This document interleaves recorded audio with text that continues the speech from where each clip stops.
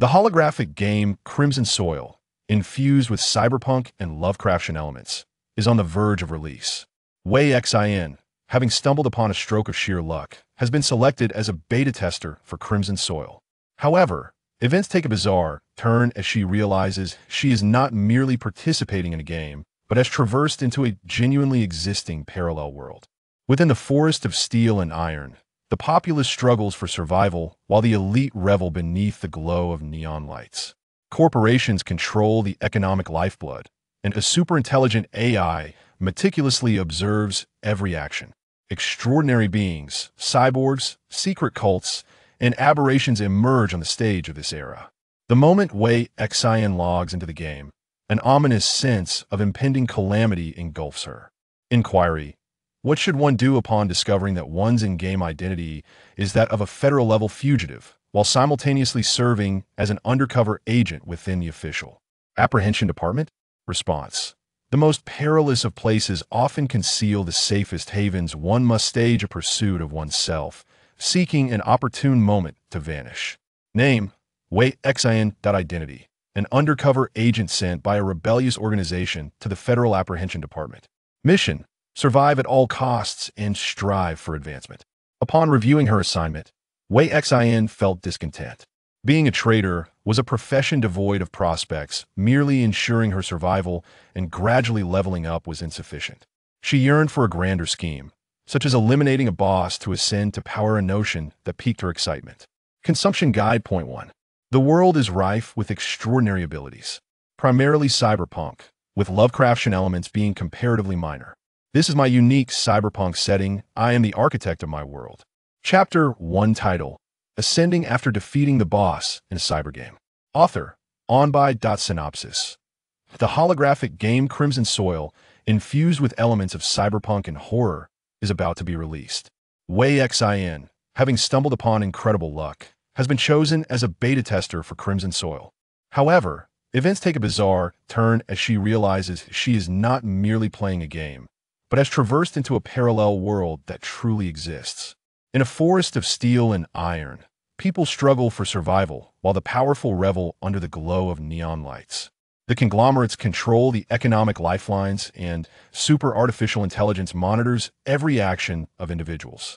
Extraordinary beings, cyborgs, secret cults, and aberrations take center stage in this era. Upon logging into the game, Wei Xin senses that something monumental is about to unfold. Query: what should one do upon discovering that one's identity in the game is that of a federal-level fugitive, while also serving as an undercover agent within the official pursuit department? Answer: the most perilous places often prove to be the safest. Orchestrate a performance of pursuing oneself and await the opportune moment to escape. Name: Wei Xin. Identity: an undercover agent sent by a rebel organization to the Federal Pursuit Department. Mission: survive and strive for advancement. After reviewing the task, Wei Xin feels it is insufficient. Being a trader is a path devoid of prospects. Merely preserving her life and striving for gradual progress does not satisfy her. She aspires to orchestrate something grand. For instance, eliminating the boss to ascend in her stead seems immensely gratifying. Wei Xin is jolted awake by a notification from the class group chat. Upon awakening, her vision remained clouded as she groped beneath her pillow for her phone, squinting to decipher the information displayed on the screen. The list of the first batch of internal testers for Crimson Soil has been released. Is that for real? The official website just posted it 3 minutes ago. Wow, who's that lucky? Only 10,000 for the initial testing phase? This is a global selection, and the official slots are exceedingly scarce. Wei Xin took a moment to process the news, and once the drowsiness dissipated, she recalled that, under the encouragement of her classmates, she had applied for the game's internal testing qualifications. She had filled out a casual questionnaire on the official site and submitted it, an act that took place a full 10 months prior. At that time, Crimson Soil had just released its trailer, boasting a promotional tagline of a groundbreaking holographic game, a tangible second world. The trailer instantly captivated players worldwide, with its allure resting on the promise of an open world ripe for exploration and diverse career paths. Moreover, this game melded elements of cyberpunk with the extraordinary, allowing players to either embrace a technological path as a cyborg adorned with mechanical limbs or to awaken in an array of peculiar abilities through a supernatural route. It exists on a plane that mirrors reality yet transcends it, intertwining the illusory with an unparalleled sense of authenticity, as if it were seamlessly connected to the real war. LD. What truly captivated Wei Xun, however, were the final two sentences of the game's description. Light inevitably gives rise to darkness. Beneath the glamorous facade of the city lies an ever-present underbelly of decay and corruption. Compared to wealth and power, existence and oblivion are the eternal themes of that world. Given this introduction, perhaps Crimson Soil imbues not only a cyberpunk aesthetic and extraordinary abilities, but also a darker core. Wei Xin perused the screenshots in the group chat, noting that the game's official team would dispatch beta test invitation emails to players' inboxes. The initial batch of beta testers comprised a mere 10,000 individuals, with the official testing date set for tomorrow. It is noteworthy that the pre-registration for Crimson Soil had only been open for a day, yet global registrations had already surpassed 10 million.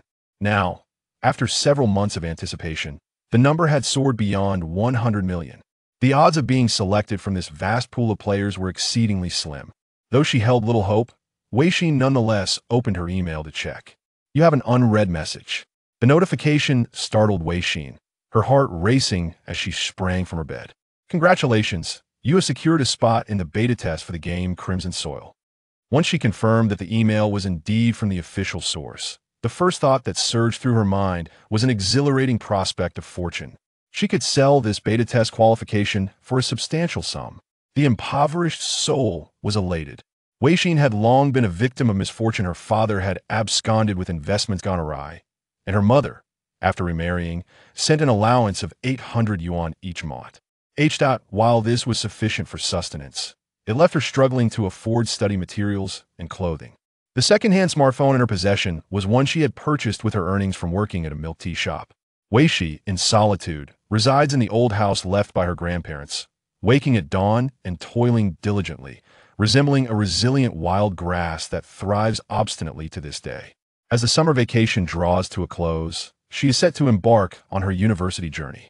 Her academic performance has been commendable, securing her a place in a prestigious institution, yet the financial burdens of tuition and living expenses loom over her like a dark cloud. However, a subsequent line in the email extinguished her hopes. The qualification for the closed beta of Crimson Soil is non-transferable and non-giftable. The beta invitation code is bound to the player's registration information and cannot be altered. This beta phase incurs no fees and will not result in data deletion. Despair washed over Wei Xin as the path to earning money was ruthlessly severed. In truth, she held little regard for the game, lacking even a holographic headset to engage with it. LOY. Her initial completion of the game survey had been a mere whim, driven by the tantalizing thought of potentially profiting from a tradable beta qualification. Contemplating her predicament, she sadly acknowledged that despite being one of the fortunate 10,000 players globally, she remained a destitute and unfortunate soul. Winning the beta qualification, yet being unable to experience the game, was akin to possessing mountains of gold, yet being unable to spend it, a maddening frustration. With a sigh, she scrolled further down the screen. The email was brief and devoid of substantial content. However, as she turned to the next page, she was pleasantly surprised to discover a line stating, should the player agree to join the game company will issue special Me equipment. Wei Xin exclaimed with joy. Her worries had been alleviated. She would indeed be able to partake in the game. Her spirits soared like a roller coaster, oscillating with excitement. At the conclusion of the email, a link to a player's survey was attached. Curious, Wei Xin clicked on the link. Question 1. If given the opportunity to embrace a new beginning, would you accept it? Was that even a question? Without hesitation, Wei Xin selected the answer representing affirmative. A new beginning signified a fresh start, and considering how dire her current life was, how much worse could it possibly get? Question 2. Do you believe in the existence of deities? Wei Xin chose no. She was a staunch atheist. Question 3. Would you desire superpowers? Yes. Her aspiration for superpowers did not contradict her atheism. You have completed the survey. Game-related documents and instructions have been sent to your email. Please check them. The closed beta player anonymous forum has been opened for you. Please save the URL and register promptly. Wei Xin carefully reviewed the new messages and, following the instructions, save the URL for the anonymous player forum. The closed beta content of certain games is considered a commercial secret and is not to be disclosed. The existence of closed beta players is to assist developers in identifying bugs and rectifying game flaws. The developers of Crimson Soil provided a forum for closed beta players, likely to create a space for communication among them. Currently, there are 10,000 individuals granted access to the closed beta, so the content within the forum should be quite limited. She would be among the pioneers of the forum. Wei Xin did not immediately register on the internal testing forum. Instead, she opened her email to examine the newly sent game files. Generally, such documents require the player's signature as a form of contract, and any breach would result in legal consequences. Upon opening the new email, she found herself stunned after reading the initial lines. 6 pieces of advice for players of Crimson Soil. You may choose to adhere to them or disregard them, but the consequences of defiance shall rest solely upon your shoulders. First, treat the game world as if it were the real world. Second, do not disclose your identity as a player to anyone. Third, refrain from revealing any game content to others. Fourth, life is singular, death is irreversible. Fifth, should you choose to embark on this journey, you will encounter only 2 paths: completion of the game or character death. Sixth, all things bear a cost.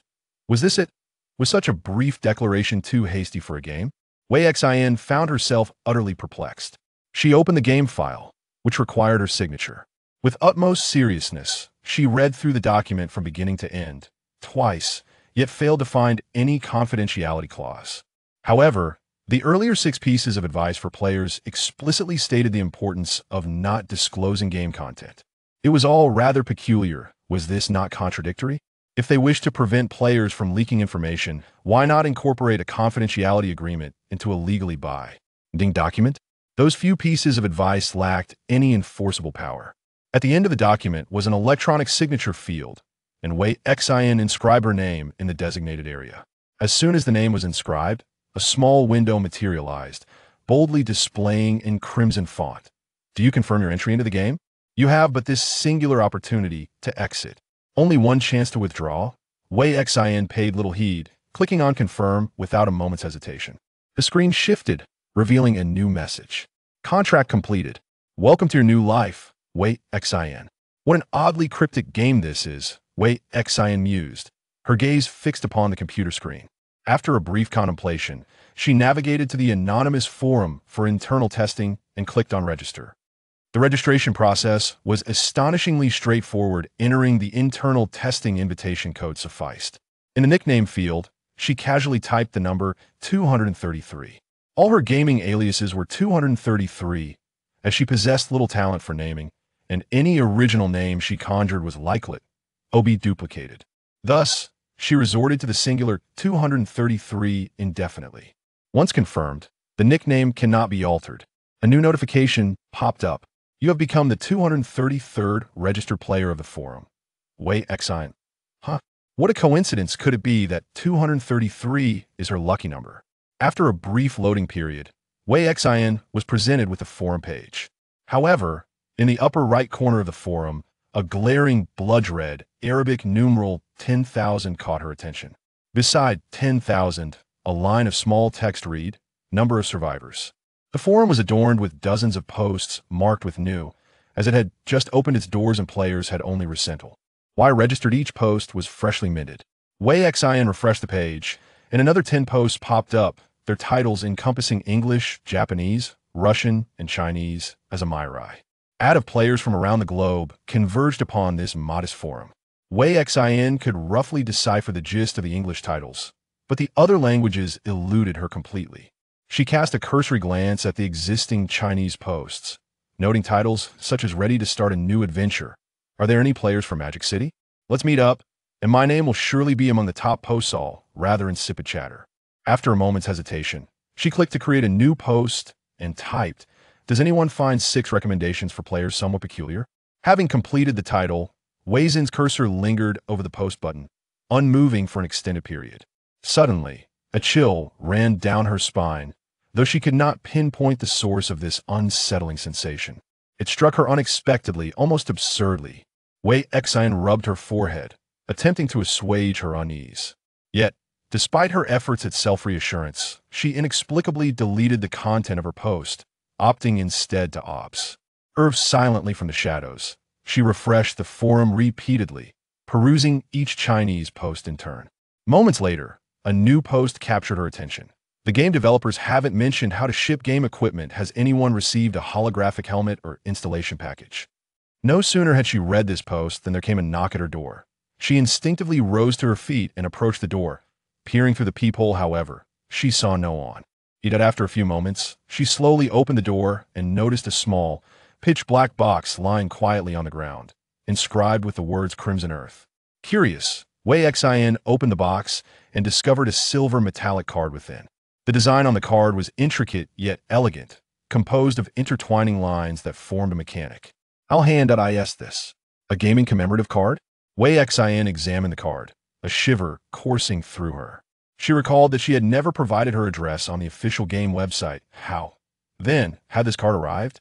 Her heart quickened as she slipped on her slippers and descended the stairs. Residing in an aged community with outdated facilities, she was aware that surveillance cameras were installed nearby. In the corridor, a few elderly neighbors were engaged in a game of mahjong, all well acquainted with one another. Wei Xian inquired, "Aunt Zhang, did the courier come by just now?" "No, dear. Isn't Comrade Li usually here around 3 in the afternoon?" Aunt Zhang replied, pushing a row of mahjong tiles forward, her face alight with joy. I've won. Did anyone go upstairs just now?" Wei Xian pressed on. At this moment, despite the sweltering July heat, a chill crept down her spine. No one had ascended the stairs, so who had knocked on her door? She had never filled out any address information. Why had the gaming card for Crimson Earth been precisely delivered to her doorstep? She had merely signed the gaming agreement, and the card had arrived within a span of no more than 5 minutes. Kuai-Shin lowered her gaze to the silver metallic card in her hand and turned it over. The back of the card bore an inscription, Depriver Kuai-Shin. Number 233. The number 233 represented both her recently chosen gaming moniker and her registration order on the forum. In an instant, a chill ran down her spine. The unfolding events seemed to be hurtling in a bizarre direction. Chapter 2. The Sea of Darkness. Wei Xian curled up on her bed, her gaze fixated on the illuminated screen of her phone. It was the dead of night, and sleep eluded her. The peculiar events of the day lingered in her mind, instilling a sense of unease that rendered her restless. Throughout the day, Wei Xian had been tirelessly refreshing forums, perusing posts made by beta testers. Her limited understanding of foreign languages compelled her to capture screenshots for translation. Yet her phone obstinately displayed a message forbidding screenshots. Consequently, she resorted to transcribing the letters onto paper, only to photograph them for translation later. Beta testers had gradually begun to receive the enigmatic silver cards, despite not having provided address information on the official game website, much like Wei Xian herself. A chorus of agreement resonated beneath one particular post. 24L. I also live in the countryside. I stumbled upon the card while gathering eggs in the henhouse, and it startled me. 36L. I ordered a household appliance online, and upon opening the packaging, I discovered an additional box inside. Initially thinking it was a promotional gift from the seller, I was taken aback to find it contained a game card. Such occurrences were not only absurd but also unsettling. The numbering was based on the order of registration on the forum, and since card production required time, how could it be that the moment one registered, the card was immediately prepared and dispatched? Moreover, the methods by which players received their cards varied widely, cloaked in an inexplicable aura of mystery. Wei Xian exited the thread and clicked on a post showcasing the cards. The poster had obscured their real name and player number, presenting the card instead. The card displayed by the poster bore slight differences compared to Wei Xian's own card. The silver card in the post bears not the image of a mechanical hand, but rather that of a pair of scissors, seemingly sharp and precise. While Wei Xian's card carries the prefix of Depriver, the prefix on this postcard is Proxy, rather than Depriver. Why is this the case? What distinctions exist between a Depriver and a Proxy? Wei Xian furrowed her brow in contemplation. As she perused the forum for a while, she noticed an intriguing phenomenon. All card-sharing posts featured the prefix Proxy, with none resembling her own card that bore the title of Depriver. Wei Xian reached for her card by the bedside, which radiated a shimmering silver light. Her true name and identification number were engraved upon it, serving as her official identification. While her name and ID were clear, the significance of the term depriver eluded her understanding. The events of the day enveloped Wei Xin in a fog of confusion. Casting a glance at the time, she noted it was 23:59, with less than a minute remaining until midnight, heralding the onset of the official beta test. With a sigh, she wearily rubbed her temples, preparing for slumber, for tomorrow would see her seeking a summer job to earn some income. The life of a penniless soul is indeed stark and monotonous. Just as Wei Xin was about to set her phone aside, it suddenly vibrated. She focused her gaze and discovered it was a notification from the forum. It announced that the registration of 10,000 beta testers had been successfully completed and the game identity cards had been issued. This beta test was a non-billing, non-data deleting phase, devoid of any shortcuts. Players were urged to remember the 6 pieces of advice as they ventured forth to explore their own destinies. Wishing all players a delightful gaming experience. Now, let the game commence. The game begins. Wei Xin was taken aback by this phrase, bewildered and unable to react before she realized that her surroundings had transformed. The weight of her phone vanished from her hand, and she was no longer reclining on her bed. Instead, she found herself standing in an endless expanse of darkness, unable to see anything above her or hear any sounds around her. The peeling walls of her old house had disappeared, the softly glowing window illuminated by streetlights was gone, and the whirring sound of the fan was absent. Everything had fallen into silence. The darkness enveloped Wei Xin like a rising tide, inch by inch consuming her. She instinctively wanted to cry out for help, yet her voice was stifled, akin to a drowning person unable to utter a sound. Eventually, she lost consciousness. You have entered a new world. Please check your identity settings in this realm. Name: Wei Xin. Faction: Federation Resistance. Identity: core member of the Mechanical Dawn Organization. Trainee Security Officer of the Federation's 7th Patrol Team of the Investigation Department. Federation's Level 1 Wanted Criminal, Undercover Agent for the Resistance. Mission: steal classified information from the Investigation Department, gain their trust, and provide intelligence support for the clandestine operations of Mechanical Dawn. A vague electronic voice echoed in her ears, and through the haze, she seemed to see lines of text flashing before her. Wei Xin gasped in agony, feeling a splitting headache. As if an axe had cleaved through her skull, the pain was nearly unbearable. A suture needle. A man beside her spoke, stitching her wounds together. He administered a powerful analgesic.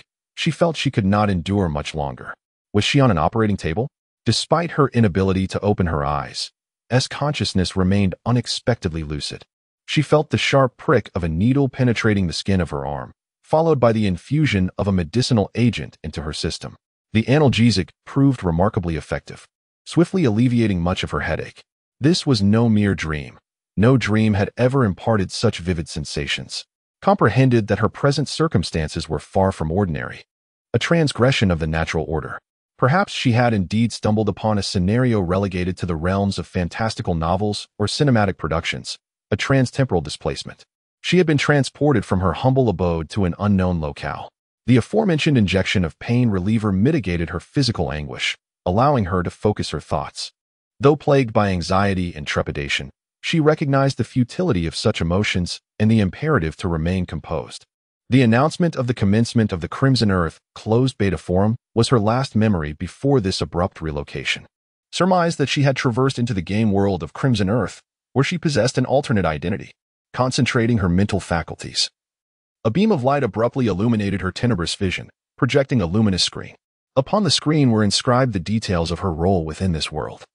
As she had just heard, a core member of the Mechanical Dawn Organization, a probationary patrol security officer of the Federal Bureau of Investigation's Field Team 7, a Class A wanted criminal of the Federation, and an undercover agent of the Resistance. My identity seems rather intricate. She meticulously perused the information repeatedly, a sense of bewilderment washing over her. The nature of the Mechanical Dawn Organization eluded her, but the designation of core member was sufficient to denote its significance. There exists the Federal Bureau of Investigation, an official organization, and more alarmingly, she bears the additional identity of a federally wanted criminal. What a predicament! The notion of being an undercover agent, often synonymous with betrayal, is utterly perilous. To be a traitor is to embrace a future devoid of promise. Wei Xin, having watched countless espionage films, understands that few undercover operatives meet with favorable outcomes. She feels her prospects dimming, with a tragic fate beckoning her. The incessant sounds of medical instruments clashing reverberate around her, and she can vaguely sense the suturing needle piercing and tugging at her flesh. Her heartbeat, which had been tumultuous upon regaining consciousness, gradually stabilizes into a rhythmic pattern. Her mind begins to whirl, and her emotions steer toward calmness amidst contemplation. After an indeterminate passage of time, Wei Xian suddenly realizes she can control her eyelids. The effects of anesthesia are waning. The man who has been performing the surgery informs her, the medication has worn off. You should be waking soon. Reluctantly, she abandons the pretense of remaining unconscious, slowly parting her eyelids. The glaring light proves uncomfortable, and a silver glint persistently dances before her eyes. Struggling to blink and acclimate to the brightness, she discerns that the shimmering silver is not a light, but rather the reflection from the surgeon's glasses. With a slight turn of her head and a movement of her eyes, she gazes dazedly at the circle of doctors and nurses surrounding her on the operating table. You are awake? Inquires the bespectacled doctor, nodding at Wei Xian. The surgery was successful. Wei Xian resolves to feign ignorance. The doctor displayed a sympathetic expression, looking at her with pity. My dear child, how unfortunate you are, encountering armed assailants on your very first field assignment during your internship. Alas, the criminals remain at large, and your head has suffered considerable trauma, resulting in a skull fracture. A skull fracture? On the surface, Wei Xian appeared bewildered, yet internally she was elated. Indeed, a fracture of the skull, a large gaping wound upon her head, blood gushing profusely. The doctor spoke kindly, but fret not, for what is old must give way to the new. What do you mean by that? Wei Xian inquired, her confusion evident. I seem to have forgotten many things. Experiencing a bit of disorientation is quite normal. It will improve as the anesthesia wears off. Your skull fracture is rather severe and difficult to repair, so we had to replace that section of your cranium, the doctor cheerfully explained. With the latest technology from the Federation, we have fitted you with a super lightweight alloy skull. Now you need not fear sustaining further injuries while apprehending criminals. Wei Xian. Goodness, has she acquired the fabled iron skull? How delightful. In future altercations, a headbutt would surely leave her opponents dazed. The author wishes to convey, should any inconsistencies or perplexities arise, they may not be mere bugs, but rather foreshadowing. Chapter 3. The Sea of Darkness. The surgery concluded, and Wei Xian was wheeled out of the operating room by the doctor and nurses. The rolling bed glided smoothly across the metallic floor, the corridor illuminated by ethereal, bluish lights. As they turned a corner, a tightly sealed metallic door opened, and Wei Xian, along with the bed, was ushered into a capsule-shaped recovery chamber. The lead surgeon had already changed out of his surgical attire and donned a white coat, which bore a name tag identifying him as Huang Zunliang, director of the medical office. Dr. Huang inserted an intravenous line into Wei Xian's wrist, sealed the glass cover of the recovery chamber, and said to her, "Rest well. Your wound is expected to heal within 12 hours. If you feel any discomfort, please press the green call button on your right. I have another surgery to attend to, so I must take my leave." Wei Xian nodded silently as the doctor and nurses exited her room. Lying within the recovery chamber, Wei Xian observed the built-in display showcasing her vital signs. The machinery emitted a constant beeping, the electrocardiogram fluctuated, and her heart rate remained between 80 and 110 beats per minute. Her blood pressure was slightly low, indicating mild anemia. All of her bodily metrics were displayed prominently before her. Crimson Soil leans towards a cyberpunk worldview, which means that the technological advancements in this realm surpass those of Wei Xian's reality. The futuristic recovery chamber seemed far beyond the capabilities of Earth's technology. Despite the severity of her injuries, the doctor assured her that her wound would mend within 12 hours. This level of medical technology was equally unattainable on Earth. The slogan for Crimson Soil claims it is a genuinely existing second world. Entering the game is akin to unlocking the door to this alternate reality. There is no exaggeration in this assertion. Wei Xian had truly traversed into another realm. She pondered whether the 10,000 players who participated in the beta test alongside her had also crossed over to this world, acquiring different identities and new lives distinct from their reality. Wei Xin possesses an extraordinary adaptability to diverse environments, embodying the resilience of wild grass, managing to care for herself remarkably well even in the absence of parental guidance. Now, she finds herself in an entirely new and unfamiliar setting. Nevertheless, Wei Xin maintains an optimistic outlook, believing that despite the intricate and perilous nature of her in-game identity, she has been afforded a relatively stable beginning. Currently, she assumes the role of a patient, a novice security guard who was injured by assailants while on an internship assignment. During her recovery, she finds herself in a safe haven, temporarily distanced from certain troubles. Her injury resides upon her head, and feigning amnesia, though a cliché tactic, proves effective.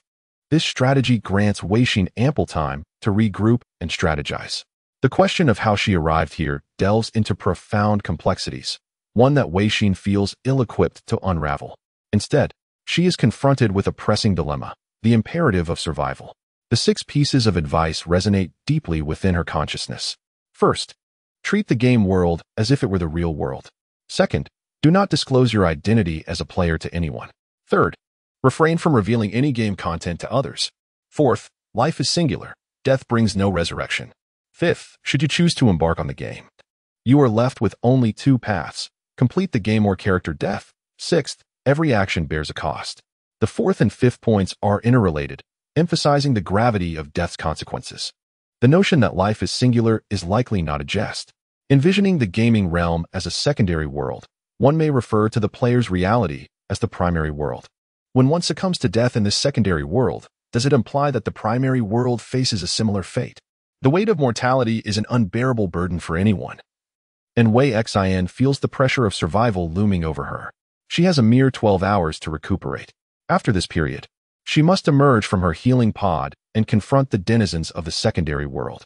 Given her intricate identity, she may find herself frequently engaging with a rebel faction known as the Mechanical Dawn. Additionally, she must strive to ascend within the inspection department to gain the trust of her peers, all while masquerading as a competent double agent to relay intelligence back to her organization. Though she has been granted a respite, she has also been dealt a formidable hand right from the start. Every step she takes requires utmost caution, as the ground beneath her feels perilously thin. A single misstep could lead to her demise.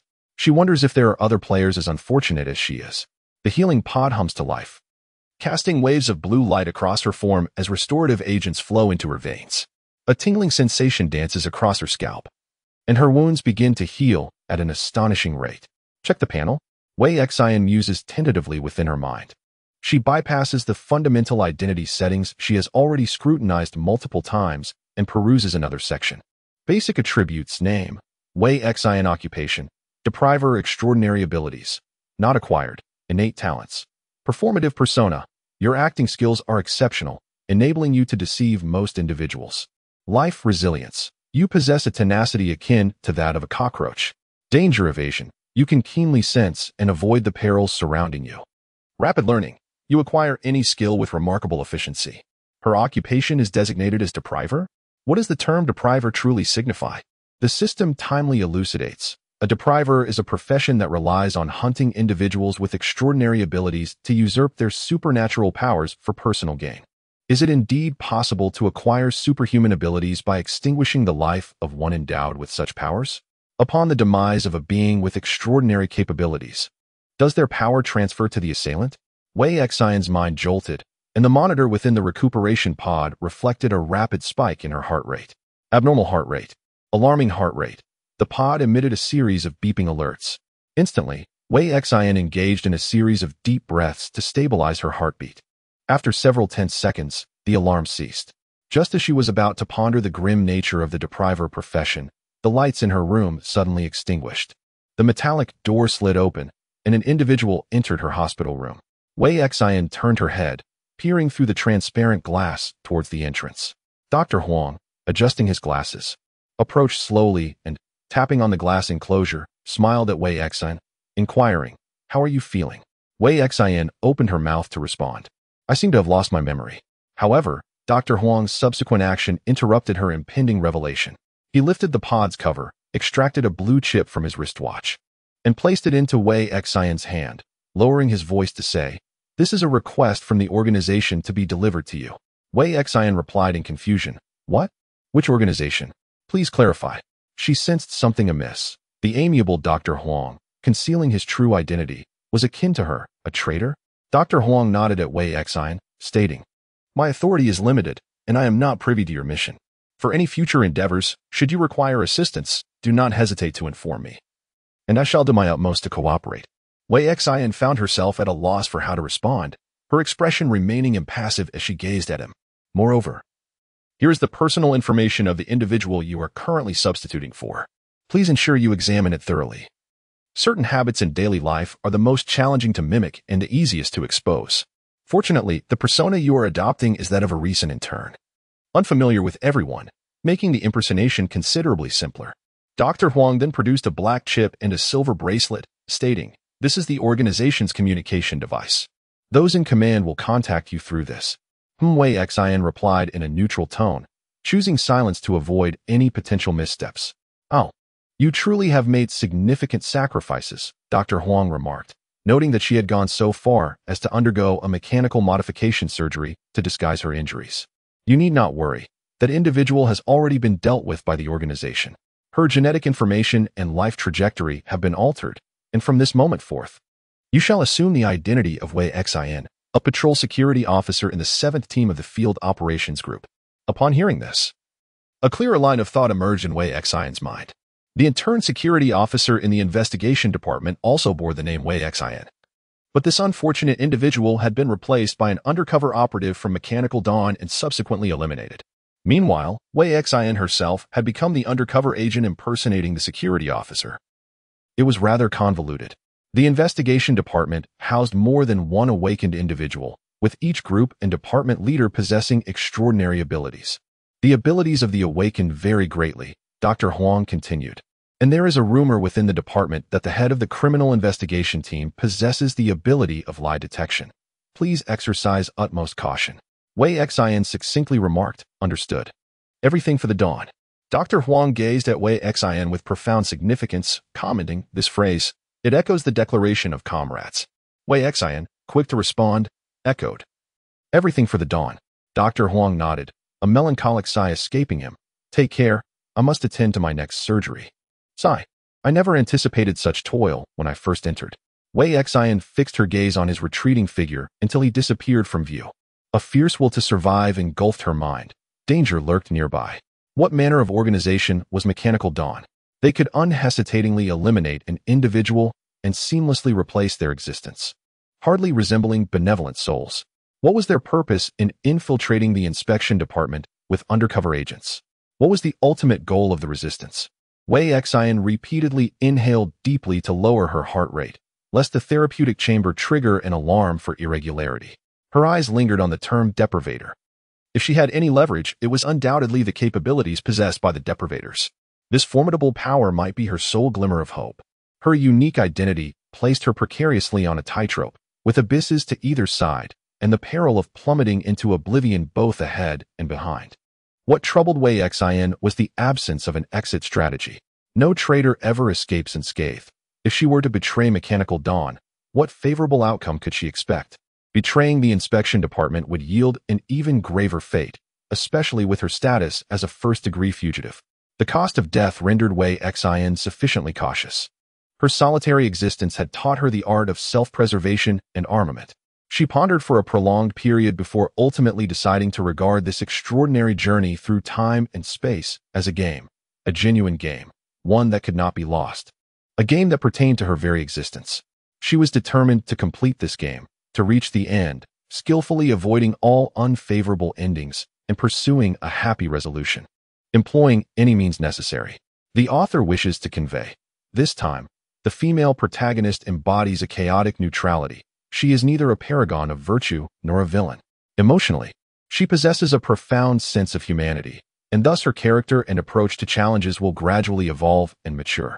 However, what makes her formidable is her awareness that the world is indeed real, and that the NPCs are living beings.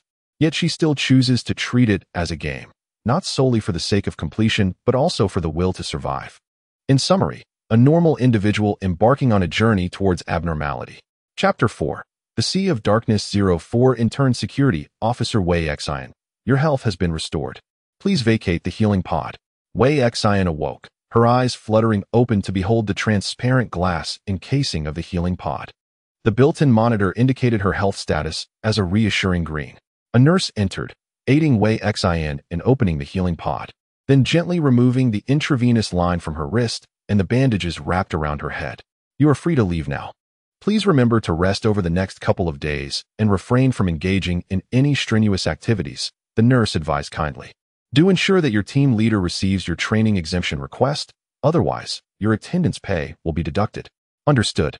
Wei Xin nodded quickly, her frugal instincts kicking in. Such an important matter regarding attendance pay could not be overlooked. She straightened herself, her feet making contact with the cold metallic floor, and stood to stretch her limbs. After a refreshing slumber in the recuperation chamber, Wei Xin emerged revitalized.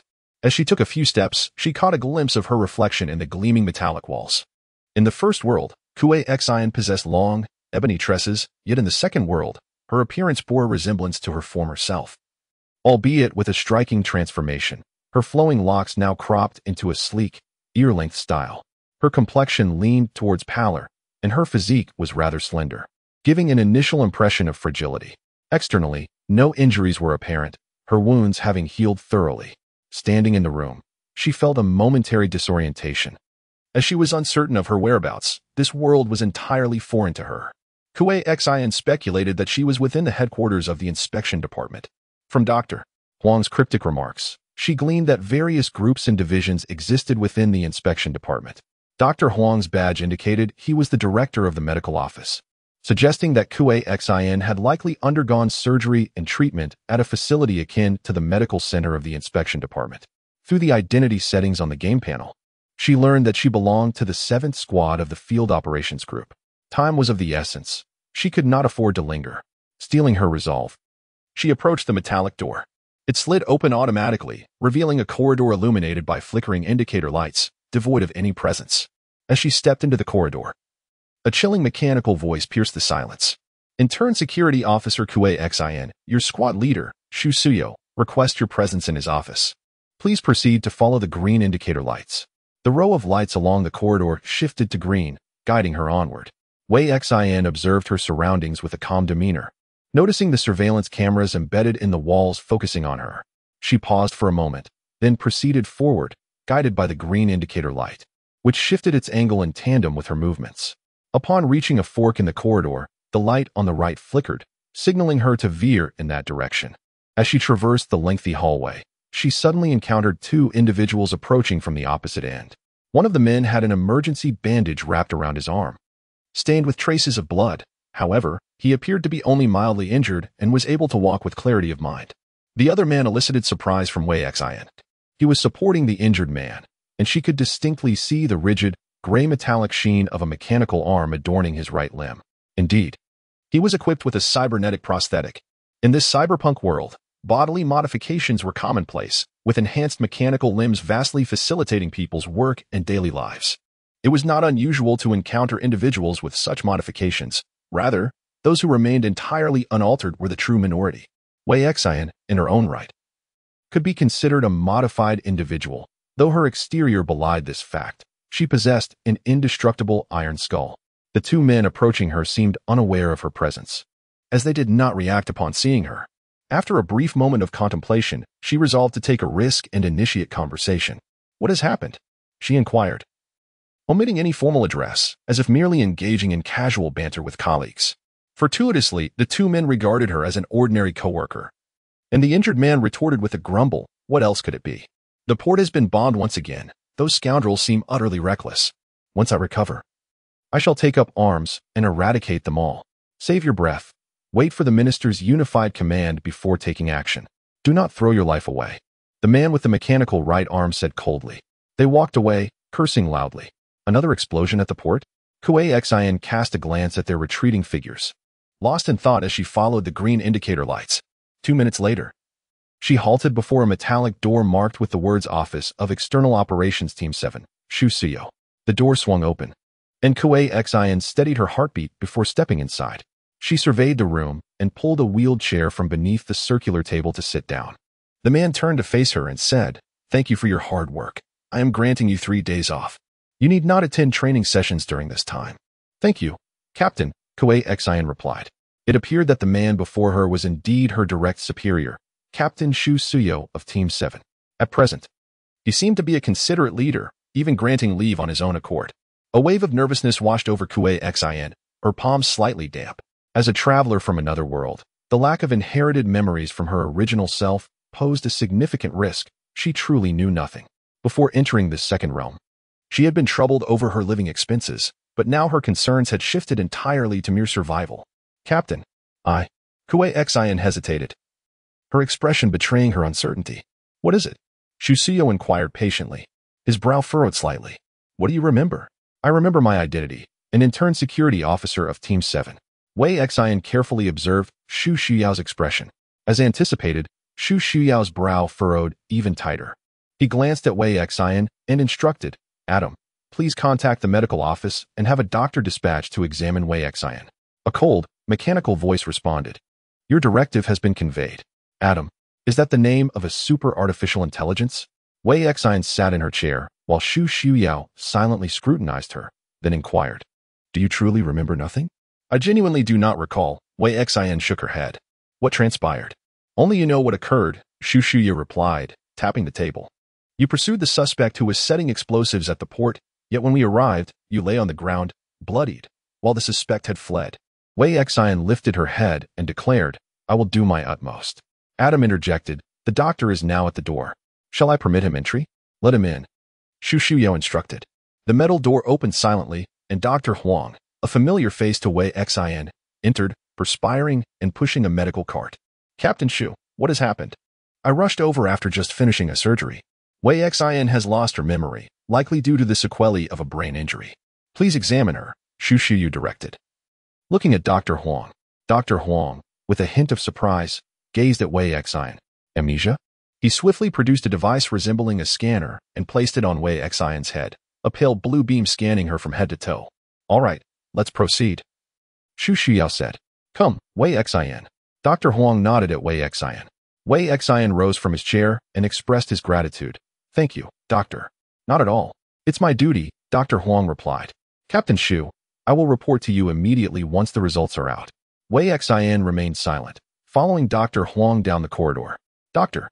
Huang, ever the chatterbox, remarked, the port explosion incident resulted in numerous casualties, with several individuals undergoing mechanical limb transplants and a few having their bionic organs replaced. I performed 5 or 6 surgeries today alone, hardly closing my eyes. Dr. Huang's performance was quite remarkable, were it not for Wei Xin's knowledge of his duplicitous nature. He might have mistaken this benevolent-looking doctor for a diligent and concerned citizen. Dr. Huang was intentionally and unintentionally revealing certain information to Wei Xin, which he absorbed and committed to memory. If this were a game, each line spoken by the NPC could significantly aid in achieving victory. Upon arriving at the medical room, Dr. Huang pressed a button on his wristwatch, causing the lights to dim. Adam was omnipresent. It was necessary to employ devices to evade its surveillance for free communication, lest it overhear us. Dr. Huang shed his benign demeanor, saying, I did not anticipate that your strategy would involve feigning amnesia, surprisingly effective. In the absence of Adam's scrutiny, his tone shifted from that of a senior addressing a junior to one imbued with respect. Wei Xin, being a core member of the Mechanical Dawn, held a rank superior to his. Dr. Huang was indeed a man of two faces.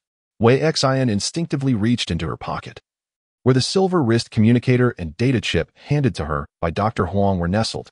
She suspected that the silver bracelet possessed similar capabilities, and if utilized correctly, could obstruct the surveillance of the artificial intelligence. Adam, could you fabricate a medical examination report for me? Wei Xin inquired proactively. Certainly, Dr. Huang replied with a smile. I brought you to the medical room specifically for this purpose. Half an hour later, the counterfeit examination report was completed. Shu Xiao scrutinized Wei Xin's report multiple times, his gaze fixating on the final line in the medical advice section. Adequate rest aids in memory recovery. As you command, Captain, Wei Xin replied. As she exited Shu Xiao's office, she felt as though a great weight had been lifted from her chest. A thin sheen of virtual sweat formed on her back. She realized she had passed the first hurdle, preserving her safety without arousing suspicion. The subsequent challenges would undoubtedly be more formidable. After all, this was a realm of advanced technology intertwined with extraordinary powers. A task was initiated. A luminous screen, visible only to Wei Xin, materialized before her. Task description. The quaint city of Black Sea is a vital port city within the Federation and a stronghold for various gang factions. The city now finds itself shrouded in conspiracy, with unknown minions extending their reach here. You are required to thoroughly investigate this conspiracy. You may choose to accept the task or decline it. Refusal might spare you from a measure of risk, yet acceptance could yield unforeseen and bountiful rewards. Task content: investigate the explosion case at the Black Sea port. Wei Xin recalled the sixth piece of advice that she had etched in her mind before entering the game. Everything comes at a price. The gifts of fate are always tagged with a hidden cost. To obtain them, one must endure risks. Wei Xin is a seeker navigating through the second world and an explorer of the new realm. Before her lie both peril and opportunity. The fork in fate's road lies at her feet. Wei Xin chooses to accept the task. You have accepted the task. Task progress, 0. Chapter 5. The lightless C-05 Wei Xin had received a leave note from her captain, yet a grave issue arose. She was unaware of her home's location. Standing in the corridor for several seconds, she glanced around and spotted a restroom sign ahead. An idea sparked in her mind, and she hastened into the restroom. Upon entering a stall, Wei Xin retrieved the silver wristband handed to her by Dr. Huang and adorned her wrist with it. A series of characters flickered across the wristband, powered on. The characters then seamlessly transformed into the time, 1938. It appeared to be nothing more than a typical electronic wristband displaying time.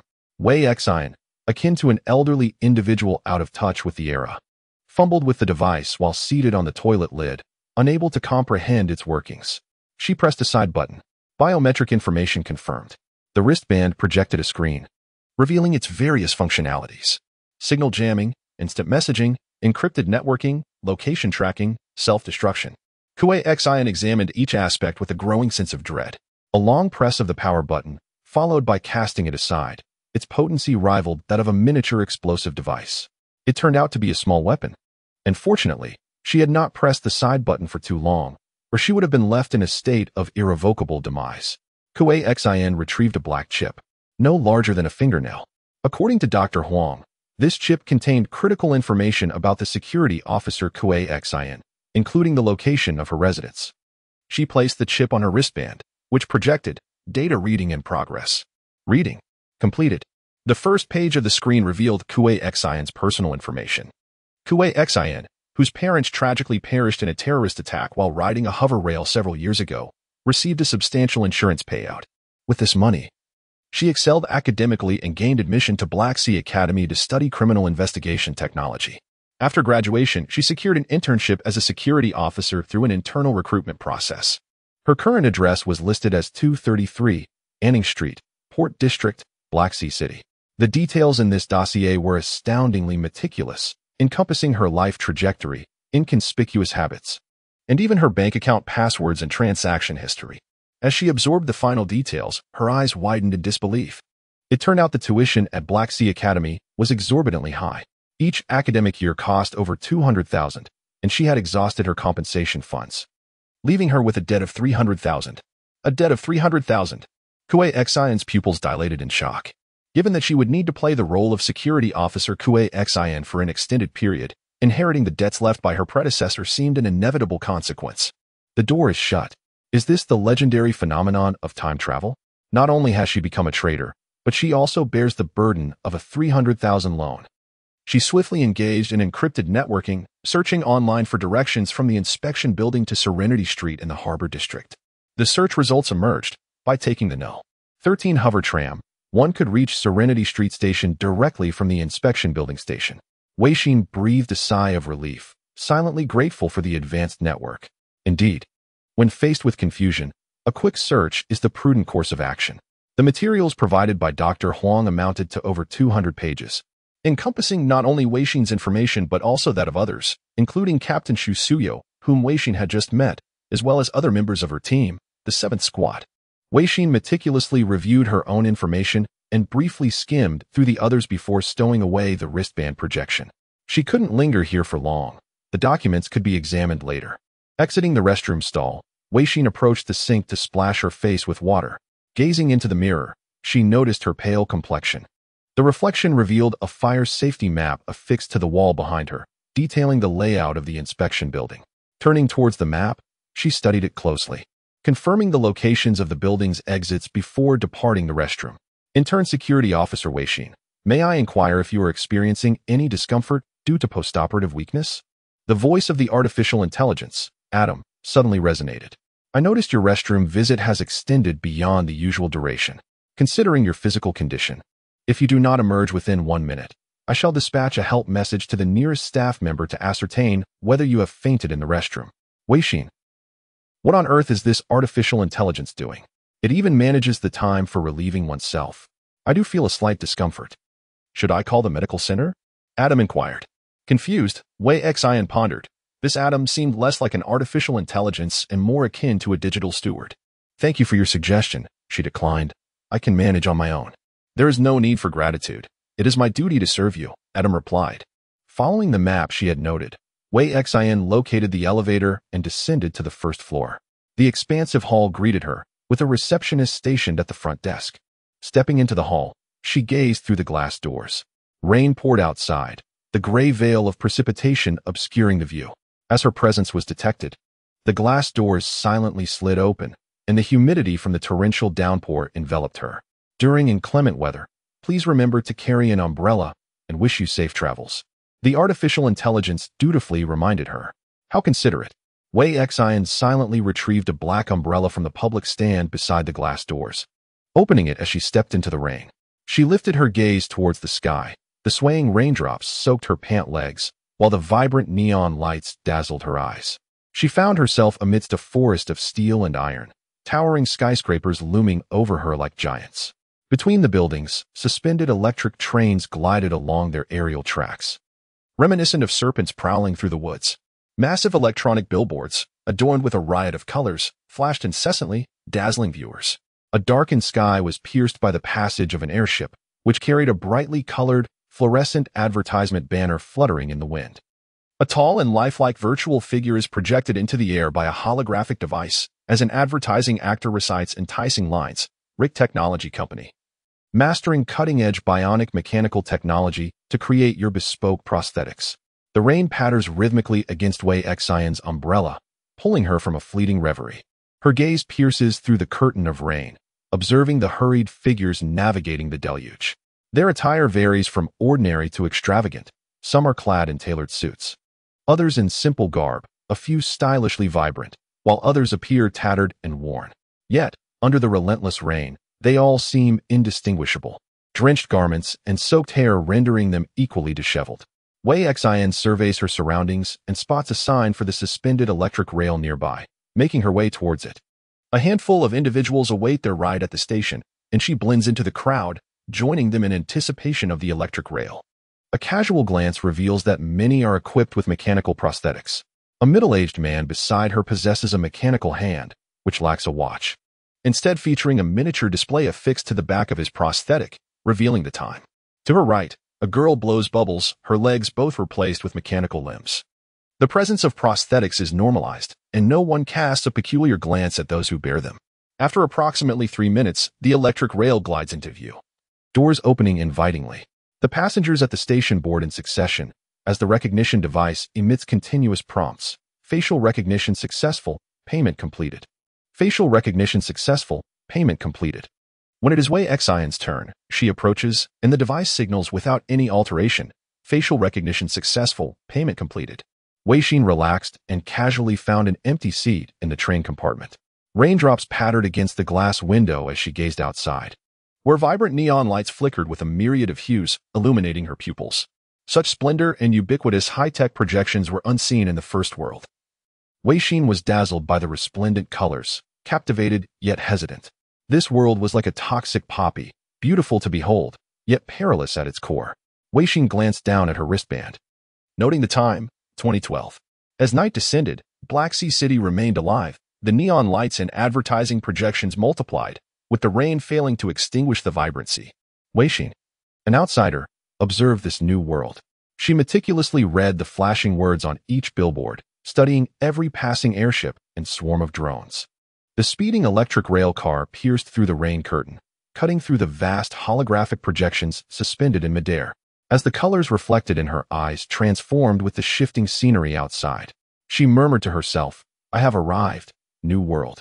Harbor District, Peace Street, arrived. Please ensure you have all your belongings and prepare to disembark." Wei Xin opened her umbrella and stepped off the electric rail car. The doors closed behind her, and the sights before her were starkly different from what she had just witnessed. The Harbor District's P Street was shrouded in darkness, devoid of neon lights and billboards, featuring only the uneven silhouettes of residential buildings and cheap convenience stores flickering with light on either side of the street, while puddles collected on the uneven roads. Compared to the opulence of the area housing the inspection building, the Harbor District's P Street appeared considerably more dilapidated. Yet the desolation here evoked a sense of familiarity within Wei Xin. After walking but a few dozen meters, a shattered wine bottle crashed at her feet, prompting her to halt. She beheld a drunken old man slumped against the wall, mumbling incoherently as he hurled profanities. Before long, he tilted his head back and succumbed to slumber. Wei Xin stepped over the shards of glass, noticing that the walls flanking the street were adorned with vibrant graffiti. "Out with the pigs," proclaimed a line of bold red letters, culminating in a bloody skull drawing. The term pigs served as a derisive label for the city enforcers, a meaning Wei Xin had gleaned from old films. The inhabitants of Anning Street appeared decidedly unwelcoming to outsiders, particularly to those tasked with maintaining order. Moreover, the safety of this street seemed rather dire. The thoroughfare was littered and chaotic, graffiti sprawled across every surface, and inebriated individuals lay sprawled on the pavement, unattended. As she traversed the street, the number of pedestrians was alarmingly scant. Wei Xin navigated through the grimy alleyways, endeavoring to ascertain the direction of her home. Just as she was about to exit the alley, she spotted a young man in a hoodie not far ahead. As she prepared to approach him for directions, two men abruptly emerged from around the corner, blocking her retreat. They closed in on Wei Xin, each brandishing a small knife, and menacingly declared, "Robbery." Wei Xin thought to herself, "This Anning Street is anything but peaceful." Chapter 6. The Sea of Darkness. Wei Xin maintained her composure and quickly retorted, "I am a destitute individual, burdened with a debt of 300,000. Do you truly believe I possess any valuables?" The two assailants exchanged glances. If one were to rob someone, it would be in the affluent districts. In a rundown place like Anning Street, how could one possibly find a plump target? With a weary yet earnest tone, Wei Xin implored, "Heed my advice. There is no fortune to be found in robbing in this place. If one were to target the affluent, it would be an entirely different matter. 3 years of stagnation could yield 3 years of abundance upon striking." The robber on the left hesitated, pondering the omnipresence of surveillance in the wealthy district. Meanwhile, the robber on the right cautioned his companion, "This individual is deceiving us. Do not fall for his trickery." "What reason would I have to deceive you?" Wei Xin retorted, discarding her umbrella and raising her empty hands. "I possess nothing of value, not even a coin, and reside in a dilapidated dwelling with leaky walls. What benefit could I possibly offer you?" "Wait." The robber on the right's eyes brightened as he caught sight of the silver bracelet adorning Wei Xin's wrist. "What is that you wear?" "Oh, this? If you desire it, I shall gladly part with it." Wei Xin extended her hand toward him. The robber on the right remained motionless, while the one on the left could not resist taking a step closer. As the robber approached, Wei Xin's hand swiftly transformed from an offering to a clenched fist, delivering a powerful blow to the side of his head. The sound of cracking bone echoed as the robber crumpled, his face contorted, and he fell to the ground in a lifeless heap. Wei Xin was momentarily taken aback by the sheer force of her strike. Her intention had merely been to disorient H before the keen blade could penetrate her abdomen. Almost reflexively, sidestepped, evading the assault. The assailant's movements seemed to decelerate infinitely in her perception, her body reacting preemptively before her mind could formulate a response. With a swift, decisive grasp, wrested the knife from the robber's possession. The diminutive blade pirouetted between her fingers in a scintillating display of argent, and with seamless fluidity, she retaliated, plunging the knife into the attacker's torso, the tip unerringly piercing the heart through the intercostal spaces. She even relinquished her grip on the hilt with alacrity, retreating a step with composure, avoiding the sporadic spatter of blood. All actions flowed together in a seamless cascade, transpiring in under 5 seconds. Before cerebration could devise a strategy, her body had usurped control, resulting in a fatality. Her countenance devoid of expression, she stood vacantly at the alley's entrance, her raiment saturated by the rain. The unfurled obsidian umbrella swaying on the ground, while 2 figures lay prostrate at her feet. She knelt to ascertain their respiration, rising unsteadily. They were deceased, their breathing extinguished. The blood emanating from the corpses mingled with the accumulated water, staining the puddles crimson. The game system's luminous interface materialized, You have unlocked the intrinsic talent, combat instinct. Combat instinct. Beasts possess an innate predatorial instinct, which, through rigorous cultivation, can be refined to attain its zenith. It is the culmination of muscle memory forged through relentless trials and neural reflexes honed by countless demanding drills. Even in states of cognitive impairment or physical exhaustion, you can engage in combat by instinct. Emitted a sharp hiss. This is not a talent inherent to her, but rather one that is intrinsic to this body. She is a pivotal member of the Resistance Organization, a double agent entrusted with significant responsibilities. She is expected to possess a sharp intellect, keen intuition, and exceptional combat skills. These skills have become instinctively imprinted within her physique, compelling her to respond with extreme measures when confronting adversaries. At that moment, a clattering sound echoed from the end of the alley. A young man in a hoodie returned, his face awash with terror as he gaped at the corpse on the ground. The metal baseball bat he had been holding slipped from his grasp, and he appeared thoroughly shaken. The well-meaning individual, Wei Xian, wiped the rainwater from her face and offered a strained smile to the hoodie-clad youth. Could you please call the police for me? I am innocent. You heard them. They intended to rob me. And no problem. The young man trembled as he fumbled for his communicator, clumsily dialing the number several times before finally connecting. Once the call was answered, a sweet voice from the operator inquired. Hello, this is the city security hotline. How may I assist you? Robbery, the address is. The young man hesitated, looking to Wei Xian for assistance. Where are we? After he relayed the address, he muttered, we also need an ambulance. No need for that. The person is already deceased, Wei Xian interjected. The young man's expression shifted to one of heightened fear as he stammered. Why you did this? It was self-defense, Wei Xian replied succinctly, avoiding a glance at the body on the ground. Will you be my witness? To substantiate their intention to commit armed robbery. It appears there are no surveillance cameras in the vicinity, making you the sole witness. The young man in the hoodie hesitated for less than a second before nodding. All right, if you need it. Wei Xian exhaled in relief, picked up the black umbrella from the ground, shook off the raindrops, and approached the young man. He stepped back in trepidation. Wei Xian said, you didn't bring an umbrella, and the security personnel may take a while to arrive. We can share this umbrella. She introduced herself. I am Wei Xian, a student at Black Sea Academy. Shi Liang, the young man replied, visibly relaxing upon learning Wei Xian's affiliation. I also attend Black Sea Academy. What is your major? Wei Xian responded, I study criminal investigation. Criminal investigation? No wonder you're so impressive, Shi Liang murmured. Thank you for your help tonight. Wei Xian stepped closer, tilting the umbrella towards him. She nodded slowly, watching as Shi Liang dashed into the rain, vanishing around the corner. Lost in contemplation, she activated her wristband and searched for the term Lei Feng. The search yielded 0 results. In the second world, there were no accounts of Lei Feng's good deeds, nor any mention of the spirit of Lei Feng. Just as I suspected, Wei Xian mused. The young man, Shi Liang, is a player from the first world. Having traversed time for too short a duration, he must not be acquainted with the history of the second world, which explains his reference to doing good deeds in the spirit of Lei Feng, an expression universally understood in the first world, yet unknown to the inhabitants of the second world. However, the 6 admonitions given to players explicitly stated, do not reveal your identity as a player to anyone. Wei Xian pondered deeply and resolved to adhere to this counsel. She would not disclose her identity to the inhabitants of the second world, nor would she reveal it to her fellow players. To her, this was merely a role-playing game. She would embody her character and strive to be a competent player.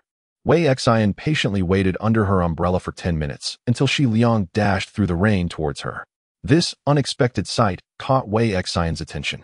She had thought Shi Liang might be seeking an excuse to flee, considering that being thrust into a grave situation upon her arrival in this alternate world was an exceedingly unwise choice.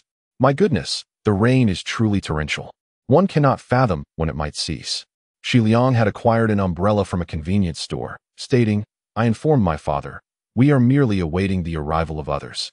After 5 minutes, a hovering police vehicle descended above Wei Xian and Shi Liang, and the loudspeaker announced, please lower your weapons and raise your hands to your heads. Obediently, they complied, and the police vehicle landed on the street. 2 security personnel emerged, weapons drawn, their firearms equipped with targeting lasers that focused on Wei Xian. One of the female security officers directed her gaze at Wei Xian and uttered, Adam, scan. Scan complete. Facial recognition matched. Adam's mechanical voice chimed in, confirming the assertion. Greetings. Intern Security Officer Wei Xin. It continued with the following report. Shi Liang, Level 4 citizen, student of mechanical engineering at Black Sea Academy, no criminal record. Target assessed as non-threatening. Lu Gaoang, Level 5 citizen, unemployed, with records of robbery and theft. Target deceased, no resuscitation value.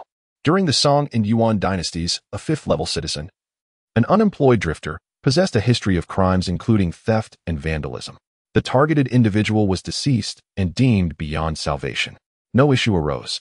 Wei Xin glanced at the bewildered Shi Liang, who was a witness.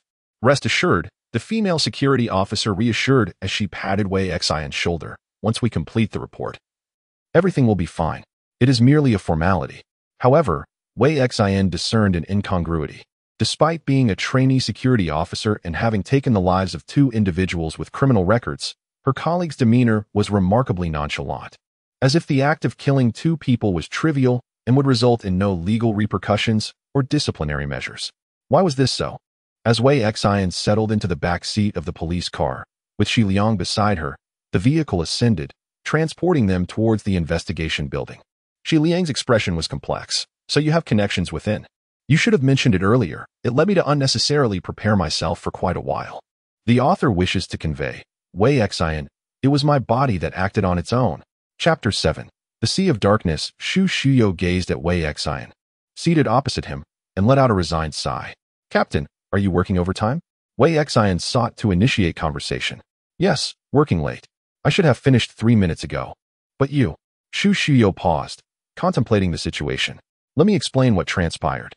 After some reflection, he continued, No, it is because those 2 individuals had criminal records, and your actions were in self-defense.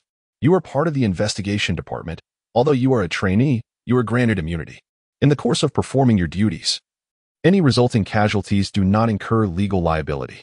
This matter need not be transferred to other departments. We shall resolve it internally, as the procedural intricacies would otherwise prove excessively cumbersome.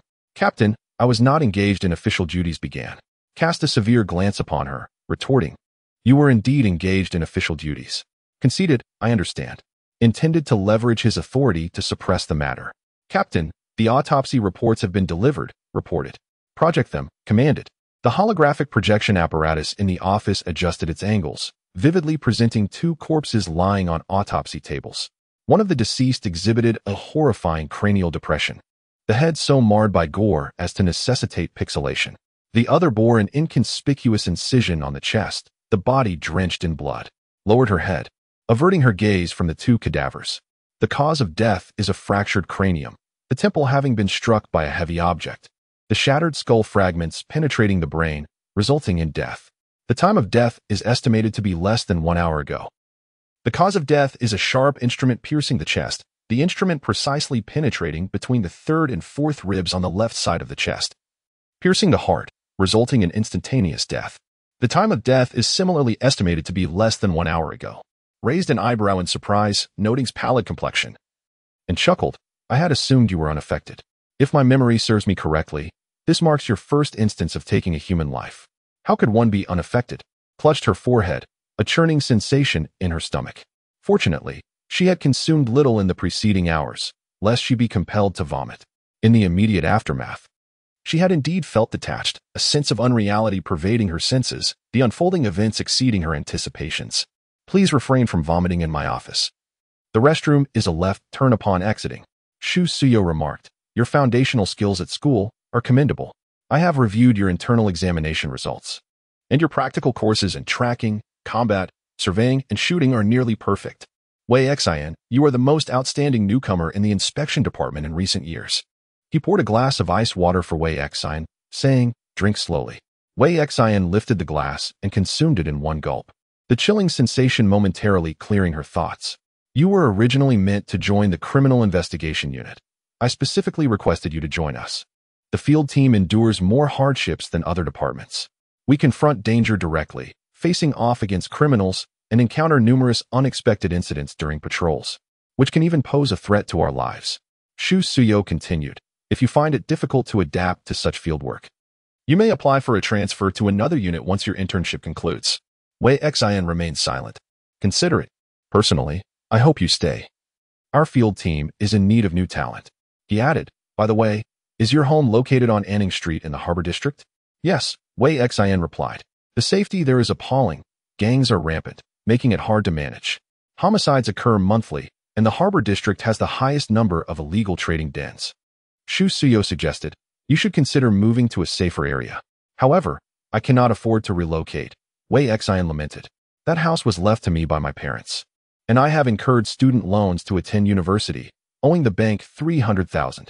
It will take ages to repay. Shu Suyo was momentarily at a loss for words. Once you are confirmed, you can reside in the employee dormitory, he said. In a week, you can apply for confirmation. Take your time. Additionally, it seems that your personal communicator was damaged during your last field assignment. Can the loss be reimbursed? This was a property loss incurred in the line of duty, whispered Wei Xin. Shu Suyo chuckled. No, it cannot. He bent down and retrieved a box from the drawer of his desk. It was the standard communicator issued uniformly to members of the investigation department, albeit a basic model. You may use this for now. Wei Xin accepted the box with gratitude and remarked, Thank you, Captain.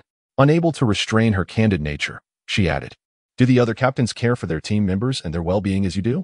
Had you not been so kind and considerate? I would not have applied for a transfer from the field team. Shu Suyo cleared his throat, feigning ignorance. If you truly cannot overcome the burden of your experiences, consider visiting the psychological counseling office. Director Young there is an exceptional therapist. He will assist you in alleviating your concerns.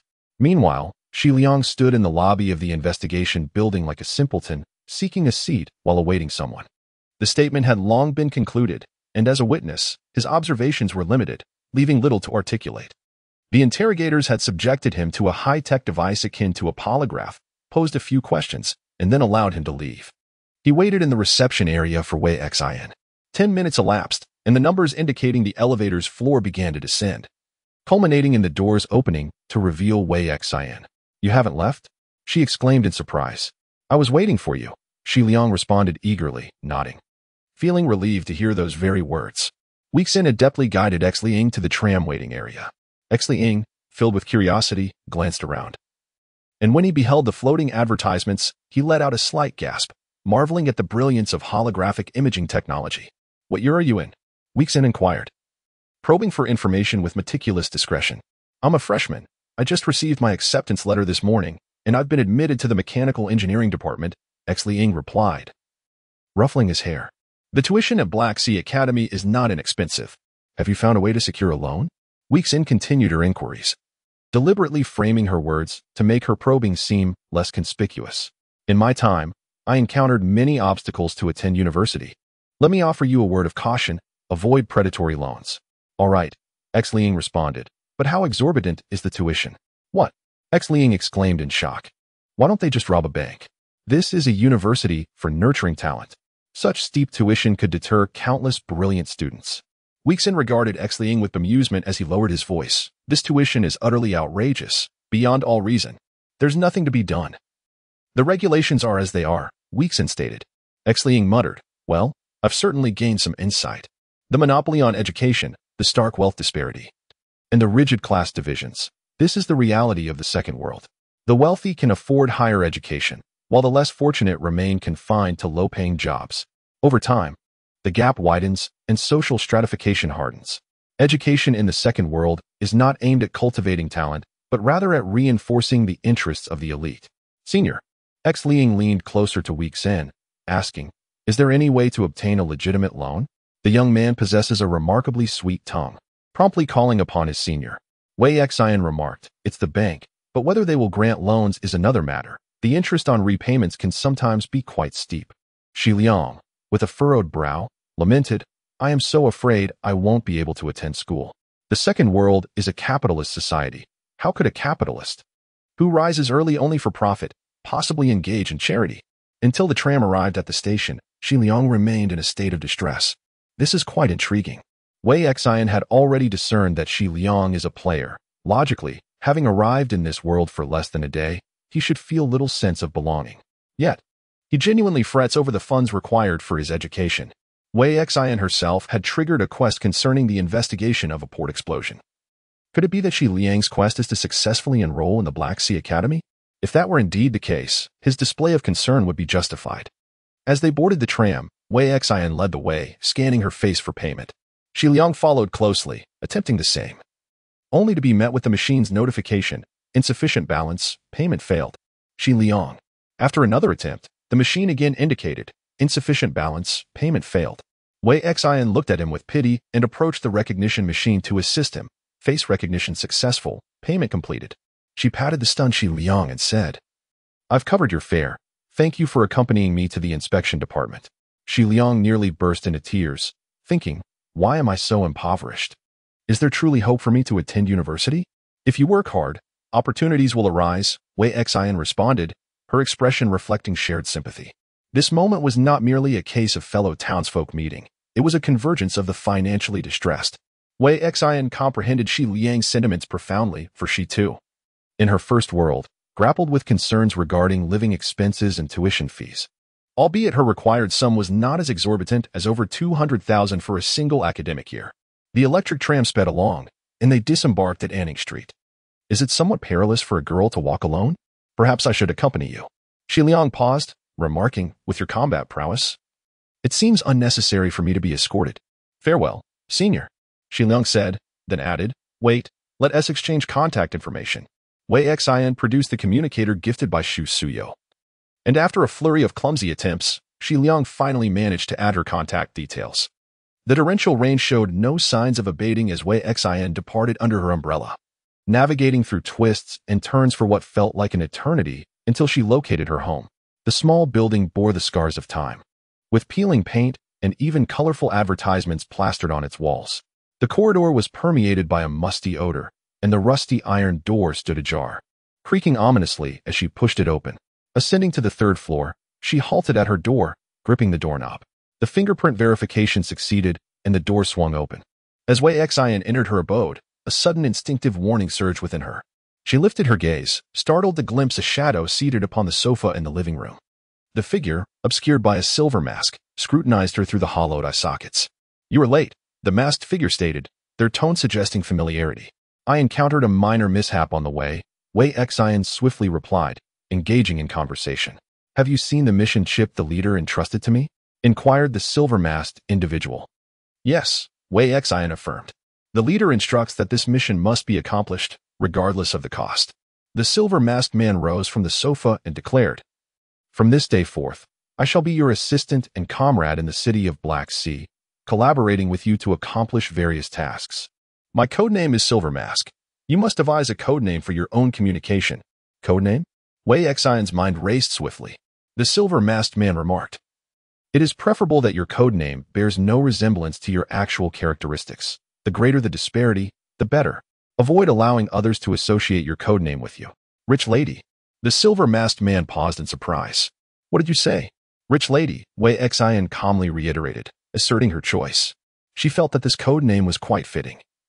It was not merely disconnected from her persona, but rather, it felt as though it was worlds apart. The silver-masked man hesitated, struggling to find words. This is not unfeasible. Are you certain you want to be called this? Absolutely, Wei Xian affirmed with resolute determination. It shall be Rich Lady. This codename not only diverged significantly from her true self, but also encapsulated her aspirations for the future. Her dream was to become a wealthy lady. Very well, Rich Lady it is. The expression beneath the silver mask was difficult to decipher as he quickly redirected his focus to the mission assigned by their leader. Wei Xian retrieved a blue chip from her pocket and placed it on her wristband for reading. The first line of the mission data displayed, mission, completely obliterate the Black Sea port. Wei Xian? The author wishes to convey, there is no need to grapple with idiomatic expressions. The two are, in essence, parallel worlds with certain cultural connections. Chapter 8. The Lightless C-08 Wei Xian swiftly flipped through the pages, scanning the content. Eradicate the Black Sea port entirely, thereby precluding the docking of the Leviathan freighter, Kraken. This constitutes Task Directive A. Should the execution of Directive A be elected, the port demolition must be consummated prior to the 11th of August, subsequent to the aforementioned date. The Kraken will ingress into the Black Sea's maritime domain, thus rendering the mission a failure. Task Directive B. Clandestinely infiltrate the Kraken, emplacing demolition apparatus with the intent of scuttling the vessel. Should the execution of Directive B be elected, The annihilation thereof must be consummated prior to the Kraken's ingress into the Black Sea's maritime domain on the 11th of August.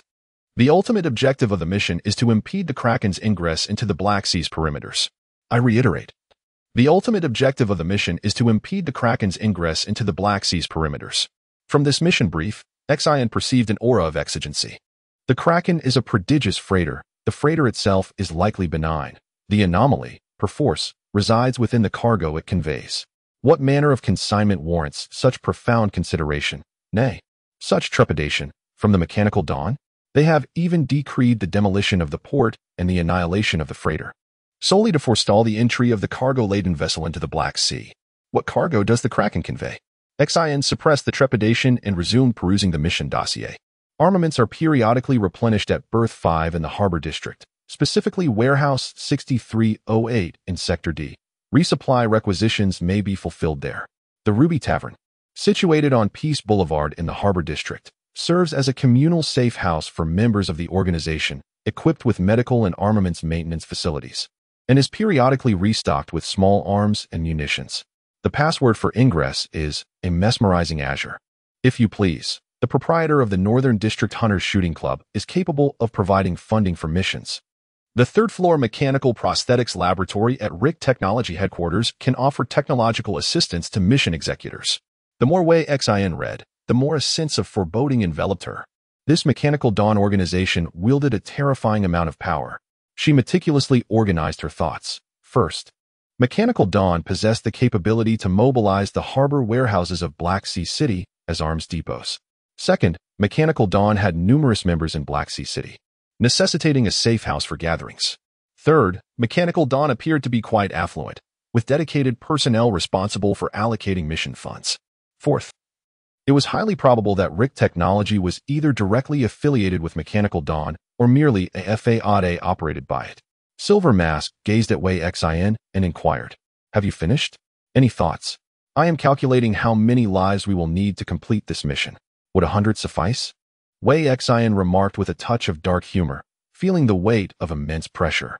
"Just proceed with the execution," Silver Mask replied nonchalantly. "Even if it costs lives. As long as we can prevent whatever is aboard the Kraken from entering Black Sea City, our sacrifices will hold value. Our demise is inconsequential.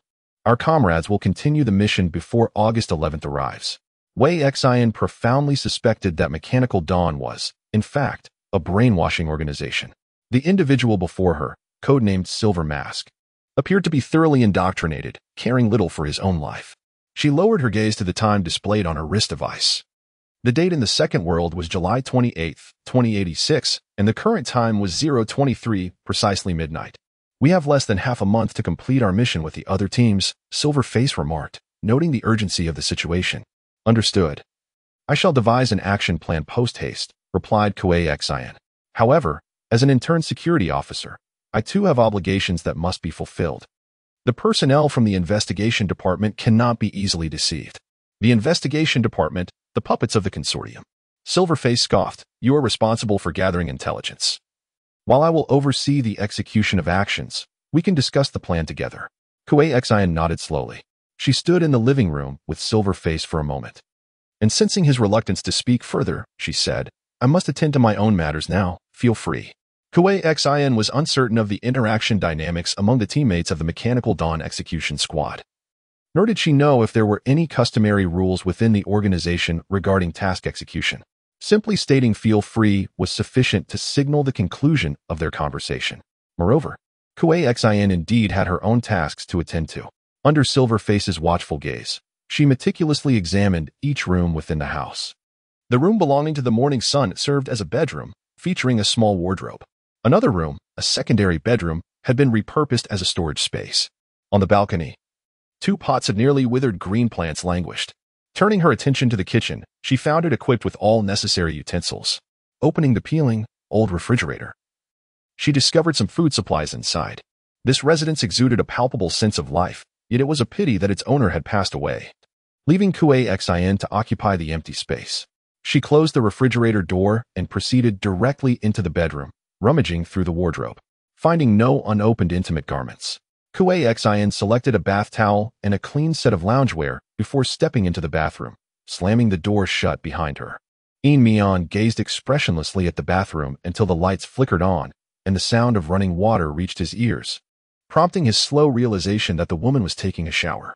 He promptly averted his gaze and retreated to the edge of the sofa, placing his hands neatly on his knees, resembling a well-behaved schoolboy.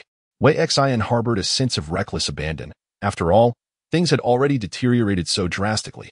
She could no longer afford to subject herself to further indignities. The worst outcome would be death, yet before succumbing, she wished to struggle a bit longer. Perhaps in her struggle, she might just find a way to persevere. She was a competent undercover agent and an exceptional actress, immersing herself in the role of an intern at the investigation department, fully embodying Wei Xian, a bright young woman who had recently graduated and secured employment. It was entirely reasonable for a young girl to take a hot shower after a day at work, and her actions were perfectly logical. The warm water cascaded down, and Wei Xian engaged in self-hypnosis, repeatedly urging her mind to remain calm. She spent 20 minutes in the shower, simultaneously adjusting her mindset. Afterward, she donned clean clothes and emerged from the bathroom, only to discover that Mian was still seated in the living room. Upon seeing her, he cast a cold glance her way before turning his attention elsewhere. Wei Xian found herself perplexed by his intentions. Drying her hair with a towel, her mind raced in circles as she inquired, "What are your next plans?" "On standby," Mian replied. "On standby, where exactly?" Did he intend to remain by her side? Why was Ti leaving?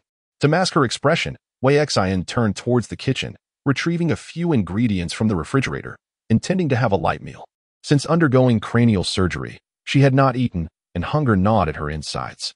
Fortunately, the kitchen equipment was not overly advanced. It still relied on clean energy sources like gas.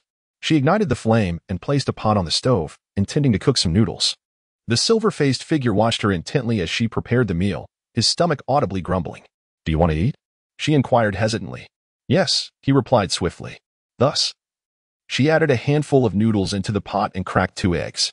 Through his unreserved acceptance of her invitation to dine, she surmised that he was not as impenetrably cold and flawless as he appeared. In fact, he seemed somewhat lacking in wariness, placing trust in his companion. Once the noodles were ready, she served herself a portion and brought it to the table, instructing him, "You can serve yourself." Rising from the sofa, he found a bowl, and with fingers splayed, the noodles along with the remaining egg floated effortlessly into the bowl, the broth not splashing a single drop. Her hand, holding the chopsticks, trembled imperceptibly. This was extraordinary. The silver-faced figure possessed supernatural abilities. He took a seat across from her, holding the bowl, and lifted his hand to remove his hood and unveil his mask. Beneath it, his complexion was as pale as snow, with white eyelashes, eyebrows, and hair, while his eyes shimmered with a faint pink hue.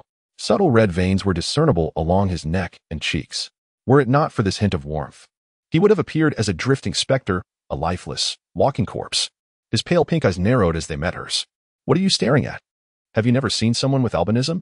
Though he had never encountered albinism before, Wei Xian was not particularly concerned with the individual's unusual appearance. Rather, it was the extraordinary abilities he inadvertently revealed that captured his attention. "I thought you wouldn't remove your mask while eating," Wei Xian remarked, shifting the topic. "How can one eat without taking off the mask?" Silver Mask retorted, perplexed.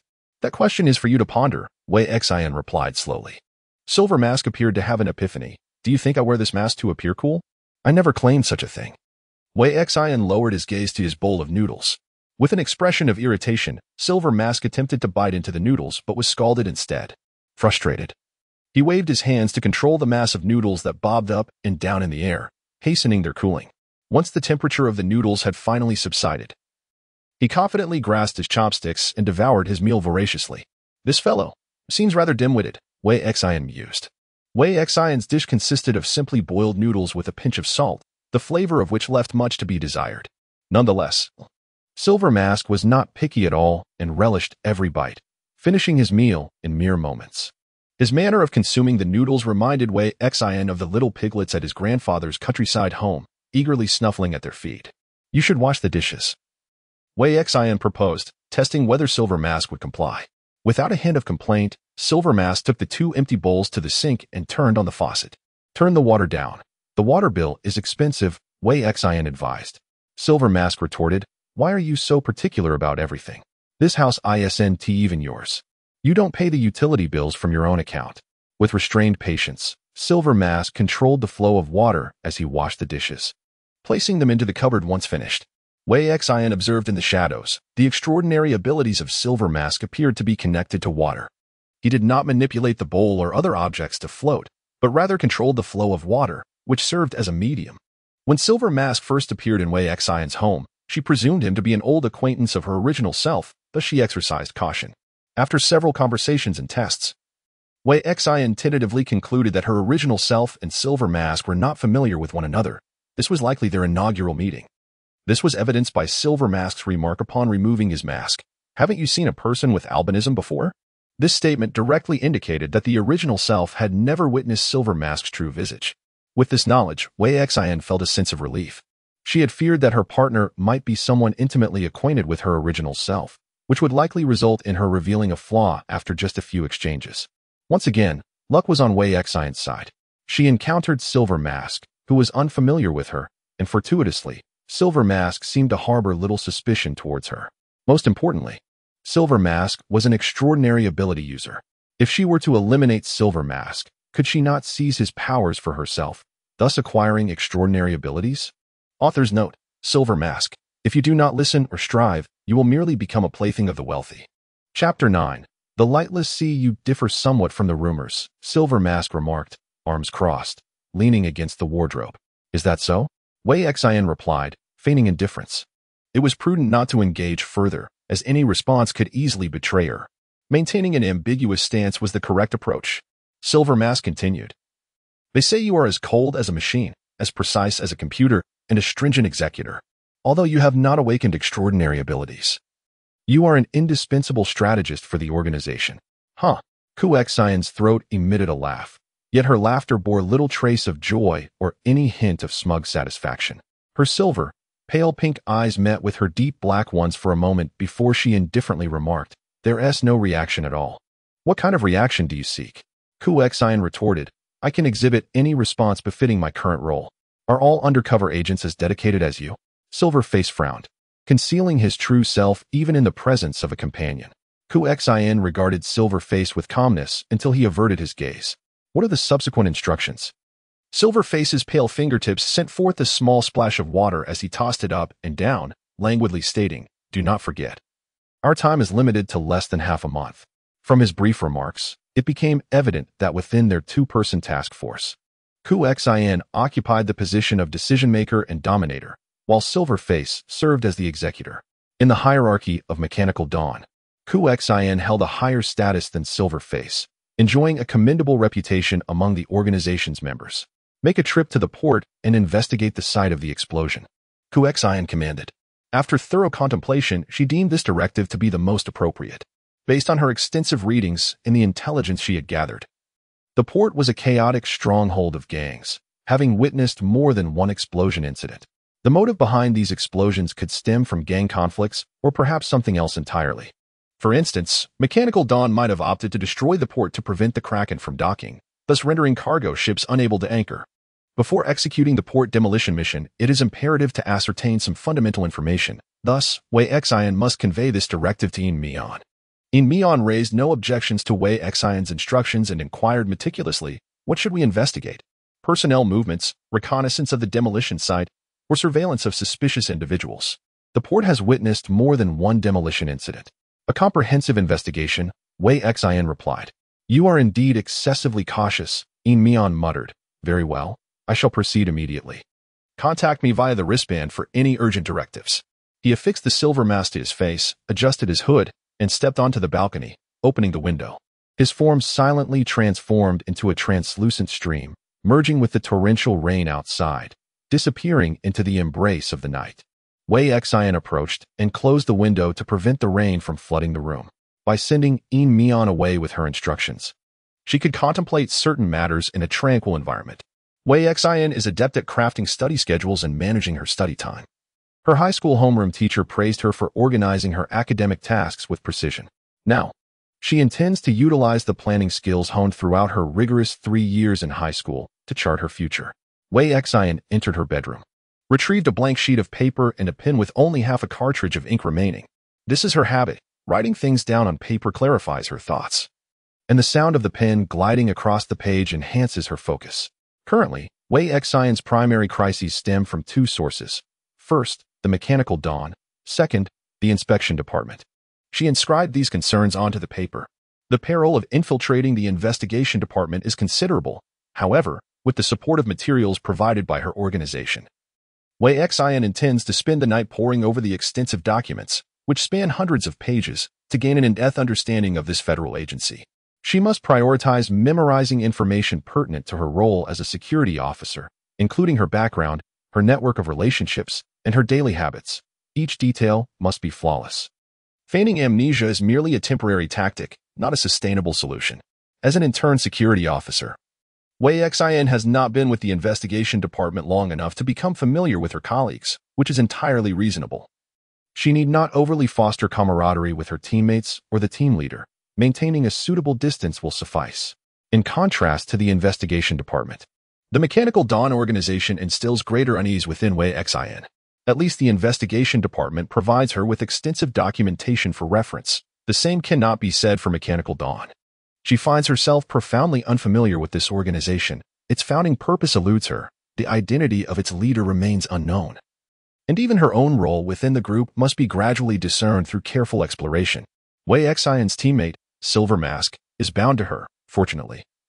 He has never interacted with the original persona. Judging by his demeanor, he appears somewhat inexperienced, reminiscent of an innocent youth, making him relatively easy to manipulate, which allows Wei Xian to navigate her deception with relative ease. A different partner might not have been so accommodating. With the tip of her pen poised above the paper, Wei Xian sank into contemplation. In her forthcoming undercover endeavors within the investigation department, she seeks to adopt a cautious approach. She establishes 6 guiding principles: to refrain from contention, to avoid seeking the spotlight, to listen attentively, to observe keenly, and to learn diligently. The Mechanical Dawn organization proves to be quite troublesome. Wei Xian is tasked with a mission and operates as an undercover agent, thus her opportunities for interaction with other members of the organization are likely scarce. The primary concern lies with Silver Mask, who is closely following her. If she can manage Silver Mask effectively, her immediate troubles would be alleviated. Having devised a crisis management plan, Wei Xian promptly obscured the names of the Mechanical Dawn and the inspection department with her pen. Next, she needed to strategize regarding her assignments. Currently, she is burdened with 2 tasks. The first task involves investigating the circumstances surrounding the port explosion incident, a mission mandated by the game system. The second task is to prevent the Kraken from docking in the city of Black Sea, issued by the Mechanical Dawn. With an impassive expression, Wei Xian marked an X on the second task. She speculated that by exerting her influence within the inspection department, she might uncover some leads regarding the explosion case. As for sabotaging the port to sink the cargo ship, that would be a reckless gamble with her life. This is a perilous game, one devoid of a save function. Losing her life might mean losing it forever, and she cannot afford to wager her existence. Such dangerous missions would require at least 100 save slots, if not more. Wei Xian bit the tip of her pen. Her brow furrowed as she began to analyze the first task. The motives behind the port explosion are evidently not as simple as gang conflicts. They are likely connected to the arrival of the Kraken. She pondered whether the inspection department had recognized the unusual nature of the explosion incident. Furthermore, Wei Xian suspected the involvement of a third party. There may be multiple organizations or factions intent on demolishing the port. She created a relationship diagram. The first entity is the inspection department, whose goal is to safeguard the port and apprehend the culprits. The second entity is the Mechanical Dawn, whose objective is to obliterate the port. The task assigned to Wei Xian by the Mechanical Dawn was to demolish the port, a directive she had just received this evening, accompanied by her teammate, Silverface. However, prior to her acceptance of the mission and her official transition into the second world, the port had already endured a wave of explosions. The question lingered: which faction was responsible for this? Gang conflicts are relatively commonplace in the modestly spirited city of Black Sea, and a mere skirmish would hardly warrant the issuance of a specific task by the game system. Thus, it was evident that this particular act of demolition possessed unique characteristics that triggered the mission. Wei Xian scribbled on paper, third party, pending. The motive behind the explosion was suspected to be linked to the Kraken. Yet, this was merely speculation number 1. Speculation number 2 danced in her mind. Wei Xian pondered that Mechanical Dawn had dispatched more than one team for the task. and that the prior explosion was executed by another group affiliated with Mechanical Dawn, which had unfortunately failed. Silverface remarked, "Our demise is inconsequential. Our comrades will continue the task before the arrival of August 11th. For a mission involving the destruction of a port and cargo ships, it would be imprudent for Mechanical Dawn to place their hopes solely on a single team. Employing multiple teams collaboratively was indeed a judicious strategy. Therefore, the perpetrators of the previous demolition could still very well be Mechanical Dawn." Beneath the words third party, pending, she added a line.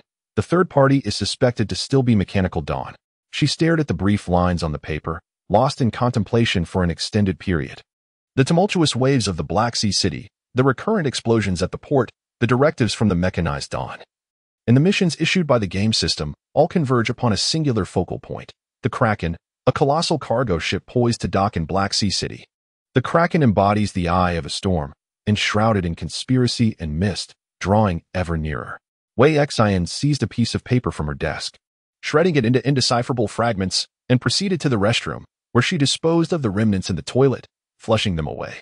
This paper had to be obliterated. Hidden from prying eyes, she discerned where the breakthrough in her mission lay: the Kraken.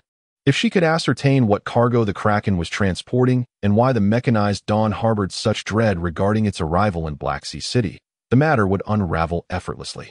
A page materialized before her. The Kraken, a gargantuan bulk carrier, was constructed in 2086, marking its inaugural year of service.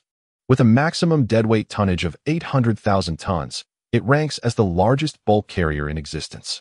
Typically, bulk carriers transport goods that cannot be contained within containers, such as sand, oil, and coal. What could the Kraken be transporting? Wei Xian searched multiple times, yet the information regarding this vessel was scant.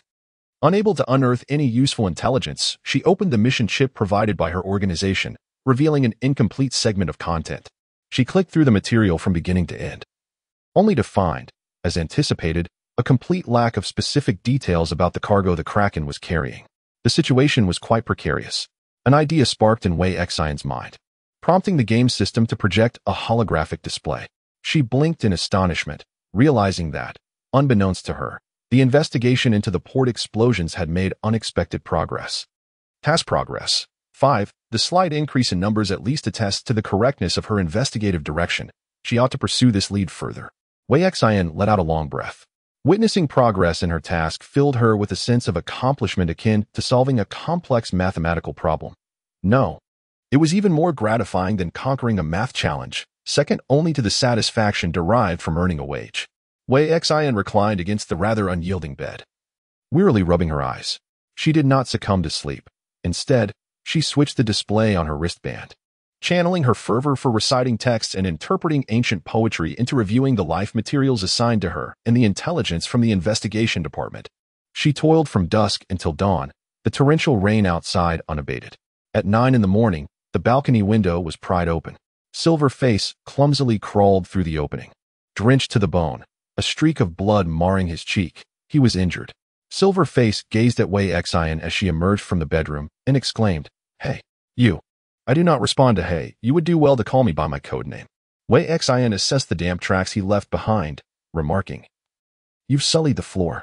Rich, wealthy lady, you." Silverface's expression contorted as he uttered the code name, only to quickly fall silent, surrendering to despair. "It doesn't matter what I call you. I'm wounded. Do you have a medical kit here?" He casually removed his mask, his pure white hair clinging to his forehead, and his already pallid lips appeared even more ghostly. He discarded his coat onto the floor, revealing 3 deep gashes across his chest. The wounds were profound. Yet in such dire circumstances, he had not bled excessively nor succumbed, still brimming with vitality. Wei Xian glanced at the ground. The watermarks left by his passage from the balcony were clear, devoid of any mingling blood, and the tattered fabric of his shirt bore only a minor stain. The number of lurking creatures in the shadows had increased. The silver-faced figure bared his teeth, shedding his upper garment, and adeptly opened a medical kit. Pouring a bottle of hydrogen peroxide for disinfection, tending to his wounds and binding them with gauze. Wei Xian subtly echoed, "Increased?" "Indeed, more than before. Last night, I encountered 3 of them." After finishing the bandaging, the silver-faced one paused to catch his breath, gravely stating, "They landed amidst the torrential rain, wandering the container-laden docks in search of hosts." "Monsters? What kind of monsters?" Wei Xian anxiously bit her lip. The second world was rife with phenomena that transcended her understanding.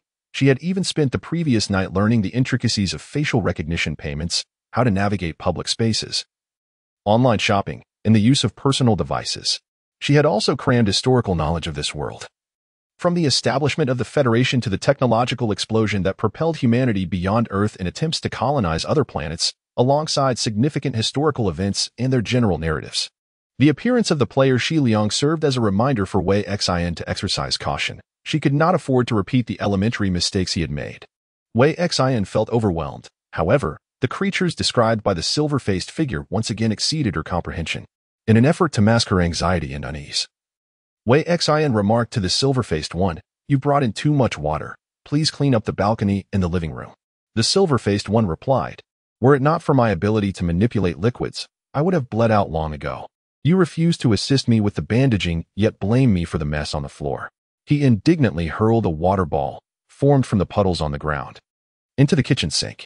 Chapter 10. The Sea of Darkness. Silver, having bandaged his wounds, staggered to the side of the sofa and collapsed onto it. A slight tremor accompanied his breath as he endured the pain. "Tell me what happened," he said.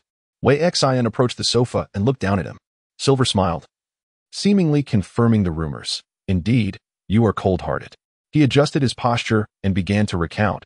"Upon my arrival at the port last night, I proceeded to the explosion site as per your instructions. Security personnel were patrolling the area, and it took considerable effort for me to scan the site data." Silver retrieved a metallic sphere from his pocket and tossed it to Wei Xian, who caught it deftly. The sphere opened in her hand, projecting a beam of light that revealed a three-dimensional diagram and data analysis of the explosion site before her eyes. The blast radius was 30 meters, and the explosive device was estimated to be a homemade Molotov cocktail. A homemade Molotov cocktail. Such equipment is rather rudimentary. Given the capabilities of Mechanical Dawn to mobilize the dock warehouses, its members would not resort solely to such crude devices. They would at least employ standard military-grade munitions. Hence, it can be inferred that the mastermind behind this bombing may not be Mechanical Dawn. Wei Xian tapped on the projected image, and another explosion site materialized. This time, the blast radius was smaller, under 10 meters, and the explosive was estimated to be a glass incendiary bottle, fueled by ethanol. By continuously switching between the data of the explosion sites, Wei Xian was able to confirm her earlier suspicions. The true instigator behind the previous series of explosions was not the Mechanical Dawn. Rather, an elusive third party lurked within the chaos of the port incident. The motivations of this unidentified entity, and whether they are connected to the Kraken vessel, require further investigation. The silver-faced operation proved remarkably efficient, amassing a wealth of data overnight, undoubtedly exhausting those involved in their relentless pursuits. This was the first monster. Wei Xian remarked that you encountered 3 last night.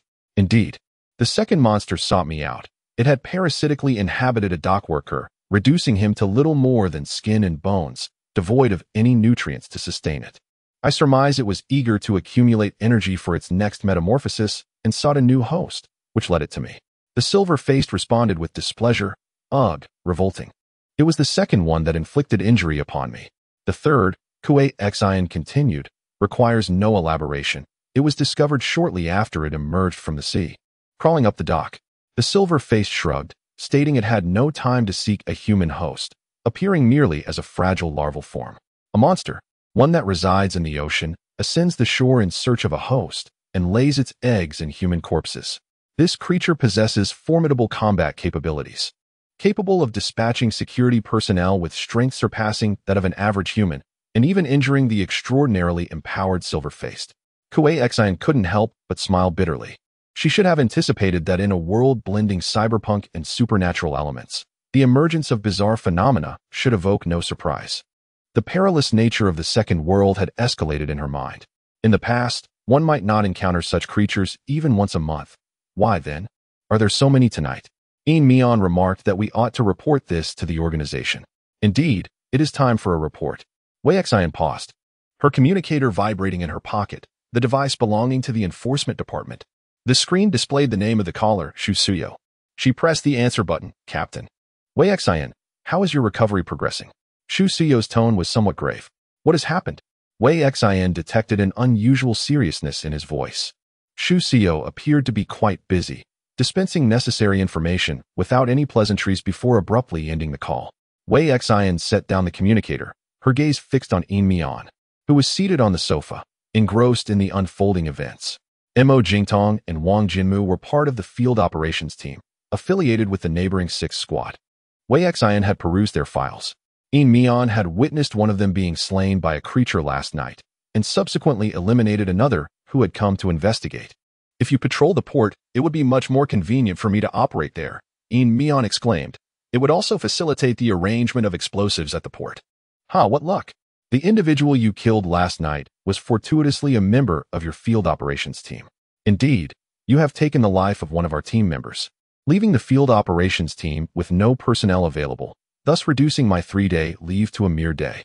Wei Xian remarked that returning to work meant she would have to spend extended periods with her teammates, hindering timely communication and planning with Yin Mian. Yin Mian paused. Taken aback, I did not foresee this. It was merely an accident. I do not expect you to foresee it. With a hand pressed to his forehead, Wei Xian sighed, conceding that unforeseen circumstances are invariably unavoidable. This is not your fault. Plans must adapt to the ever-changing situation. Should an unexpected event arise and you are unable to reach me, you may handle it independently, without awaiting my directives. Just remember to report back to me afterward. Silverface nodded in agreement. Her time for adjustment had diminished. She had spent the previous night poring over materials, and now needed to rest and rejuvenate. I must attend to my duties now. Do not move around recklessly until your injuries have healed, Wei Xian advised. Wait. Silverface called out to Wei Xian. I'm hungry. Is there anything to eat? He inquired earnestly. I ran all night, and I haven't slept or eaten. Using my abilities makes me particularly ravenous. Wei Xian pondered for a moment. There are no ingredients left in the kitchen. You may order takeout, and please order a portion for me as well. Silverface replied. All right, I'll place the order. Half an hour later, the doorbell rang. A delivery person clad in a uniform appeared at the entrance. Hello, your delivery, Senior. Upon recognizing her, he exclaimed, I didn't realize you lived here. Wei Xian was taken aback by Shi Liang's part-time job as a delivery person. Are you working your way through school? She asked. Yes, I'm earning money for college, but I'm not sure if I can earn enough. The prospects seem bleak, Shi Liang replied, handing over the takeout bag. I have another delivery to make. Goodbye, Senior. Wei Xian waved him off and closed the door. Who was that? Silverface inquired. A student from the mechanical engineering department at Black Sea Academy. The character I am portraying is also a graduate of Black Sea Academy. Wei Xian explained as she opened the takeout box. The mechanical engineering department? That's the type of talent the organization needs. Yin Mian paused in his task of unpacking the cutlery, pondering the circumstances of his family's situation. Not very favorable. My parents run a convenience store, Wei Xian revealed. Yin Mian was taken aback, realizing how well she understood him. You are already contemplating recruiting him, aren't you? So the Mechanical Dawn organization does accept new members? He mused, cautious not to rush the decision. Wei Xian remained composed, noting that individuals from less fortunate backgrounds are often more susceptible to financial allure.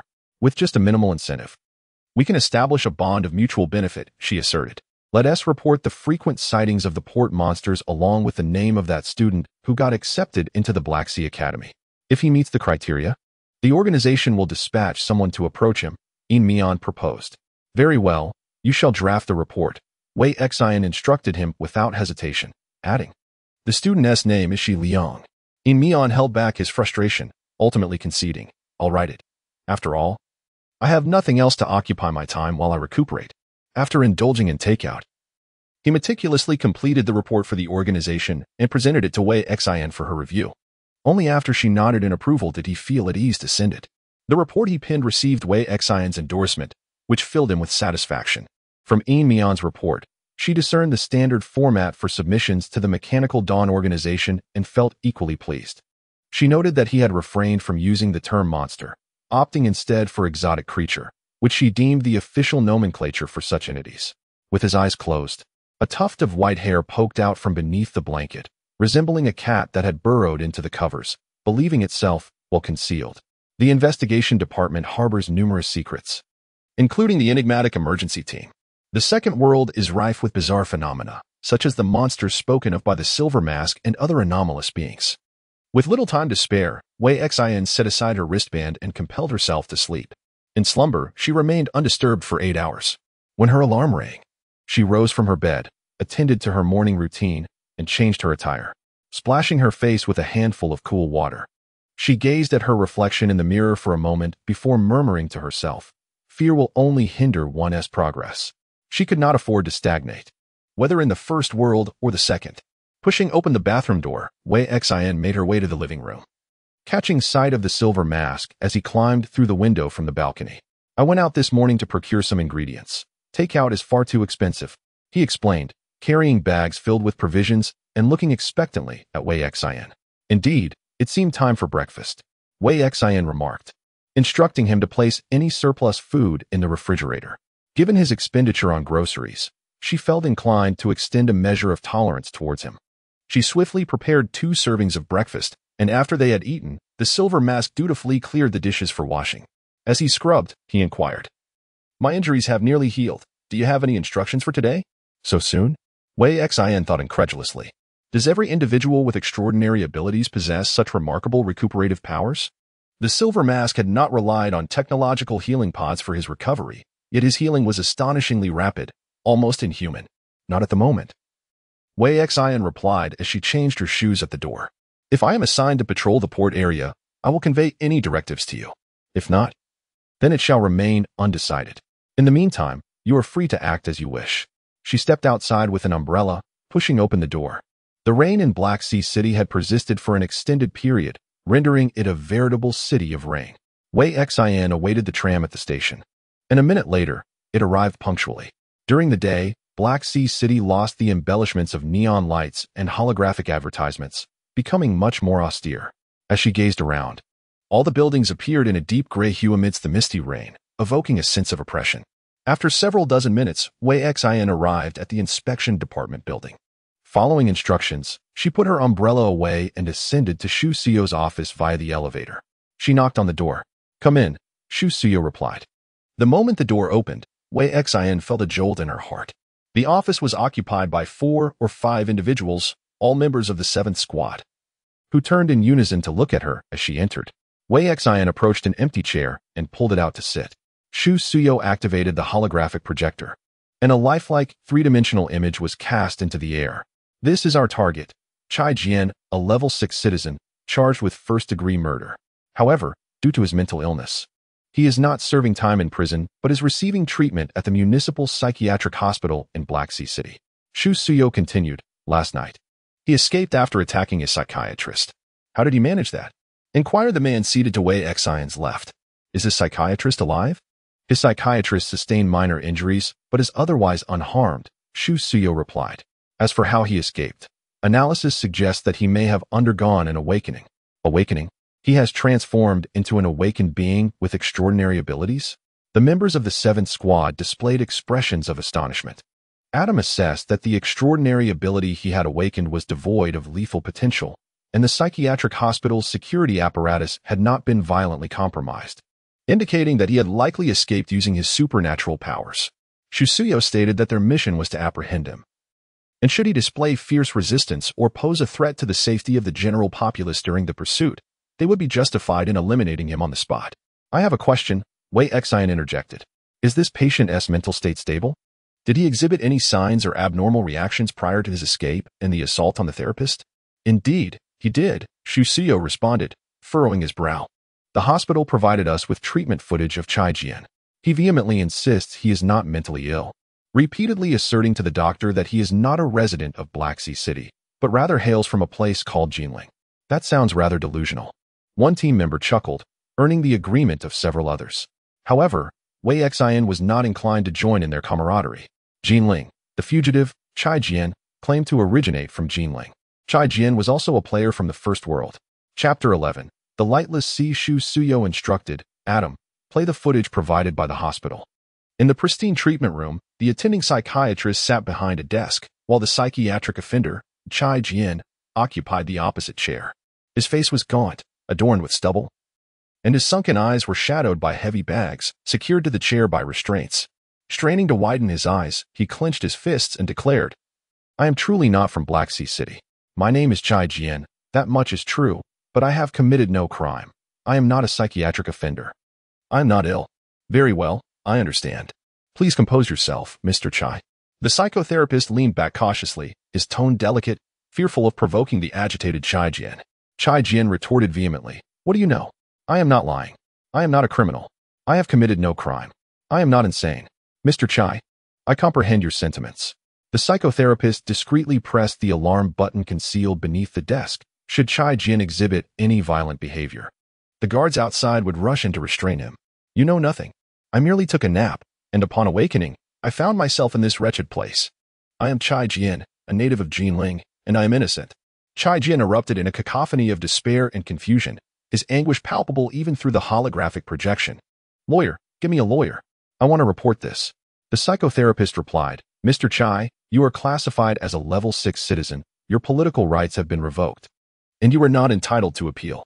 We cannot assist you in hiring a lawyer." "Damn it, what nonsense are you spouting?" Chai Jian broke free from his restraints, leaping from his chair, intent on seizing the psychotherapist by the collar. The psychotherapist pressed the alarm button and recoiled.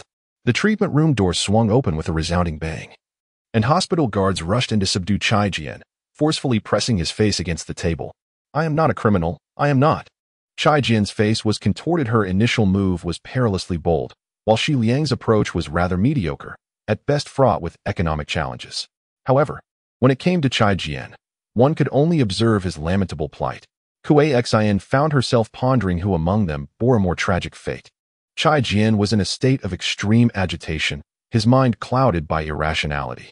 If he were to compose himself, he might successfully invoke the game's system interface and ascertain his current identity. Yet, he was engulfed in panic and dread, rendering him incapable of sound judgment. Kuei Xian contemplated how many individuals, upon consenting to participate in the game, had diligently perused the announcements and documents, and how many had retained the 6 crucial admonitions and resolved to abide by them. She was acutely aware that numerous players, upon encountering the consent declaration, would merely click confirm without a second glance. It was entirely possible that Chai Jian had not thoroughly examined the game correspondence, leaving him oblivious to the survival regulations, which placed him at a disadvantage. Kuei Xian understood that the federal death penalty had been abolished 80 years prior. Had Chai Jian remained in the psychiatric facility, adhering to treatment, he would have faced no peril throughout his life, ultimately passing away in peace, albeit at the cost of his freedom. Yet, Chai Jian had escaped. With his flight, the tracking department was authorized to eliminate him on sight. Kuei Xian had dispatched 2 assailants without facing any repercussions. If Team 7 were to execute Chai Jian, they would not only evade censure, but might also earn commendations. Chai Jian, as a fugitive, lacked experience in evading capture. After his escape from the asylum, he had made several appearances on the streets, allowing the city's surveillance network to trace his movements. Shu Suyo mentioned the map. Adam outlined the city map, marking the locations and trajectories of Chai Jian's movements with small red dots and lines. He had been active in the northern district and had attempted to purchase food from a convenience store an hour ago, but was thwarted by a frozen account. Based on my calculations, Chai Jian is still in the northern district, unable to utilize public transport or enter crowded places. Shusuyo magnified the map, observing that the slums in the northern district have sparse surveillance, making them the ideal hiding place for fugitives that necessitates thorough searching. Chai Jian's mental state is exceedingly unstable.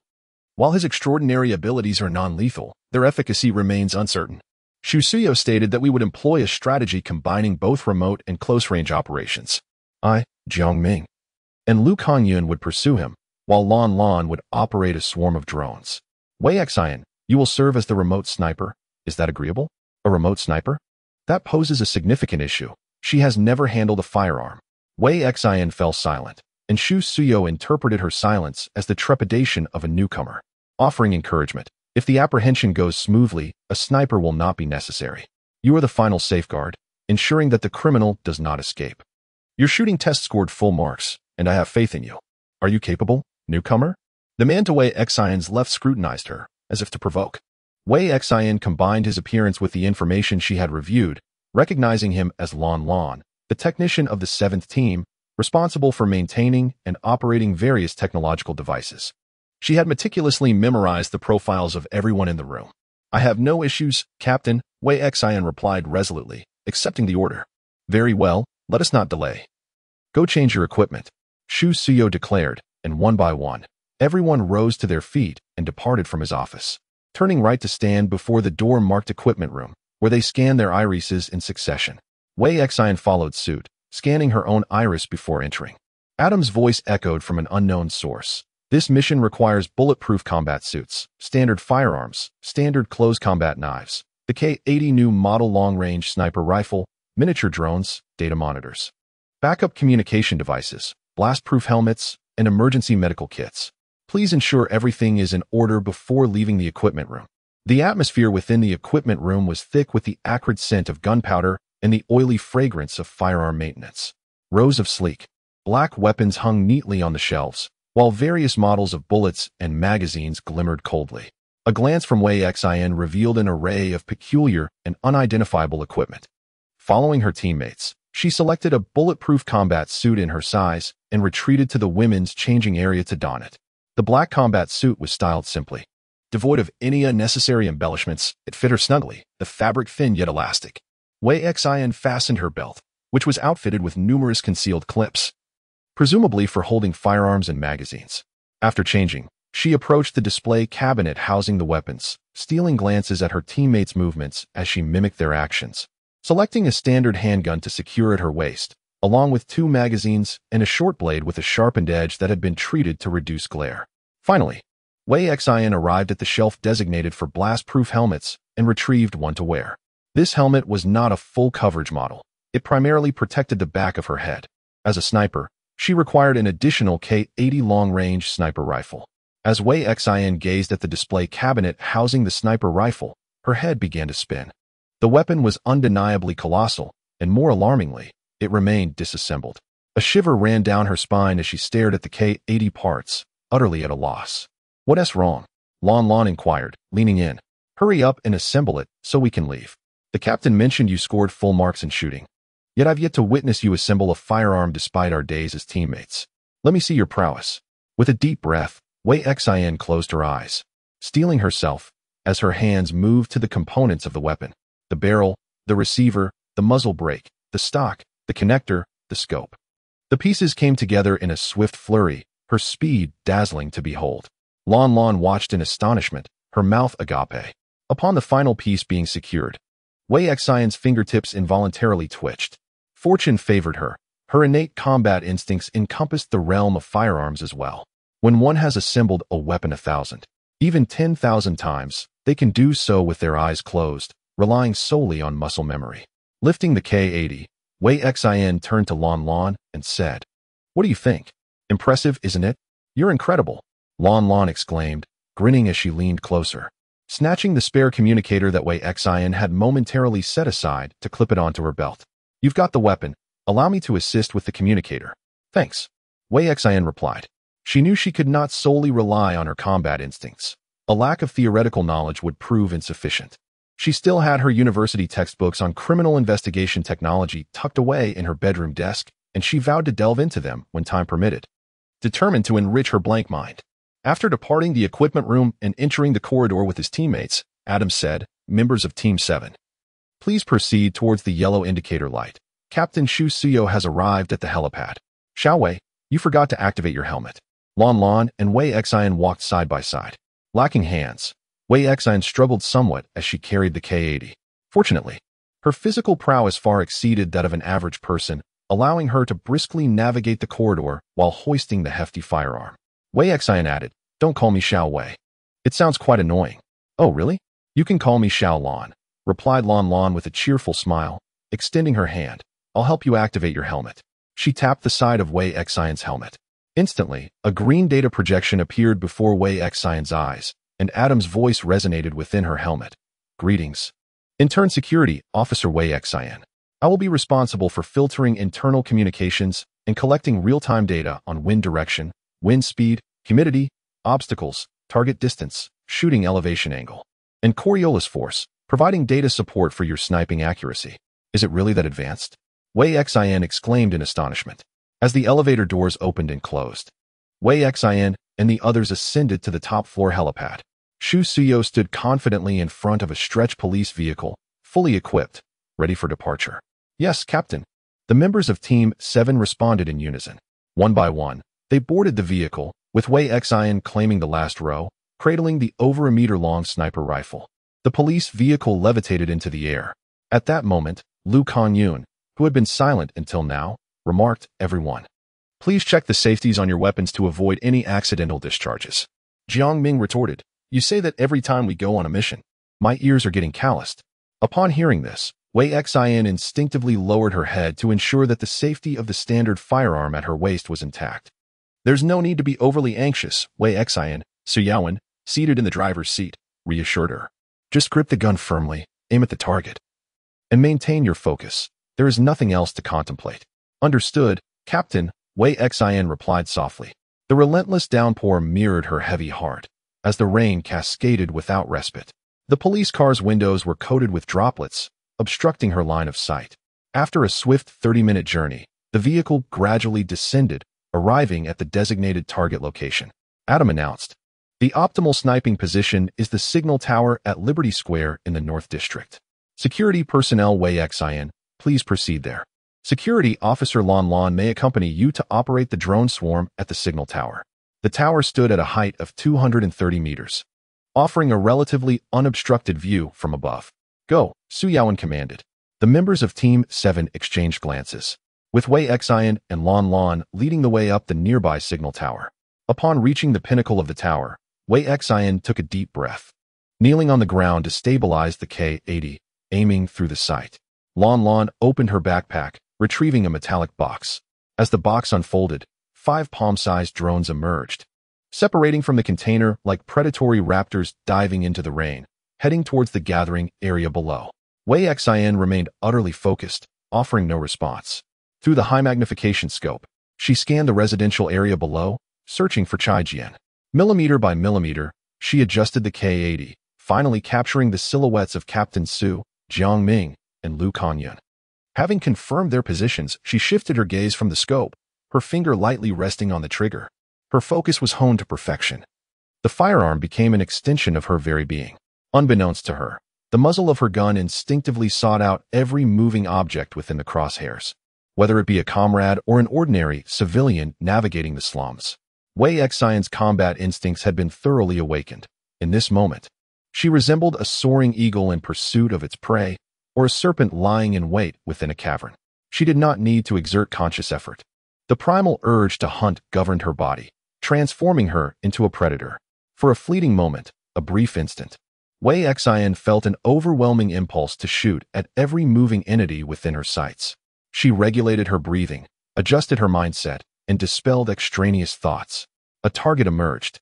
Adam suddenly spoke. Lan Lan maneuvered the drone to track it. Wei Xian swiftly adjusted her aim, searching for the target indicated by Adam, and there it was. A frantic figure appeared beneath her scope, a man, barefoot and sprinting down the street, with a piece of bread clenched in his mouth. His silhouette was both pitiable and absurd. The target was 986, 2 meters away, with a wind speed of 2.3. Angle. The data flooded Wei Xian's vision. She locked onto the target, her index finger poised on the trigger. Chapter 12. The Lightless Sea. "Captain, the coordinates have been transmitted," Lan Lan announced over the team communication channel. "Received," replied Shu Shuyo. The sounds of heavy breathing from the team as they ran filled the communication channel, yet these noises were lost to Wei Xian. Adam had filtered out the distractions to ensure the external environment did not interfere with her aim. The K-80 magazine contained 10 rounds, and Wei Xian had brought along 2 spare magazines, sufficient for her needs. Should her teammates successfully capture him, she would not have the opportunity to fire a shot. Wei Xian maintained her composure, tracking the swift figure of Chai Jian through the scope. He was remarkably fast, fortunately heading towards the signal tower. On Lan Lan's surveillance monitor, the green dot representing their ally and the red dot denoting the target steadily closed the distance. Shu Suyo and the others were about to catch up with Chai Jian. "Wait a moment." Wei Xian, who had been silently aiming, suddenly spoke. "Wasn't it stated that Chai Jian lacked experience in evading tracking? Just moments ago." The captain was so far from him. How could he sense their presence and flee? Lan Lan was taken aback. Could it be his extraordinary abilities? Wei Xian's analysis indeed held merit. After a brief hesitation, she diverted a drone from the tracking group to scan the surroundings. The environmental imagery, 3D representations of buildings, localized topography, and sewer systems were all captured. Living entities were rendered visible beneath the drone's scanning light. There were no anomalies detected, nothing pursuing Chai Jian. Lan Lan reassured her, saying, "You are overthinking it, Xiao Wei." However, Wei Xian's lips tightened, a clear warning flashing in her mind. Her temples throbbed. Her intuition was signaling that matters were not as straightforward as they appeared. One of Wei Xian's innate talents was danger avoidance. She possessed a keen ability to sense and evade threats. Unbeknownst to her, this gift had been triggered. There was danger nearby. Yet, the threat did not emanate from Chai Jian, but from another source, an unidentified object moving through the sewer at a speed of 5.9 meters per second. An unidentified object is moving through the sewer at a velocity of 5.9 meters per second. Adam has sounded the alarm. Scanning. Scan complete. The unidentified object is a parasitic hydra. Level 3 alert. Repeat, level 3 alert. Adam's broadcast intensified, transmitting rapidly and clearly into the ears of all team members. What on earth? How could a parasitic hydra leave the coast and venture into the city? Lan Lan, who had maintained a relaxed demeanor, let out an expletive, her expression darkening as she manipulated the data panel, deploying drones to navigate the sewer lines and ascertain the location of the parasitic hydra. The captain and the others are in danger. We are ill-equipped to deal with extraterrestrial life forms. Extraterrestrial life forms? Parasitic hydra? What is this creature? Wei Xian felt her heart race, adjusting the scope as she scanned the sewer grates along the street. Lan Lan incredulously remarked, "The parasitic hydra is following Chai Jian through the sewer." Wei Xian briefly glanced at the data panel in his hand, noting the small red dot representing Chai Jian frantically moving forward, while the parasitic hydra was marked as a yellow dot, closely trailing behind him. She did not comprehend what a parasitic hydra was, but she recognized the gravity of the situation. The parasitic hydra lurked in the sewer, and even without revealing itself, it had already instilled such anxiety in Lan Lan, underscoring its extreme danger. "Adam, dispatch a drone here to deliver equipment and call for backup," Lan Lan urged. "Captain, retreat. The bulletproof combat suits are no match for the Hydra's assault. The weapons you possess will struggle to inflict any significant damage upon it." "No, this is a residential area. It will slaughter civilians." Shu Suyo instructed. "Jiang Ming, take control of the police vehicle. It is equipped with a flamethrower. Utilize that device to confront it while Lu Kanyun and I continue the pursuit." "Understood, Captain," Jiang Ming replied, departing from the team.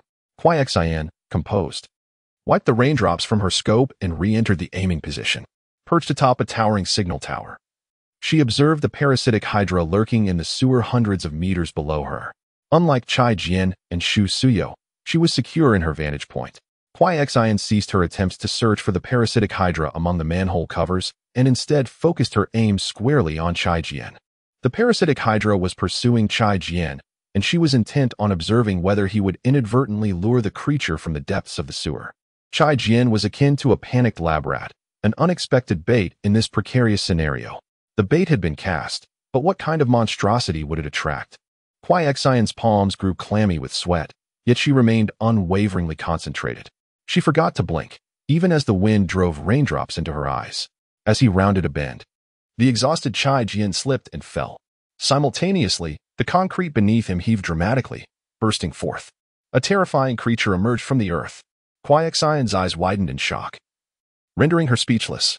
It was a grotesque entity, brandishing translucent appendages, its deformed human form not its own, but rather a vessel for parasitism. Translucent appendages erupted from the back, mouth, eyes, and ears of the human body, thrashing wildly in the air. Chai Jian emitted a blood-curdling scream. "Help! Don't eat me. I merely sought to steal a loaf of bread from your home." He was ensnared by the translucent appendages, which constricted around his neck, causing his complexion to turn a deep shade of purple. Shu Suyo and Lu Kanyun arrived without hesitation, drawing their weapons to fire upon the creature. The semi-transparent appendage of the monster was struck, subsequently severed, and the severed limb fell to the ground, still writhing. Bang!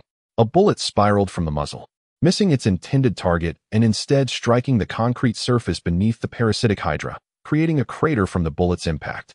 The K-80 is the most superior long-range rifle available, capable of penetrating sturdy concrete walls. "Damn it," Wei Xian cursed.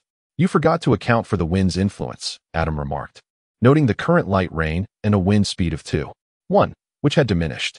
The target was 722, 3 meters away. Lan Lan opened her mouth to speak, Wei Xian you.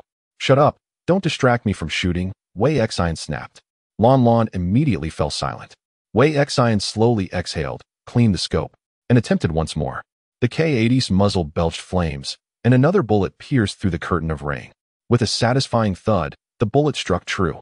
The spinning projectile found its mark in the Hydra's thorax, instantly perforating its body and creating a gaping cavity the size of a bowl, devoid of blood, with desiccated flesh scattering in all directions. Before Wei Xian could savor the triumph of hitting the target, she continued to pull the trigger, one bullet after another exiting the barrel, striking the Hydra's head, abdomen, shoulders, lumbar region, and femurs. Its parasitic form resembled a shattered marionette, almost unrecognizable as human. Only after expending 10 rounds did Wei Xian cease fire. She did not glance at her handiwork, but swiftly replaced the magazine, aiming again, ever prepared for the next volley. The parasitic Hydra, stripped of the support of its human form, collapsed onto the ground, its tentacles releasing their grip on Chai Jian. Dazed, Chai Jian gasped for breath, nearly succumbing to asphyxiation. With no time to gather his wits, driven by an instinct for survival, he crawled frantically away, a picture of desperation. The parasitic Hydra was unwilling to relinquish its prey and lunged towards him, but grasped nothing but air. In a flash, Chai Jian vanished from his original position, reappearing 3 meters away beneath a street lamp, narrowly evading the creature's grasp. Xu Shuyao and Lu Kongyun, armed and positioned several dozen meters away, fired their weapons in unison. Their coordination was impeccable. When one's ammunition ran low, the other seamlessly took over, providing the necessary moments to reload. Just before their bullets were exhausted, Jiang Ming arrived in a police car, soaring through the air. The vehicle descended, extending a black flamethrower from one side, unleashing a torrent of searing flames that engulfed the crawling parasitic Hydra. Its tentacles visibly shrank, losing the vigor they once possessed. This creature fears fire, Wei Xian murmured, the tension within her beginning to ease. Yet, before she could fully relax, the parasitic Hydra suddenly began to writhe with renewed vigor. Its thrashing tentacles struck the air, producing a sound akin to a whip cracking. With a desperate effort, its appendages stretched and ensnared the police car, pulling it askew, while simultaneously jamming its tentacle into the mouth of the flamethrower, blocking the fiery onslaught. With a resounding boom, the fuel tank connected to the flamethrower exploded, sending the police vehicle plummeting from the sky, trailing thick smoke. The parasitic Hydra severed its own tentacles, forsaking the shattered human shell, and, in a frenzied rush, scuttled towards Chai Jian, who had barely managed to distance himself by 10 meters. A horrifying scene unfolded as its soft, translucent body enveloped Chai Jian, forcefully invading his mouth. Chai Jian's expression was one of utter terror, his mouth agape in a helpless resistance to the parasitic Hydra. His eyes rolled back, his neck strained, and his chest and abdomen grotesquely distended. His form gradually became deformed. Xu Suyo raised his gun, aiming at Chai Jian. But it was a futile gesture. He had run out of bullets. Lu Kongyun shook his head grimly at Xu Suyo. He too was out of ammunition. The parasitic Hydra was in a vulnerable state. They could not allow it to complete the host migration. Lon Lon Yu spoke rapidly, urging Wei Xian, shoot Chai Jian. Quickly. The parasitic Hydra cannot inhabit a corpse. Within mere seconds, Chai Jian's body was unrecognizable, the Hydra squeezing itself into him. Wei Xian bit her lip, aligning her sights, targeting Chai Jian. The gunshot echoed, resonating more profoundly than the previous ones. The bullet whirled and pierced the man's skull. His body collapsed with a thud, blood splattering and staining the ground in vast crimson patches. You have slain the Harbinger, Chai Jian. You have stripped the Harbinger, Chai Jian, of his extraordinary abilities. You have acquired the extraordinary ability, Shadow Translocation, E-Grade. Shadow Translocation, E-Grade. You can utilize shadows for limited spatial translocation. In that moment, she comprehended why the game she had signed up for was named Crimson Soil. Why was the soil a deep red? It was stained with blood. This world had finally revealed its grotesquely brutal visage to Wei Xian in its entirety. Chapter 13. The Sea of Darkness. The parasitic Hydra's powerful tentacles suddenly tensed and then went limp. Its massive, translucent body resembled a melting jellyfish, draping over the corpse of Chai Jian. The parasitic Hydra could only survive for a brief moment after leaving its host. It was both formidable and fragile, endowed with a rudimentary intelligence. Chai Jian had been chosen as its next host, and upon its failure to parasitize him, it too met its demise. Jiang Ming's voice crackled intermittently over the communication channel. He had fallen from the sky, yet remained alive, albeit trapped within a police vehicle. Wei Xian observed through her scope as Xu Shuyao and Lu Kanyun sprinted towards the site where the police car had plummeted, desperately attempting to rescue the ensnared Jiang Ming. The vehicle's bulletproof glass was shattered, and the doors were askew. Xu Shuyao forcefully kicked open the door, and together with Lu Kanyun, they managed to extricate Jiang Ming from the wreckage. Fortunately, the rain had mitigated the fire's intensity, sparing the vehicle from total destruction. "Well done, Wei Xian," Lan Lan exclaimed loudly, patting her shoulder in praise. "Let us gather our gear and descend to rendezvous with the captain. The police car is damaged, but our backup will arrive shortly." He suddenly fell silent, for he noticed Wei Xian's hand, which gripped the gun, trembling subtly. She had remained rigid in that position since firing. "Are you all right, Wei Xian?" Lan Lan asked with concern, steadying her shoulder to help her rise. I'm fine," Wei Xian replied with difficulty, tightening her grip on the K-80, using the barrel to support herself as a makeshift crutch. She had knelt for an extended period, aiming and firing, and her legs had grown numb. The sensation of taking a life this time was markedly different from the previous encounter when she had dispatched 2 robbers. On that occasion, she had acted unconsciously. Before she had fully comprehended the gravity of her actions, the 2 men lay dead, enveloped throughout by an overwhelming sense of unreality. This time was different. This time, she had pulled the trigger herself. She unleashed that lethal bullet, watching it strike Chaijin's skull. Lan Lan, with an air of understanding, remarked, "Do not bear a psychological burden. Xiaowei, Chaijin brutally murdered his wife and children before his capture. He deserves to pay for his crimes. However, our laws." He gently patted Wei Xian's shoulder, seemingly attempting to convey courage and strength through the gesture. "His death is justifiable. You are ridding society of a menace. Moreover, the parasitic hydra had ensnared him, leaving him with no chance of survival." This was the crux of the matter, and Wei Xian could not disregard it. This Chai Jian was not the same as the other. The criminal Chai Jian had been supplanted by the player Chai Jian. Within the body of the criminal resided an innocent soul. Chai Jian was not merely an NPC of the second world. He was akin to Wei Xian. Lan Lan's words offered no solace to Wei Xian. Silently, she shouldered the K-80 and descended the steps of the signal tower.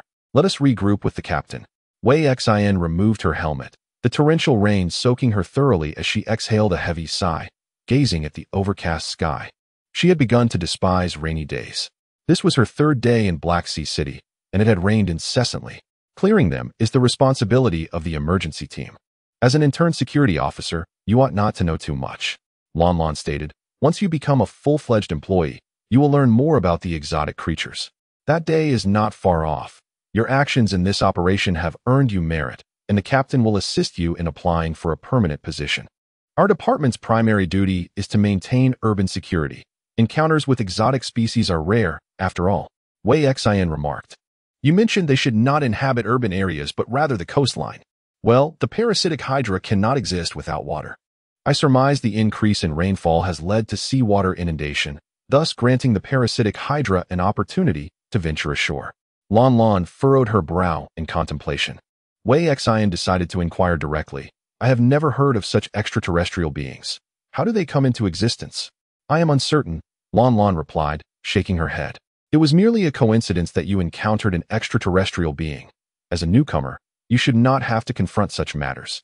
Their visual impact is quite overwhelming. They are genuinely rather repulsive, aren't they? Do members of the emergency response team face such dangers each time they carry out their missions?" Wei Xian asked. "Not every time," Lan Lan clarified. "The members of the emergency response team are not fixed when situations arise. Personnel are temporarily reassigned from other teams to form a makeshift unit. For instance, I." "All right, Lan Lan," Suyao interjected through the communication channel. "Let Wei Xian become a formal member first before you fulfill your senior duties by explaining things to her, shall we?" "Of course. My apologies for divulging too much. Just pretend you didn't hear that, little Wei," Lan Lan chuckled. "There are certain matters that require confidentiality." "Understood," Wei Xian replied. It seemed she had earned Lan Lan's trust. Indeed, fighting side by side fosters a rapid deepening of friendship. "Our team has arrived," Suyao announced, requesting the police vehicle to expedite towards us. "Jiang Ming requires medical attention." Adam responded, "Instructions have been relayed, Captain Su." Jiang Ming was gravely injured, with a fractured right arm and burns on his thigh. As he ascended into the vehicle, the pain caused cold sweat to stream down his face. I shall procure myself a mechanical arm. This way, I shall no longer worry about fractures, he mused. I think that is feasible. Lan Lan leaned into the car, expressing envy upon hearing that Xiao Wei had acquired a metal head. Ordinary bullets can't penetrate it, right? Perhaps you should consider a similar upgrade? Doctor, Huang performed the surgery excellently. My skull feels indistinguishable from the original, Wei Xian remarked, casting a sidelong glance at him. Lan Lan replied, once I have exhausted the original version, I shall acquire an alloy one. The police vehicle ascended, with Wei Xian seated in the last row, her K-80 resting flat on her lap. Even through the bulletproof combat suit, she could feel the icy temperature and the solid, weighty texture of the firearm. How do you feel, Wei Xian? The taciturn Lu Kanyun initiated a conversation. Not particularly well, Wei Xian replied candidly. That's normal, Lu Kanyun stated calmly. I felt the same during my first time. Not to mention, you almost shot a teammate when you drew your weapon, Jiang Ming interjected mockingly. Wei Xian is far superior to you. Lu Kanyun's face flushed with embarrassment, rendering him silent. Oh, don't always belittle him. It's quite a challenge for old Lu to speak up, Lan Lan said. The members of Team 7, no longer bound by the seriousness of their mission, found the atmosphere relaxed. While they conversed, Wei Xian occasionally chimed in, yet most of the time, her mind wandered elsewhere, oblivious to their discussions. As the police vehicle descended from the sky, her teammates disembarked one by one, and she too emerged, hoisting the K-80. Doctors and nurses stood by with a stretcher on the helipad, ready to lift Jiang Ming onto it as soon as he was assisted out. Attend to your injuries, and then proceed to change your gear, Xu Yao instructed. Go take a shower in the lounge. Don't catch a cold from the rain. Following the incessant chatter of Lan Lan, Wei Xian made her way to the equipment room to shed her gear and don her casual attire before accompanying him to the lounge. Just before entering, Lan Lan paused, causing Wei Xian to nearly collide with him as she was unable to evade in time. Lan Lan chuckled and pointed to the sign. This is the men's lounge. The women's lounge is next door. What are you daydreaming about? Oh, I wasn't paying attention, Wei Xian replied, turning to slip into the adjacent room. The lounge was equipped with a bathroom and all necessary amenities. After washing up and drying her hair, she collapsed onto the sofa. Intern Security Officer Wei Xian. Captain Shu is waiting for you outside, Adam announced. Wei Xian, resembling a lost spirit, rose from the sofa to open the lounge door. Captain, is there something you need? She inquired. Yes, please follow me, Xu Yao replied, turning to lead the way. They proceeded until they reached a metallic door marked psychotherapy office.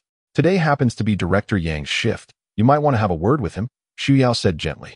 Wei Xian hesitated, wanting to decline. I don't have any issues. Captain, I'm just a bit fatigued and need to rest. When the body is weary, it can be rejuvenated through adequate rest. However, when the mind is exhausted, it requires the guidance of a therapist, Xu Yao stated. You have endured a great deal these past few days. Your mental state is concerning and necessitates psychological support. Go on in. Director Yang is an exceptional therapist. After a moment's hesitation, Wei Xian approached the door. The metallic door swung open, and she stepped inside. Welcome. In the office, the man spoke softly. You must be Wei Xian, correct? I am an old friend of your captain. His voice was deep and melodious, reminiscent of the soothing tones of a cello. Wei Xian noticed the nameplate on his attire. Yang Xingyun. Hello, Director Yang, Wei Xian replied. Yang Xingyun invited. Please. Take a seat, and do not be so reserved. The therapy room is a place of relaxation. Following his suggestion, Wei Xian settled into the swivel chair opposite him.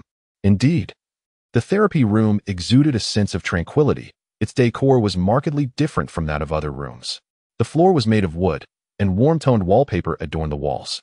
Two walls were transformed into bookshelves, filled with an assortment of books, while the lighting cast a gentle, warm hue, in stark contrast to the cold, bluish light of the corridor. Would you prefer tea or one of the carbonated drinks favored by the youth? I have a wide selection of beverages. If there's something you desire that I lack, I can have it brought in, Yang Xingyun chuckled. Behind him, an open tea cabinet displayed an array of glass containers filled with various teas, from vibrant floral blends to green and black teas. Any tea will do, Wei Xian responded. Yang Xingyun pressed the button to boil water, saying, I shall prepare a cup of goji berry and red date tea for you. It's my daily indulgence. Wei Xian raised an eyebrow, pondering whether this young director had already embraced a health-conscious lifestyle. Yang Xingyun skillfully brewed the tea, adding a piece of rock sugar to the ceramic cup before sliding it across the table. "Do you appreciate the decor of my office?" he inquired. "Indeed. It is quite distinct from other places," Wei Xian replied, taking a sip of the tea. "I abhor metallic hues. They feel too frigid and oppressive when gazed upon for extended periods." Yang Xingyun remarked that the prevalence of mental illness in contemporary society is on the rise, not solely due to the pressures of existence, but also as a consequence of our living environment. The presence of metal and machinery evokes notions of efficiency, rationality, and precision. Individuals are perpetually surrounded by these elements, rendering relaxation elusive. Consequently, I have altered the ambience of the psychological counseling room, infusing it with warmth and a touch of emotion. It has become quite pleasant here. Wei Xian inquired, "Shall we not commence the psychological counseling immediately?" Yang Xingyun replied, "This is indeed the essence of psychological counseling.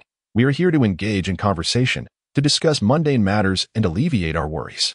Yang Xingyun continued, "The work in the investigation department must be quite arduous, is it not?" Wei Xian responded dryly, "It is manageable, as a newcomer. The team leaders have been very considerate towards me. You may confide in me your troubles," Yang Xingyun encouraged. Wei Xian replied, "Yang Xingyun, those who are allowed to join the field team are not passive individuals. When a problem arises, one must take the initiative to resolve it, rather than becoming passive." Wei Xian paused momentarily. "I do indeed have a concern." She lowered her gaze to her tea, setting the cup down. "I once believed myself to be an assertive person. I strived diligently in my studies, pursued higher education, and endeavored to earn a living. Yet recently, I have become rather passive. This passivity stems largely from a failure to establish clear goals for my aspirations." Yang Xingyun asked, "What is your goal? Have you contemplated it?" Wei Xian replied uncertainly, "To become wealthy?" Yang Xingyun chuckled softly. "You see, you yourself are uncertain about your goal. A true goal should invigorate you at its mere mention, and your voice should convey certainty and determination rather than hesitation."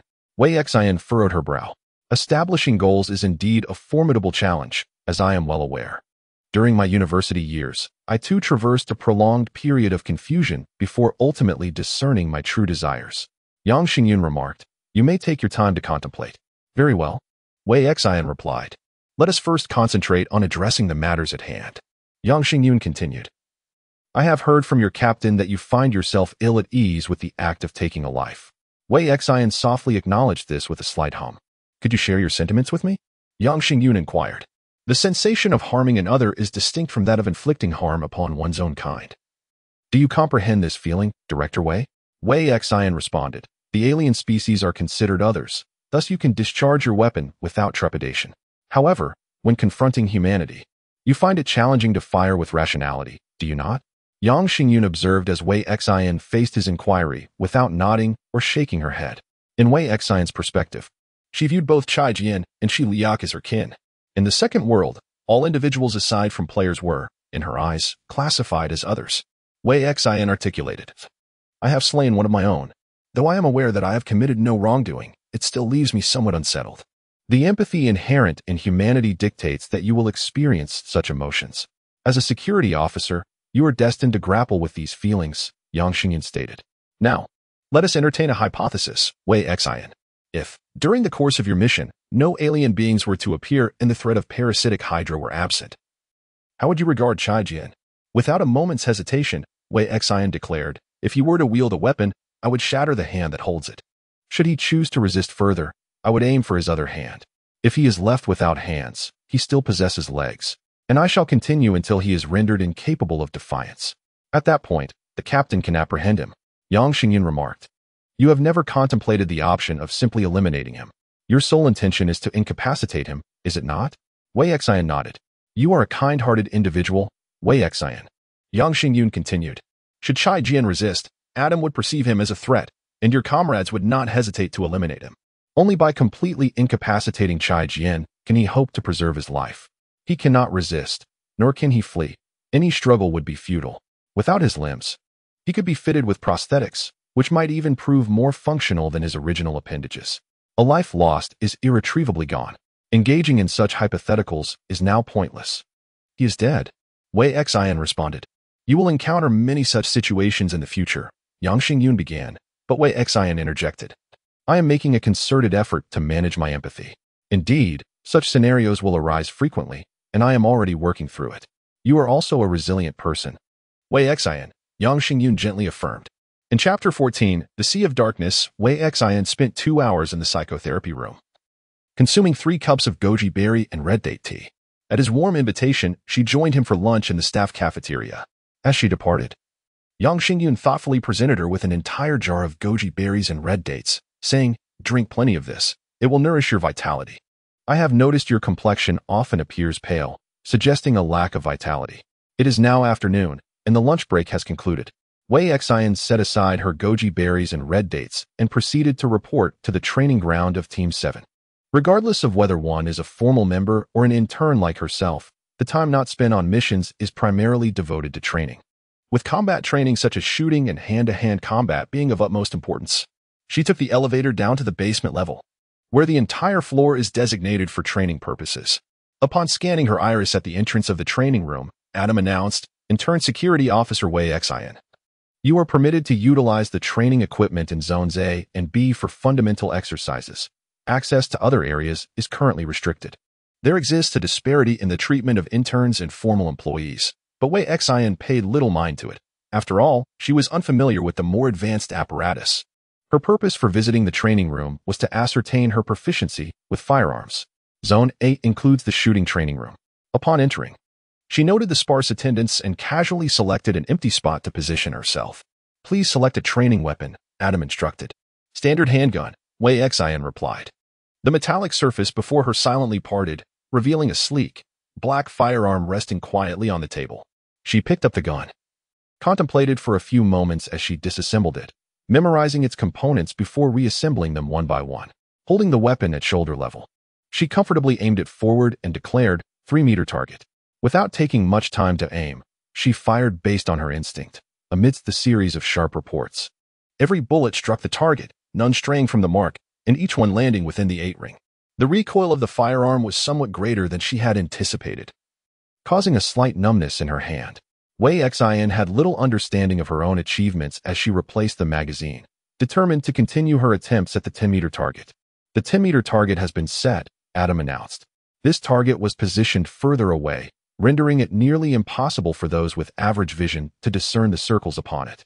Wei Xian maintained her composure, raising her firearm steadily. This time, she aimed with intention. She squeezed the trigger, releasing a single bullet. Bang! The bullet struck the 10-ring, the very center of the target. A smile spread across Wei Xian's face as she declared, Adam, now for the 15-meter target. She undertook numerous trials, gradually extending the distance of the target from 15 to 25 meters. Each shot she fired never fell below the 7-ring mark. Her fingertips tingled, yet her body and mind felt invigorated, as if all her troubles and pressures had been expelled with each discharge of her weapon. Such remarkable performance was undoubtedly bolstered by her innate combat instincts, though her shooting prowess was equally commendable.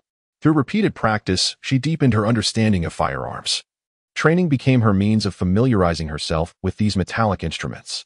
Proficient in marksmanship, with commendable physical fitness and combat skills, Wei Xian was no longer the mediocre fighter she once was.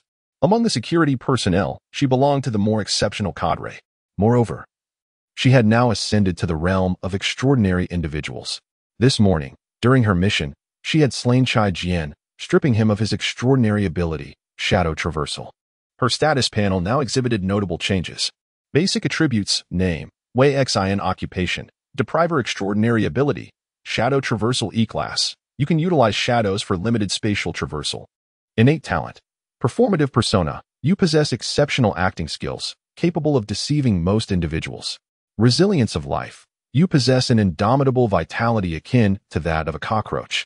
Danger avoidance. You possess a keen awareness of the perils surrounding you and adeptly evade them.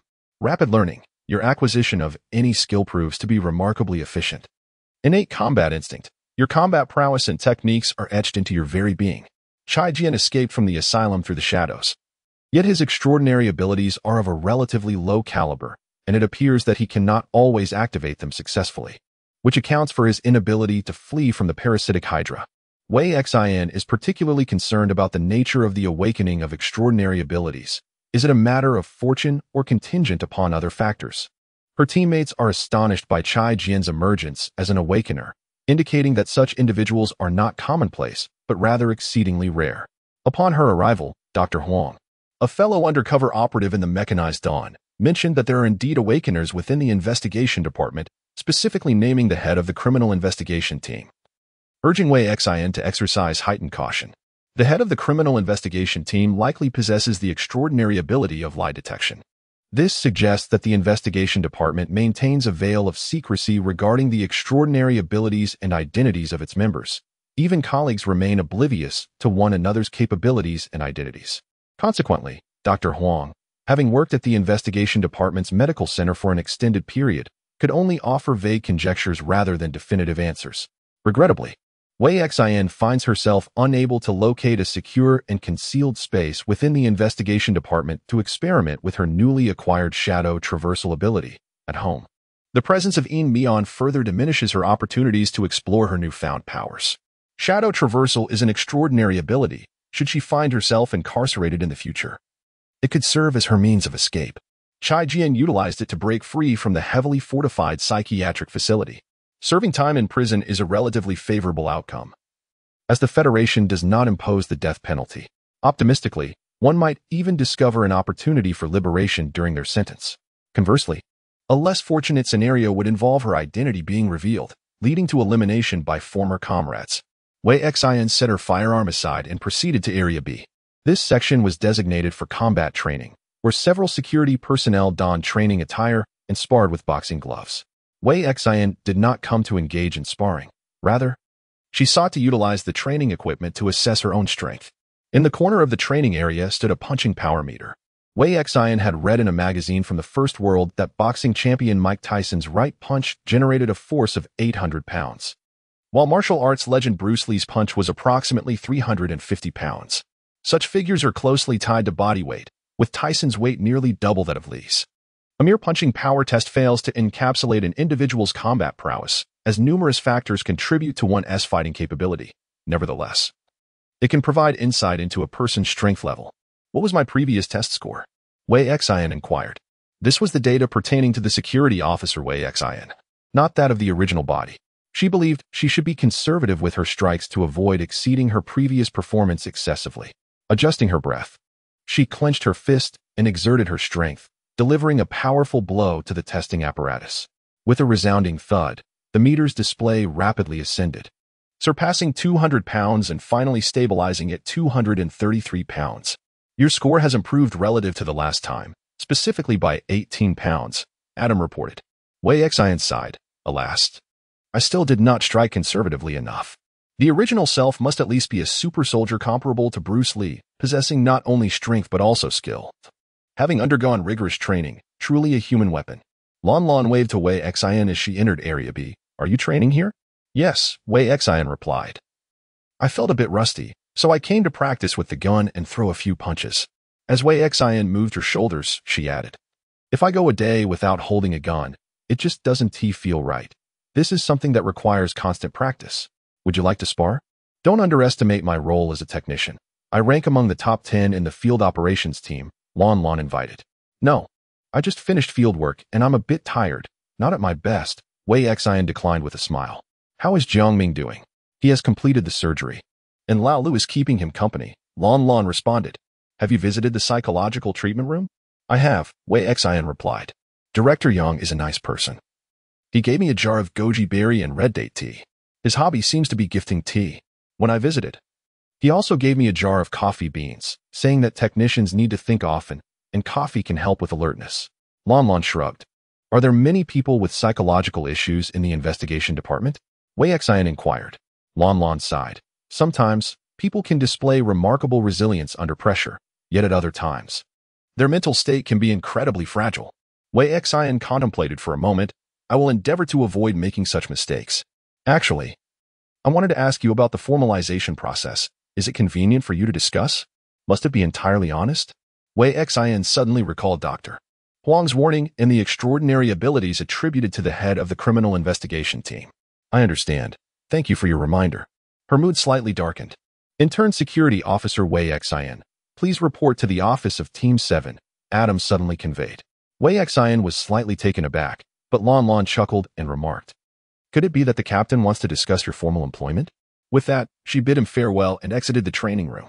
As she ascended in the elevator, Wei Xian's thoughts remained remarkably tranquil.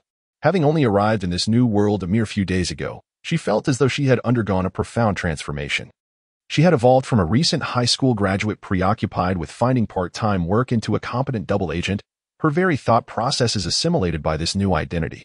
Each day was filled with concerns about various matters, ensuring that every aspect was meticulously attended to, devoid of any flaws. Interpersonal interactions required her to be exceptionally discerning, and even simple statements demanded careful consideration, leaving her mentally fatigued. Upon reaching Shu Suyo's office, the metallic door swung open. "You've arrived?" Wei Xian, Shu Suyo greeted her. "Please fill out this application form." He handed her a printed document, the title reading Application for Formal Employment. "Am I eligible for formal employment?" Wei Xian inquired. "You can secure it once you pass the final interview. It's not difficult. You'll manage," Shu Suyo assured her. "The interview is scheduled for tomorrow at 9 in the morning. Is that acceptable?" Wei Xian could only acquiesce, responding, "I have no issues, Captain." "Great. Once you are officially employed, you can move into the staff dormitory, which is far safer than Anning Street near your home," Shu Suyo added. Having completed the form, she noticed that the workday was nearing its conclusion. Just as she settled into the floating monorail, Wei Xian activated her wrist device, receiving several messages from Yin Mian. "I'm at the port again. Having encountered a few troublesome gang members, I find myself pondering whether I could eliminate them. The deed has already been done. I stumbled upon some smugglers at the port. When do you finish work?" Wei Xian, feeling utterly speechless, dismissed his message. The next notification was from someone else, instantly capturing Wei Xian's attention. At midnight, at the Ruby Bar in the Harbor District, a collective meeting of the task execution team will convene to discuss the specific assignments for the port demolition mission. Attendance is mandatory for all. The sender was read, a completely unfamiliar alias. Chapter 15, The Lightless Sea. "What is it that you are holding?" Silverface inquired, gazing quizzically at the glass jar tucked under Wei Xian's arm. "Tea sent by a colleague," she replied, leaning against the doorframe while changing her shoes. "Have you successfully infiltrated their ranks and gained their trust?" Silverface asked with evident interest. Wei Xian casually placed the jar of goji berry and red date tea in the kitchen. "Mind your own business. I am under no obligation to report to you, because you ramble too much," Wei Xian retorted. With teammates nearby, she concocted an excuse. Silverface, momentarily taken aback, sulkily retrieved a metal sphere from his pocket, tossing it to her. "This is the intel I gathered today. The good news is I accessed the Coast Security Office's network and pilfered some data. The bad news is I accidentally broke the data reader. It now only has viewing capabilities, not retrieval. Here is the personnel flow data for the port over the past month. Take a look. Quite efficient," Wei Xian remarked with a hint of indifference. "Do you have a backup for the data reader? The headquarters laboratory?" Wei Xian recalled reading in the mission materials that the laboratory on the third floor of Rick Technology Company could provide technological assistance to mission executors. The data reader was indeed a technological product. Could it be that the headquarters laboratory mentioned by Yin Mian referred to the laboratory of Rick Technology Company? The investigation department typically concluded their work at 6:30, and today, Wei Xian returned home a bit earlier. The wristband indicated that it was now 7:40. "Let us dine," Yin Mian remarked. "I purchased some meat. It is quite expensive. Synthetic meat is cheaper, yet lacks flavor." It was amusing to Wei Xian that he was even aware of the distinctions between appetizing and unappetizing food. Yin Mian was not picky. He could finish any meal, regardless of its taste. He devoured the plain boiled noodles she prepared with fervor, leading Wei Xian to believe he lacked discernment when it came to culinary delights. Feeling hungry herself, Wei Xian entered the kitchen to prepare the meal. Yin Mian sat at the dining table, his pale pink eyes intently observing as Wei Xian added water and ignited the flame. Much like a cat awaiting its owner to open a can of meat, his focus mingled with a hint of urgency. "Have you received any messages?" Wei Xian asked casually over her shoulder. Yin Mian pondered for a moment, his expression dull. "Are you referring to Red?" "Yes," Wei Xian replied, her gaze fixed on the bubbling water in the pot, anticipating his continuation. "I have received it," Yin Mian responded listlessly, displaying his usual demeanor. He often only communicated crucial information when a meeting was imminent, citing concerns that prolonged notification intervals might lead to leaks of intelligence to adversaries. "He is much like you. Overly cautious, perpetually suspicious." Wei Xian's thoughts shifted, and she deliberately remarked, "So this is your assessment of Red. You wouldn't intend to speak ill of him, would you?" Yin Mian inquired, his tone laced with wariness. "Do I appear to be idle?" Wei Xian inquired. Yin Mian glanced at her, confirming that she indeed harbored no intentions of reporting, and replied, "Working under you is far preferable to working under him. Whenever he assigns me tasks, I find myself too busy to even eat." Wei Xian remarked, "So your logic is that since I provide you with meals, you find me more agreeable, correct?" Yin Mian responded, "One could say that." "Well then, it appears you are merely a glutton," Wei Xian asserted with conviction. After their meal, as was customary, it was Yin Mian's responsibility to tidy the kitchen. His dishwashing was somewhat forceful. "You and Red truly are former partners, adept at delegating tasks." The only reply was the crisp sound of the door closing. Wei Xian reclined on her bed, expressionless, gazing at the ceiling. The fact that she and Red were former partners was unexpected intelligence. To what extent did Red comprehend her? How well did he know her? In Yin Mian's description, Red was exceedingly cautious. Would he discern any anomalies? The upcoming visit to the Ruby Bar tonight would likely be fraught with peril. Leaning against her pillow, she retrieved the data reader entrusted to her by Yin Mian and began to peruse the information contained within. This dossier meticulously documented the personnel data since the occurrence of the harbor blast incident, detailing who had been identified as a criminal suspect, who frequented the port, who were members of the harbor gangs, and who were designated as key surveillance subjects. Criminal suspects and key surveillance subjects were marked in red, witnesses and suspicious individuals in yellow, while those associated with the blast but deemed unlikely suspects were indicated in green. In the city of Black Sea, surveillance systems serve as silent sentinels, meticulously observing each individual and meticulously documenting their information. This data is subsequently compiled and forwarded to the investigative department, where the advanced artificial intelligence known as Atom determines whether individuals exhibit any suspicious behavior warranting further scrutiny. However, the city is not without its blind spots, as the investigative department cannot extend its grasp into every hidden corner.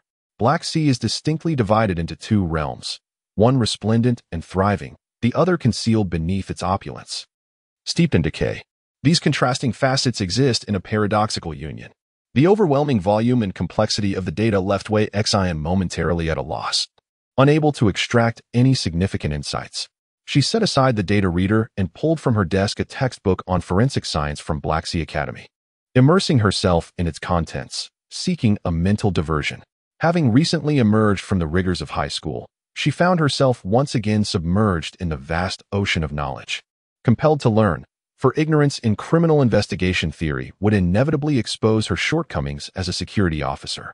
With a furrowed brow, she delved into her studies, simultaneously searching online for obscure terms and the names of high-tech devices. Without this additional research, the specialized terminology eluded her, rendering her unable to grasp the functions of the equipment. Time slipped away swiftly as she studied, and by 11 o'clock, a knock echoed at her door. Yin Mian announced, "It's time to depart." Wei Xian closed her book, rummaged through her wardrobe for a black hooded sweatshirt, and retrieved a mask and windproof goggles to obscure her face before stepping out of her bedroom. Yin Mian, already donned in his mask, remarked, "I am well acquainted with the surveillance locations. I shall lead the way." "Wait, what is with your attire?" Wei Xian replied, "I prefer to avoid recognition by colleagues." Indeed, he conceded, as a security officer, discretion is paramount.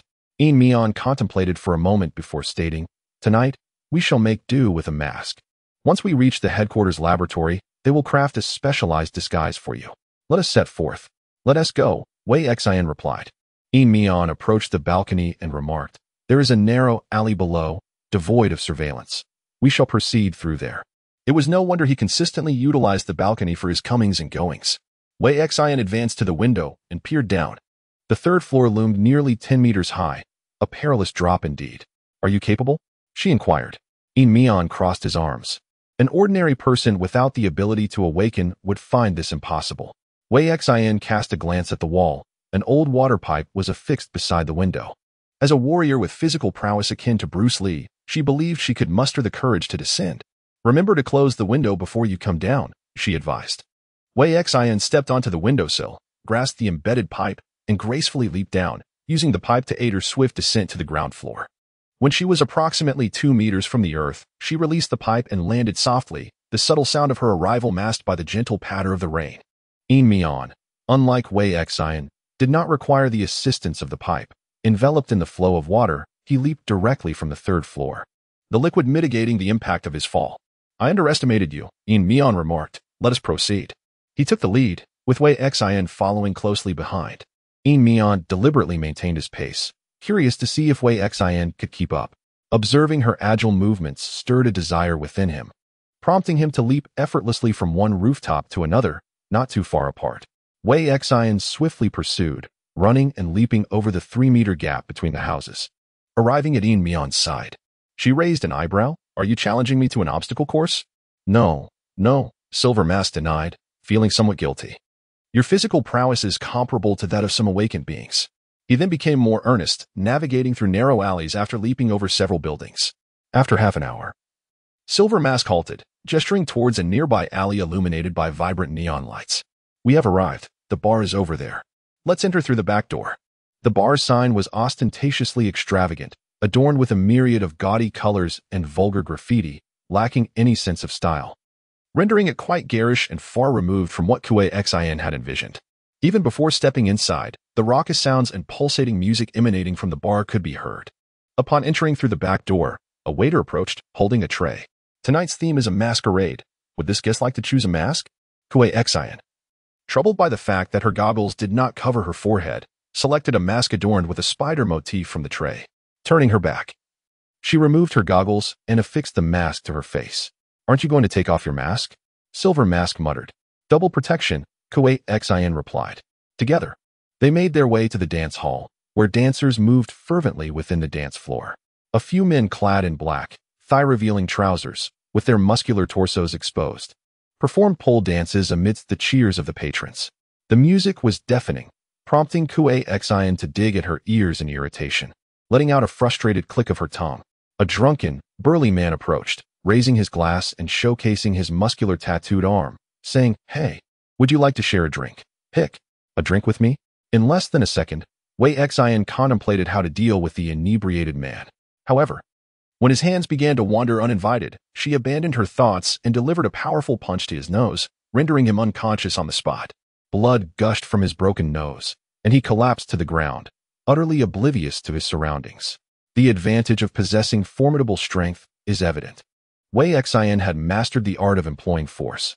No one paid heed to the minor altercation occurring in the corner as she stepped over the drunken figure and approached the bar. The uniformed bartender inquired, "Would you like to drink, darling?" "A glass of enchanted deep blue," Wei Xian replied, uttering the secret code. "Very well," he responded with a smile, serving her a drink and whispering, "Room 206 on the lower level." "I swear I might go deaf," Mian complained as he followed Wei Xian down the stairs. "Why did we have to choose this place?" "You should ask Red." Wei Xian casually poured out the drink and placed the glass haphazardly on a passing glass coffee table. Now, she stood before the door of room 206. The lower level seemed to have been repurposed as a wine cellar. The music was significantly quieter, devoid of the usual bustling crowd and dazzling lights, replaced instead by boxes upon boxes exuding the rich aroma of fine spirits. Wei Xian grasped the doorknob. Biometric information confirmed. The door swung open. Upon entering, she heard a voice in the room speak with an air of sarcasm. "You all arrived too early. The meeting doesn't start for another half hour." At the far end of the conference room, a man adorned in an extravagant purple suit, his face lavishly made up, diligently touched up his makeup using an eyeshadow palette. After completing his cosmetic routine, he pouted his vividly painted lips at the mirror, seemingly pleased with his appearance. Silverface appeared unperturbed by the man's antics as he approached the conference table and casually selected a seat. "Red, do we have a spare data reader?" Silverface recalled the matter at hand. Red, with a flamboyant twist of his body, furrowed his brows and glared at Silverface. "No. Did you break another one? How many is this now? I've told you countless times, these devices are not inexpensive. This is an unavoidable task-related wear and tear," Silverface defended. Wei Xian also took a seat, striving to appear nonchalant. Red lounged in his chair, a smirk playing on his lips as he turned to Wei Xian. "So, how's Silverface working out for you?" "Decent enough, though a bit slow," Wei Xian candidly expressed his assessment. Silverface shot a disgruntled look at Wei Xian. Red languidly inquired, "How's the undercover life treating you?" He opened his mouth, seemingly about to say something, but paused, almost forgetting. You don't go by your old code name anymore. What is your new one? Wei Xian pondered for a moment. Rich lady. Red responded with a raised eyebrow. He offered a candid remark, that code name, with its comedic undertone, indeed makes it hard to associate with you. You must have previously embodied the archetype of a standard cold-blooded assassin, correct? Detached, meticulous, and efficiency-driven. Both Red and Silver Face echoed similar sentiments regarding her past persona. The other teams have yet to arrive, and Red, with an affected flair, produces a bottle of perfume, spraying it lavishly on himself. To be candid, the fragrance is not unpleasant.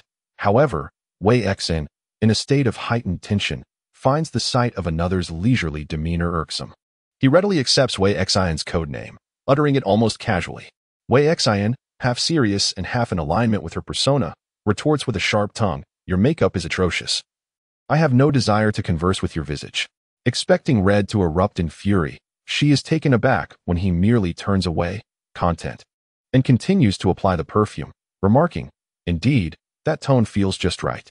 Wei Xian muses, is this Red perhaps a masochist who cannot bear to be scolded? How enlightening. After finishing with the perfume, Red produces a small box and tosses it to Wei Xian. Use this for communication. Your identity must remain a secret among the organization members. Since you have a mask, I shall not provide you with a new one. Simply affix the voice modulator to your throat. Wei Xian opens the box, revealing a voice modulator as delicate as gossamer, matching her skin tone, which she adheres to her throat. Clearing her throat, she finds that her voice has transformed entirely. Once the voice modulator is adjusted, the door swings open again, admitting a man and a woman. The woman is clad in a revealing black leather skirt, her sun-kissed skin nearly obscured by tattoos. A thorny rose adorns her face, exuding an aura that is both perilous and alluring. The man, bald-headed, boasts a black python tattoo coiling across his scalp. His physique is imposing, with arms thicker than Wei Xian's thighs. His substantial frame occupies 2 seats at the conference table, and the chair creaks under the strain of his weight. How many times must I say it? Can't we get a larger chair? The man exclaimed, struggling to fit in. Your posterior is much larger than the average person's. Red retorted with a roll of her eyes. My backside is composed of muscle, while others are merely fat. Naturally, my proportions exceed theirs. The man protested vehemently. Enough, Python. Cease your complaints. The woman adorned with rose tattoos interjected impatiently. Let us maintain some decorum and refrain from discussing posteriors. Red, showing no mercy, replied. The chairs in the conference room are of standard size. If you find it unsuitable, you may choose to squat on the floor. The man, codenamed Python, nestled into the chair with a sense of grievance. Rose, it would suffice if you merely refrained from assisting, but to silence me as well. This chair is truly too small for me. Utter that word once more, and I shall remove your posterior myself, Rose warned. Python recoiled, silenced by her threat. Rose then scrutinized Silver Face and Wei Xian before turning to Red. You ought to introduce the newcomers. You know Silver Face, Red stated, and as for the other, there's no need to mention her previous codename. She has adopted a new one. Henceforth, she shall be referred to as the Wealthy Lady. Rose furrowed her brows. Wealthy Lady? How intriguing, she mused, gazing thoughtfully at Wei Xian. Suddenly, she broke into laughter. So it is you. It was quite challenging to recognize you without your usual guise. Impatient for the meeting to commence, Python fished out a cigar, lit it, and exhaled a comfortable ring of smoke that wafted through the air. Silver Face raised her right hand and swiftly extinguished the cigar with a splash of water. As the ball python glared, seemingly on the verge of an outburst, it suddenly glanced at the thorny rose, stifling its words and settling into silence. At that moment, the door to the conference room swung open once more, revealing 2 young men, no boys. Their youth was unmistakable, and their identical features revealed them to be twins. They moved in perfect synchrony, their strides matching in rhythm. Even the act of pulling out their chairs and sitting down was executed in unison. They remained quiet, entering the room without greeting anyone or making eye contact, simply bowing their heads as if lost in their own reveries. The last to enter was a man dressed as a steward, who gracefully pushed the door open, adjusted his sleeves and bow tie with poise, and took his seat leisurely. Business at the bar is thriving tonight. I find it hard to part with the counter, he remarked. Let's refrain from discussing your mixology skills during serious matters, Red interjected. All right, all 4 core teams are present. Some of you are meeting for the first time. So let's adhere to custom and introduce ourselves. The steward was the first to speak. Codename Bartender, Red's partner. Codename Thorny Rose. And my companion is the Bald Man, Thorny Rose declared.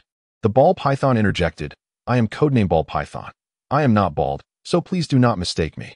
The identical twins lifted their heads. The boy on the right stated, I am Amber. I am Obsidian. The boy on the left followed. Finally, it was the turn of the team led by Huaxin. Codename Silver Mask announced. Wealthy lady, Huaxin succinctly added. The bartender gazed at Silverface and earnestly suggested, you might consider changing your codename to Pretty Boy. It would significantly enhance your compatibility with your wealthy teammate. Silverface, momentarily bewildered, failed to grasp the jest. The ball python, however, understood immediately and erupted into a boisterous laugh, completely disregarding decorum. It was then that Silverface realized the bartender's words were not in his favor, leading him to promptly retort, I must decline. My current codename suits me quite well, and I see no reason to alter it. Irritated by the incessant laughter of the ball python, Thorns glanced over at Red and inquired, is it still possible to switch partners? P.S. Far too noisy. No, it's out of the question. You two have spent a year honing your synergy. It would be a pity to change now, Red replied, casually tending to his manicured nails. When a new recruit requires training, I can certainly send one your way. Very well, Thorns conceded reluctantly. Let us dispense with pleasantries and idle chatter, Red asserted, adopting a serious demeanor. We shall commence with the task briefing. He tapped the table, which revealed a small circular aperture from which a holographic projection device emerged. As the light danced, a large map became vividly apparent. A flickering red dot, symbolizing the Kraken, captured everyone's attention, accompanied by a small label bearing its name. A red dashed line indicated the Kraken's intended route. This cargo ship commenced its journey from Antarctica, making stops at White Whale City and Layton City, and after a month of navigation, it will arrive in the waters of Black Sea City on August 11th, where it will unload its cargo. Red's face, adorned with an air of unsettling intensity, bore an expression of grave seriousness. The shipping company publicly asserted that the vessel was laden with clean energy combustible ice, yet we were all acutely aware that this was merely a facade. We must, at all costs, prevent any danger from breaching our defenses and ensure that they do not offload their cargo in Black Sea City. Red conveyed that intelligence from an informant aboard the ship indicated that the Coastal Security Unit of the Enforcement Department was likely to assume control of the vessel's security prior to its arrival in Black Sea City. Given the extensive security measures in place by the Enforcement Department, detonating the ship was impractical. Therefore, it would be prudent to target the port instead. By demolishing the Black Sea City port, we could render the vessel unable to dock, thus compelling the Kraken to divert to alternative port cities. The port's vastness necessitates a division of our efforts, suggested Thornrose, noting that only Dock Number 2 and Dock Number 5 could accommodate such a colossal freighter, while the remaining docks were designated for smaller vessels. However, even the destruction of Docks Number 2 and 5 would require an immense quantity of explosives. The bartender reflected, stating that while the plan sounded simple, it appeared to involve merely 2 steps. Yet the port was under the control of gangs and the Enforcement Department, and both factions were engaged in a protracted struggle. The mission was fraught with peril, Amber interjected, asserting that we were all awakened. The port's gangs were of little consequence. As long as the Enforcement Department did not deploy their awakened, we stood a fair chance of accomplishing our objective. Obsidian remarked, lamenting that such a scenario was unlikely, as their awakened were far from mere decorations. No matter, we have a wealthy benefactor. Red gazed at Kuei-Xin with a smile, indicating that the relevant movements of the investigation department would be communicated through the wealthy woman, and that they should simply follow her directives. Is she an undercover agent? Was the wealthy woman assigned to infiltrate the organization? The python twisted its neck. Thorny Rose remarked, don't pry into matters that don't concern you. When will you learn your lesson? The bartender chuckled. No wonder she wears a mask. The mask is merely a personal preference of the wealthy woman and Silverface. Red replied with utmost discretion, I never claimed the wealthy woman is an undercover agent. Nor did I divulge the source of our intelligence. Avoid making baseless assumptions. It may lead to unnecessary trouble. Questions regarding the wealthy woman's identity. Whether the intelligence source is first-hand or second-hand, if she serves as an intermediary or a direct informant, and how the tracking and reporting of movements are conducted, are not concerns for organization members to fret over. Red's insistence that Kuei Xin wear a mask and use a voice changer was not due to a lack of trust in the individuals present in the meeting room, but rather a precaution against the potential for them to divulge sensitive information under duress if captured during a mission. Thus, confidentiality of identity becomes paramount. As a traitor, Kuei Xion's level of identity protection is the highest, while others need not exercise such caution. Tonight is merely a gathering of unfamiliar members. Everyone in the meeting room turned their gaze towards Kuei Xion. The wealthy woman serves as the deputy commander for this operation. Should any unforeseen circumstances arise on my end, and communication with you becomes impossible, you are to heed the wealthy woman's arrangements. When it comes to planning and decision-making, she is the expert, Red stated. Kuei Xion mused to herself, you truly have faith in me, burdening me with so many responsibilities. She is merely an amateur, utterly unaware of any intelligence, relying solely on her acting skills and a meager collection of data to survive thus far. Given the circumstances, Kuei Xion feigned an air of control, stating, in addition to reporting to Red, you must also keep me informed, so I can assess the situation. Understood, Deputy Commander. Smiled Thorn Rose at Kuei Xion. The others echoed their compliance, acknowledging her command. Kuei Xion felt a slight relief. Thus far, her performance had been remarkably convincing, with no one suspecting her lack of authenticity. She had boldly issued orders for others to report to her, and with Red's tacit approval and no dissent from the team, it indicated that she could afford to be more assertive. As deputy commander, it was entirely normal for her to issue directives to the execution teams. Kuei Xion could leverage the reports from various squads to enrich her intelligence, gain deeper insights into the Mechanical Dawn, and investigate the Kraken's affairs. Next came the division of tasks. Red announced, the Bartender, Amber Obsidian Squad, and I will be responsible for data collection and the installation of explosive devices at Dock 2, while the affluent Silverface Squad and Thornrose Python Squad will take charge of Dock 5. Should either team encounter any unforeseen circumstances, the other must provide timely support. This could be the most perilous mission we undertake, so we must exercise utmost caution. Any anomalies must be reported immediately, and intelligence must be disseminated without delay. Silverface raised a hand. This is Plan A. We also have Plan B. While it is excellent if Plan A accomplishes the mission, we must still prepare a contingency. Indeed, if the task Plan A proceeds smoothly, we can execute the port demolition by August 7th, leaving us with a margin of 3 days. Red remarked that should the task falter, we shall resort to Plan B within this 3-day window.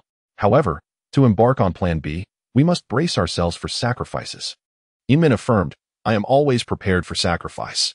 Red cautioned, do not speak of sacrifice lightly. The organization still requires you.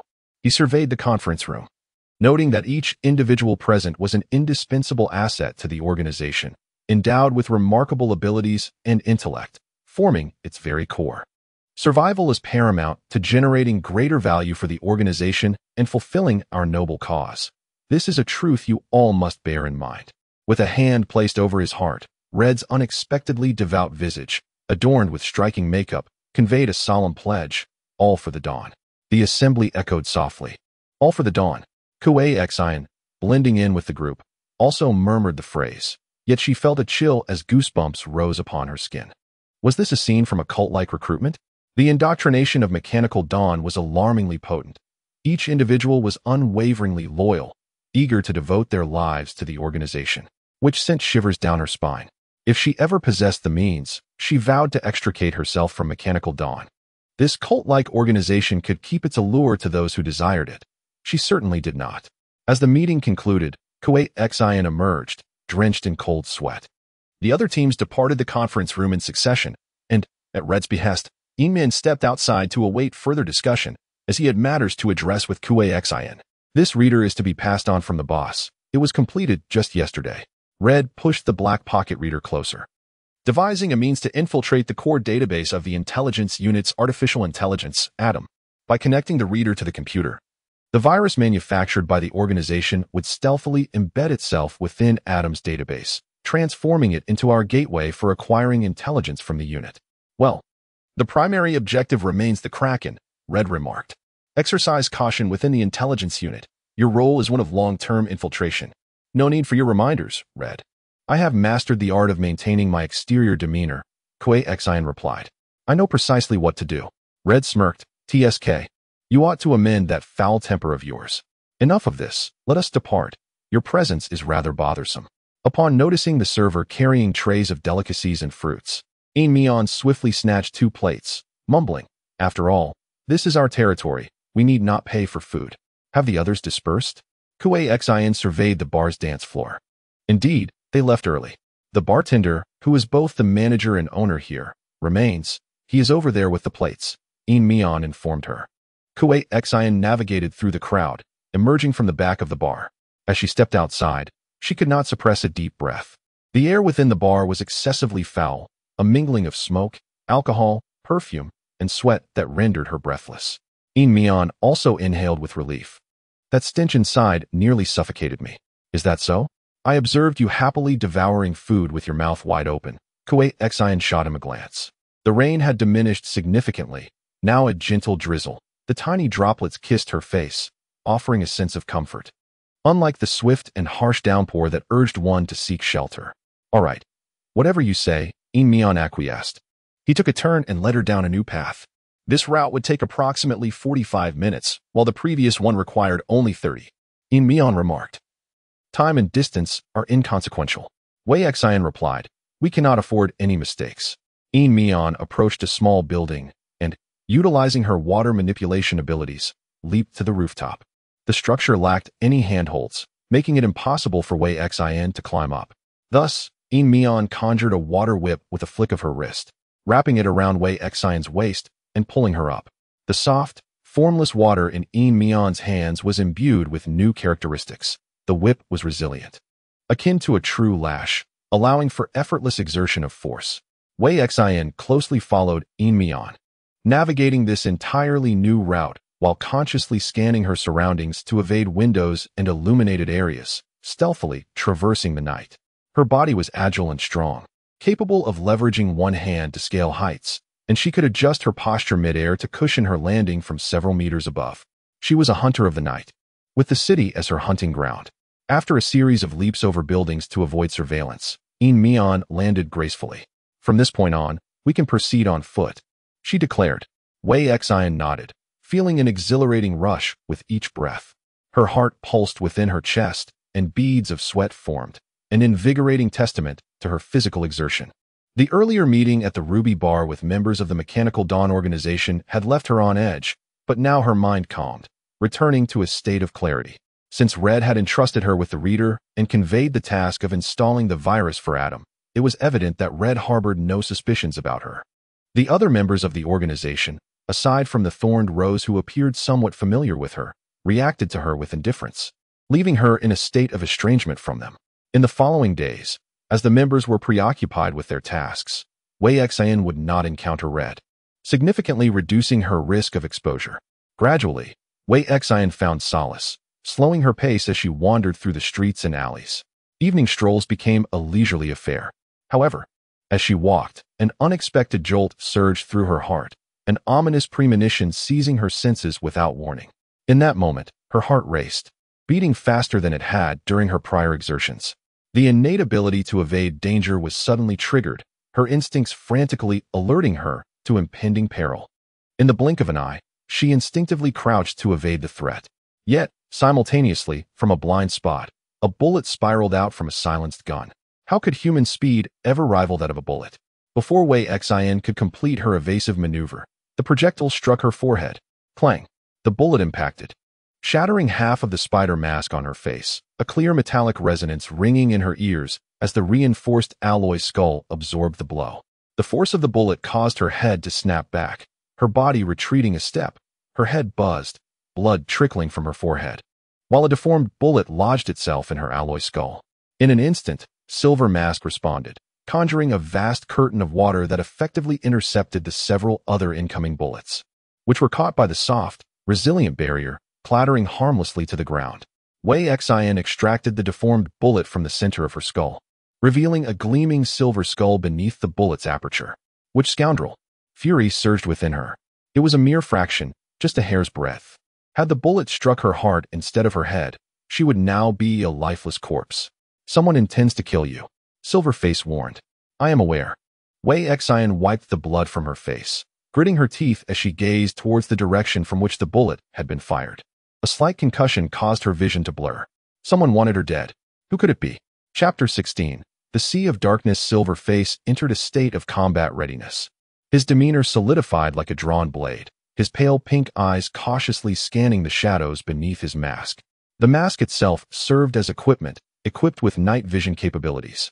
He activated this mode, his gaze incessantly searching for suspicious figures. At the 3 o'clock position, within an abandoned residential building 60 meters away, Silverface deduced the sniper's location based on the trajectory of the bullet. He refrained from pursuing, for Wei Xin was not an awakened being. A single bullet could claim her life, and the presence of other assassins in the vicinity was uncertain. He had to protect her. Wei Xin possessed an alloy skull. The flesh and blood that comprised the rest of her body were vulnerable and would bleed if injured. With no alternative, she commanded Silverface, "Use your extraordinary abilities. Do not allow my blood to stain the ground." Wei Xin's biological information matched that recorded by the investigation department. Obtaining any item containing her biological data would suffice to confirm her identity. Silverface extended his fingers, commanding the mask fragments and the blood smeared upon the mask to disintegrate and merge with the water beneath his control. The blood that seeped through the gaps of Wei Xin's fingers and flowed down to her chin hovered under her control, not a single drop touching the ground. "As long as I am here, they shall not claim your blood," murmured the silver-masked figure. "Go pursue." Recovering her composure, Wei Xin found the world around her clear of distortion. Together, remain vigilant for defense. The derelict residential buildings stood barren, their windows shattered. Bullets had been fired from within those very walls. In the impoverished and chaotic harbor district, many streetlights lay extinguished, and in the absence of illumination, only technological devices could pierce the darkness. The silver figure became a translucent stream of water, while Wei Xin began to sprint. The champion of the first world could complete 100 meters in under 10 seconds, averaging a speed of 10 meters per second. Yet Wei Xin's pace rivaled that of the sprinter. She had never run so swiftly. The wind trailed behind her. Wei Xin's feet struck the ground as she leaped onto the windowsill of the first floor of the abandoned building, using it for leverage, her arm grasping the second floor. Like a gymnast on the uneven bars, she exerted strength with one hand and successfully climbed up. She heard footsteps. Someone was frantically descending the stairs. The figure was alarmingly close to her, and she glimpsed a shadow darting around the corner of the staircase. Quickly, Wei Xin leapt down from the windowsill, pried a rusted steel pipe from the decaying security bars, and took 2 strides before executing a javelin throw. The clang of the steel pipe, striking true, echoed. A cry of agony erupted as the shadow collapsed, a gaping wound in his shoulder, a rifle clattering to the ground. A whirlpool materialized out of thin air, ensnaring the adversary pierced by the steel pipe. The silver figure landed beside Wei Xin, a tendril of water pulling the enemy's body closer, dragging him before her. A bearded man lay sprawled on the ground, a penetrating wound on his shoulder oozing blood that mingled with the swirling water controlled by the silver figure. Disheveled and unkempt, his beard tangled, he curled up in agony, his shoulder-length hair obscuring his face. He was a stranger, as confirmed by Wei Xin. She activated her wrist device to capture an image, while the silver entity parted the man's hair with the flowing water, allowing Wei Xin to take the photograph. The man wielded a rifle with limited range, thus he did not attempt to shoot from hundreds of meters away, but rather from a closer position. The harbor area was impoverished, the buildings mostly low-rise, presenting numerous obstacles that made finding a suitable vantage point challenging. His shooting position was not on the second floor, but rather at least 4 stories high. After firing and realizing he had missed, he attempted to flee downstairs. But he was slower than Wei Xin and was apprehended on the spot. "Have you undergone interrogation training?" Wei Xin inquired of the silver figure. The silver entity stepped forward, darkly asserting, "Leave it to me." He extracted the steel rod from the man's shoulder, controlling the flow of blood to prevent it from gushing forth and causing the man to bleed to death. "Who are you? Who is instructing you?" the silver figure demanded. A minute later, as the man's struggles weakened, the silver entity dispersed the water and asked again, "Who is instructing you?" The man coughed up water from his lungs, filled with terror, and pleaded, "I don't know. Please, I don't know." Without mercy, the silver figure delivered a kick to the man's chin, sending 2 teeth flying from his mouth. He repeated his question, "Who is instructing you?" "I truly don't know." The man stammered in desperation. "I am a low-level assassin. I was just drinking in a bar. I wanted to buy some drugs and followed a dealer into the restroom. I have no memory of what happened afterward. I beg you. I did not lie. The man's face turned ashen, and suddenly he fell silent. His eyes bulged, then burst with a pop, from which two slender, dark red tendrils emerged. A creature resembling a spider, yet possessing elongated mouthparts and a pair of appendages, broke through his skull and emerged, eagerly extending its appendages. Half of his brain, shielded by the skull, had been consumed by this mysterious entity.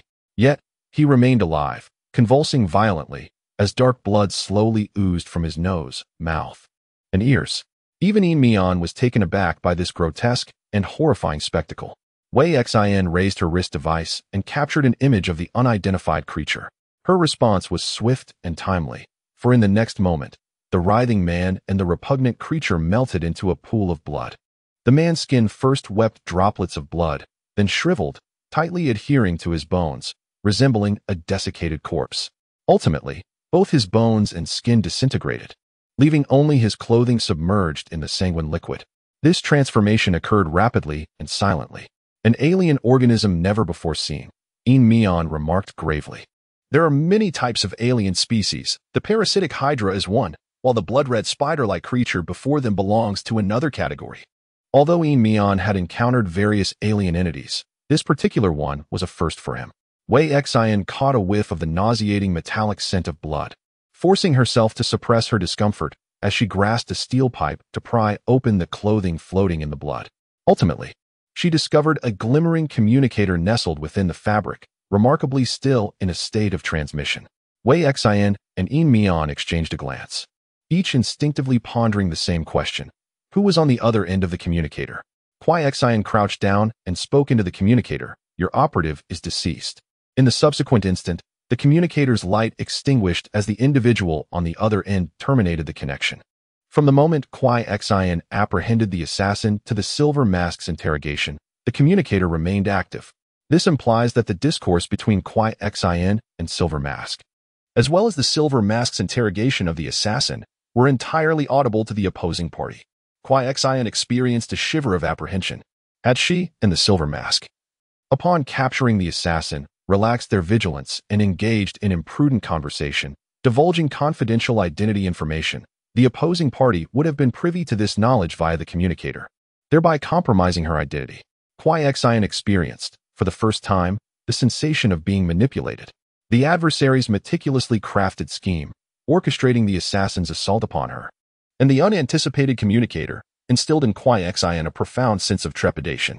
Fortunately, upon apprehending the assailant, she and Silver Mask proceeded directly to the interrogation without superfluous discourse, thereby precluding any inadvertent disclosure of information. Furthermore, Wei Xion's voice modulator remained affixed to her larynx, ensuring that her authentic voice remained concealed from the opposing party. Silver Mask gestured towards his mask, and an imperceptible beam scrutinized the surrounding space. After reviewing the environmental data relayed by the mask, he declared, "There are no additional surveillance devices present." Wei Xin instructed, Silver Mask, sanitize the communicator and retain it as evidence. The assassin failed to disclose the specific tavern where he encountered the trafficker. I intend to ascertain his comprehensive profile and frequented establishments. That trafficker may prove to be the linchpin. An epiphany struck Wei Xin, and she bit her lip. It wasn't an assault on us, but rather an assault on me. Silver Mask regarded her with astonishment. The assassin's intent was unmistakable. He was coming directly for me. His first shot was aimed at my head, not at you. Wei Xin asserted that I was his intended prey, while you were not. Mian remarked, perhaps it is mere coincidence. However, his second shot was not directed at me. Every shot he fired was aimed solely at you, and you alone. Mian discerned the underlying truth. You are under special scrutiny. Wei Xin swiftly composed a concise report, accompanied by an image, and sent it to the headquarters of Mechanical Dawn. After a brief hesitation, she dialed Red's communication line. Hello? The background was filled with raucous music. Damn, Red exclaimed. Just wait, I'll be there shortly. Send me your location. Wei Xin sent her coordinates and promptly called Thorn Rose. Is there something you need, Deputy Commander? Thorn Rose's voice was remarkably calm. Where are you? Wei Xin inquired. At the beauty salon on Linzhong Road, number 56, Thorn Rose replied. What has happened? Wei Xin pressed further. Where's Ball Python? Thorn Rose cooperatively responded. He is next door at the Ruby Bar. having a late-night snack. I'm not sure if he has finished yet. Without any superfluous words, Wei Xian commanded, "Send me your current location." Thorn Rose ended the call. And in the next moment, her location was transmitted, confirming she indeed was at number 56 Linzhong Road. Without delay, Wei Xian dialed Ball Python's communication line. "Send me your location." "Oh, all right, Deputy Commander," Ball Python replied, the sound of slurping noodles ceasing momentarily. A short while later, he sent over his coordinates, which indicated he was near the Ruby Bar, aligning perfectly with Thorn Rose's previous statement. In the ensuing minute, Wei Xian proceeded to contact each member of the task execution team, requesting them to send their location information. As she perused all the coordinates, she discovered that none were situated in proximity to her. She accessed the map, searching for nearby bars, all of which were marked with red dots. Wei Xian then juxtaposed the locations sent by her teammates with those of the bars. "Why did you ask everyone to send their locations?" In Mian inquired, puzzled. "Engage your intellect a little, In Mian," Wei Xian retorted, temporarily stowing away her wristband and picking up the assassin's rifle that had fallen to the ground. Ascending the stairs to the second floor, In Mian pondered deeply, suddenly enlightened.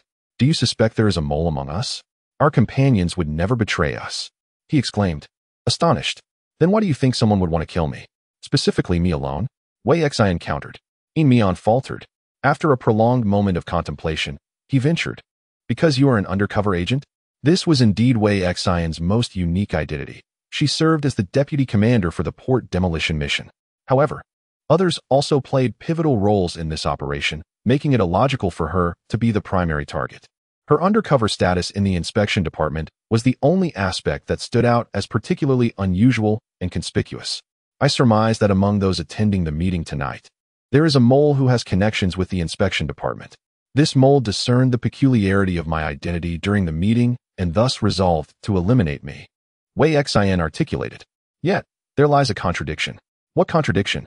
In Mian struggled to follow Wei Xian's line of reasoning. Wei Xian continued.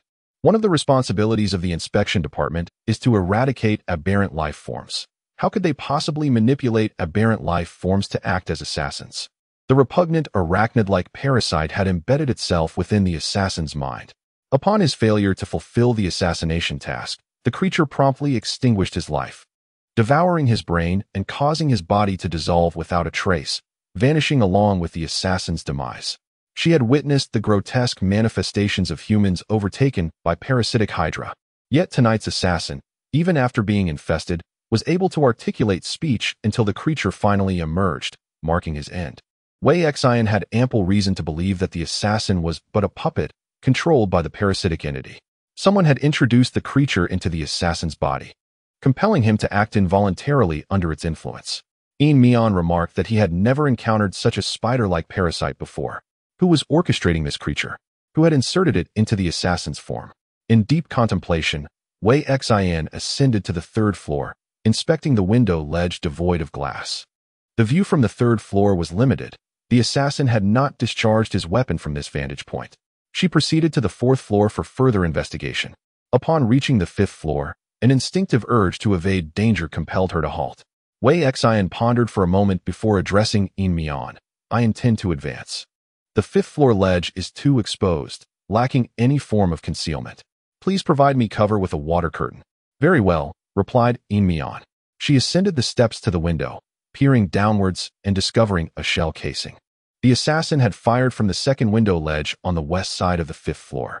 Wei Xian approached, searching the area, and beneath the window, she found an abundance of additional casings.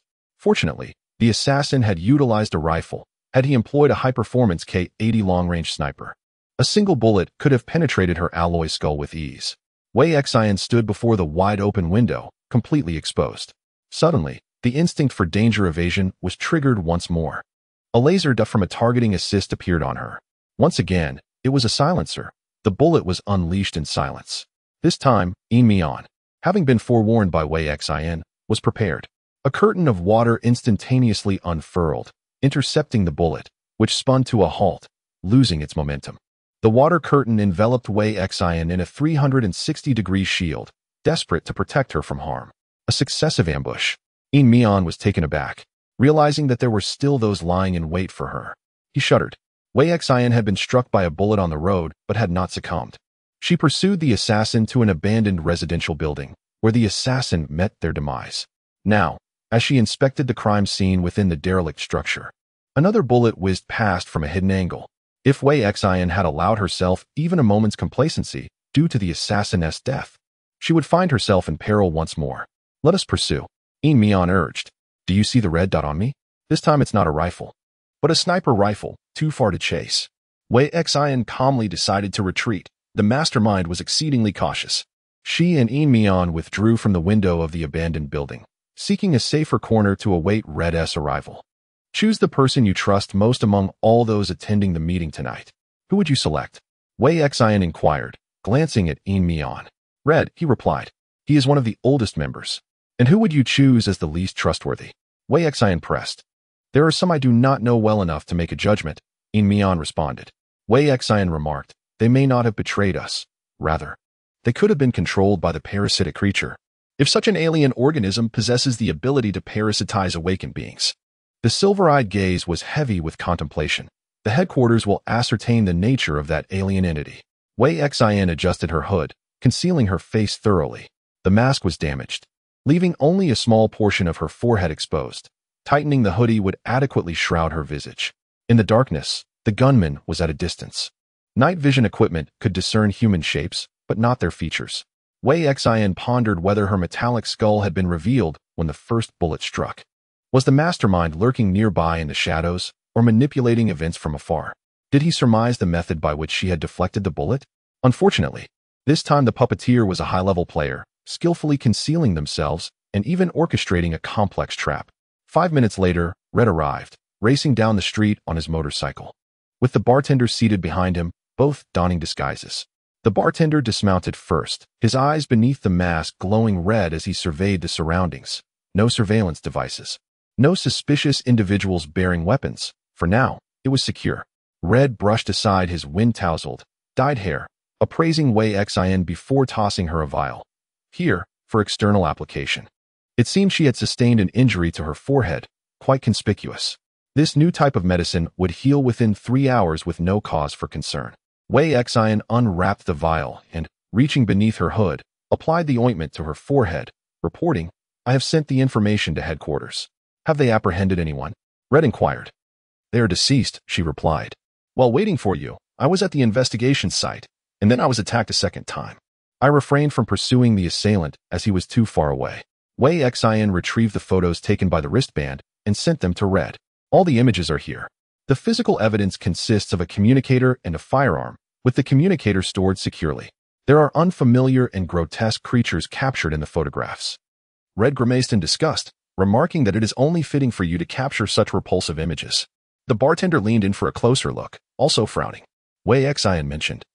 The assassin's body is on the 2nd floor. Though now it is merely a pool of blood, we can only collect a sample. During the second attack, the observation point was an abandoned residential building. The shooter's position was likely between the 4 and 5 o'clock directions. If you head out for an inspection now, you should be able to find bullet casings or the like. There is a traitor among us.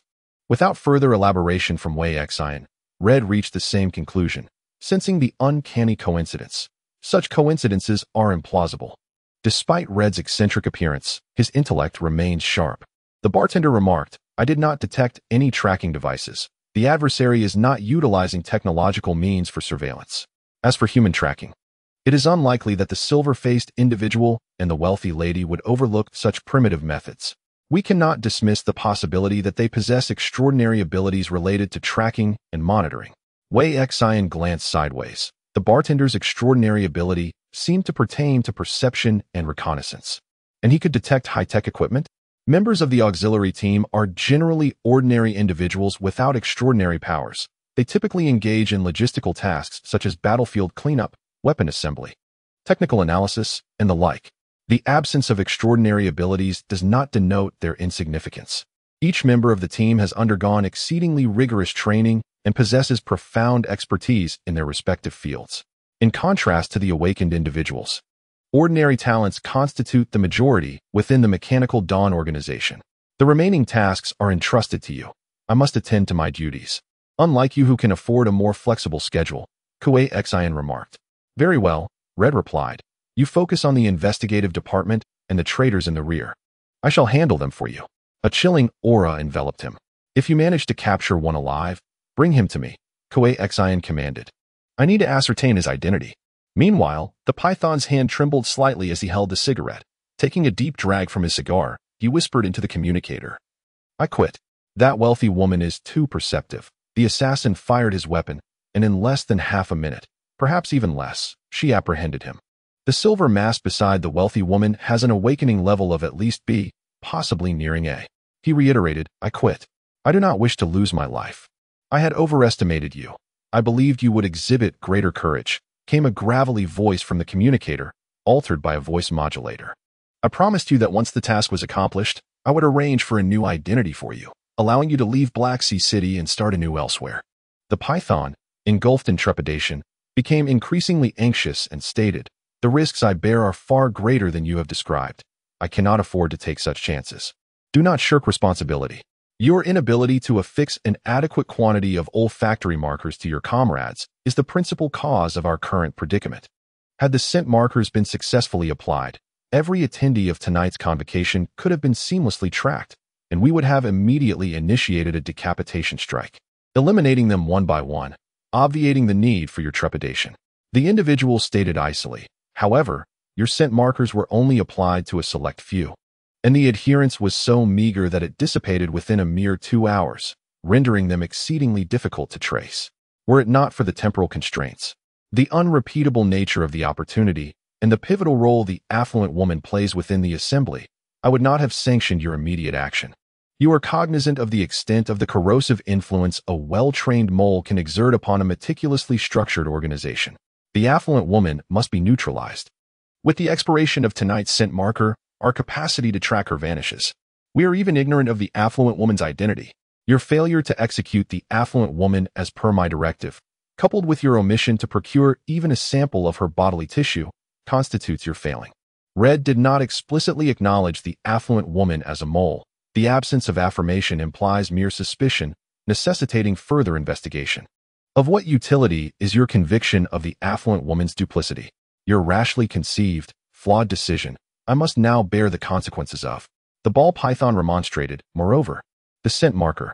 I had just extracted a cigarette and taken a single inhalation when that silver-masked whelp extinguished it. What recourse did I have? It was my soul specially crafted cigarette. Its saturation rendered it unusable. The mere recollection of this eventuality filled the ball python with weariness.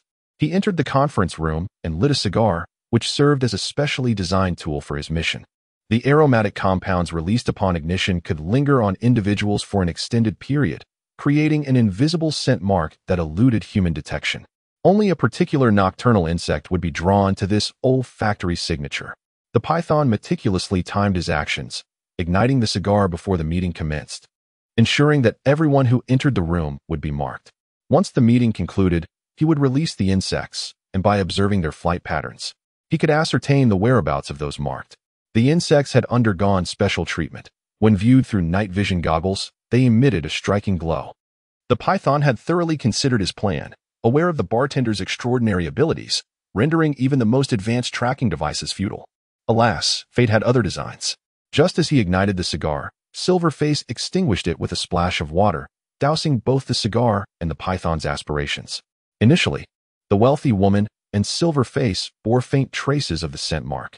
After reporting the meeting's details to his informant, the informant proposed a substantial fee for him to eliminate the wealthy woman. The python executed his plan, releasing the insects and estimating their trajectory, seeking out several scapegoats to implant parasitic entities for control, believing his strategy to be foolproof. Yet, the assassination mission ended in utter failure. I no longer wish to take risks, the python declared, falling into a contemplative silence. If you perceive danger, you may refrain from acting for the time being and focus solely on relaying intelligence. The voice in the communicator softened its tone. The presence of the wealthy woman poses a threat to us. Thus, I am eager to address the situation. My miscalculation of the strengths of both the affluent lady and the silver-faced individual led to the failure of the mission. I bear my share of the responsibility. And this is indeed my oversight. The python hesitated, yet I shall add an additional 5 million. The voice in the communicator remained remarkably calm. stating that once you achieve success and withdraw, you may take this sum and go wherever you please. It is not money that I lack. You fail to comprehend, replied the python. After a moment of contemplation, the individual on the other end proposed, add a vial of divine blood. The python was taken aback. Your innate potential has reached its limit. The path of an awakened one halts here. Throughout your life, you will remain at the C grade, unable to ascend to a higher echelon. The person spoke with gentle persuasion, suggesting that when you see no hope along the path of the awakened, you may choose an alternative route to begin anew. You know what that path entails. The blooded. The python's eyes widened in shock. Indeed, by consuming the divine blood and becoming blooded, you may gain greater strength. The individual continued, asserting that if you become sufficiently powerful, the mechanical dawn would be unable to contend with you. I have heard that those who are blooded have a chance of transforming into monsters.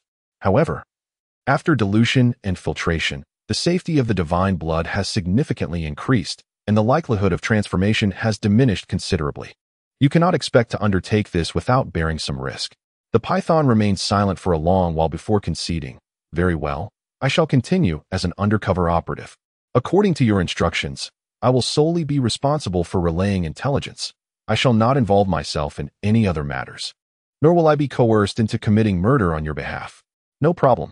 The individual spoke with an air of tolerance, insisting that more details about the wealthy woman were required. Her height, physical characteristics, voice, anything that could be elaborated upon. The ball python pondered for a moment. The wealthy woman possessed a voice changer, rendering her true voice indiscernible. Her height appeared to be approximately 175 centimeters, and her gender remained ambiguous. Gender ambiguous? The individual was taken aback. The gender connotation of the alias wealthy woman was glaringly evident. Yet it could very well be a smokescreen. The true identity of the wealthy woman might indeed be that of a man, with a height of 175 centimeters. One could convincingly claim either gender. And what if the wealthy woman had deliberately donned a false bosom for the sake of disguise?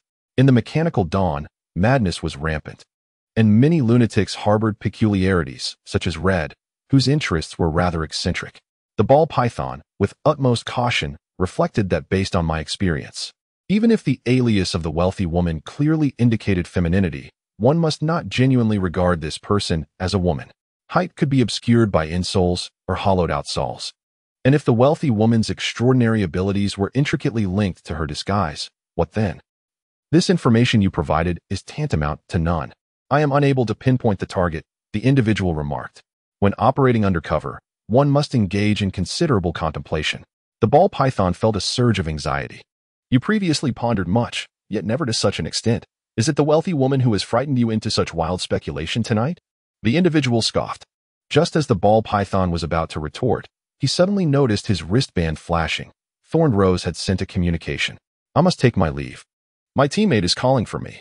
The ball python deactivated the communicator and, using his customary boisterous voice, addressed his wristband. Hello, Chief.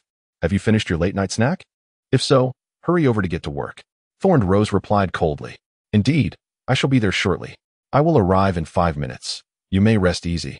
My dear leader, the python exclaimed. After disconnecting the communication, he slapped his fleshy face and straightened his back, invigorated like a rooster at dawn. He mounted his motorcycle and sped off in search of the thorny rose. This room is quite pleasant, thought Emian, glancing around. Wei Xin opened the wardrobe, discovering it brimming with an array of garments, from casual streetwear to formal suits, everything one could desire. Adjacent to it was a compartment filled with an assortment of cosmetics, presumably for the convenience of the organization's members to disguise themselves. She pulled out a garment and knocked on the bottom of the wardrobe. The wood emitted a hollow thud. Upon inspection, she uncovered a secret passage. Red had mentioned that this passage led directly to the labyrinthine city sewers, serving as an escape route. Emian tore open a can of fruit and sat cross-legged on the floor to eat. The emergency rations in the safe house were all canned goods, and there were separate boxes for medical supplies and weaponry. Behind a painting on the wall, a safe contained bars of gold. In the second world, cash was obsolete, yet gold, as a precious metal, remained in circulation, serving as hard currency in the black market. How will you commute to work tomorrow morning? Emian inquired. I shall traverse the secret passage, Wei Xin replied, sitting on the bed while studying the map of the sewer routes. She glanced at the time. It was now 3 in the morning. If she continued this relentless cycle of day and night, she would inevitably succumb to exhaustion. Where shall I sleep? Emian asked. On the floor? Wei Xian suggested. Emian had no objections. During his rest at Wei Xian's home, he had never anticipated sleeping in a bed. After finishing the canned food, Emian spread a blanket on the floor, reclined her body, and wrapped herself in it, preparing to sleep. Wei Xian turned off the light and lay on her bed. As she reflected on all the individuals she currently knew, she realized that Emian was, surprisingly, the most trustworthy. The next on her list was Red. Red was aware of Wei Xian's true identity and the burden she carried. He knew her address and was cognizant of her position within the investigation department, making it quite simple for him to eliminate her. If Wei Xian were to choose the person she found most suspicious, it would be the Python. His erratic behavior and seemingly foolish demeanor raised her suspicions. The Python did not appear to be intentionally feigning ignorance. His actions seemed entirely natural, devoid of any signs of performance. Yet, Wei Xian harbored an inexplicable sense of mistrust towards him. She pondered deeply, introspecting to determine when her aversion to the Python had begun. Wei Xian detested the scent of cigar smoke. Lying in bed, she found herself unable to sleep, prompting Emian to inquire softly, "Why aren't you asleep yet? Your breathing is quite loud." Wei Xian replied, "I can't help it." Emian responded, "I'll try to breathe more quietly."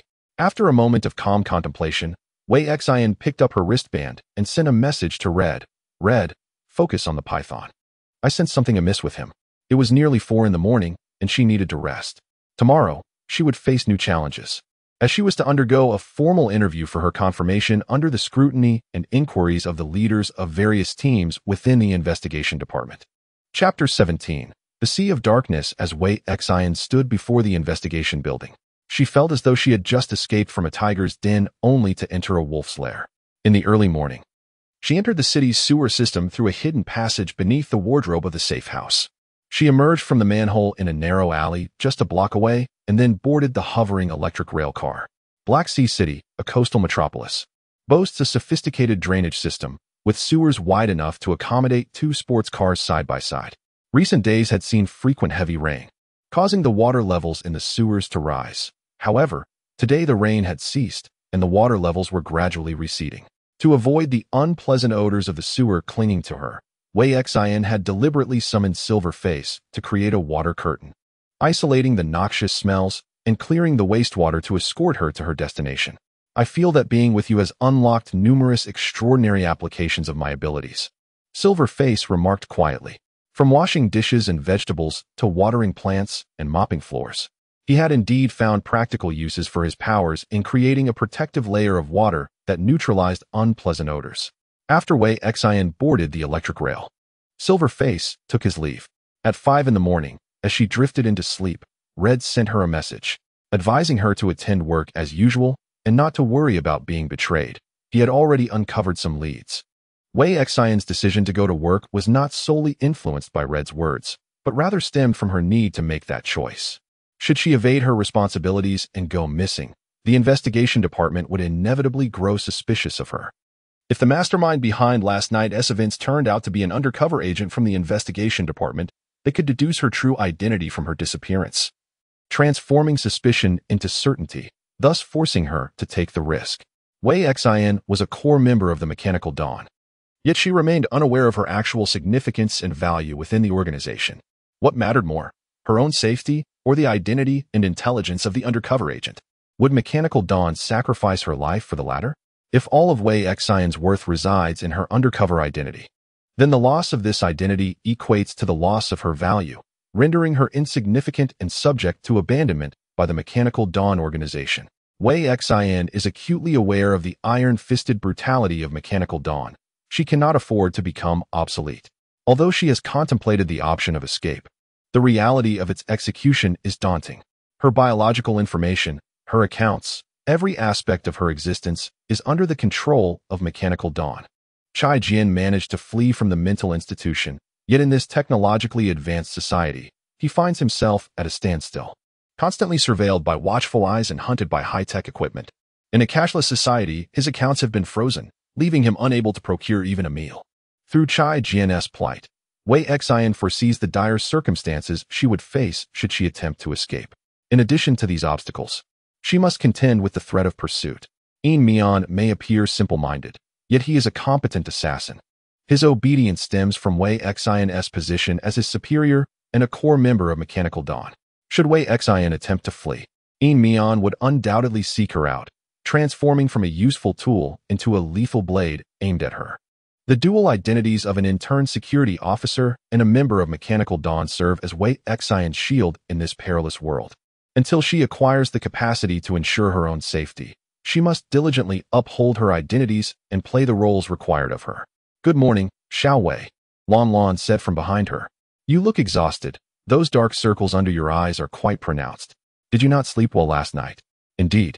I hardly slept at all," Wei Xin yawned as she stepped into the elevator. "Would you like some coffee? I can brew a cup to help wake you up." Lan remarked. "No need. It's too bitter." Wei Xin pressed the elevator button. "There are tea bags in the lounge. I'll just brew a cup." Lan chuckled. "Is it the impending interview that has you so anxious that you can't sleep?" Wei Xin sighed, acknowledging that it was indeed a contributing factor. The elevator featured an electronic screen displaying the time, 7:58. The office hours for the inspection department commenced at 8, and in nearly an hour, she would be facing her interview. As Wei Xin exited the elevator, her communicator beeped. Lan's communicator chimed as well. He pulled it out to check. "Adam has sent today's work schedule. Let me see. Excellent. No tasks assigned, no fieldwork required." Typically, when the team needed to undertake urgent assignments, Adam would promptly inform the team members through the internal broadcast of the inspection building. Conversely, if no missions were to be executed, the day's work arrangements and training plans would be dispatched via email to each member's personal communicator for perusal. Wei Xin opened her email and, as anticipated, found her interview scheduled for the day. No training, no fieldwork, only the singular interview. Should she fail, she would lose her job, thus. There was no need for further task arrangements. "I'm heading to the tech room now. Good luck with your interview." Lan raised his hand. After a moment's realization, Wei Xin understood that Lan sought a high five and raised her hand in response. Clap. Their palms met in a cheerful exchange. Lan turned to leave, while Wei Xin contemplated how to best utilize the next hour. Should she practice shooting in Area A or catch up on some sleep in the lounge? Before she could gather her thoughts, Adam interjected. "Intern Security Officer Wei Xin, your interview time has been rescheduled. Please report immediately to room 5313 on the 5th floor. Your interviewer is awaiting your arrival." Wei Xin, taken aback, inquired, "Why has it been changed?" Adam replied, "Due to a temporary reassignment, I am unable to provide further details. Please proceed to room 5313 for your interview, without delay." "Understood," Wei Xin responded, turning to press the elevator button. It is not uncommon for the investigation department to encounter sudden tasks and unforeseen circumstances. It was likely that her interview time conflicted with the schedule of a particular interviewer, prompting the alteration. As the elevator ascended, Wei Xin took a moment to steady her breathing. Once the doors opened, she stepped out with measured grace, entering the corridor. "Please follow the green indicator lights," Adam instructed, guiding Wei Xin toward room 5313. As she traversed the long hallway, she paused before room 5313. The metallic door opened silently, and she entered. Before her lay a long black table, behind which sat 4 individuals, 2 men and 2 women. One was a man with salt and pepper hair and a composed demeanor, clad in a suit with neatly styled hair and gold-rimmed glasses. The second was a middle-aged woman with a stern yet capable presence reminiscent of a head teacher, and the last was an elegant woman with voluminous, dyed red waves. In an instant, Wei Xin matched the faces to her mental database. The man with the graying hair was Chen Dongchong, the leader of the logistics support team. The young man with gold-rimmed glasses was Gong Zian, the head of the information technology team. The middle-aged woman, embodying the essence of a high school head teacher, was Wei Ji, the leader of the field operations team and Wei Xin's direct superior along with Xu Shuyao. The final woman with red hair is none other than the renowned leader of the criminal investigation team, Jiang Mimi. "Wei Xin, is it?" Wei Ji inquired. "Please, have a seat." "Yes, esteemed leaders," Wei Xin responded as she settled into the chair, facing the 4 interviewers. Wei Ji nodded and, with a professional demeanor, stated, "Xu Shuyao has submitted your formal application for confirmation. I have reviewed your internship performance and field records. You are indeed an exceptional individual. However, whether you can remain in the investigation department will depend on your forthcoming interview." "I understand. I am prepared," Wei Xian replied, bracing herself. Wei Ji, possessing a bearing reminiscent of Wei Xian's former homeroom teacher, spoke in a similar tone. Although she had initially managed to stabilize her emotions, Wei Ji inadvertently reignited Wei Xian's anxiety. The harrowing experience of her senior year had left an indelible mark. With the fear of being caught dozing off in class and suddenly encountering her homeroom teacher looming ominously in her memories, Jiang Mimi's manner of speaking evoked thoughts of Yang Xingyun from the psychological therapy office, and upon closer inspection, Wei Xian noted a certain resemblance between Jiang Mimi and Yang Xingyun. Could they possibly share a familial connection? Chen Dongchong, the leader of the logistics support team, asked, Are you adapting well to the investigation department, Wei Xian? When silent, he bore the air of a person of great authority, yet upon speaking, he transformed into a figure reminiscent of a benevolent elder. Wei Xian felt the tension within her begin to ease. As long as I speak the truth, everything will be fine, she thought. I believe I am adapting reasonably well. I am capable of handling most tasks, though a few have proven less than perfect due to my inexperience. I acknowledge that my mindset requires further adjustment. Wei Xian asserted, I will strive to overcome these challenges. Do you wish to remain in the investigation department? Chen Dongchong inquired. Indeed, Wei Xian replied, carefully choosing her words. However, this position occasionally entails considerable danger, and I find myself apprehensive about the potential for injury or even loss of life. Jiang Mimi asked, You fear for your life, yet still wish to work here? Setting aside the inherent risks, I believe that being a security officer is a commendable profession, offering generous compensation, ample opportunities for advancement, and delightful colleagues, Wei Xian candidly expressed. If I could secure a civil service position in the first world, it would be a dream come true. The investigation department, affiliated with the Federation, is a legitimate governmental body, with remuneration significantly more favorable compared to other sectors. If Wei Xian were a native of the second world, this role in the investigation department would indeed be her optimal choice. We have reviewed your family background, stated Gong Zian, the head of the information technology team. You have incurred substantial loans to attend university, have you not? Gong Zian pointedly observed. Your motivation to remain in the investigation department is primarily financial, correct? Wei Xian pondered for a moment. As someone from a less privileged background, she understood the immense importance of a stable and well-paying job. However, financial gain was not her principal reason for wanting to stay. Please elaborate, Gong Zian prompted. My desire to remain stems from the fact that this is, in my view, the best choice available to me. In the investigation department, I have the opportunity to acquire knowledge and enhance my capabilities. I receive a salary, and there is mutual care among colleagues, creating a pleasant work environment. Aside from the considerable work risks and psychological pressures, I find much to be satisfied with. It is challenging for me to envisage a better path, which is why I choose to remain here. Wei Xian smiled a bit bashfully and apologized. Stating that she was being rather candid, she identifies as a pragmatist. Most individuals in the investigation department share this pragmatic approach, and I do as well. Gong Zian adjusted his gold-rimmed glasses, acknowledging that while the brilliance of idealism is indeed striking, it is grounded perseverance that enables one to journey further. The expressions of the four interviewers revealed no discernible anomalies, allowing Wei Xian to maintain her composure. She believed she had answered satisfactorily thus far, without revealing any suspicious points. As a time traveler, Wei Xian can convey a portion of the truth. Were her original self present, she would not have been able to speak so openly in response to the previous inquiries. Chen Dongchong stated, We have a set of evaluation criteria for determining whether an intern qualifies to become a formal employee, with psychological assessment being of paramount importance. Are you referring to stress resistance and mental well-being? Wei Xian inquired. Indeed, Chen Dongchong replied, his voice resonant. You should be aware of the dangers inherent in our work. I have heard that you sustained an injury that necessitated the replacement of your skull with a metal implant. The metal implant serves its purpose well, providing excellent protection for my head, Wei Xian remarked.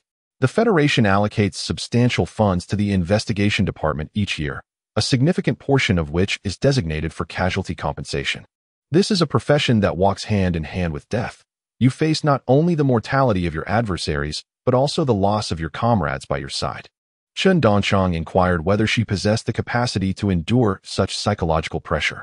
Wei Ji fixed her gaze upon Wei Xian's eyes. Shu Suyo submitted your records. You committed your first murder not long ago, targeting 2 robbers on Anning Street. She continued, I admit that my reaction on Anning Street was excessive. The optimal course of action was not to take a life, and I recognize that. Your second victim was the mentally ill fugitive, Chai Jian? Wei Ji asked. Indeed. Kuai Xian replied. What was the sensation of your first murder? Wei Ji probed. How did the feeling of the second murder differ from the first? She continued. The second time was even more disorienting than the first, Kuai Xian murmured, yet I was more assertive. I fired the weapon with intent, consciously engaging in thought and judgment. And after careful consideration, I resolved to deprive Chai Jian of his life. I do not regret my actions. Wei Ji's tone softened subtly. You possess a reverence for life, which is commendable. An excess of rationality turns to coldness, while an overflow of emotion leads to weakness. It is crucial to maintain a clear boundary between reason and sentiment, and that is what you must achieve. I understand. Thank you for your guidance, Kuai Xian replied softly. Have you visited the psychological counseling room? Jiang Mimi inquired. What was your experience with psychological guidance like? I have, and Director Yang is exceptionally kind. Conversing with him is quite relaxing. I appreciate the decor of the therapy office, Kuai Xian remarked with a hint of humor. If I ever have an office of my own, I shall consider Director Yang's design style. Jiang Mimi chuckled softly and remarked, You are quite an intriguing individual, Wei Xian. May I be so bold as to inquire whether you are related to Director Yang? Wei Xian, perplexed, responded, You bear a striking resemblance to Director Yang, both in appearance and manner of speaking. I am his cousin, Jiang Mimi replied. He studied psychology at university, while I specialized in criminal psychology. He has become a therapist, and I have taken on the role of a security officer. Ah, I see, Wei Xian said. Some individuals are quite resistant to psychological counseling and therapy, especially those with dominant personalities who have achieved success in certain fields. They stubbornly believe that mental illness is inconsequential. However, psychological treatment is indeed necessary. While they may possess robust physiques and exceptional intellects, they do not necessarily have invulnerable spirits. People often refuse to reveal their vulnerabilities in front of others. Jiang Mimi added, Our investigation department has many such obstinate individuals. Do not emulate them. Seek help from the psychological counseling office whenever you face issues. I shall remember your advice. Wei Xian responded. Gong Xian turned to Wei Xian and inquired, Do you have any goals you wish to achieve? Wei Xian replied, I do not have any long-term goals at present. My short-term objective is to perform my duties diligently, strive for progress, and study earnestly. One must be pragmatic. We cannot focus solely on the immediate. We must keep our sights set on the long term, Gong Xian advised. Jiang Mimi interjected with a smile. I quite like you. Wei Xian, once you are officially employed, would you consider transferring to our criminal investigation team? Your specialty lies in forensic technology, and I see that your grades are commendable, with a solid theoretical foundation. Wei Ji raised an eyebrow and remarked, Are you already trying to poach him? One must not consider transferring. Wei Xian thought alertly. She concocted an excuse. I informed Captain Shu that I would not apply for a transfer unless the captains of other teams demonstrated compassion for their subordinates. A trace of amusement flickered across Wei Ji's serious face. Jiang Mimi feigned regret, saying, What a pity, Wei Xian. Chen Dongchang's communicator vibrated. He glanced down and immediately rose, saying, I have a task to attend to, esteemed colleagues. He offered a brief nod to bid farewell to his peers in the conference room before striding out. The interview could conclude. Jiang Mimi remarked that the early commencement of the interview was due to time constraints, as most of them had tasks to execute, making it challenging to gather together. She checked the time and stated, I must attend to other matters now. Unable to restrain herself, Wei Xian inquired, Does this mean my interview was successful? Indeed. Jiang Mimi replied with a radiant smile, Congratulations on officially joining the investigation department, Wei Xian. Wei Ji also smiled slightly, adding, You performed admirably, Wei Xian. Shortly, your information in the investigation department will be updated, and your citizen level will be elevated from level 4 to level 3. Gong Xian welcomed you to the team. The citizen level is of significant importance. Based on one's citizen level, individuals enjoy varying welfare benefits in society. For instance, when seeking a loan from a bank, those with higher citizen levels often find it easier to obtain low-interest loans, and there are different degrees of preferential treatment regarding the disbursement of pensions and insurance services.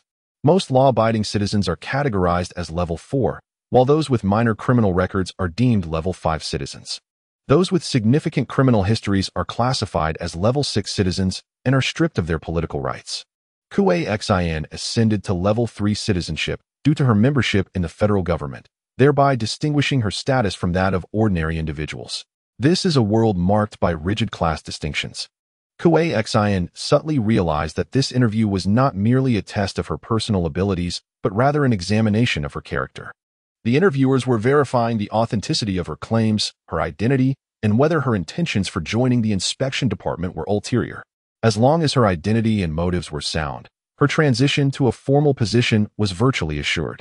Wei Ji approached Kuei Xin and said, "Go find your captain. He will provide you with formal member training." Training? Kuei Xin was taken aback. "Yes, training," Wei Ji replied with a knowing look.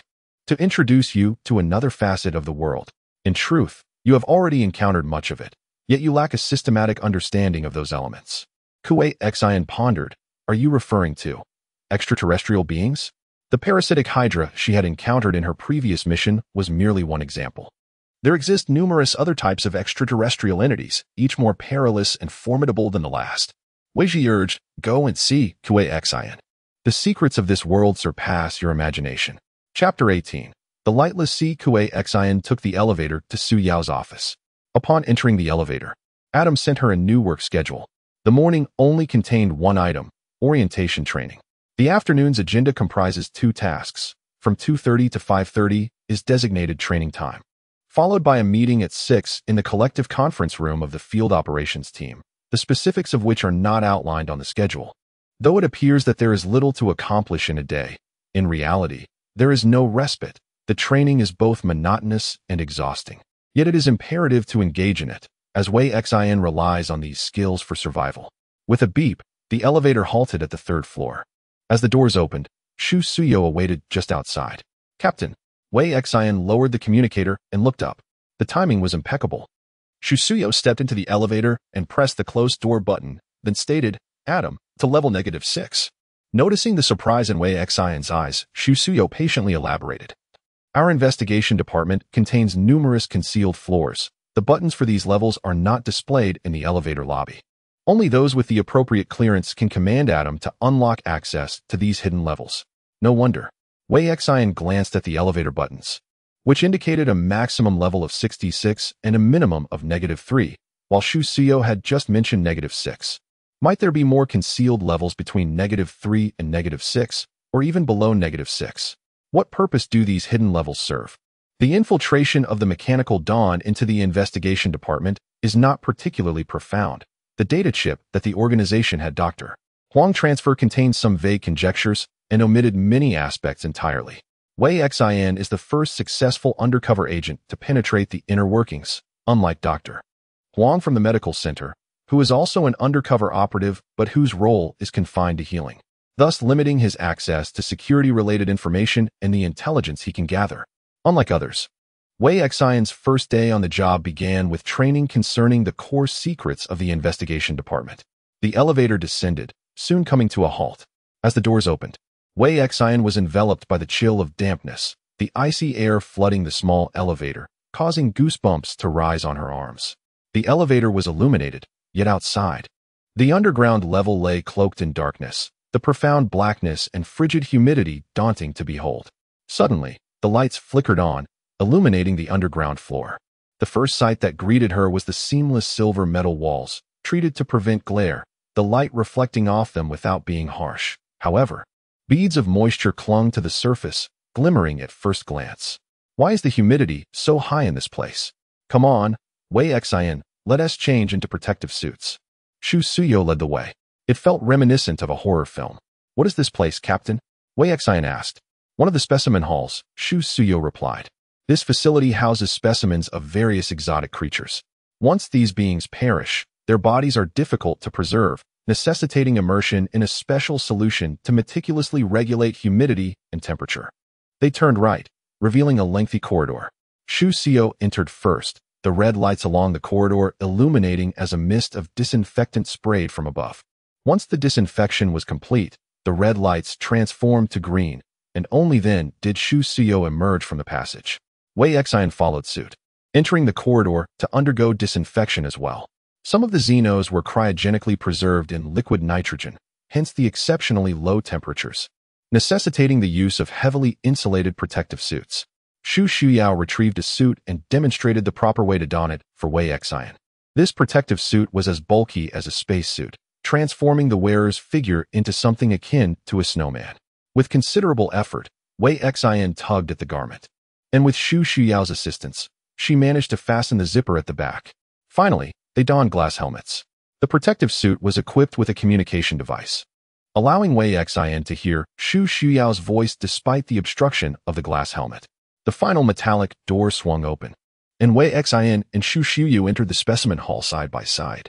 There, she was met with an immediate and shocking sight. Pale human bodies were submerged in transparent glass jars filled with a pale green solution. The heads of these bodies were missing, replaced by coiling, dark red tentacles that emerged from the neck and floated silently in the verdant liquid. This specimen was merely the prelude to the horrors that followed. Wei Xian turned her head and saw that the glass jar to her left contained half a human body, parasitized by an alien creature. It had been bisected, providing a clear view of the deformed and mutated human cross-section, with organs such as the heart and intestines distinctly visible. Try not to vomit inside the protective suit, Xu Xiao cautioned. Wei Xian averted her gaze and managed to say, I didn't eat much this morning. I won't throw up. You're a relatively composed newcomer, Xu Xiao remarked. Lan Lan threw up the first time she saw this, and it was inside the protective suit. Did he tour the entire facility wearing a suit full of vomit? Wei Xian inquired. Poor Lan Lan. Wei Xian uttered a few words to divert attention, and I felt considerably better. I have observed the parasitic hydra. Its tentacles are transparent, and the visual impact is tolerable. However, these dark red appendages are grotesque, malevolent, and uncanny, far more repulsive than those of the parasitic hydra. This creature, known as the red thorn hunter, exhibits a temperament even more ferocious than that of the parasitic hydra. Those unfortunate humans it infests rarely survive beyond 3 days, meaning it necessitates a new host every 3 days. Xu Xiao pointed to the glass jar, indicating the label below. Wei Xian leaned closer to inspect, whereupon the label detailed the specimen's specific information: species, red thorn hunter, status, growth stage, date of creation, February 19, 2083, executor, Wei Ji. Wei Xian was taken aback. So many lives lost. Had the inspection department not discovered this? The red thorn hunter had boarded a smuggling vessel, which contained over 20 individuals, all serving as its sustenance. By the time the vessel drifted near the Black Sea city, only one person remained alive, barely clinging to life, until the coastal security team discovered his ship. Xu Xiao gazed at the pallid human remains within the glass jar, noting that the sole survivor had since perished. His corpse now resided within the specimen jar before us. He recounted this bloody tale in a calm tone, revealing a disconcerting familiarity with such horrors. You just mentioned it is in the growth stage? Wei Xian inquired. Indeed. The sequence is larval, growth, and mature stages, Xu Xiao replied. Follow me. He navigated around several specimen jars and approached a massive metallic cabinet lying horizontally, reaching out to open its sealed lid. A chill, enveloped in white mist, escaped from within the cabinet, revealing a substantial block of translucent ice, inside which was encased a small, translucent parasitic hydra, reminiscent of a jellyfish, soft and innocuous, roughly the size of a fist. Su Yao swiftly closed the cabinet door. Sealing it shut, the parasitic hydra would dissolve upon death, and the ice would prolong the specimen's preservation. He then opened another metallic cabinet nearby, which housed the growing form of the parasitic hydra, the very one we had encountered that day. This specimen, akin to the red thorn hunter, had its tentacles connected to a human torso, grotesque and sinister, akin to an alien species. The tentacles, encased within the ice, appeared particularly rigid and distorted. They were not devoid of vulnerabilities. Parasitic hydras were averse to fire and could not survive without water. Wei Xian mentioned that the flamethrower on the police vehicle could inflict severe damage upon them, adding that their usual habitats were near the coast, rarely venturing into urban interiors. As Lan Lan had informed me, indeed, aquatic alien creatures generally possess the weaknesses of fearing fire and being reliant on water, which accounts for their lack of proliferation within urban environments.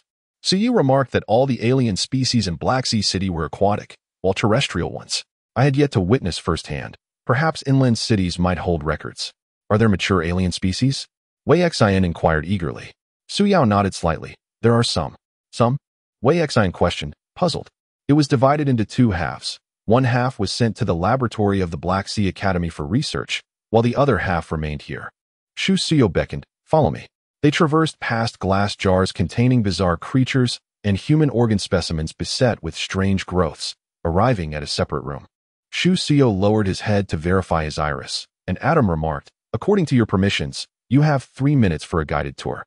The metallic door swung open, releasing an intense chill that penetrated even through their thick protective suits, rendering the storage freezer for parasitic Hydra utterly inadequate in comparison. As Wei Xan stepped inside, she was struck with awe.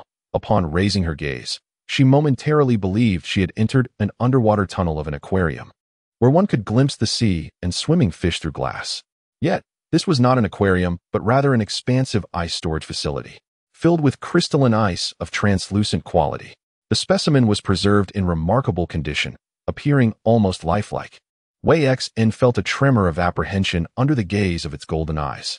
Regrettably, this specimen was only half intact, compelling her to imagine its former living form through this singular portion of its body. The Kraken, Shu Suyo stated, "Astonishing, isn't it?" In folklore, this sea leviathan was believed to exist in the depths of the ocean, where, in times of lesser technological advancement, people held the conviction that a creature known as the Kraken would drag ships beneath the waves to feast upon those aboard. Shu Suyo stated that the legends hold a kernel of truth. The creature known as the Kraken is, in fact, an extraterrestrial being. However, contemporary society has largely dismissed the existence of these marine monstrosities. The Bureau of Investigation discreetly eradicates such beings to uphold the order of human civilization. Could it be that the name of the cargo ship, which carries mysterious goods, is derived from this folklore? How did the Bureau manage to successfully eliminate such a terrifying entity as the Kraken? Wei Xan inquired. Shu Suyo replied that this Kraken was not slain by the Bureau. It had perished naturally and was washed ashore. The Kraken does not require human hosts. It is capable of hunting independently, although it occasionally preys on humans. As time passed, Shu Suyo led Wei Xan out of the cold storage. Is the Bureau's preservation of extraterrestrial specimens solely for educational purposes? Wei Xan pondered, expressing concern over the expenses involved. Maintaining temperature and humidity, along with continuous liquid nitrogen freezing, must consume vast resources. Surely, similar educational outcomes could be achieved through images and holographic projections? Wei Xan contemplated, surmising that the true motive must still be research. "Captain, you mentioned the Black Sea Academy. Is the Academy also engaged in the study of extraterrestrial life forms?" "Indeed, that is correct," Shu Suyo affirmed. "Having completed our visit to the specimen hall on the 6th floor below ground, we shall now proceed to the 5th floor, where there are additional matters I wish for you to comprehend. Adam, let's head to the 5th floor." Shu Suyo glanced at the elevator clock, noting that we still had ample time. As the elevator ascended, the doors opened in mere seconds. "Will protective suits still be necessary for this visit?" "That thing is quite difficult to wear," remarked Wei Xan. "No need for that anymore, but we do require sterile dust-proof suits," replied Shu Suyo. This time, the entry process was considerably simpler.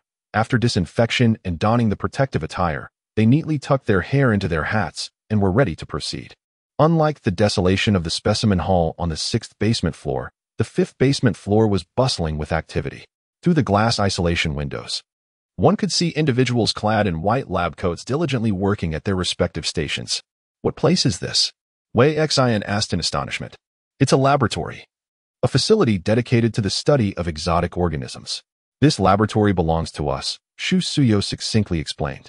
"The investigation department collaborates with numerous institutions, such as the Biotech Laboratory of the Black Sea Academy, the Federal Government's Cell Research Institute, and various research divisions under private consortiums. These research entities share a common focus on exotic organisms." Wei Xan surveyed the laboratory and inquired, "Are they researching how to combat them?" "Not merely that," Shu Suyo replied with a knowing glance. "Their primary objective is to extract value from these entities." Leading her deeper into the laboratory, Shu Suyo said, "You'll see for yourself." An older researcher noticed Shu Suyo and greeted him. "Ah, Xiao Shu, bringing in a newcomer?" "Yes, please continue with your work." "Will only take 10 minutes, Shu Suyo responded politely.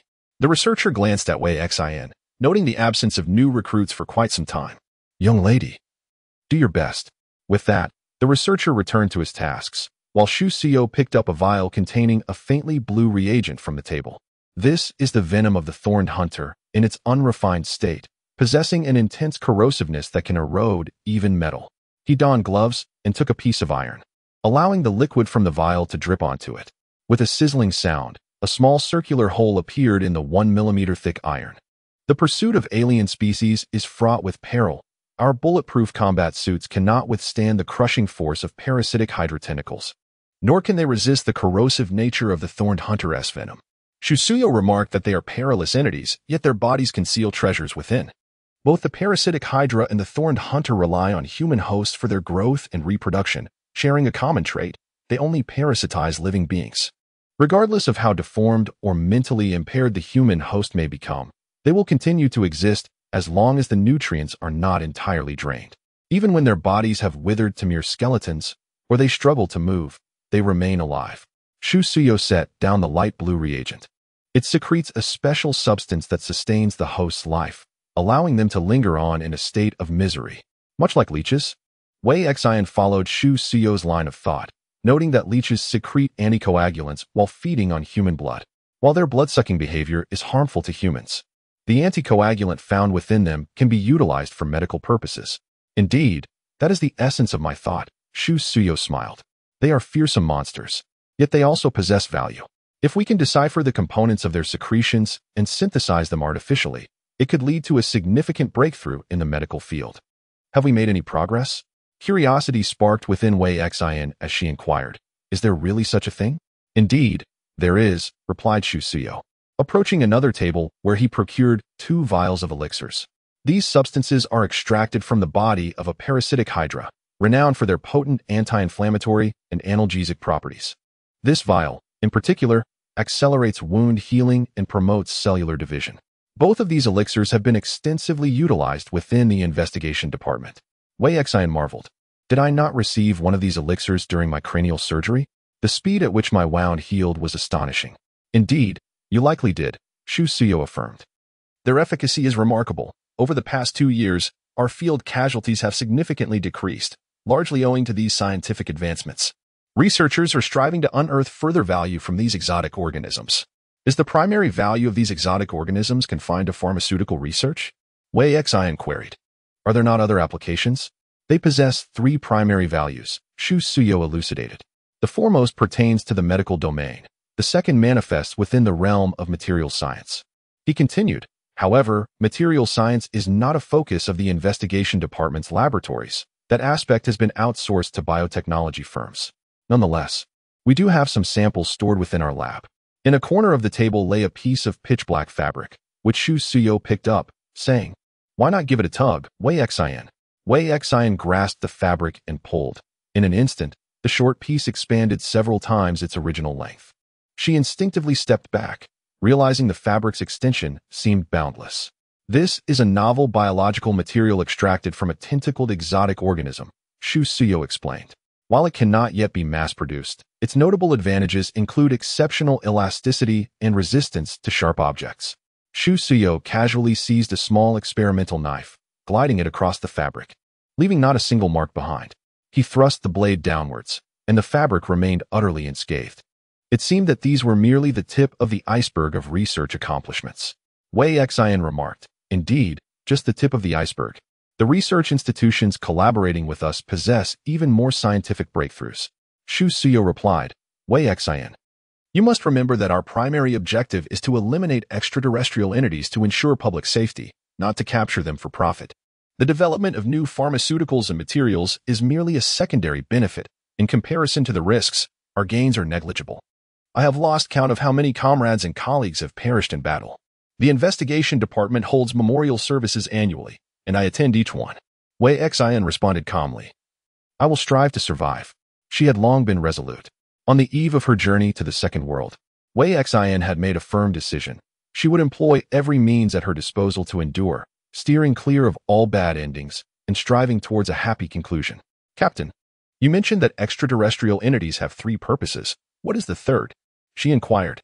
Shusuyo patted Wei Xian on the shoulder, saying, "Come with me to the 3rd basement. You will soon understand." "The 3rd basement?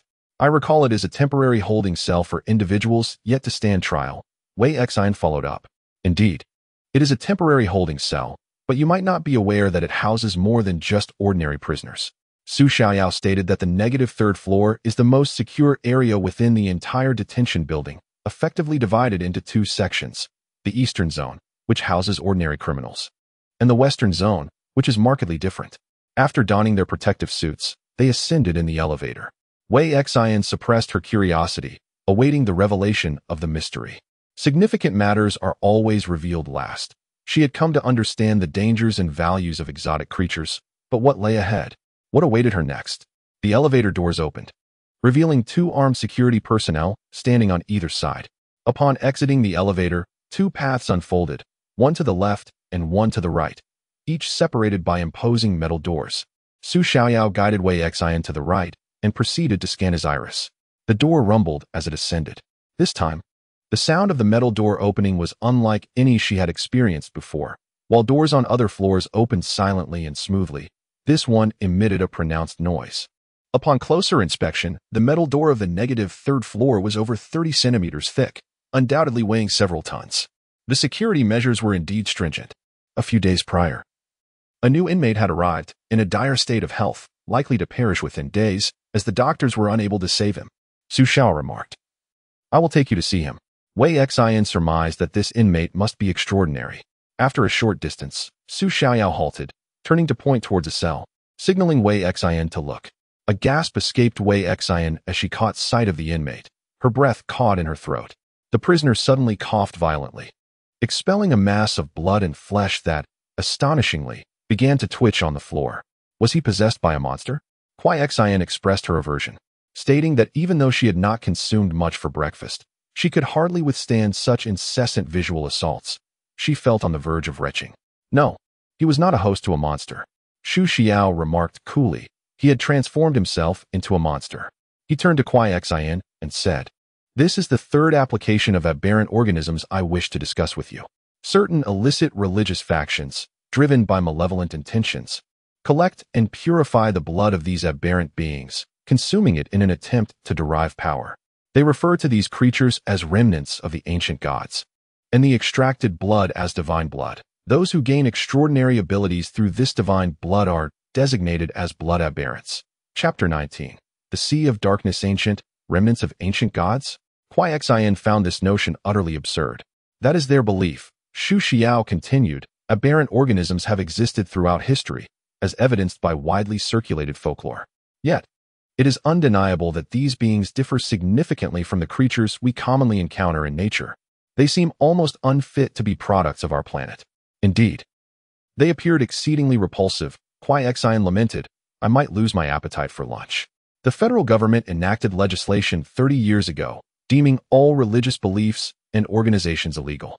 The era of chaos and ignorance has come to an end.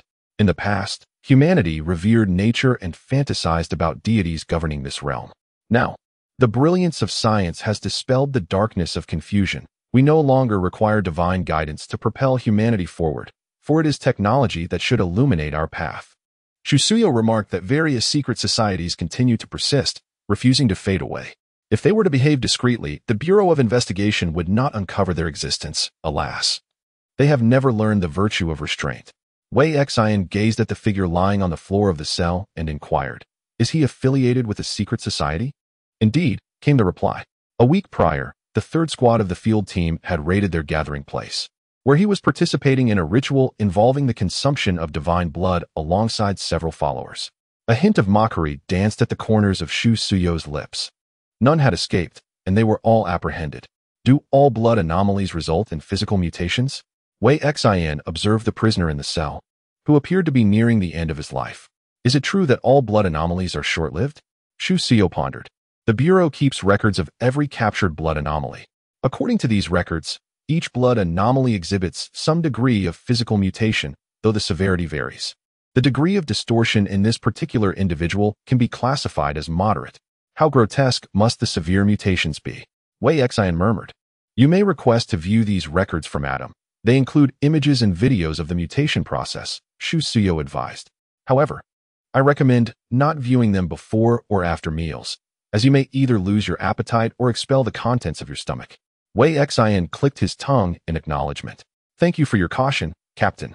We have not conducted any research on the lifespan of blood anomalies. What I can tell you is that none of the aberrant blood-bearers we have captured have survived beyond a month. Shu Suyo remarked that this transformation is irreversible. Both the doctors and the prisoners can only helplessly witness their bodies gradually morphing into grotesque monsters, ultimately becoming unrecognizable. It is truly terrifying. Kuei Xian exhaled, pondering whether such a tremendous cost has granted them extraordinary abilities. Perhaps it has. Shu Suyo noted that through observation and experimentation, we discovered that the recovery of the aberrant blood-bearers from injuries is remarkably swift, even surpassing that of high-level awakeners with exceptional physical attributes. Their physical strength has also enhanced, reaching 2 to 3 times that of an ordinary person. This data is solely derived from those aberrant blood-bearers we have apprehended. However, the price for acquiring these abilities is a rapid decline in their lifespan and bodily distortion. From the current records, it appears they do not manifest the diverse extraordinary abilities seen in awakeners. Their enhancement is limited to physical prowess. Is there truly no individual who has managed to survive? Kuei Xian questioned, noting that their sacrifices and gains are fundamentally disproportionate. Why do they continue to consume divine blood in droves? Those who believe in science cannot fathom the fervor of religious devotees. Perhaps, in their eyes, it is worth it. Shu Suyo conjectured that there may be individuals who have successfully survived after consuming divine blood. During the interrogation of these aberrant blood-bearers, they express unwavering conviction in this belief, asserting that their failures stem from the gods not accepting them. They perceive their deaths as offerings of blood, flesh, and spirit to the ancient deities, aiding the slumbering gods in their revival. Wei Xian pondered, are the surviving individuals endowed with extraordinary abilities, each manifesting differently like the awakened? Cannot we capture one for interrogation? It is difficult. They are adept at evasion.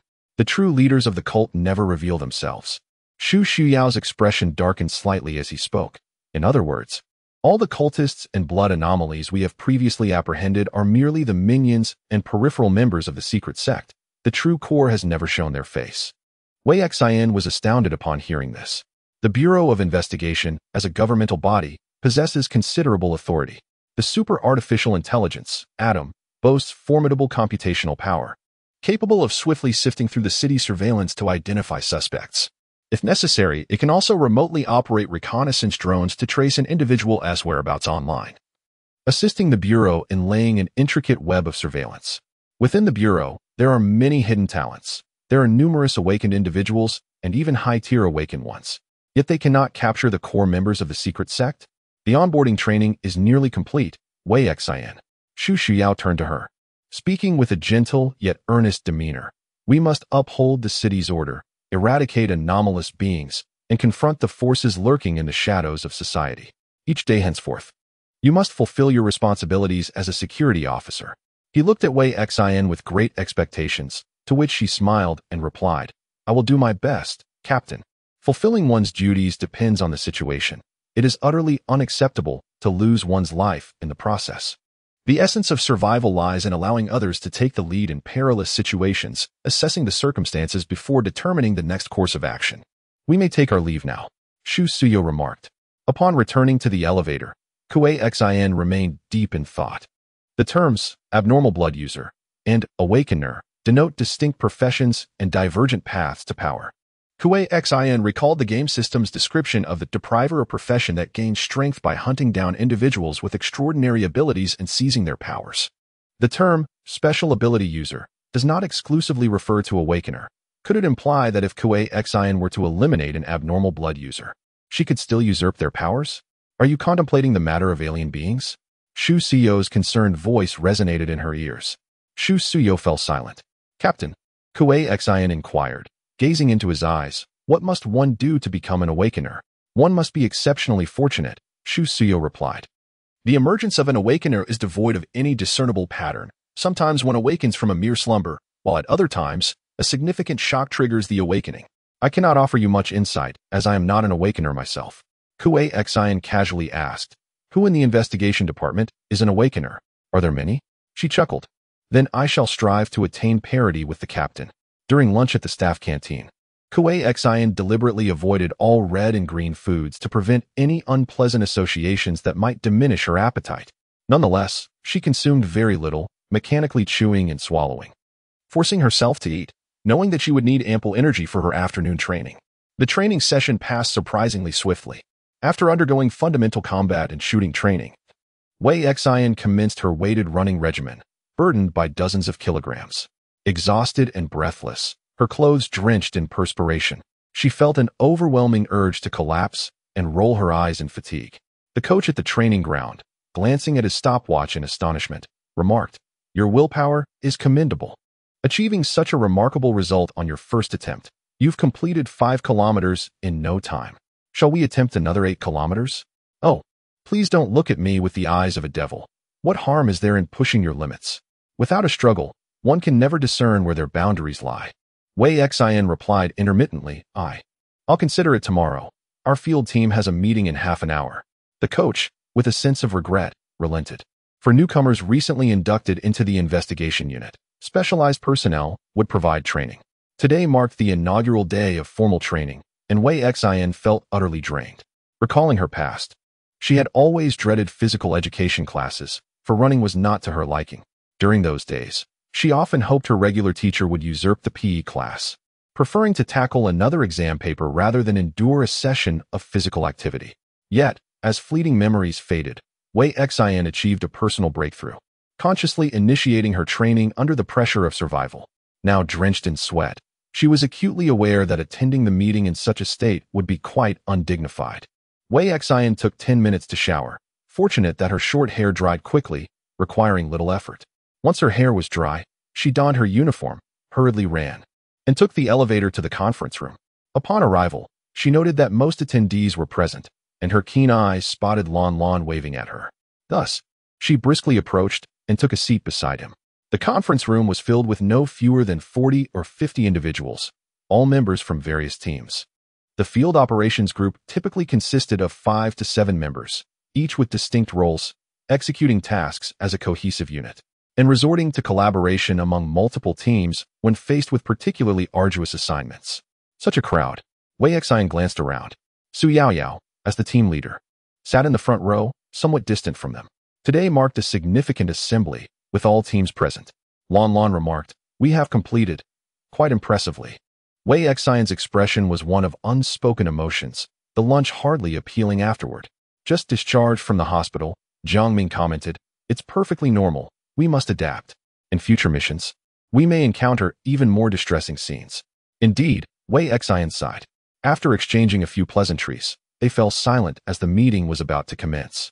The leader of the field operations group, Wei Ji, ascended the podium, her piercing gaze sweeping across the audience. Forgoing any formalities, she delved straight into the crux of the matter. Recently, gang riots at the port have surged, resulting in significant casualties, leading to considerable vacancies within the port coastal security team. We must adjust the areas for which the field patrol team is responsible. Those who qualify for the field operations group possess exceptionally high combat proficiency, confronting danger more frequently than others, and consequently, experiencing the highest casualty rates. However, a portion of the casualties within the port coastal security team may be attributed to Yin Mian, as he eliminated 2 individuals from Team 6 during his investigation. Team 7. Wei Ji's gaze settled on Su Yaoyao, announcing, "Effective tomorrow, you will be reassigned to the port area, collaborating with the former members of the coastal security teams 5 and 6 to carry out coastal patrol duties." Shu Suyo stood up and saluted, affirming, "Yes. I guarantee the completion of the task." This truly was, just as I was about to doze off, someone presented me with a pillow. Wei Xian thought to herself, unperturbed. Chapter 20. The Sea of Darkness. In this collective meeting, Wei Xian did not acquire any useful intelligence. The discussions primarily revolved around work arrangements and personnel shifts. Her greatest gain from the meeting was the opportunity to see all members of the field team, matching certain faces with the information on their profiles. The documentation did not encompass the full roster of the field team. Some personnel had only brief introductions and a name. Those members whose profiles were more detailed had typically been with the field team for over a year and had earned varying degrees of merit. In contrast, the profiles of less prominent members, whose achievements were generally unremarkable, lacked significant value. As the meeting concluded, various teams gradually exited the conference room. Lan turned to Wei Xian and suggested, "How about we go out for a meal after work, shall we? A gathering?" Wei Xian was taken aback. With the formal introduction of new colleagues, it was indeed customary to bond over a meal, a practice upheld in any organization. However, Wei Xin had no intention of forming deep connections with those from the second world. Her interactions were limited to casual conversations and playful banter, and the idea of dining together had never crossed her mind. As a competent undercover agent, cultivating interpersonal relationships was essential. Wei Xin recalled a spy film in which the female protagonist declared, "Do you know why I succeeded? Because I invested genuine emotions. They sensed my sincerity, and thus they trusted me." Emotions and trust require careful cultivation. Only through the investment of time and effort can one earn the trust of others. A gathering around a meal serves as an excellent means to strengthen bonds. An invitation to dinner from her teammates served as a reminder to Wei Xin that she must not appear overly distant from those around her. Everyone was going, and the captain was treating. Lan remarked as Jiang Ming approached Wei Xin from the other side. "We're being reassigned to the port, and we might not have such leisurely moments in the future. Let us enjoy this last day. Tomorrow, we will be on patrol duty, so we shall refrain from drinking." Lu Kangyan added, "A meal together will suffice. If someone is treating, we must certainly attend." After a brief moment of contemplation, Wei Xin agreed. "All right." Lan whistled. "By the way, Wei Xin, would you like to eat?" "I shall make a reservation." Shusio smiled. Wei Xin pondered for a moment. "Meat? Anything meat will do." The nauseating feeling brought on by the exotic creatures had subsided. After an extensive training session in the afternoon, her body craved energy and her stomach ached with hunger. "Then let us go for barbecue," Shusio suggested. "There's a pretty good barbecue place in the city center." "I didn't expose anything, did I? I went to headquarters to update my gear, picked up some weapons, and even brought you a professional camouflage mask. Today has been quite hectic. I had no time to eat." Once Wei Xin changed her clothes and took the elevator to the first floor, she found Lan, Jiang Ming, and Lu Kangyan waiting for her. "The captain drove here. He has arrived." Lan pointed towards the entrance of the reception hall. A striking royal blue sports car was parked in the open space in front of the inspection building, its sleek lines reminiscent of a predatory shark. The window of the sports car lowered, revealing Shusio seated within. He had donned a casual black t-shirt, and his demeanor was strikingly different from the uniform he typically wore. This. Wei Xin hesitated to speak. "Allow me to articulate. This car is ostentatious. Entirely at odds with the captain's usual style." Jiang Ming raised an eyebrow, likening it to a wealthy young man parading with his companions. "Come now, don't say that," Lan remarked cheerfully, opening the car door to usher Wei Xin inside. "The captain is, after all, a scion of a wealthy family."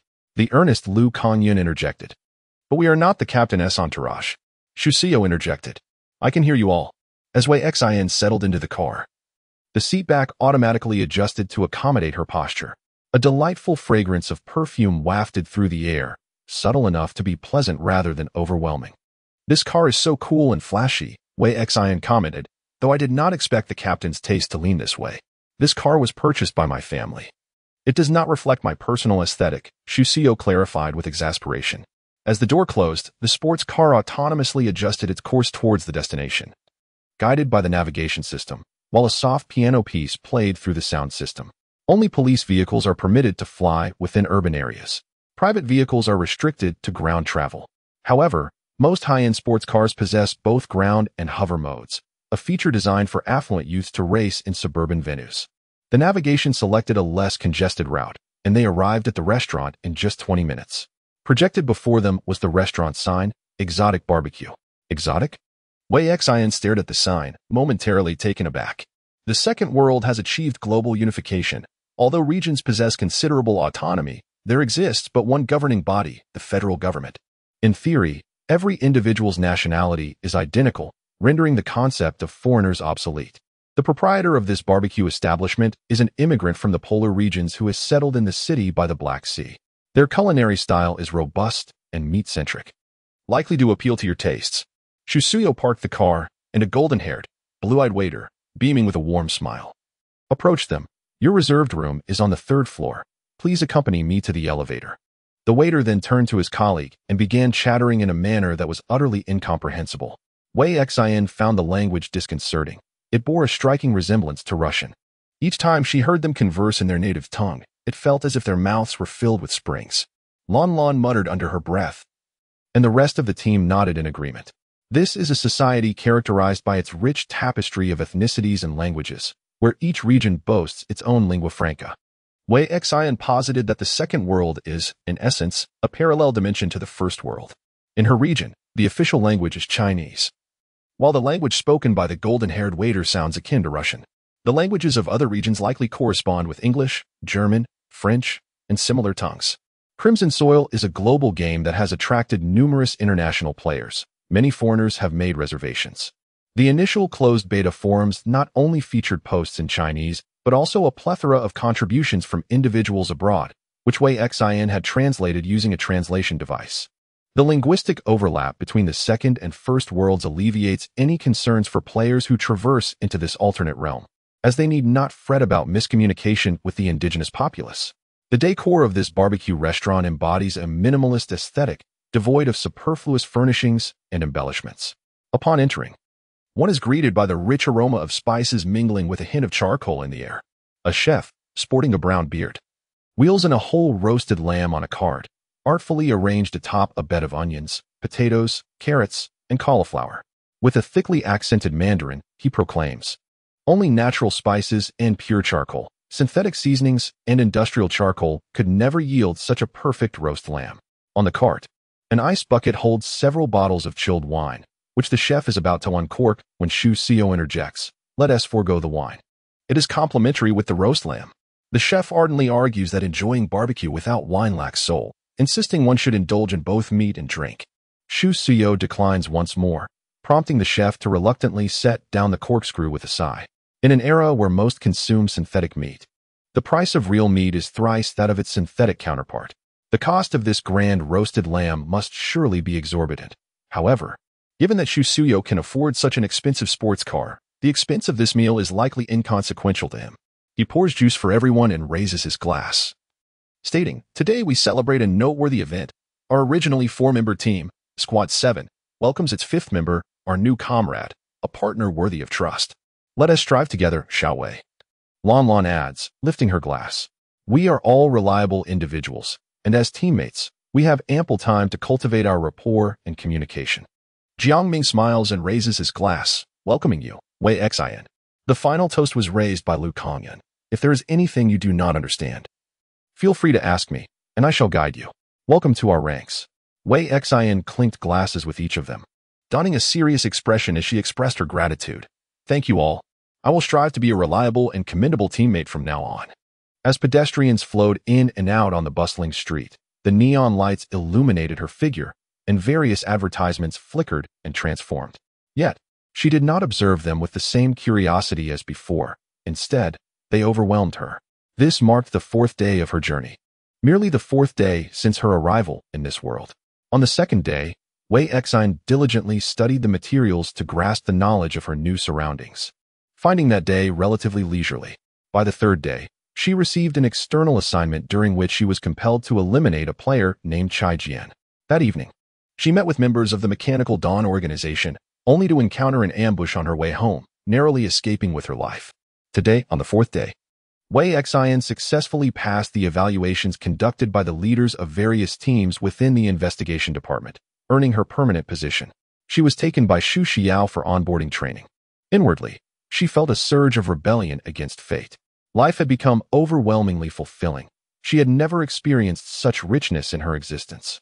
In just a few short days, she had transformed into a master of time management, working at the investigation department by day and for Mechanical Dawn by night, seizing every moment in between to enrich her knowledge and self.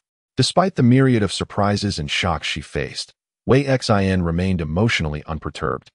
One would expect that anyone encountering such life and death situations within a mere 4 days would undergo a profound transformation in their mindset.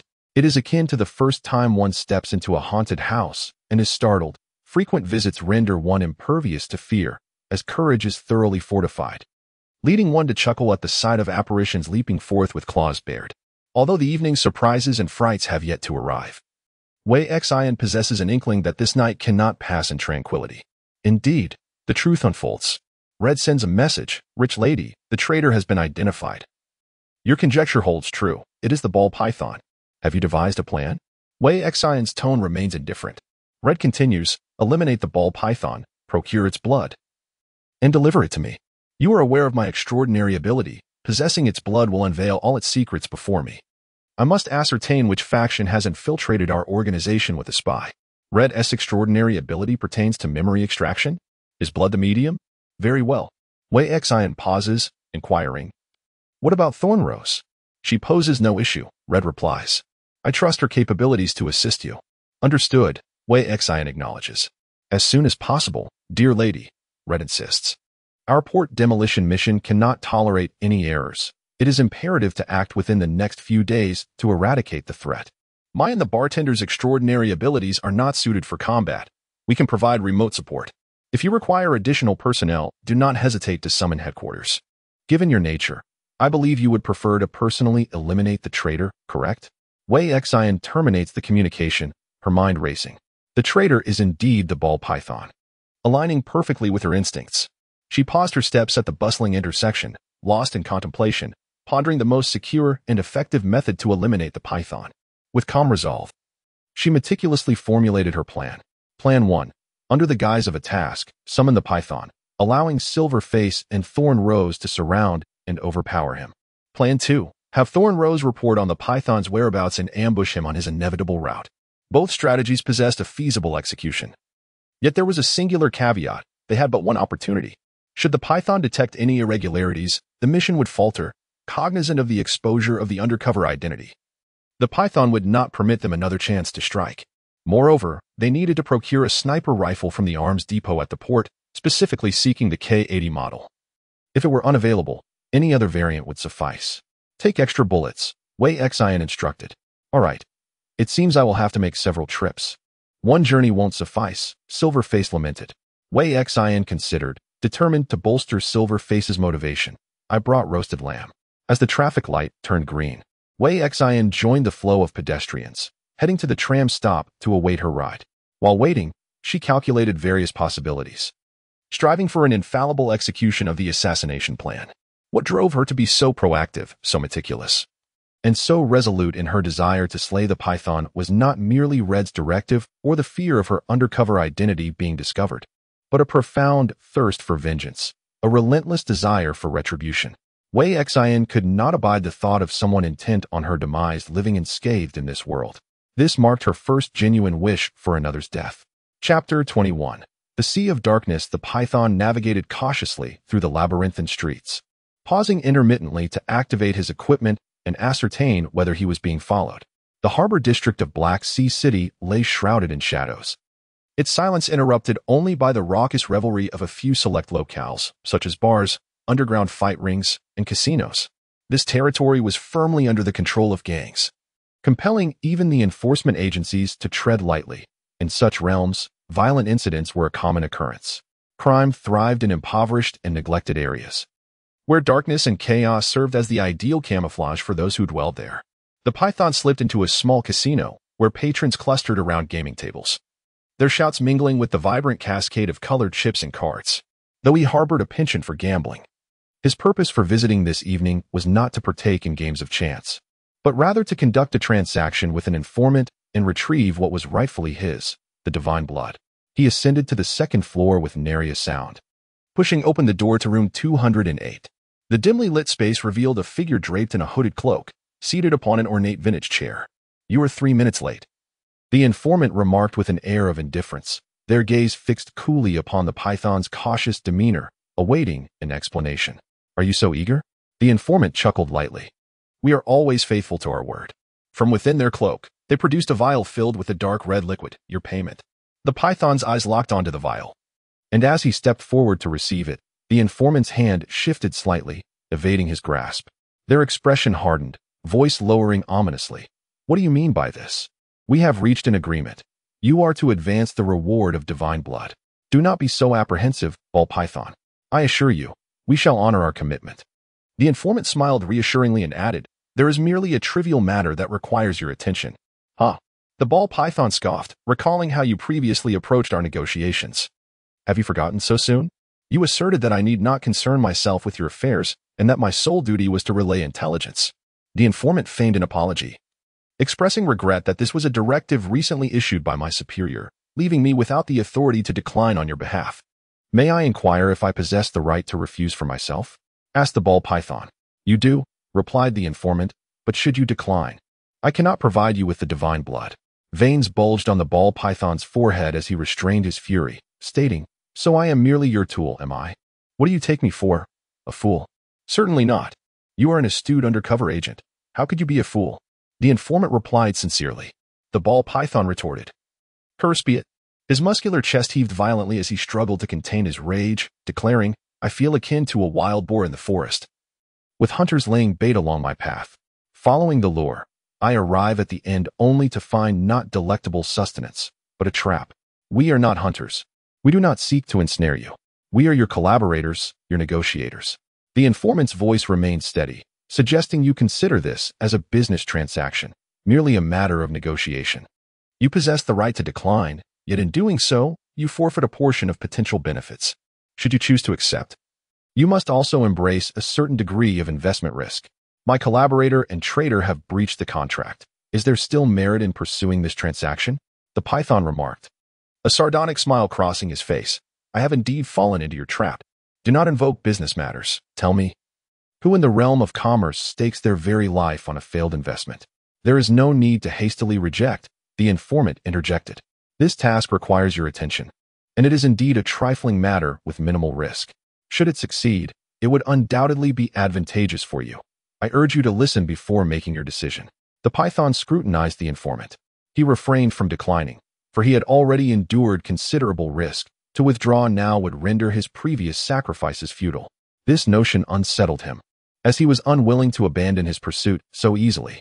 The allure of divine blood served as a potent bait, drawing him ever forward. We have cultivated a new hybrid organism. The informant produced a slender glass vial, which at first glance appeared empty. However, as he twisted the vial and illuminated it with a miniature flashlight, the contents became apparent. Within it wriggled a diminutive red worm, its body as fine as a hair. Its presence almost imperceptible. It is a hidden threadworm, the informant explained, smaller and less detectable than the red demon spider I previously entrusted to you. The red demon spider guarantees the death of its host within an hour, while the hidden line worm possesses a considerably longer growth cycle. After an extensive period of development, it is capable of burrowing into the host's brain, gradually exerting control over both the body and even the thoughts of the parasitized individual. The python's brow twitched slightly. You are all a bunch of madmen. The red demon spider serves as the python's means of manipulating assassins. It is a crimson arachnid, no larger than a peanut in its larval stage, and once it parasitizes a host, it can infiltrate the brain and seize control within a mere minute. This creature was also provided by the informant, who has now introduced yet another exotic organism. Are you seeking experimental subjects through my hands? The python murmured. First the red demon spider, then the hidden line worm. You place these perilous larval creatures in my care, not solely to see me fulfill a task, but also to gather feedback data. They are stable new species. The informant replied. Our only uncertainty lies in whether they can indeed exert influence over the awakened and control their thoughts. A foreboding sensation crept over the python. You cannot possibly mean to suggest that the thorny rose beside you. She has spent considerable time with you and harbors trust. Find an opportunity to allow the hidden line worm to infest her, the informant proposed. When placed upon the skin, the hidden line worm requires merely 2 seconds to penetrate, and the sensation is akin to a minor mosquito bite. He reasoned, aren't you weary of her incessant control over you? This presents a remarkable opportunity. By controlling her with an alien entity, she would be unable to intervene, significantly mitigating your risk of exposure. The python was persuaded. His predominant fear since becoming an undercover agent stemmed from the proximity of the thorny rose. She was too close, and he felt as if he were treading on thin ice, utterly exhausted. If the parasitic worm could inhabit her, he would no longer need to be so cautious. I might give it a try, though I cannot guarantee success. The python declared, I shall endeavor to complete this task, but you must first provide me with the divine blood. The informant appeared to ponder for a moment before consenting. He then placed the vial of divine blood and the glass tube containing the parasitic worm into his hand. The python reached out, his eyes gleaming with excitement as he took them. He tucked the container of the parasitic worm into his pocket, holding the vial of divine blood aloft, examining it for a considerable time. What, are you afraid we might poison it? The informant inquired. How could that be? You still require my services, the python replied, his demeanor clear-headed. The informant nodded in satisfaction. It is good that you understand. He paused thoughtfully. I have several questions to pose to you. What is Red's extraordinary ability? I do not know. Perhaps the thorny rose is aware, but she remains silent, the python responded. I only know about the bartender's ability, which I have already disclosed to you. What is the range of mental abilities for amber and obsidian? Where am I to procure such detailed information? Do you expect me to approach them directly? And what of the wealthy woman's extraordinary ability? No one has ever mentioned what the wealthy woman's ability is.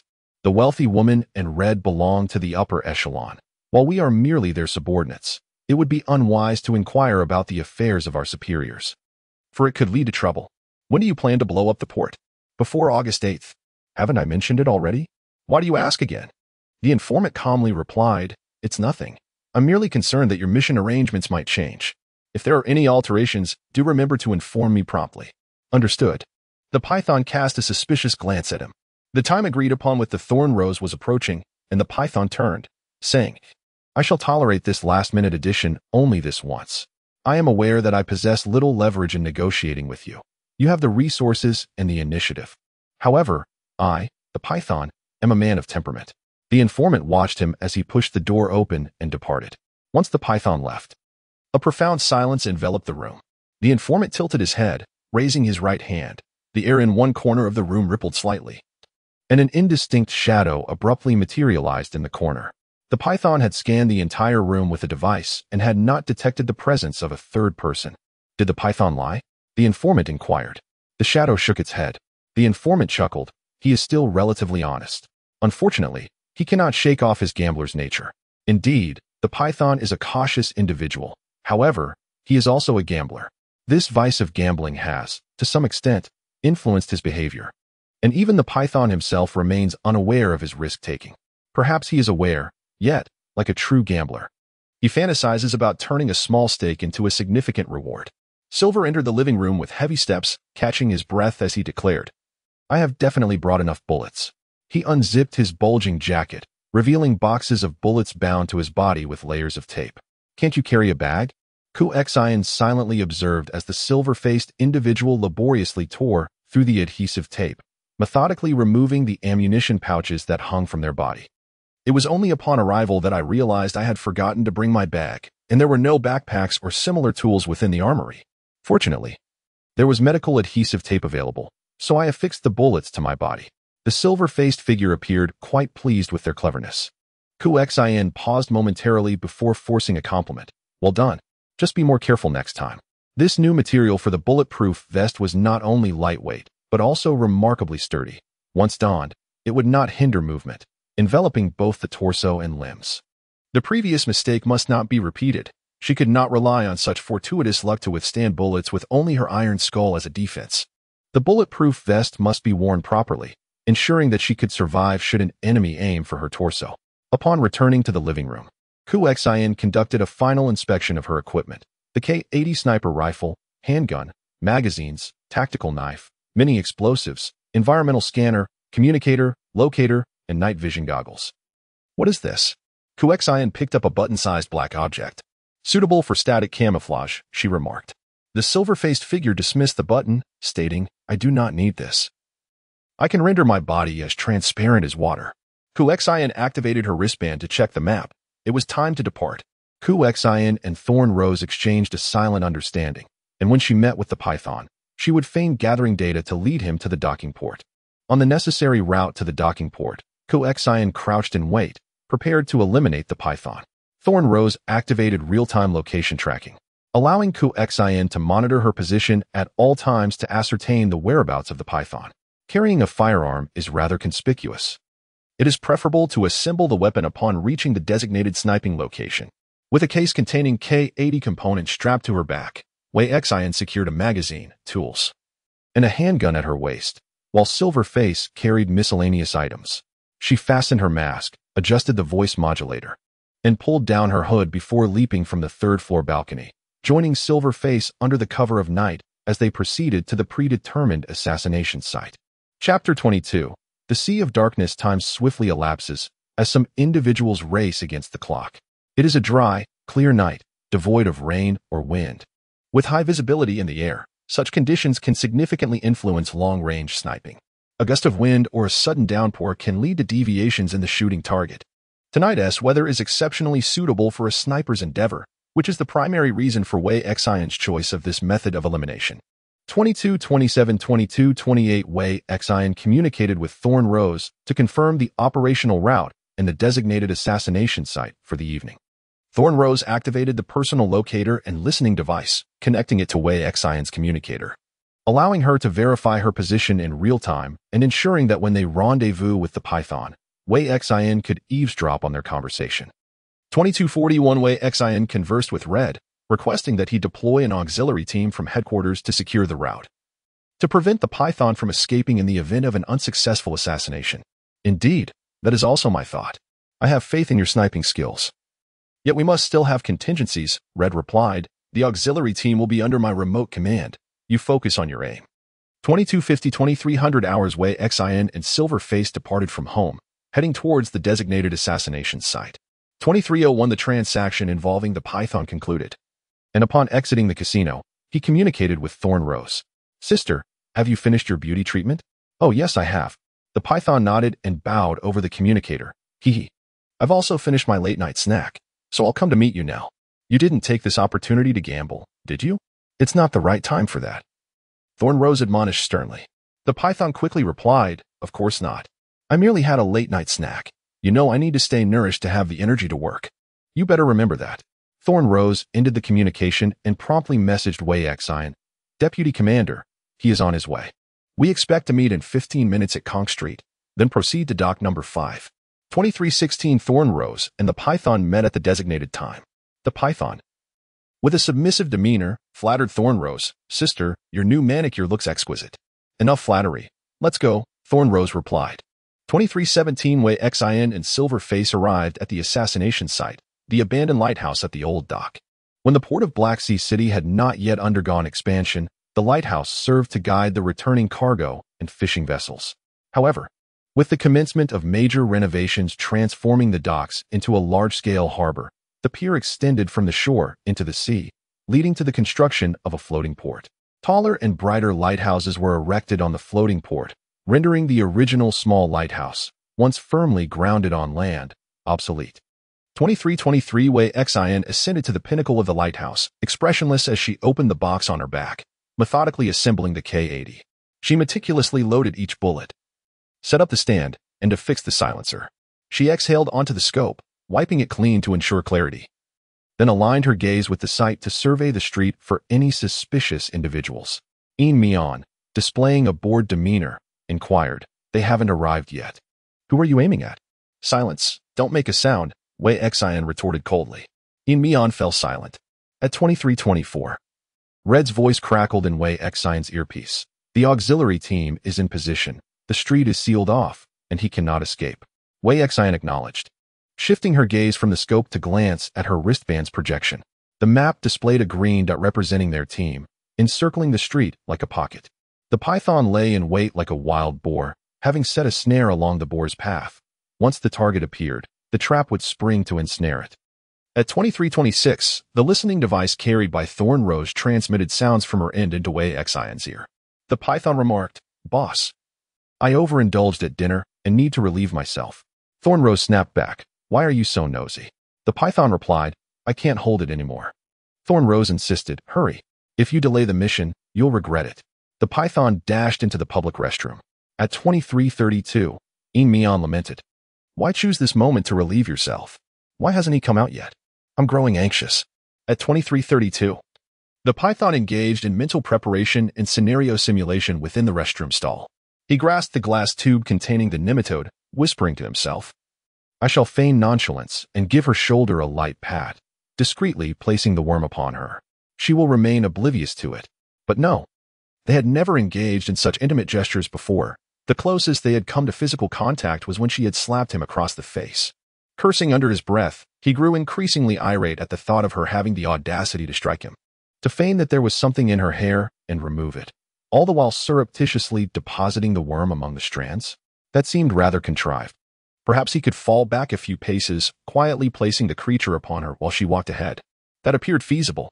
The Python attempted to take a deep breath to calm himself, only to remember that this was a restroom, and the public facilities in the harbor district were notoriously filthy.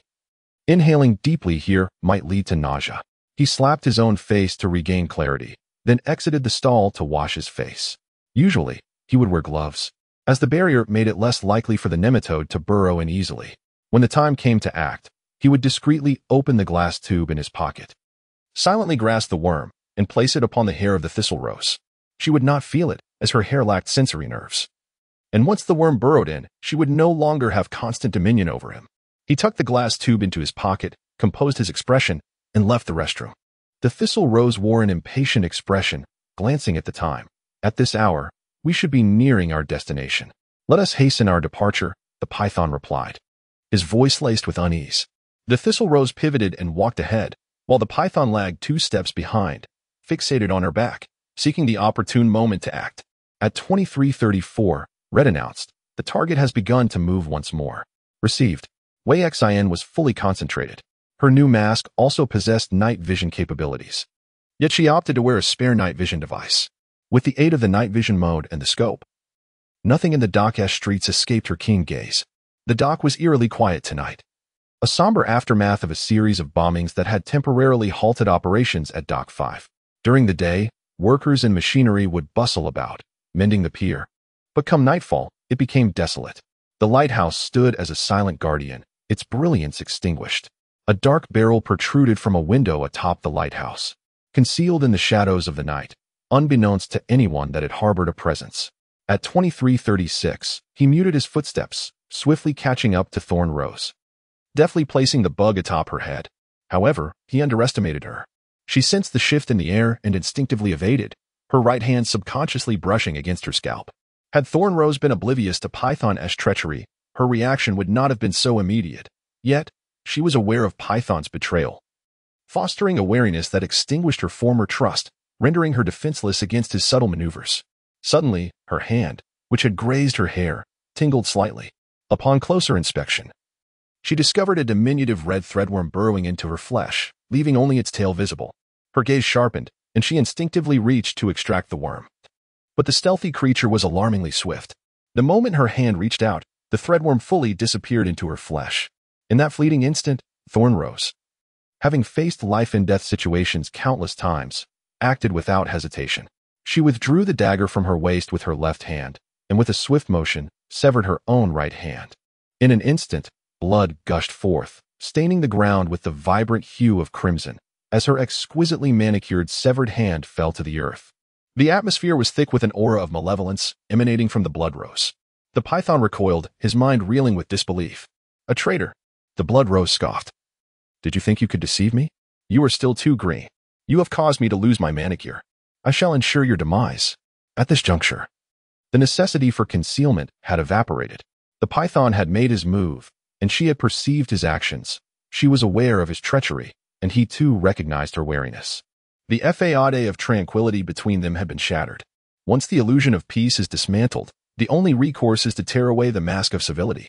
The dagger in the blood rose's grasp radiated an incandescent orange glow, akin to molten lava, its blade heating to a degree that caused the air around it to shimmer. She pressed the blade against the severed wrist of her right arm, and with a sizzling sound, smoke erupted as she cauterized the wound with the glowing edge. Realizing he had been exposed, the python instinctively sought to flee. The blood rose knew he was a traitor.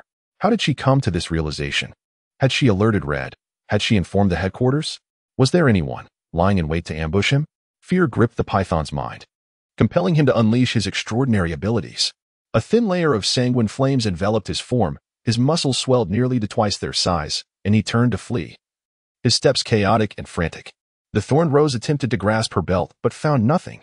Being right-handed, she struggled with the loss of her right hand, leaving her without the means to wield another weapon. A pallor washed over her face, her expression laced with derision. She fixed her gaze upon the python's retreating form, discarding her scalding dagger, and with her left hand deftly drew forth a slender whip, woven from resilient metal threads, adept at conducting heat. With a swift flick, she ensnared the python's legs, toppling him to the ground. The robust metal whip rendered even such a muscular brute incapable of breaking free. Deputy Commander, unforeseen circumstances have arisen. My right hand is severed, Thorn Rose spoke, a sheen of cold sweat forming on her forehead due to the pain. She endured the agony, her words tumbling out at a rapid pace. This fiend intends to strike me. The plan has deviated. He has yet to enter the effective range and the encirclement. I am already aware. Give me 3 minutes, replied Wei Xian. Very well. I can hold out for 3 minutes, Thorn Rose affirmed. Wei Xian, without hesitation, instructed, Red. Adjust the position of the auxiliary team. Red responded, adjustments are underway. This brute of a python truly knows how to stir up trouble. Wei Xian muttered as she grasped the silvery edge, climbing out of the lighthouse window. With the pull of the water rope, she descended swiftly to the ground and sprinted forth. From the listening device, she discerned the situation had taken a turn for the worse.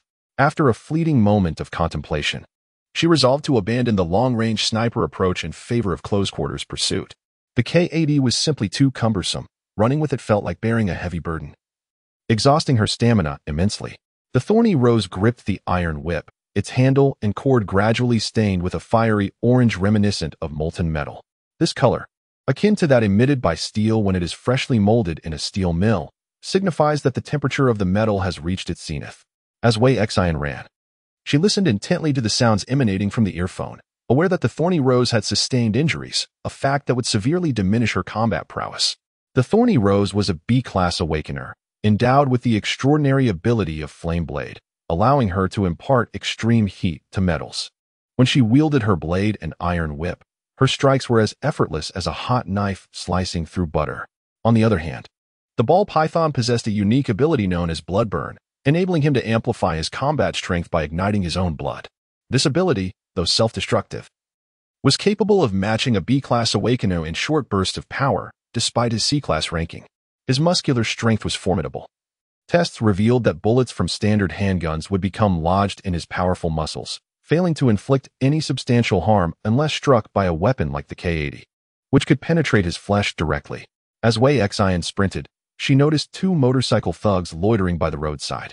She paused momentarily, pivoted, and dashed over, knocking them down with a punch each. Can you ride a motorcycle? She inquired. You ride. I'll aim a steady now. I can, he replied, with a swift motion.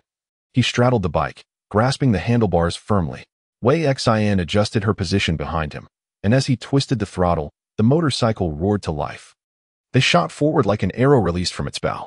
The thorny rose deliberately avoided direct confrontation with the ball python. Strength was not her ally, especially in her injured state. Instead, she opted to engage him in a dance of combat, skillfully wielding her iron whip to evade and entangle. She evaded the python's lunges with gyroscopic agility, retaliating with fiery welts from her whip, a relentless assault that kept her adversary from even grazing the hem of her garment. As he fumbled for his firearm, her whip struck, disarming him before he could take aim. A desire to retreat stirred within the python. Yet each time he attempted to flee, the lithe whip ensnared his limbs, compelling him to remain engaged in the fray, once nearly constricting his very throat. Though the burning blood state prevented lasting harm, the searing lash of the iron whip inflicted genuine agony, leaving his attire scorched and his person emitting the aroma of roasted flesh. In a desperate gambit, he seized the searing iron whip as it descended, grasping the scalding weapon as if in a tug of war, attempting to draw his adversary near for a swift resolution. It was then that the distant roar of a motorcycle reached his ears, accompanied by the suppressed report of bullets exiting a silencer. Thud! A crimson orifice bloomed upon his chest. The python's grip on the iron whip slackened, the sanguine flames that engulfed him seeming to falter. 2339. Wei Xian and Silver Mask arrived on the scene. Silver Mask piloted the motorcycle in a beeline, ensuring Wei Xian a stable firing platform. Wei Xian squeezed the trigger once more, the silencer muting the sound as bullets rained down, each finding its mark on the python, the powerful impacts causing him to stagger. With the 10th bullet spent, Silver Mask's water rope ensnared Wei Xian, and together they tumbled from the motorcycle.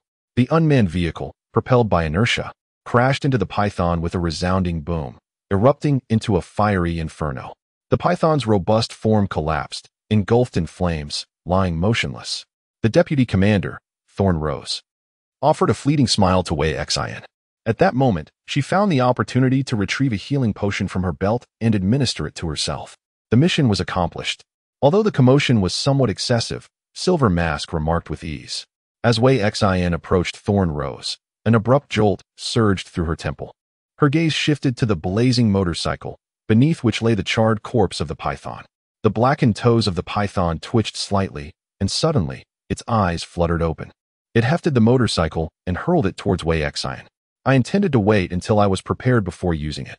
The python spat out the vial containing the divine blood and rose from the inferno, its eyes glaring a crimson hue as if stained with blood. Chapter 23. The Sea of Darkness. The python's wounds healed at an unnatural pace. The grotesque whip marks on its back and arms ceased to bleed, while the charred skin began to peel away, revealing writhing flesh beneath. As the divine blood coursed through its body, it commenced the transformation of this scarred form. The highly purified and filtered blood of the alien species flowed into its limbs, bestowing it with strength and an unprecedented sense of exhilaration. The python's power surged, reaching an even greater pinnacle as a blood-red flame reignited upon its body, burning more fiercely than before. Yet, upon regaining its strength, the first act of the python was not to retaliate against Wei Xian and her companions. Instead, it threw the motorcycle to disrupt her movements and then swiftly turned to flee. The python's robust physique unleashed a terrifying speed that eclipsed even that of the world's fastest sprinters, covering nearly 20 meters in the blink of an eye. Only a fool would choose to remain. The ball python comprehended the style of the mechanical dawn, while the thorny rose was aware of his treachery. Subsequently, the wealthy lady and the silver-faced figure also made their appearance. This indicated that the entire Mechanical Dawn organization had become cognizant of his betrayal. They would dispatch individuals to surround and eliminate him. The core members of Mechanical Dawn had already arrived, and the auxiliary team could very well be lurking in the vicinity. He had to flee.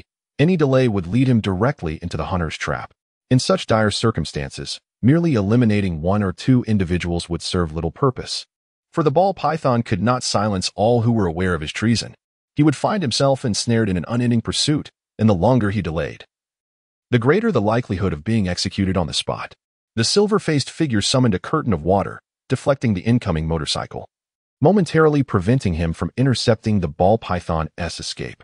Wei Xian was about to draw a magazine from her belt to reload the K-80, but the ball python cunningly dashed into a nearby building, where cover rendered him elusive. She abandoned the K-80 and retrieved a miniature submachine gun from her lower back. Although the submachine gun lacked the penetration power of the K-80, it boasted a more formidable fire rate and could accommodate a larger magazine. She was uncertain whether this weapon could inflict substantial harm upon the ball python, as his ability to ignite his blood appeared to have intensified after ingesting an unknown agent. His muscles bulged ominously, far surpassing even the most formidable bodybuilders. As the ball python made his escape, he crashed into a defunct roadside eatery, using his body to smash through the wall and tear open the natural gas pipeline concealed within. With a clear mind, he adeptly activated the ignition switch of the restaurant. Amidst the deafening cacophony, a gas explosion erupted, engulfing him in a blaze that completely obscured his figure. Relying on the extraordinary regenerative powers bestowed by divine blood, he braved the explosive shockwave and searing heat, traversing the inferno. With a fierce blow, he shattered a wall, escaping to the street beyond. "Thorned Rose, you stay," he commanded. As she and the silver mask displayed no hesitation, pursuing the path of the python without delay. Inside the small restaurant, chaos reigned. The explosion had left the establishment in disarray, with beams collapsing perilously close to Swixen, who narrowly evaded disaster. As waves of water surged, Swixen and the silver mask traversed the fiery expanse unscathed, though the wreckage of bricks and furniture momentarily impeded their progress. Each fleeting second was invaluable, for it could widen the gap between the python and them significantly. Activating the infrared thermal imaging mode of her mask, Swixen successfully tracked the python's whereabouts. In a state of fervent bloodlust, the python's body temperature soared far beyond that of an ordinary human, appearing as a brilliant crimson fireball through the infrared lens. He continued his escape, darting into an open poker parlor. The patrons, caught off guard, were sent sprawling as tables overturned and cards scattered like autumn leaves, their horrified cries piercing the air as they beheld the blood-covered python. Ignoring their terror, the python charged through the crowd, crashing through another wall. A flash of insight struck him. He could escape by leaping into the sea. Diving into the ocean, he would swim away, knowing that despite Silver Mask's extraordinary ability to control water, the vastness of the sea would prove overwhelming. The cool embrace of the ocean would lower his body temperature, rendering him undetectable to thermal imaging. The ball python possesses an impressive lung capacity, enabling it to hold its breath underwater for nearly 10 minutes. It stealthily glided to a safe location onshore, successfully evading the relentless pursuit of the mechanical dawn. While the divine blood is indeed potent, it cannot entirely compensate for the disparity in levels. After consuming the divine blood, one must gradually digest and transform their body over time. This process will yield a greater enhancement of physicality and extraordinary abilities. The ball python, being merely a Class C creature, was hesitant to confront the near-class, a silver mask, and the enigmatic wealthy woman head-on, despite having recently ingested the divine blood. Wei Xin and Silver Mask burst into the poker house, startling the patrons who, upon seeing the micro-submachine gun in Wei Xin's hands, instinctively recoiled, clearing a path for her and Silver Mask. The distance between them and the ball python increased rapidly. After consuming the potion, the python's blood surged as if it were under a spell, with its speed and strength multiplying exponentially. Silver Mask, exasperated, exclaimed, "That fellow is too far away. My water cannot reach that distance. Red, where is the nearest auxiliary squad?" Wei Xin had no time to consult her wrist map. 500 meters away, Red replied in a somber tone. By the time the auxiliary squad arrived, it would be too late. "Is there any surveillance nearby?" Wei Xin inquired further. In a matter of moments, the distance between Wei Xin and the ball python had widened to 30 meters. While the python continued to dash, it executed various serpentine maneuvers to evade potential bullets. Its tough skin and resilient flesh, however, were not impervious to pain. Seizing an opportunity, Wei Xin raised her micro-submachine gun and fired at the python's legs just before it could take cover. The python staggered, struck by the bullet.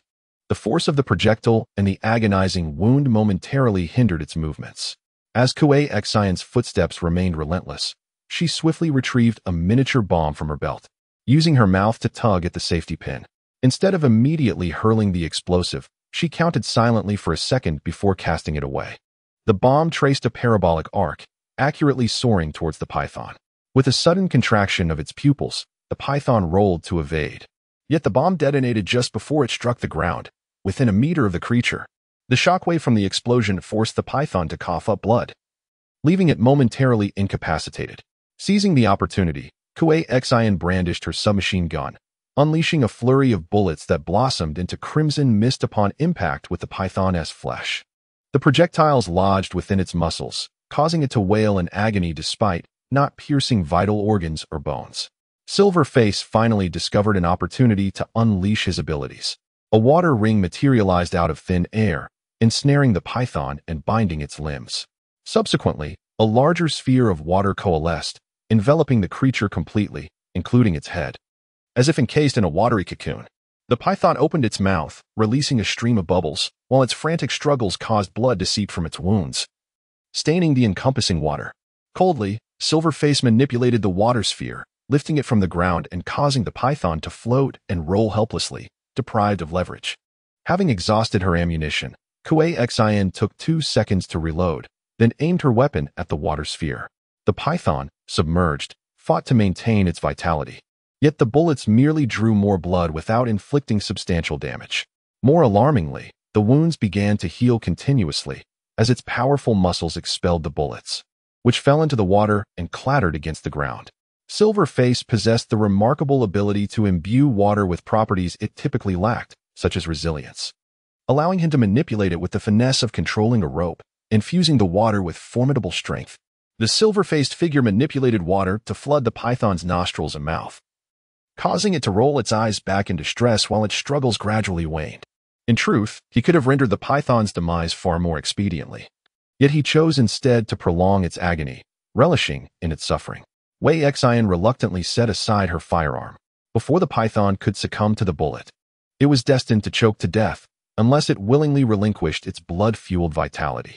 Wei Xian was resolute in not allowing the silver-faced figure to execute the python. Aiming the gun directly into the python's mouth would ensure a swift end. Regardless of its muscular resilience, its internal composition remained soft.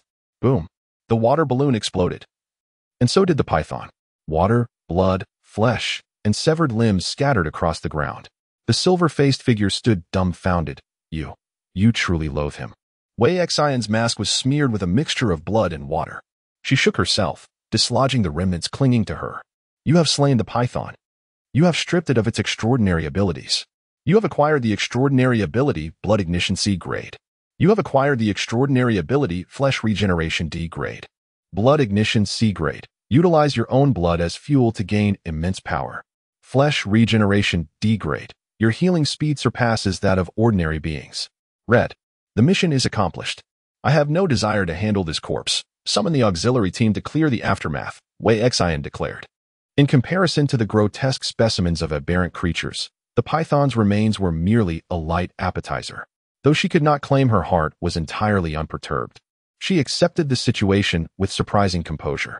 Even Wei Xian was astonished by her current mindset, as she detached her emotions with cold indifference and delved into the depths of her own psyche. As she pursued the python, her blood felt as though it were igniting within her. She leapt over one obstacle after another, running with fervor, determined to catch him, to end his life. This was a rare opportunity for a kill. Should she miss it, when might another arise? Perhaps there would be no next time. He could vanish, retreat into obscurity, and Wei Xian would never again find a chance for vengeance. Fortunately, she succeeded. She managed to slay the python. This brought Wei Xian a sense of relief, even a hint of joy, as an unusual feeling of accomplishment stirred within her. She had acquired 2 extraordinary abilities, though she had yet to experiment with them. Nonetheless, they undoubtedly constituted her lifeline. During her days in this second world, Wei Xian had been learning and adapting, seeking an appropriate attitude to confront this passive and intricate scenario. Yearning for an opportune moment to transform her passivity into initiative, slaying the python marked her first step towards that goal. In the days to come, she would become more proactive. The thorn spoke of the python having consumed divine blood. Red, with a sour expression, remarked that his blood had been tainted and could no longer be used to extract memories. Wei Xian was taken aback. The potion the python had ingested was indeed the divine blood mentioned by Shu Xiao. Its effects were truly remarkable. Where had he procured such a substance? Wei Xian feigned confusion as she inquired. Where else could it have come from? There were only a handful of factions capable of refining divine blood. Red remarked. I leaned towards the inspection department. They are exceedingly covetous of the objects aboard the Kraken and will not tolerate any unruly elements endangering the port. They are merely pawns, while the true masterminds are likely.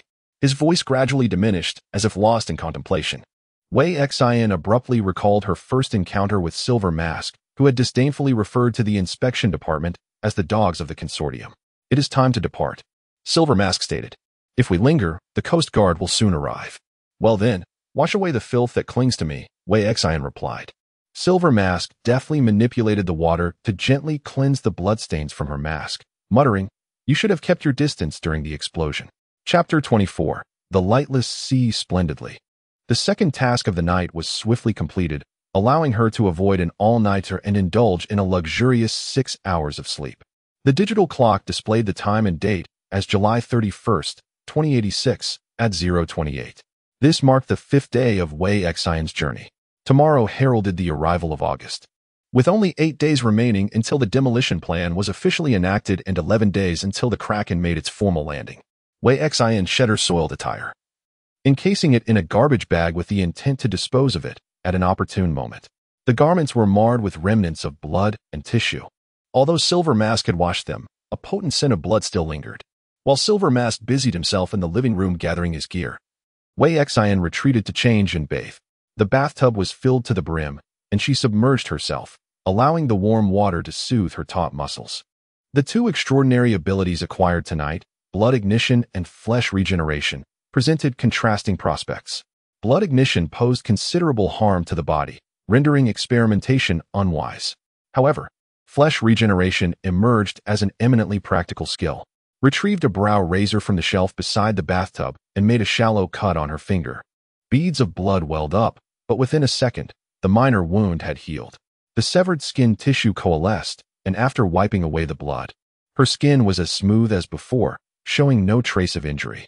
Reassured, she plunged the brow razor deep into her palm, slicing open the flesh. Blood flowed down her wrist and dripped into the bathtub. This time, the wound healed more slowly, taking about 5 or 6 seconds. Tiny, wriggling buds of flesh knitted the severed tissues together, the broken structures rejoined, and the newly formed skin at the incision site was tinged with pink. As shoulders relaxed, she leaned back in the bathtub, half closing her eyes, and breathed deeply in relief. Flesh Regeneration further enhanced her survivability, making all the fatigue and adventure of the night worthwhile. The relentless, around-the-clock lifestyle had left utterly exhausted, and before she knew it, she had fallen asleep in the bathtub. Silver Mask, having organized his equipment, lay on the sofa in a daze. As a dutiful subordinate, he was invariably obedient, carrying out his superior's instructions without question. He was exceedingly sleepy at the moment, but had not yet finished her bath, and she might assign him a task for the night, such as an investigation. Therefore, Silver Mask valiantly resisted sleep. After an hour of waiting, with no sound from the bathroom and no sign of, he rose with a puzzled expression and knocked on the door. "Hey, what's wrong?" he inquired. Awoke instantly in the bathtub, bolting upright and replying, "Nothing." 10 minutes later, Wei Xian emerged after drying her hair, having washed away the pungent scent of blood. Feeling considerably refreshed. "Is there a task tonight?" The silver-faced one noted. "Tonight's task is to sleep." Wei Xian poured herself a glass of water and drank it down. "Our commotion while dispatching the python was rather loud. The coastal security team will likely investigate. To be safe, it's best not to venture out for now. I relish the task of sleeping," she mused. The silver-faced one rolled up in a blanket, adjusting himself into the most comfortable position to lie down. He was quite tall, and when not curled up, his feet extended beyond the sofa. In just a matter of seconds, his breathing became steady, and he had already fallen asleep. "Remember to keep a low profile, wealthy one. How is the wound from the thorny rose?" Wei Xian pondered for a moment before inquiring. "She underwent surgery. Her right hand is to be fitted with a mechanical prosthesis and requires a day of rest before she can resume her duties," the silver-faced one replied. According to her, a red nematode had burrowed into her flesh, which had compelled her to amputate her hand. This creature had been inflicted upon her by the python. "Inform me once you have results," Wei Xian stated. The wristband indicated the time had shifted to 1:32 a.m. Wei Xian climbed into bed and nestled under the covers, closing her eyes to reflect on the day's accomplishments. She had passed her interview, completed the onboarding training, dined with her teammates, and eliminated the python. As the fulfilling day drew to a close, Wei Xian felt a sense of reassurance as she lay in bed, knowing she had personally eradicated an enemy who sought her demise. Although the identity of the forces behind the python remained unclear, this was indeed a promising beginning. At the very least, she needed a good night's sleep tonight. Everything else could wait until after she awoke. The following morning, at 7 o'clock, Wei Xian opened the bedroom window to let in some fresh air. The coastal city's atmosphere was always tinged with the briny scent of the sea, a fragrance to which she was not quite accustomed. Before her transition to this second world, she had been a native of the inland, having never seen the ocean. Today, the sun shone brightly, illuminating the city of Black Sea. As the darkness receded, Wei Xian's spirits brightened, mirroring the weather. "I detest sunny days and the sun itself," she mused, feeling somewhat melancholic. For breakfast, Wei Xian consumed a bowl of cereal soaked in milk. Just as she was about to take a bite, her communicator emitted a short beep. Adam had sent her the day's schedule in advance. Since the 7th Squad had been collectively assigned to duty at the port, she would not need to rush to the inspection building by tram. She could report directly to the coastal security team. Adam's email thoughtfully indicated the location of the coastal security office and even calculated the optimal route from her home to the office. The email concluded with a friendly note. "Today's weather is sunny, with a temperature of 38 degrees. Outdoor patrols along the coast may result in skin damage from sun exposure. It is advisable to apply sunscreen."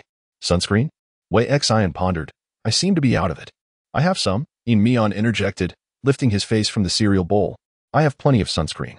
He retrieved a tube from his pocket and handed it to Wei Xian. "Here, you can use this." "Thank you," Wei Xian replied, her tone somewhat peculiar. "My skin lacks melanin and cannot withstand ultraviolet rays. I must rely on this." Silver-Face lamented the necessity of being fully armed and tightly wrapped for every mission, finding it quite bothersome. Moreover, some sunscreens had poor waterproof capabilities, while those that were effective were prohibitively expensive. He preferred to undertake missions at night, as at least there was no sunlight. It was no wonder he despised sunny days. Such weather was indeed unfriendly to someone with albinism. After breakfast, Wei Xian applied sunscreen to her face and arms, while Silver-Face meticulously attended to his own application, covering every inch of his neck, behind his ears, and around his ankles with great care. Once finished, he donned his mask, put on a long-sleeved jacket, and pulled down his hood. A hat was essential to shield his scalp from the sun. "I am ready to head out. What instructions do we have for today?" Silver-Face prepared himself. He dutifully acknowledged, "All right, understood." Dock 5 was a floating harbor with a significant portion of its structures buoyant upon the sea, supported by load-bearing columns and anchored securely. Silverface's extraordinary abilities would greatly enhance the efficiency of scanning the harbor. Wei Xian set out. The Coastal Security Office was not far from her home, just a 20-minute walk, and the morning temperature was pleasant enough to make it a leisurely stroll. The Coastal Security Office lacked the grandeur of the inspection building. It was a relatively modest 3-story structure, surrounded by surveillance cameras and steel walls. As Wei Xian approached the entrance, a camera focused on her, recognizing her facial information. "Hello, Security Officer Wei Xian. Welcome to the Coastal Security Office. Wishing you a pleasant workday here." Adam's voice chimed in at the perfect moment. Originally, Adam referred to her as the intern Security Officer Wei Xian. But now that she has been officially appointed, his address has changed. The steel gates slid open to either side, granting her passage. Upon entering, Wei Xian realized that the surroundings were indeed inferior to those of the inspection building. Police cars lacked a designated parking area and were instead stationed on the ground. The training grounds were expansive, though entirely outdoors. Upon reaching the first floor, Adam informed her, "You need to report to the patrol office on the 3rd floor, where your captain will assign you specific patrol duties." As Wei Xian pushed open the door to the 3rd floor office, she found Xu Suyo, Jiang Ming, and Lu Kongyun already seated inside. "Good morning," Wei Xian greeted. "How convenient it is to live nearby. I recall you reside in this vicinity," Jiang Ming remarked. Lan Lan's home, located in the city center, was particularly far from here, and she hoped he would not be late. Just as Jiang Ming finished speaking, Lan burst through the door, drenched in sweat. "Phew. Why is the nearest bus stop at Anning Street? It takes a good walk of several minutes to get there. I had to run. The Bay Area is rather impoverished, and the suspended rail system is not comprehensive." Wei Xian shrugged. "Next time, set out earlier, Lan, Xu Suyo advised. "Initially, I was concerned about the safety on Anning Street and considered having Wei Xian apply for the staff dormitory. However, since we have been reassigned here, living on Anning Street has become more convenient. Living in the staff dormitory would undoubtedly hinder contact with the members of Mechanical Dawn or make it difficult to venture out at will. Anning Street was preferable." Wei Xian was formidable and unafraid of any disturbances that might arise. "By the way, has that bastard who caused Wei Xian's head injury been caught?" Lu Kongyun inquired. "No. We don't even know who he is," came the reply. Xu Suyo gazed at Wei Xian, whose head bore severe injuries, leaving him devoid of his previous memories. With an unwavering countenance, Wei Xian fabricated a lie. "Indeed, I cannot recall. If only I knew who he was, I would ensure he pays dearly." The security officer Wei Xian, who had been replaced by the undercover agent Mechanical Dawn, had previously encountered an unfortunate incident at the harbor in the Bay Area. At that moment, chaos erupted as gunfire ensued. Bombs were detonated at the port, and fierce exchanges of fire unfolded, creating an environment of utter pandemonium. The inspection department dispatched additional personnel to apprehend those instigating the turmoil, and security officer Wei Xian accompanied several teams to provide reinforcement, ultimately falling victim to the ordeal. Our coastal patrols are divided into maritime and terrestrial operations. The Maritime Patrol primarily focuses on inspecting vessels for regularity, identifying smuggling ships and illegal immigrants, while the Terrestrial Patrol aims to maintain order within the port. Shusuyo remarked that the Maritime Patrol is currently under the purview of the 6th and 5th teams, while we, along with other inspection personnel, are tasked with terrestrial patrols. Everyone must exercise utmost caution. A new incident occurred last night wherein an individual was murdered near the port. The assailants employed heavy weaponry, and our personnel recovered nearly 100 spent bullet casings from the scene. The victim's flesh and tissue were blasted several meters away, yet the body remains absent. The retrieval of the corpse by someone implies that this was likely a well-organized and premeditated assassination involving more than one participant. Lan inquired. Has the identity of the deceased been confirmed? There are no records regarding his identity. He is an undocumented individual, and no information about him can be found online. The deceased is akin to a ghost existing outside the realm of society. Xu Suyo spoke lightly. However, this is not a matter for us to worry about. The investigation will be handled by the Criminal Investigation Team. Last night, Team Leader Jiang personally visited the scene. Wei Xian's heart skipped a beat.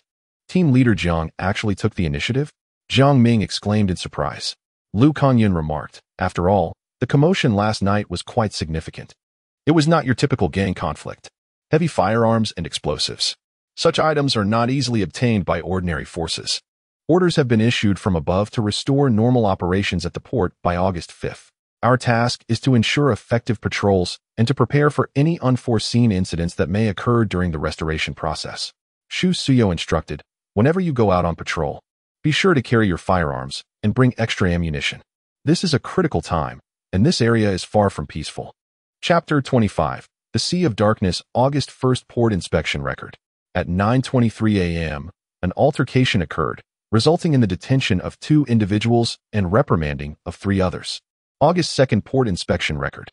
At 1:56 p.m., a public brawl broke out on the street, leading to the detention of 5 individuals. At 3:14 p.m., another public brawl occurred, resulting in the detention of 4 individuals. At 5:09 p.m., a violent confrontation ensued on the street, with both parties wielding steel pipes, crowbars, bone knives, and old revolvers. The patrol security team issued warnings that proved ineffective, leading to the fatal shooting of 2 individuals, while the remaining participants were detained. How wonderful! Another day of peace is drawing to a close, and today has been a relatively easy day. Wei Xian sat in the office, typing the final character on the screen, stretching her limbs. As a newcomer, Wei Xian had much to learn. For instance, how to compose a report and how to appropriately handle various disputes while patrolling the port. The reports from the past few days have all been authored by Wei Xian, who meticulously recorded the work logs into Adam's system for archiving. For 2 consecutive days, nothing noteworthy occurred. Inmion diligently collected data as per routine. And after integrating the mechanical arm, C.I. Qiangwei shared some of the workload. Red-S communications with Wei Xian dwindled, likely indicating that their tasks had reached a critical juncture. The dock, expansive as it is, makes the security personnel's patrols quite intensive. Gathering data is no trivial endeavor. The thought of the thick stack of professional books in the room overwhelmed Wei Xian. The prospect of mastering 4 years' worth of university coursework in just a few days seemed utterly fantastical. Fortunately, she currently did not require expertise in criminal investigation, as most unexpected incidents at the port could typically be resolved through force. Have you finished? Su Xunyao inquired while organizing documents at the adjacent desk. He switched off the projector and said, "You've worked hard today." "Not at all. The report is merely a few hundred words." "Captain, you've exerted far more effort than I," Wei Xian replied, saving her work and subsequently turning off the projector. "It's time to clock out. Let us go," Su Xunyao remarked, glancing at the time. The coastal security team's patrol duties are divided into day and night shifts, with daytime tasks being relatively less demanding. The night shift, however, is fraught with peril. Under the veil of darkness, all manner of nefarious activities come to light. Much like repugnant insects that burrow into the earth to escape the scorching sun, they emerge to scuttle about when night descends. People can scarcely fathom the madness that lurks in the shadowy corners of Haishur City after dusk. "Are we scheduled for the night patrol tomorrow?" Wei Xian asked. Shusuyo remarked, "Indeed, one may refrain from attending work during the day, with the hours adjusted to commence at 8 in the evening. The high-intensity patrols at night can induce a state of exhaustion, which is why we have always alternated between day and night shifts, rotating every 2 days. Recently, Team 7 has been on daytime patrols, and tomorrow it shall be their turn for the nocturnal watch. Shall we take a stroll together?" "Certainly, a leisurely walk sounds delightful. The evening air is quite refreshing, far more pleasant than during the day," Wei Xian replied with a nod. Daytime patrols at the docks had left her sweltering, enduring the oppressive heat of 30 to 40 degrees Celsius, while clad in heavy protective gear to guard against unforeseen incidents. In recent days, her habitual stance while patrolling alongside her comrades had been one of alertness, standing tall with keen eyes and ears attuned to every sound. Her right hand rested on the holster at her waist, ever ready to draw her weapon. Since hearing from a veteran colleague in the coastal security team about frequent encounters with armed gang members near the port, she had grown somewhat jumpy. What if, while on patrol, a member of a rival gang emerged unexpectedly, intent on vengeance, and fired upon her? Wei Xian was determined not to become a victim, thus, she remained vigilant, her hand poised on her holster. Should anyone harbor ill intentions toward her, she would not hesitate to act first. Indeed, she had done just that. Earlier that afternoon, she had shown no mercy to a group engaged in a violent altercation, swiftly neutralizing their leader with just 2 shots. "How have you been feeling these past few days?" Shusuyo inquired with genuine concern. "I am well," Wei Xian responded. "The initial encounters were impactful, but as time passes, The intensity of those feelings gradually wanes. Shusuyo remarked, "You are the most adaptable newcomer I have ever encountered." "Thank you for the compliment, Captain." Wei Xian calmly accepted his praise. "You are the sole intern brought in early from the Black Sea Academy to the inspection department, making it challenging to find someone with a similar mindset to converse with. Seeing you adapt to the work of the inspection department puts me at ease," Shusuyo remarked. "In truth, according to standard procedures, you would require further training before being entrusted with independent duties. It seems a bit rushed to have you on patrol." Wei Xian replied, "Do not worry about my mindset. I have long anticipated the chaos of the harbor district, and, having prepared myself mentally, I find it quite manageable." The sky darkened slightly, and a cool breeze swept through as the lights of the low-rise residential buildings in the harbor district flickered on. Shusuyo continued, "Wei Xian, you must understand that being a security officer entails not only learning to withstand pressure, but also resisting temptation." "What does that mean?" Wei Xian turned her head, feigning ignorance. "You are still quite young. Although you have witnessed some darkness, the most sordid and sinister matters far exceed your imagination," Shusuyo explained. "Do you know why our coastal security team rotates every month?" Wei Xian adopted an attentive posture. "It is due to bribery," Shusuyo whispered. "Smugglers at the port bribed the long-stationed coastal security team, turning them into accomplices of illicit forces. Monthly rotations of the team stationed at the coastal security office increase the cost of bribery for these unlawful entities, as each new batch must invest time and money to establish connections." Wei Xian interjected, "Is that so, Captain?" "Indeed, this is an unavoidable solution," Shusuyo remarked. "We cannot completely eliminate the occurrence of such events. Captain, I believe you are an upright and benevolent individual." Wei Xian hesitated, gazing at Shusuyo. "You wouldn't be engaging in corruption, would you?" Shusuyo was taken aback. "What are you suggesting? Which corrupt individual would lay bare the intricacies of their dealings to you? What if you are merely attempting to silence me, conspiring to discuss the division of ill-gotten gains?" Wei Xian stroked his chin thoughtfully. "Enough, I know you are jesting." "Wei Xian," Shusuyo responded, bemused. "As a scion of a wealthy family, you surely disdain such paltry sums." Wei Xian stated, "I feel quite assured working alongside you, Captain." "Thank you for your trust," Shusuyo replied. Wei Xian pondered deeply. "You just mentioned that we cannot fully prevent such occurrences. A month is not an insignificant amount of time. It is quite possible someone may indeed succumb to bribery. This implies that we must confront not only the threats posed by gang members but also the possibility of betrayal from our own comrades." "Indeed," Shusuyo affirmed. "This world is exceedingly intricate, and human nature is equally complex. Wei Xian, having just graduated from university, you must adapt to both combat and the realities of society. My parents are not nearby, and I lack reliable relatives or elders to guide me." Wei Xian paused. "You are the first to teach me the ways of the world.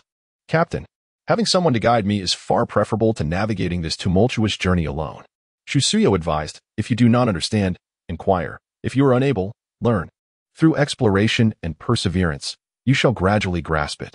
They strolled to the foot of Wei Xian's residence. "It is essential to rest well during the day, otherwise, one may struggle to endure the night shift." Shusuyo nodded in farewell to Wei Xian, saying, "Goodbye, Wei Xian." Wei Xian stood at the entrance of the corridor, watching Shusuyo's figure vanish around the corner of the street. She then turned and descended the stairs, opening her door. Mian was seated at the dining table, idly playing with a water balloon. "Who was that person you were chatting with for so long?" he inquired. Wei Xian raised an eyebrow. "Did you see him?" "I saw him. He did not see me," Mian replied.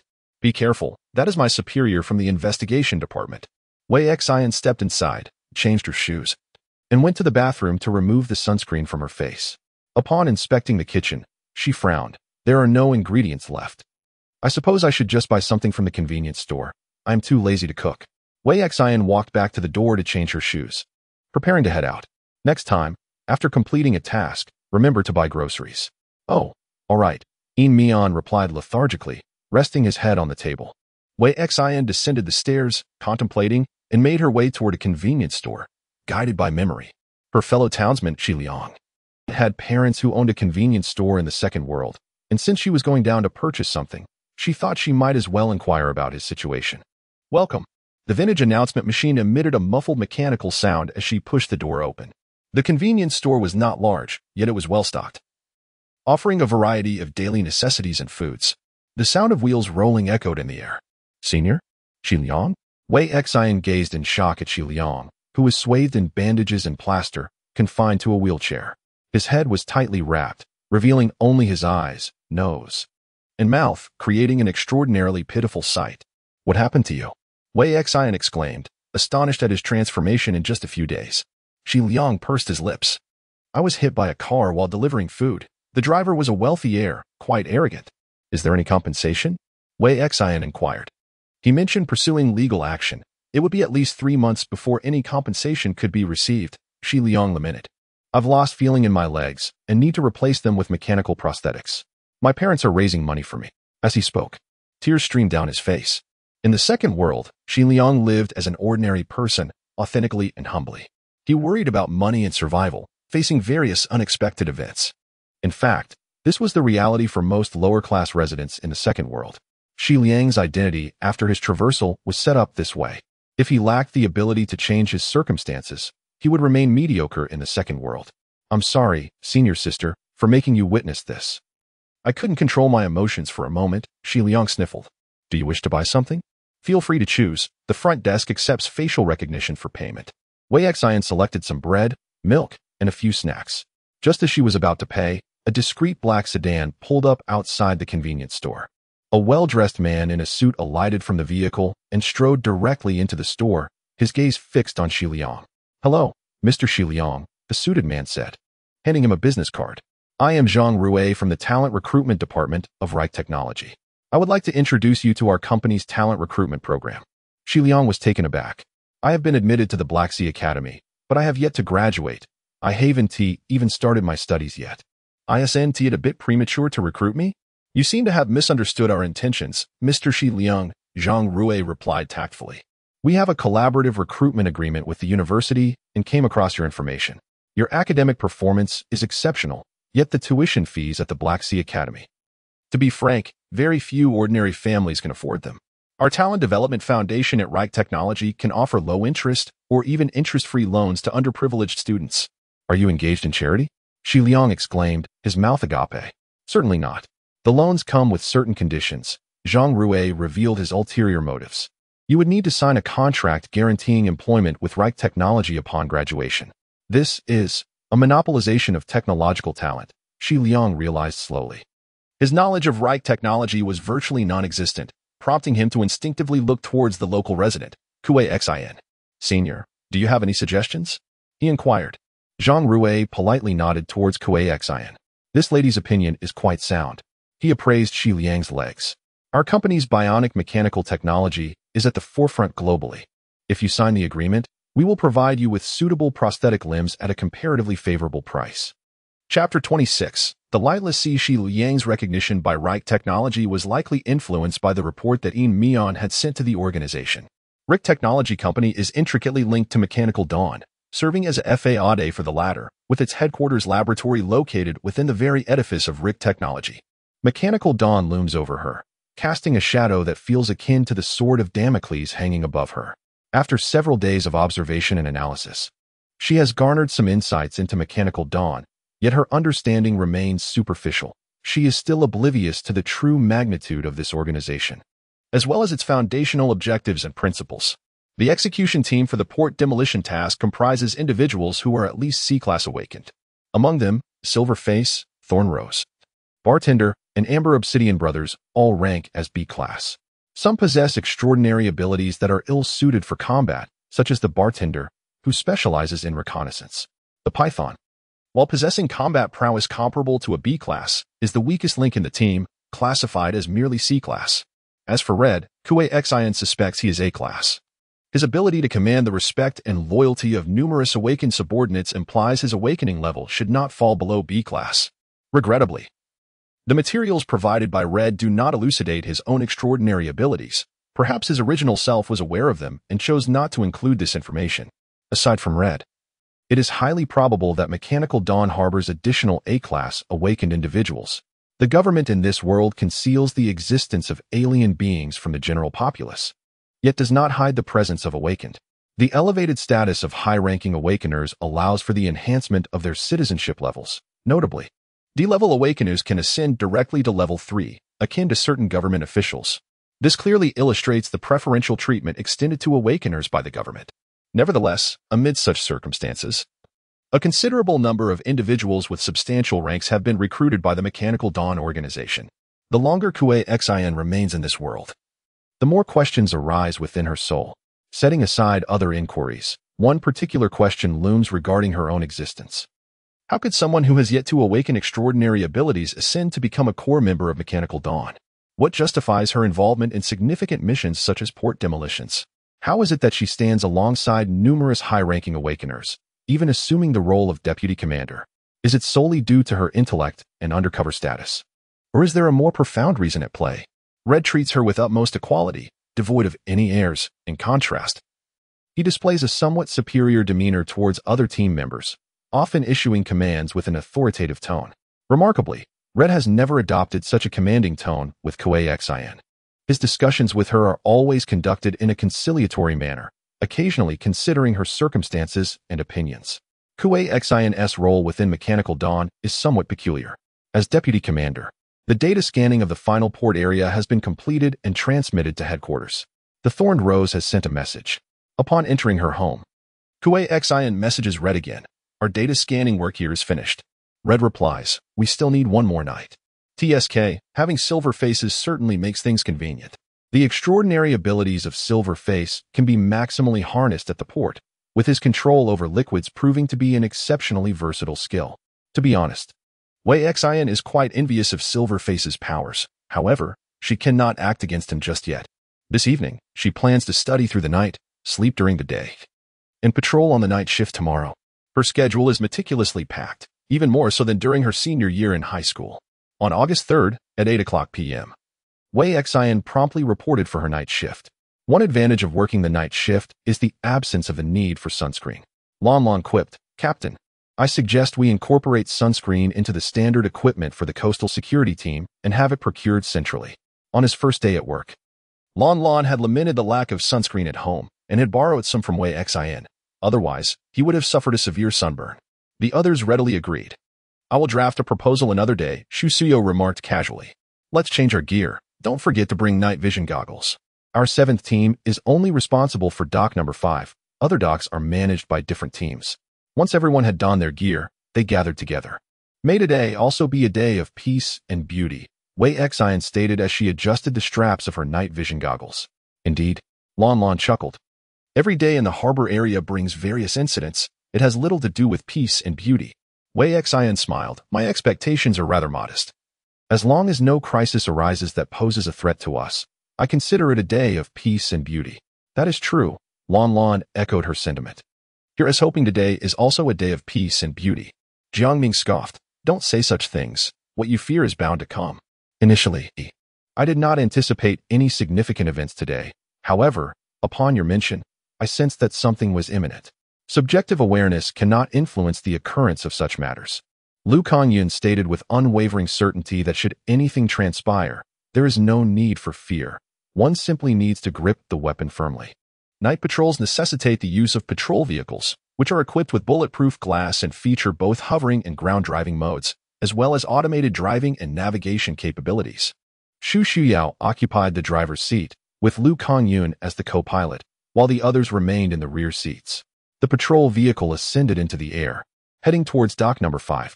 The port was cluttered with remnants of construction equipment and debris, presenting a rather chaotic appearance. Dock No.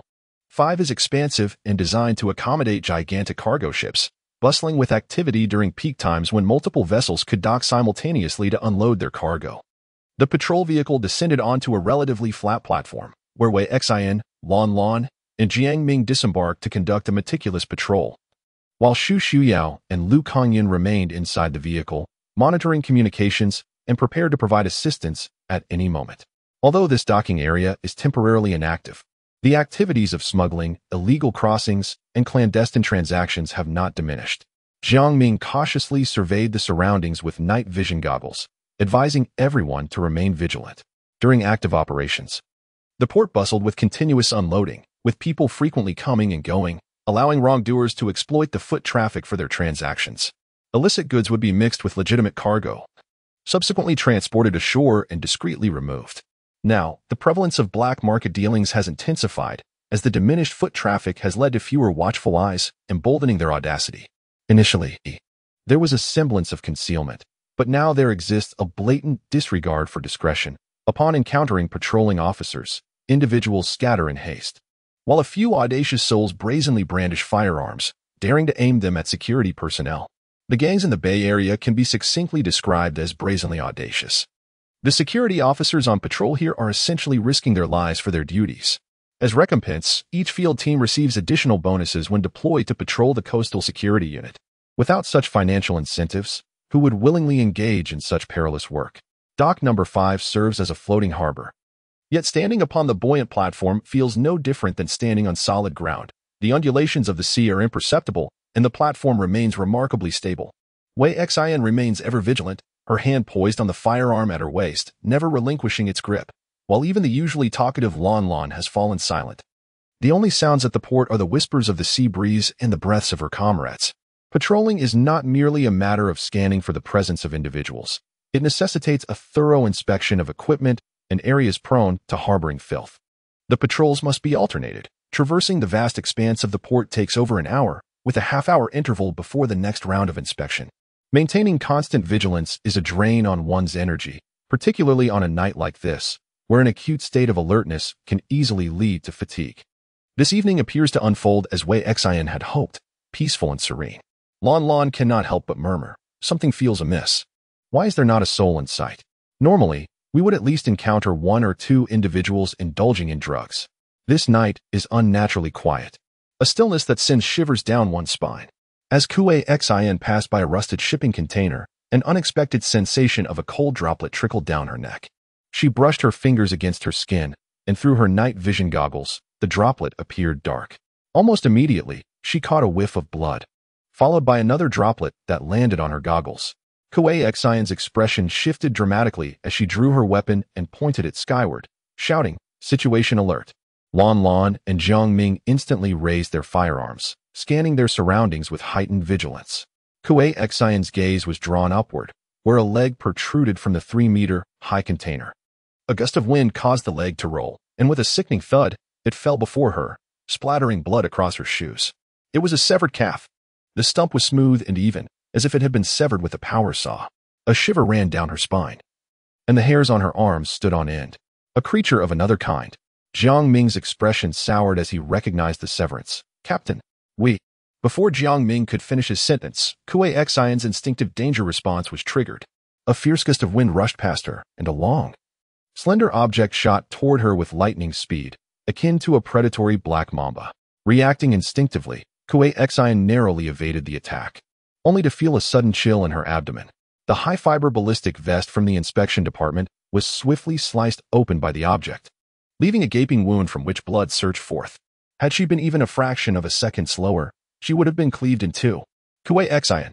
Lan shouted, firing in the direction of the encroaching tendril. Sparks flew, but something eluded the path of his bullets.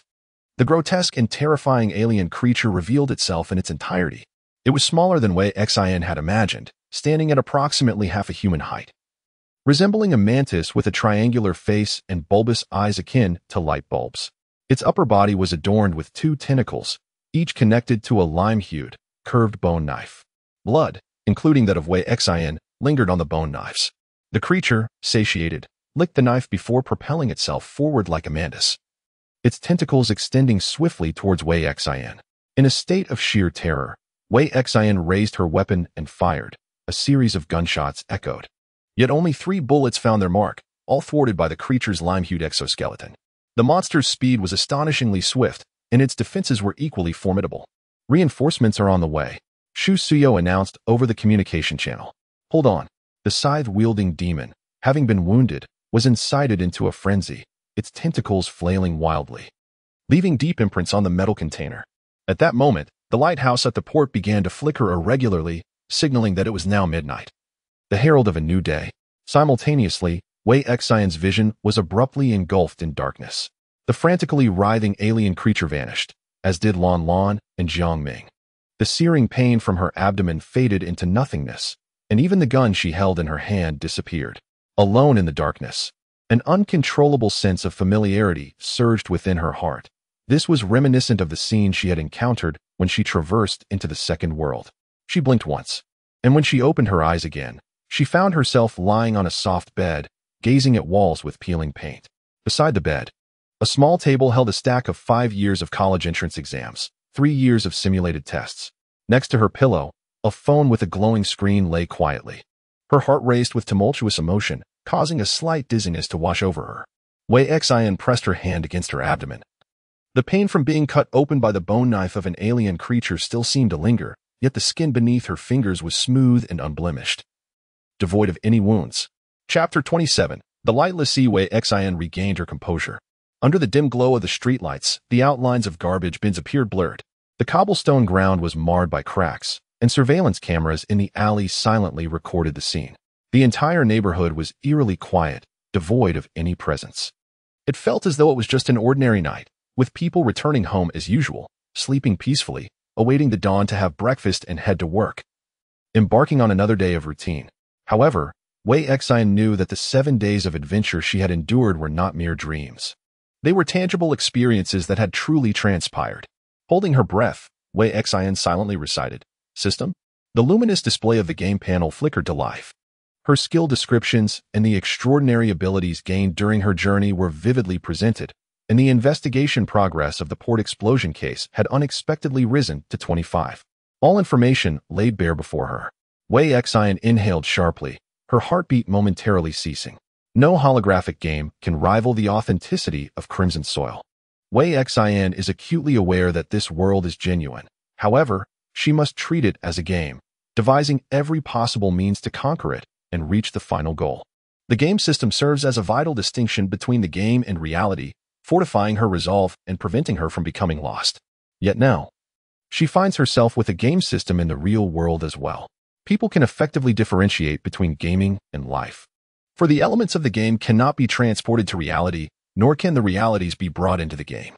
In the game, one can be resurrected upon death, and individuals may indulge in the wanton slaughter of NPCs without any moral burden. Conversely, in the real world, everyone behaves as civilized beings. No one would engage in such actions. Perhaps it is not as dire as I once thought. Wei Xian murmurs. Approaching her desk, she retrieves a craft knife from her pencil case and, without hesitation, slashes at her fingertip. Blood spills forth, yet the wound heals within 2 seconds.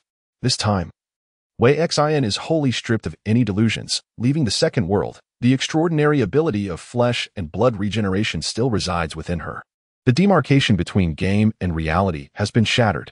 The powers acquired in the game persist in the real world. The boundaries between the real and the illusory. The game and reality have consequently become obscured. It is akin to Wei Xian initially playing Cyber Online, only to exit the game and discover that the game system has followed her, transforming her reality into Earth Online, where the world has been gamified. The first world and the second world, 2 realms of play. Even more terrifying is that Cyber Online is not a solitary game. It is a multiplayer experience, where players abound beyond just Wei Xian. For every participant engaged in Cyber Online, there exists an equal number immersed in Earth Online.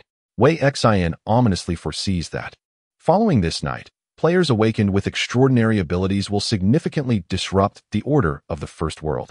The inscription upon the card is strikingly clear: Depriver Wei Xian. Number 233.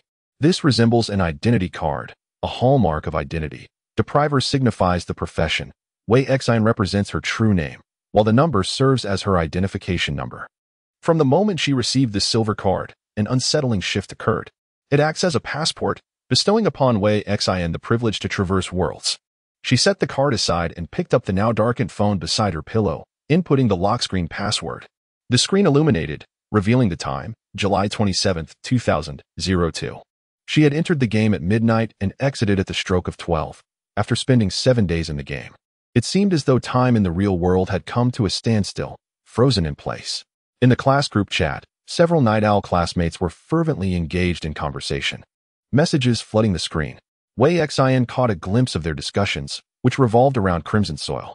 They were eager for the game developers to expedite the launch of the second closed beta, so they could delve into the game sooner. Playing games?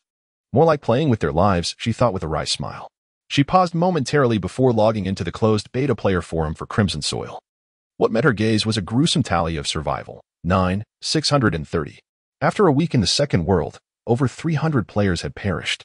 After her traverse, Wei Xian found herself endowed with a formidable advantage, akin to being dealt a royal flush, yet she walked the perilous path of a double agent, perpetually facing the specter of death. Chai Jian also commenced with a similar advantage, yet had he chosen to remain docile within the confines of the psychiatric hospital, he would have likely continued to thrive. Another player, Shi Liang, began as an ordinary individual, though beset by misfortune and a rather unfortunate accident involving a vehicle. He found himself devoid of any imminent peril. Wei Xian held the belief that those who entered the game with such a catastrophic disadvantage were a minority. Nevertheless, even so, over 300 of the 10,000 players had perished, each statistic potentially representing a life extinguished. 3 posts, marked with an official prefix, had been pinned in red, each bearing an exceedingly straightforward title. The first post, List of Fallen Players. The second post, Player Class Explanation. The third post, Introduction to Basic Rules. With little time to peruse the posts published by her fellow players, Wei Xian hastily clicked on the first one. The initial comment was an interminable list, devoid of players' true names, revealing only their identification numbers and time of death. It resembled an obituary, yet conveyed an inexplicable and eerie aura.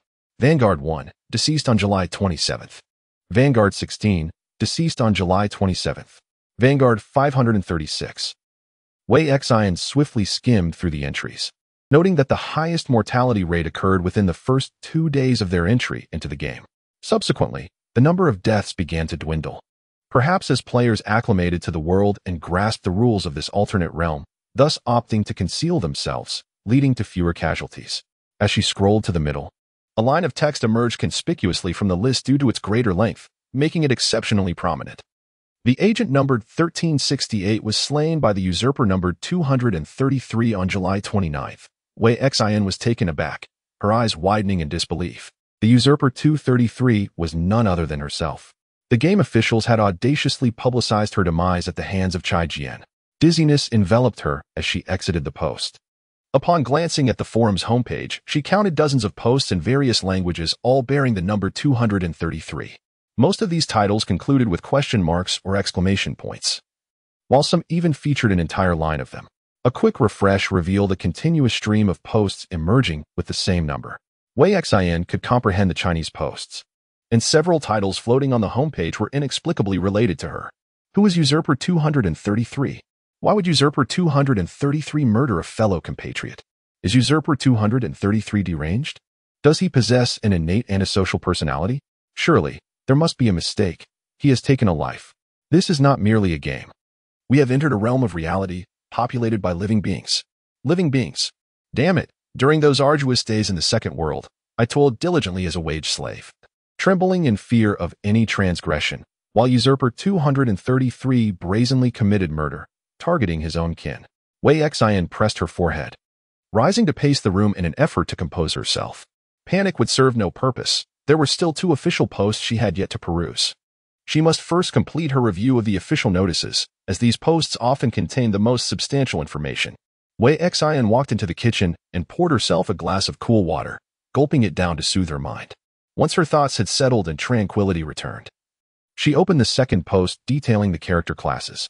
The first comment read, "There are 2 primary professions in this game. The Depriver, a class that derives strength by hunting those with special abilities and stripping them of their extraordinary powers. Deprivers cannot awaken extraordinary abilities on their own, nor can they enhance themselves through potions imbued with special powers. Their only path to advancement lies in deprivation, taking from everyone but themselves.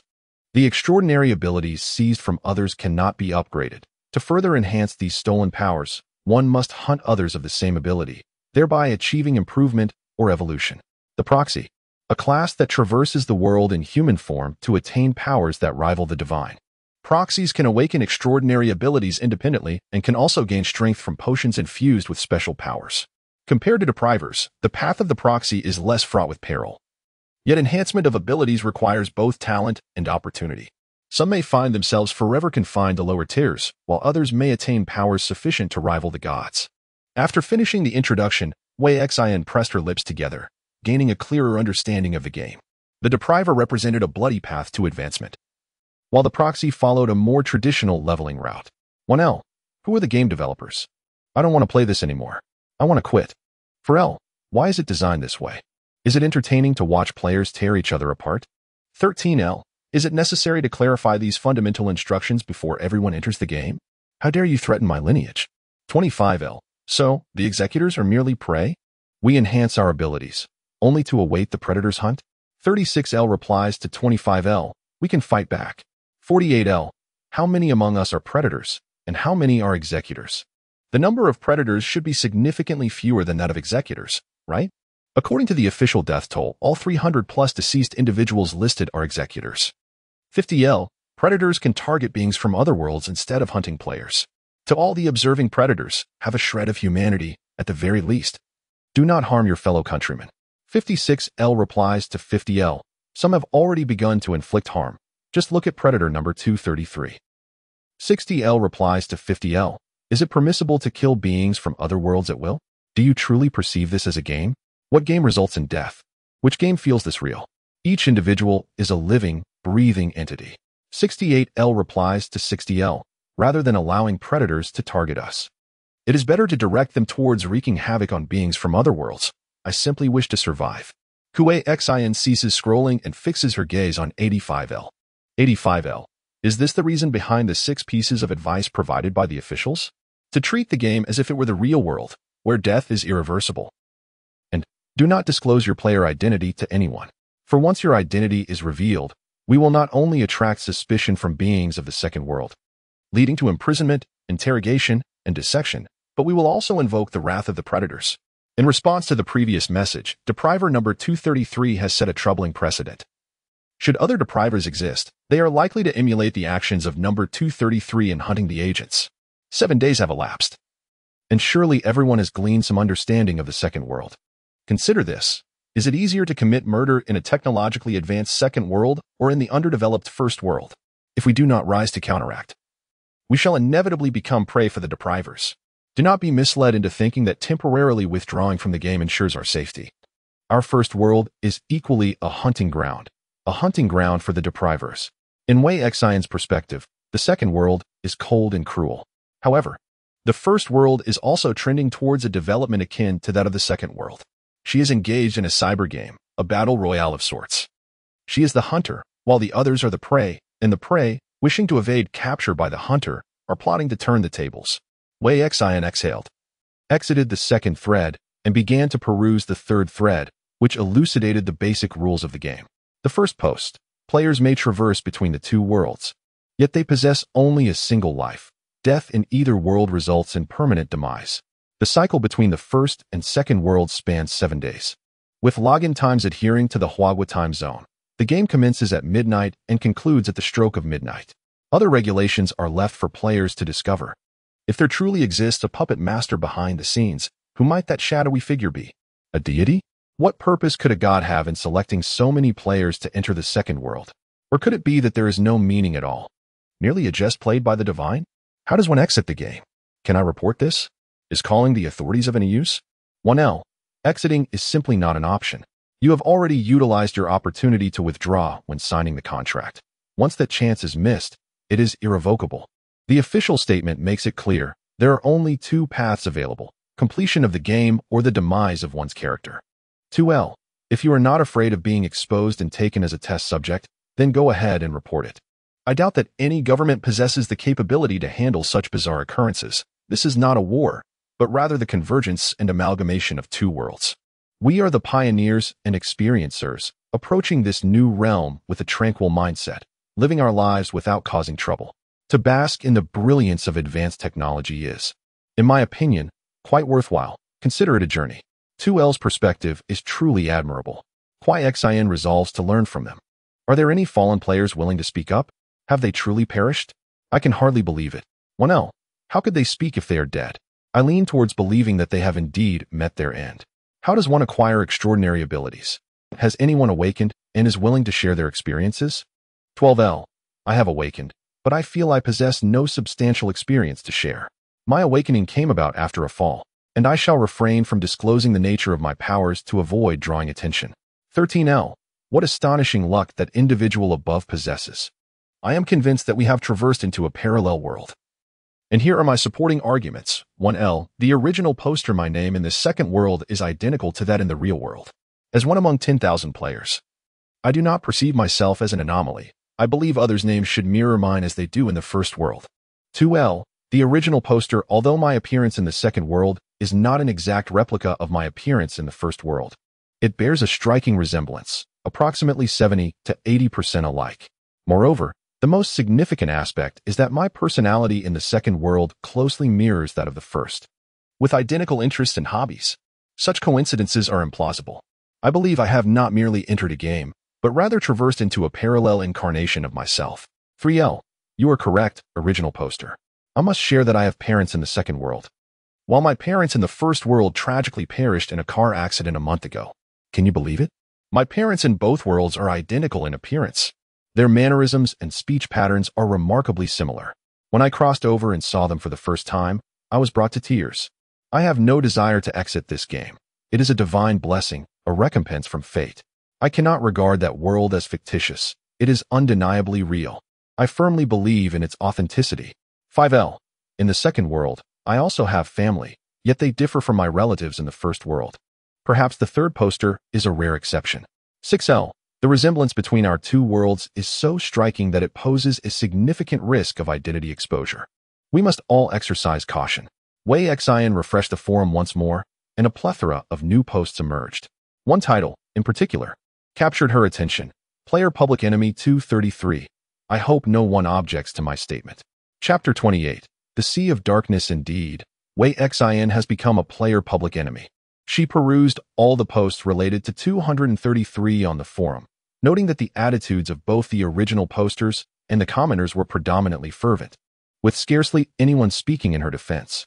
Occasionally, a few calm analyses emerged, yet they were invariably drowned out by the vehement remarks. In post 62L, a user suggested, I believe there may be more to this matter. When we traversed to the second world, we were utterly unaware of each other's identities. Can you discern who is a player and who is an indigenous inhabitant? You cannot. Perhaps 233 never intended to harm his own kind. The response from 63L was, then who do you think 233 aimed to kill? The indigenous inhabitants of this other world? Regardless of whether he sought to slay the natives or us players, his intentions are undeniably malevolent. Another user, 64L, chimed in, your argument is fruitless. Who cares about the motivations and psychological journey of the perpetrator 233? All that matters is the outcome. He has taken a life. There may be other perpetrators among the players who will emulate him, leading to an even greater prevalence of player-on-player violence in the future. In post 84L, a user expressed, the mere thought that perpetrator 233 might be lurking and observing us as we post these messages sends chills down my spine. What might he think upon encountering these posts? Panic, fear, or perhaps a sinister smirk? User 85L remarked, if perpetrator 233 killed out of necessity, then why does he not step forward to clarify? This was followed by a flurry of responses from players imploring perpetrator 233 to offer an explanation. However, WeiXIN understood that she could not provide one. If WeiXIN attempted to explain, what would she do if the players continued to question her? What if the players request her to recount the specifics of the murder? She cannot substantiate her claim of having killed unintentionally, while others will forever suspect her of having acted deliberately. WeiXIN is at risk of inadvertently revealing her identity during her attempts to prove herself. The players have supplanted the indigenous inhabitants of the second world, possessing a myriad of identities. Some are ordinary individuals, while others have complex backgrounds, with some potentially holding significant positions of power. If WeiXIN accidentally discloses any sensitive information, it is highly likely that they will trace it back to her. The gravest risk lies in her appearance. Each player's visage bears a resemblance to their first-world counterparts. She deftly wielded a craft knife, executing an intricate flourish with ease. Presently, she possesses 5 inherent talents: performance persona, resilience, danger avoidance, rapid learning, and the newly acquired combat instinct since entering the second world. WeiXIN placed her phone aside and performed push-ups on the bed. To her astonishment, she managed to complete 50 push-ups in one breath, a feat she had never achieved before. As someone who despised physical education, she typically struggled to perform even 10 push-ups, making 50 seem utterly implausible. Moreover, the standard of these 50 push-ups starkly contrasted with her performance during physical training in the second world, where she could execute over 100. Additionally, whether it was merely an illusion, Wei Xin felt her vision had significantly improved. She had been mildly nearsighted, with a prescription of only 100 degrees, occasionally requiring glasses in class. Now, as she surveys her surroundings, the subtle sense of blurriness has vanished. In the second world, she is a sharpshooter with remarkable vision. Wei Xin soon realizes that her bodies in the two realms are converging under the influence of an unknown force. The formidable physical attributes of her second world are transferring to her first world body. She rummaged through her belongings to find a measuring tape and stood on the floor to measure her height.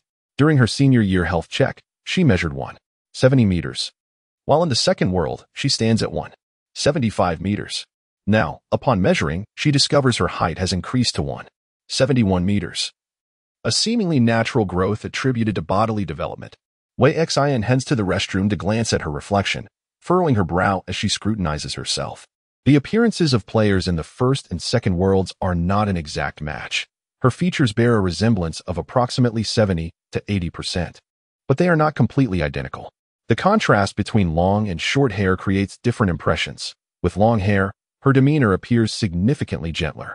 Upon closer inspection, her likeness to her second world self seems diminished, though there remains an underlying similarity. Wei Xin has always worn her hair in a high ponytail, but after some contemplation, she decides to let her hair down and play with her bangs.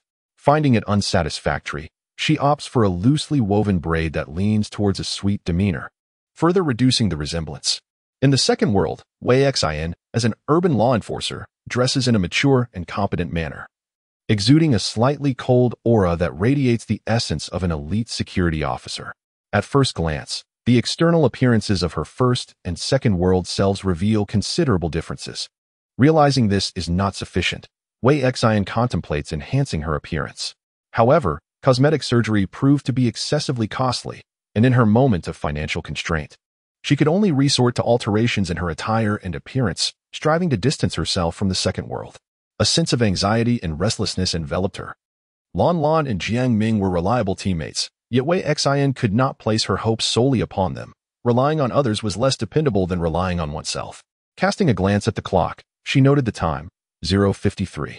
It was the early hours once more. Wait, was there no need to worry about tomorrow? She seemed to have forgotten something of great significance. Wei Xin rummaged through her phone's memo, where it was clearly inscribed, interview for a summer job at the fast food restaurant on the third floor of Changlong Square at 9 in the morning. Wei Xin thought, this is a fulfilling life about to commence once again. At 7:30 in the morning, Wei Xin was not awakened by her alarm, but rather by a call from her senior year homeroom teacher. Xiao Xin, why not come to my house for lunch today? The voice of her teacher, Wang Yang'a, reached her ears. Ms. Wang was known for her strict demeanor. However, she possessed a gentle side, often inviting Wei Xin over for meals. Understanding that there were no elders in her family, she also guided Wei Xin in her university applications and choice of major. Wang's son was 2 years her senior and attended the same university Wei Xin had applied to, both pursuing a major in artificial intelligence. When university commenced in September, she would become the junior of her teacher's son. Wei Xin, still enveloped in drowsiness, replied, "No, thank you, teacher. I have a job interview to attend."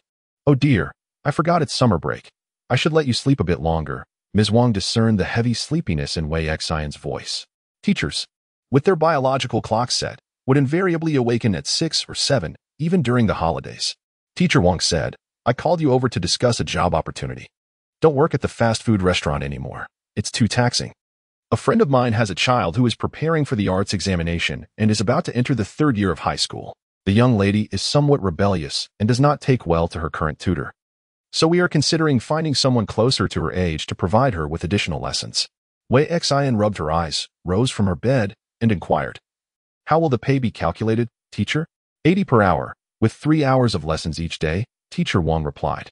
This will continue until the end of August when school resumes. Wei Xian felt a spark of interest. 3 hours a day would yield over 200, and she could freely arrange the rest of her time, making it far more convenient than working at a fast food establishment. The latter consumed an excessive amount of her time, and she desired some leisure to pursue her own interests, such as exercising. Physical training was imperative. In the first world, she, too, required a robust physique. All right, Wei Xian agreed, expressing her gratitude to the teacher. She understood that teacher Wang was attempting to lend her a hand, alleviating her burdens by suggesting this tutoring job, which indeed was a suitable fit, and she felt quite satisfied with it. She got up, washed up, and prepared herself a fried egg for breakfast. After some contemplation, she pushed the small table in the living room aside to clear a space, commencing her basic exercises with leg stretches, twists, push-ups, and sit-ups. She had risen a bit late today. Henceforth, she planned to wake at 6 each morning to jog along the riverbank behind her community. There was considerable potential for improvement in her physical fitness in the first world. Her training could not afford to pause and must be approached gradually. In the upcoming days, she could reduce her training load in the investigation department to 1/3, and as she adapted, she would gradually increase it. 2 hours later, after completing her training, Wei Xian's legs trembled uncontrollably, her body drenched in sweat.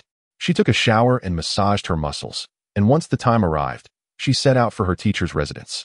Just before leaving, Wei Xian checked the forum once more. Discussions related to the depriver number 233 remained fervently active. She swiftly bypassed those threads and explored others. One particular post focused on calculating the player density across various countries. The initial comment stated, the global population is approximately 7.5 billion, with China accounting for around 1.4 billion, nearly 20. Observing the number of posts in Chinese on the forum, it is evident that a significant number of Chinese individuals are present. Out of the 10,000 players worldwide, I estimate that at least 1 to 2,000 hail from our nation. An intriguing point is that when we initially entered the game, it was through a reservation system. The game officials disguised themselves as an ordinary game, requiring applicants for the internal testing qualification to fill out an online form. Minors and individuals over the age of 60 were ineligible for reservations. This effectively eliminated a substantial portion of the population, starting with minors and then excluding those from underdeveloped and impoverished regions. Countries in Africa and the Middle East were easily disregarded. I surmise the majority of players are concentrated in economically stable areas. By subtracting the populations of underdeveloped regions, as well as minors and the elderly, the potential pool drastically narrows. Friends, out of 10,000 players globally, nearly 2,000 are from our country. How many can a single city claim? It is possible that players may never meet in person. There is no need for excessive concern about the depriver showing up, yet one must not completely lower their guard. Compared to last night's forum activity, there has been a noticeable increase in serious analytical posts. Several posts are earnestly exploring the possibility of forming alliances in alternate worlds, aspiring to establish a reliable coalition to mutually support each other in the second realm. Other discussions delve into the social structure and class formation of this new world. One poster reflects, consider the potential of advanced prosthetic technologies to assist countless individuals with disabilities in embracing a new lease on life. Furthermore, innovations in information technology and holography promise to usher in monumental transformations for our society. In addition, there exists some chaotic requests for assistance, the veracity of which remains uncertain. One individual, adrift on a smuggler's vessel for a week and nearing the brink of septicemia, inquires about the repercussions of being apprehended by the Coast Guard. How does one rectify a situation of being undocumented? Another person, working as a male escort in a nightclub, wonders if there is still a chance for redemption in life. Desperation echoes in a plea. How can one amass a fortune of 1 million within a month for urgent university expenses? There is also a request for information regarding extraterrestrial beings, with a promise of compensation for detailed insights. Payment can be made via transfer to an anonymous foreign bank account, or through the mailing of tangible goods. If opting for the latter, the individual is willing to send gold, with the recipient specifying the delivery location and method. No inquiries into identity will be made, and absolute integrity is assured. Those interested may contact me privately on the forum. A player inquires beneath this post, what exactly are these extraterrestrial beings? Many others share this curiosity, as not every player has had the opportunity to encounter the perilous species that the federal government has painstakingly sought to conceal from the general public. Upon seeing the mention of compensation, excitement stirs within Wei Xian. Replying and sending private messages will reveal one's nickname, though it will not disclose the identification number. The issue lies in the fact that Wei Xian's nickname is 233, which coincidentally matches her number. However, the acquisition of the number is random, as it reflects the order of registration on the forum. Wei Xian is the 233rd registered user, hence her number is 233. The term 233 is a popular internet meme, and many individuals favor it as a nickname, which can indeed be attributed to sheer coincidence. Such matters should not be rushed, though she is in need of money. She must value her life. Wei Xian turned off her phone, descended the stairs, and took the subway. At the staircase, Zhang Ma, who was playing mahjong, caught sight of Wei Xian and remarked with a smile, "Ah, look at little Wei. She's dressed up, looking quite the lady, truly beautiful." Wei Xian smiled faintly. "Good morning." "Zhang Ma, did you win today?" "Lost, just playing for fun," replied Zhang Ma with a beaming smile. The cacophony of voices and the warm sunlight allowed Wei Xian to relax. This is the ordinary, yet genuine world of humanity. Once aboard the subway, she opened her phone to check the class group chat. A prominent video creator with millions of followers mysteriously deleted their account overnight. Wei Xian was taken aback by the discussion among her classmates. Scrolling through the chat history, her expression gradually turning peculiar. This creator focused on gaming, frequently appearing in live streams and videos, boasting a substantial fan base with seemingly high-quality content. The last post before the account deletion read, "Awesome. I received an invitation to the closed beta of Crimson Land. Stay tuned for my gameplay review video. I might be the only gaming streamer in the world to receive a beta invite, feeling incredibly lucky. Ha ha ha." Wei Xian mused, "That poor child, how unfortunate." This effectively severed any possibility of retreat. Frequently appearing on live broadcasts, his identity, name, and appearance have been thoroughly exposed. This truly is a devastating opening move. It is likely that this unfortunate fellow has already fled under cover of night. Chapter 29. The Sea of Darkness. As Wei Xian stepped into Teacher Wang's home, she was greeted by a rich aroma of food. "Xiao Xian has arrived. Please sit," Teacher Wang said, while preparing vegetables on the balcony. "I have made rib soup, and I will also prepare braised pork and garlic stir-fried greens." "Let me help you with the vegetables, teacher," Wei Xian offered, moving a chair closer. "Isn't anyone at home?" "My husband is on a business trip, and my son is staying at school for this summer," Teacher Wang replied. "When you go to university, I will have my son come to pick you up." "That's not necessary. I can manage on my own," Wei Xian quickly declined. "After all, the university is within the province, quite close to our city. The train will get there in the afternoon, and there are direct buses to the campus from the train station." "That won't do. A child must have company on their first journey away from home." "You can go on your own once you are familiar with the route," Teacher Wang insisted. "Do not always think you are a burden to me." "I do not find it troublesome at all, and I have already spoken with my son about it," and he readily agreed. "All right." Wei Xian swallowed her words of refusal. Focusing intently on preparing the vegetables, Teacher Wang inquired, "Do you have any goals you wish to achieve in university?" "For now, my only goal is to study diligently," she replied. Wei Xian hesitated and said, "Let us take our time with the rest. I will focus on obtaining the necessary certifications and then strive for further studies. The job prospects in artificial intelligence are quite promising." "You're quite intelligent. Why not consider taking the civil service examination?" suggested Teacher Wang. Wei Xian replied, "I don't think that's feasible. My father fled abroad after his investment failed. If you search the official wanted notice website, you might even find his information among the fugitives." Teacher Wang was taken aback and sighed, murmuring, "What a misfortune." Wei Xian also felt that her father's existence was nothing short of a calamity. Yet, what could be done? He was simply a worthless father. Although this irresponsible figure had rolled out of her life, he continued to cast a shadow over her future, making it impossible for her to ever secure a government job. When her father absconded, Wei Xian was still in elementary school. Subsequently, their villa was auctioned off. The shops were sold, and even the luxury car was liquidated, yet the debts remained unpaid. Her mother abandoned Wei Xian in the care of her grandparents and vanished into the unknown. Fortunately, her grandparents owned their home, which spared it from being seized for debt repayment. In the past 2 years, both of Wei Xian's grandparents passed away, and no relatives were willing to take on the burden of this hot potato. With no financial support, Wei Xian managed to get in touch with a distant cousin working in the city, who then relayed her circumstances to her mother. As a result, her mother began to send her 800 yuan each month as living expenses.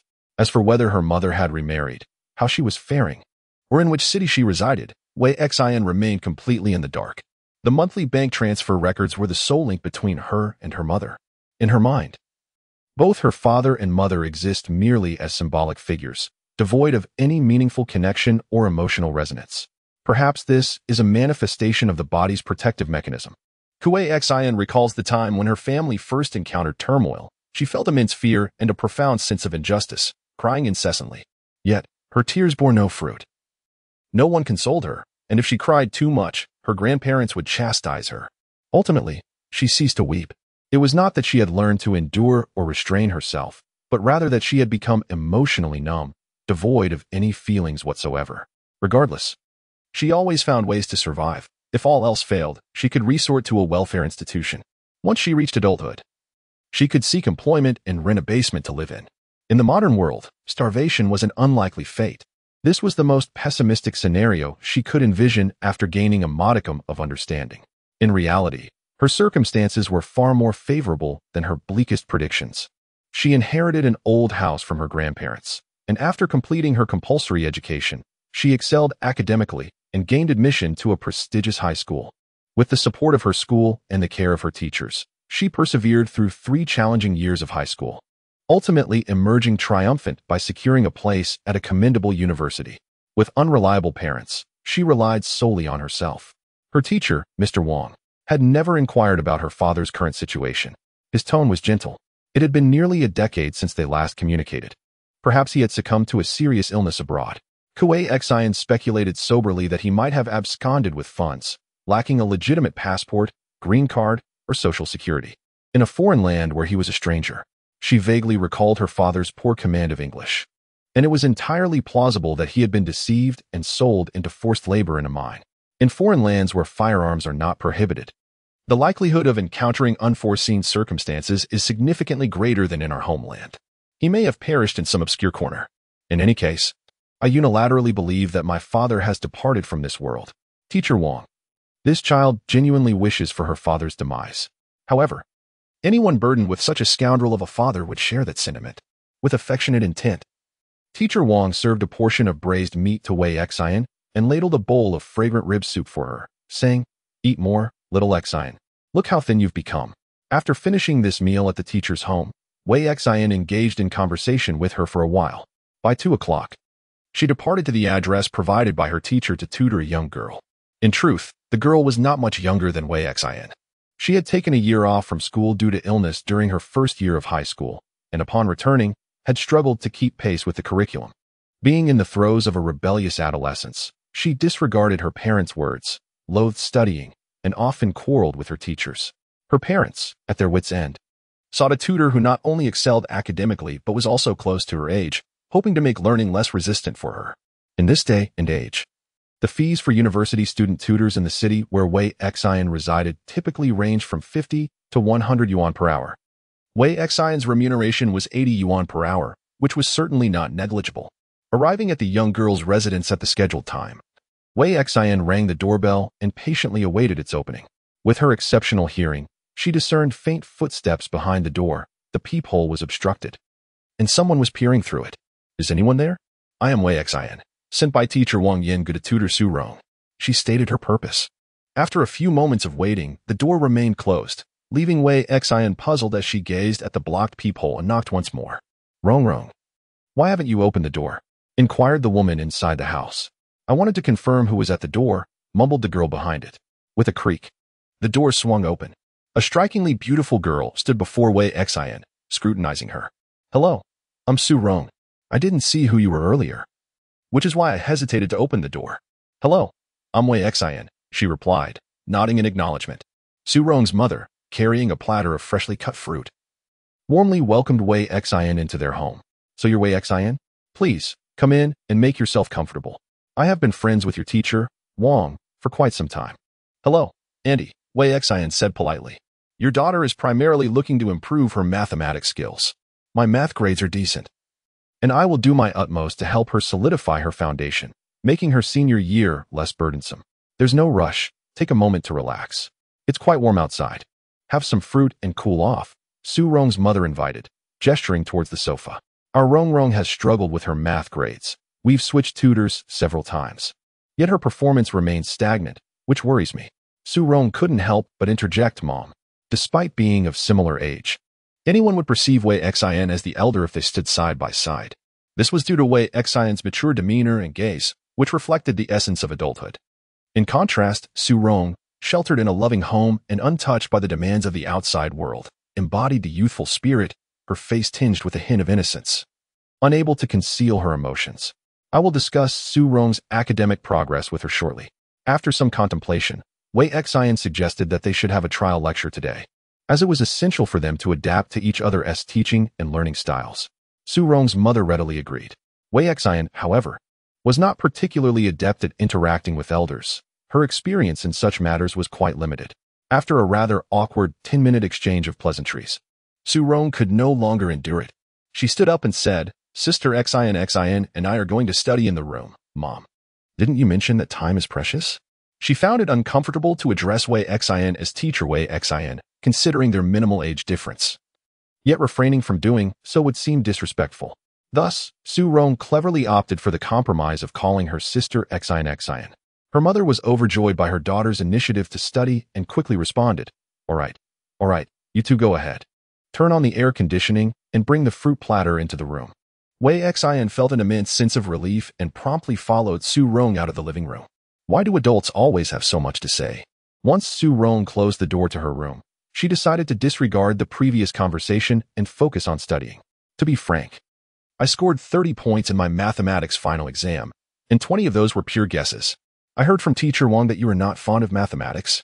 Wei Xian subtly inquired. Teacher Wang's original statement was not quite that.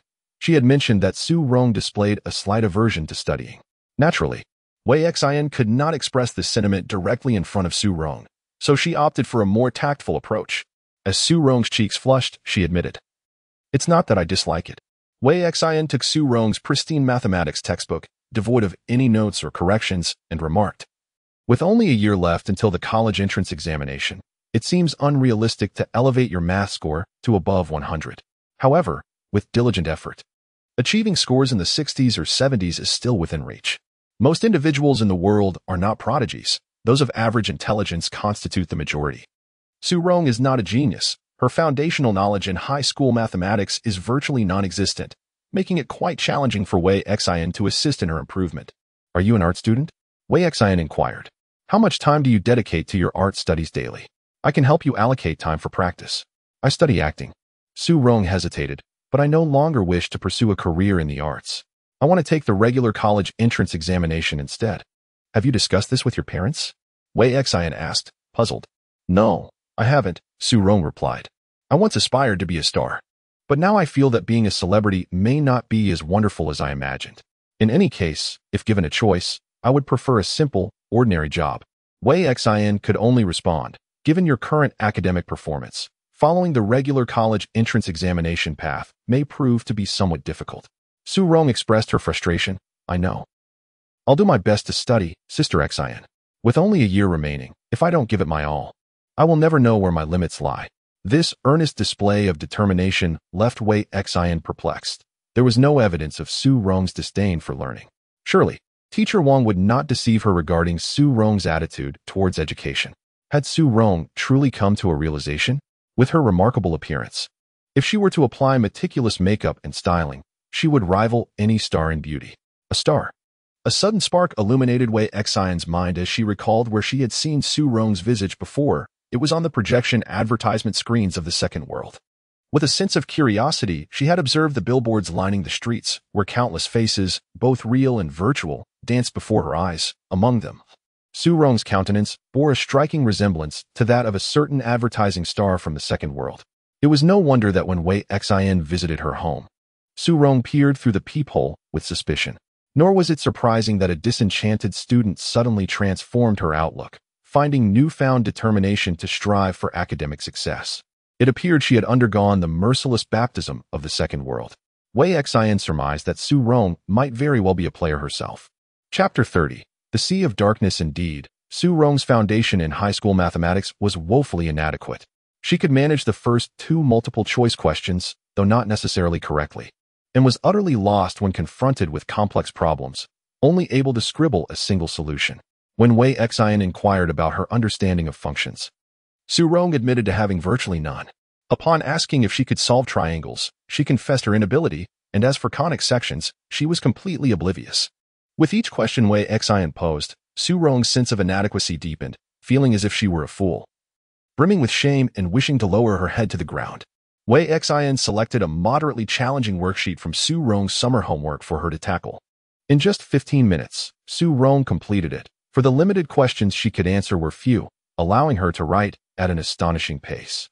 Wei Xin found herself compelled to open Su Rong's freshman textbook, meticulously dissecting the first unit to elucidate the concepts. After 3 hours of instruction, Su Rong was left feeling exceptionally defeated. There is no shame in not knowing these things, Wei Xin stated candidly. What you should fear is not your lack of knowledge, but rather the discouragement that makes you reluctant to learn. Your proficiency in both Chinese and English has significantly alleviated your weaknesses. Learning is a prolonged journey, and one cannot expect to see results overnight. Su Rong, feeling fatigued, remarked, I understand, Xinjia. I must persevere in my studies. Wei Xin inquired. Do you still possess the examination papers and study materials issued by the school since the first year of high school? Find them. Su Rong retrieved a stack of mathematics papers from the depths of her bookshelf, most of which were blank. Wei Xin sifted through the papers, circling a few straightforward multiple-choice questions on each sheet, as Su Rong, given her current mathematical abilities, could only tackle these. Complete these questions before I arrive for class tomorrow. Do not refer to the answers. I will explain any mistakes you make, Wei Xin instructed. It is no longer realistic to expect you to study the entire mathematics textbook from cover to cover. We shall primarily focus on scoring based on question types. Difficult questions can be disregarded, but you must secure points from the simpler ones. All right, Su Rong replied earnestly. As she traveled, her phone buzzed with a severe weather alert regarding heavy rain. Wei Xin glanced up and noticed dark clouds enveloping the evening sky. It seemed rain was imminent. During the rush hour, the subway was teeming with people, and Wei Xin was jostled left and right by the crowd until she finally managed to board the train. Oh my goodness, this is terrifying. Look at this news, 2 young individuals whispered to each other in the subway. The entire family perished. Cults are truly dangerous. Since the physical attributes of Wei Xin from the 2 worlds have inexplicably begun to converge, her constitution, stamina, agility, and sensory acuity have seen a remarkable enhancement compared to before. She can effortlessly discern the conversation of 2 young men amidst the cacophony of the subway. Hiss. Did he kill his entire family? Has he lost his mind? He looks perfectly normal to me. If he isn't insane, why would he fall prey to a cult? The police have issued a wanted notice, with a reward of 100,000. Wei Xin caught the key phrases and, feeling a surge of anxiety, hastily opened her phone to search for news. Those who consume divine blood may undergo physical mutations and progressively lose their sanity, succumbing to madness under its insidious influence. As soon as she opened her phone, a news alert flashed before her eyes. A blue background wanted notice issued by the police was prominently displayed, detailing the suspect's fundamental physical characteristics and home address. The reasons for the wanted notice and the charges were clear at a glance. According to the notice, the suspect had developed mental issues due to cult beliefs and subsequently murdered his entire family. The suspect had fled immediately after committing the crime, and the location of the incident was alarmingly close to Wei Xin City, merely a neighboring one, accessible by high-speed train in just 20 to 30 minutes. A regional task was triggered. A luminous screen appeared before Wei Xin, her pupils constricting as her spirits plummeted. What? Why could the real world also trigger a task? Wei Xin had previously activated only one task, which was the investigation into the port explosion when she first entered the second world, a task she had yet to complete. However, she never anticipated that the first world could also trigger quests, and what was more, a regional quest at that, an entirely new type of task she had yet to encounter. Quest description: in your hometown, an unfamiliar upheaval has emerged within the familiar landscape. The once tranquil city is no longer peaceful. The stability of life has been disrupted, as enigmatic shadows and extraordinary forces invade your existence.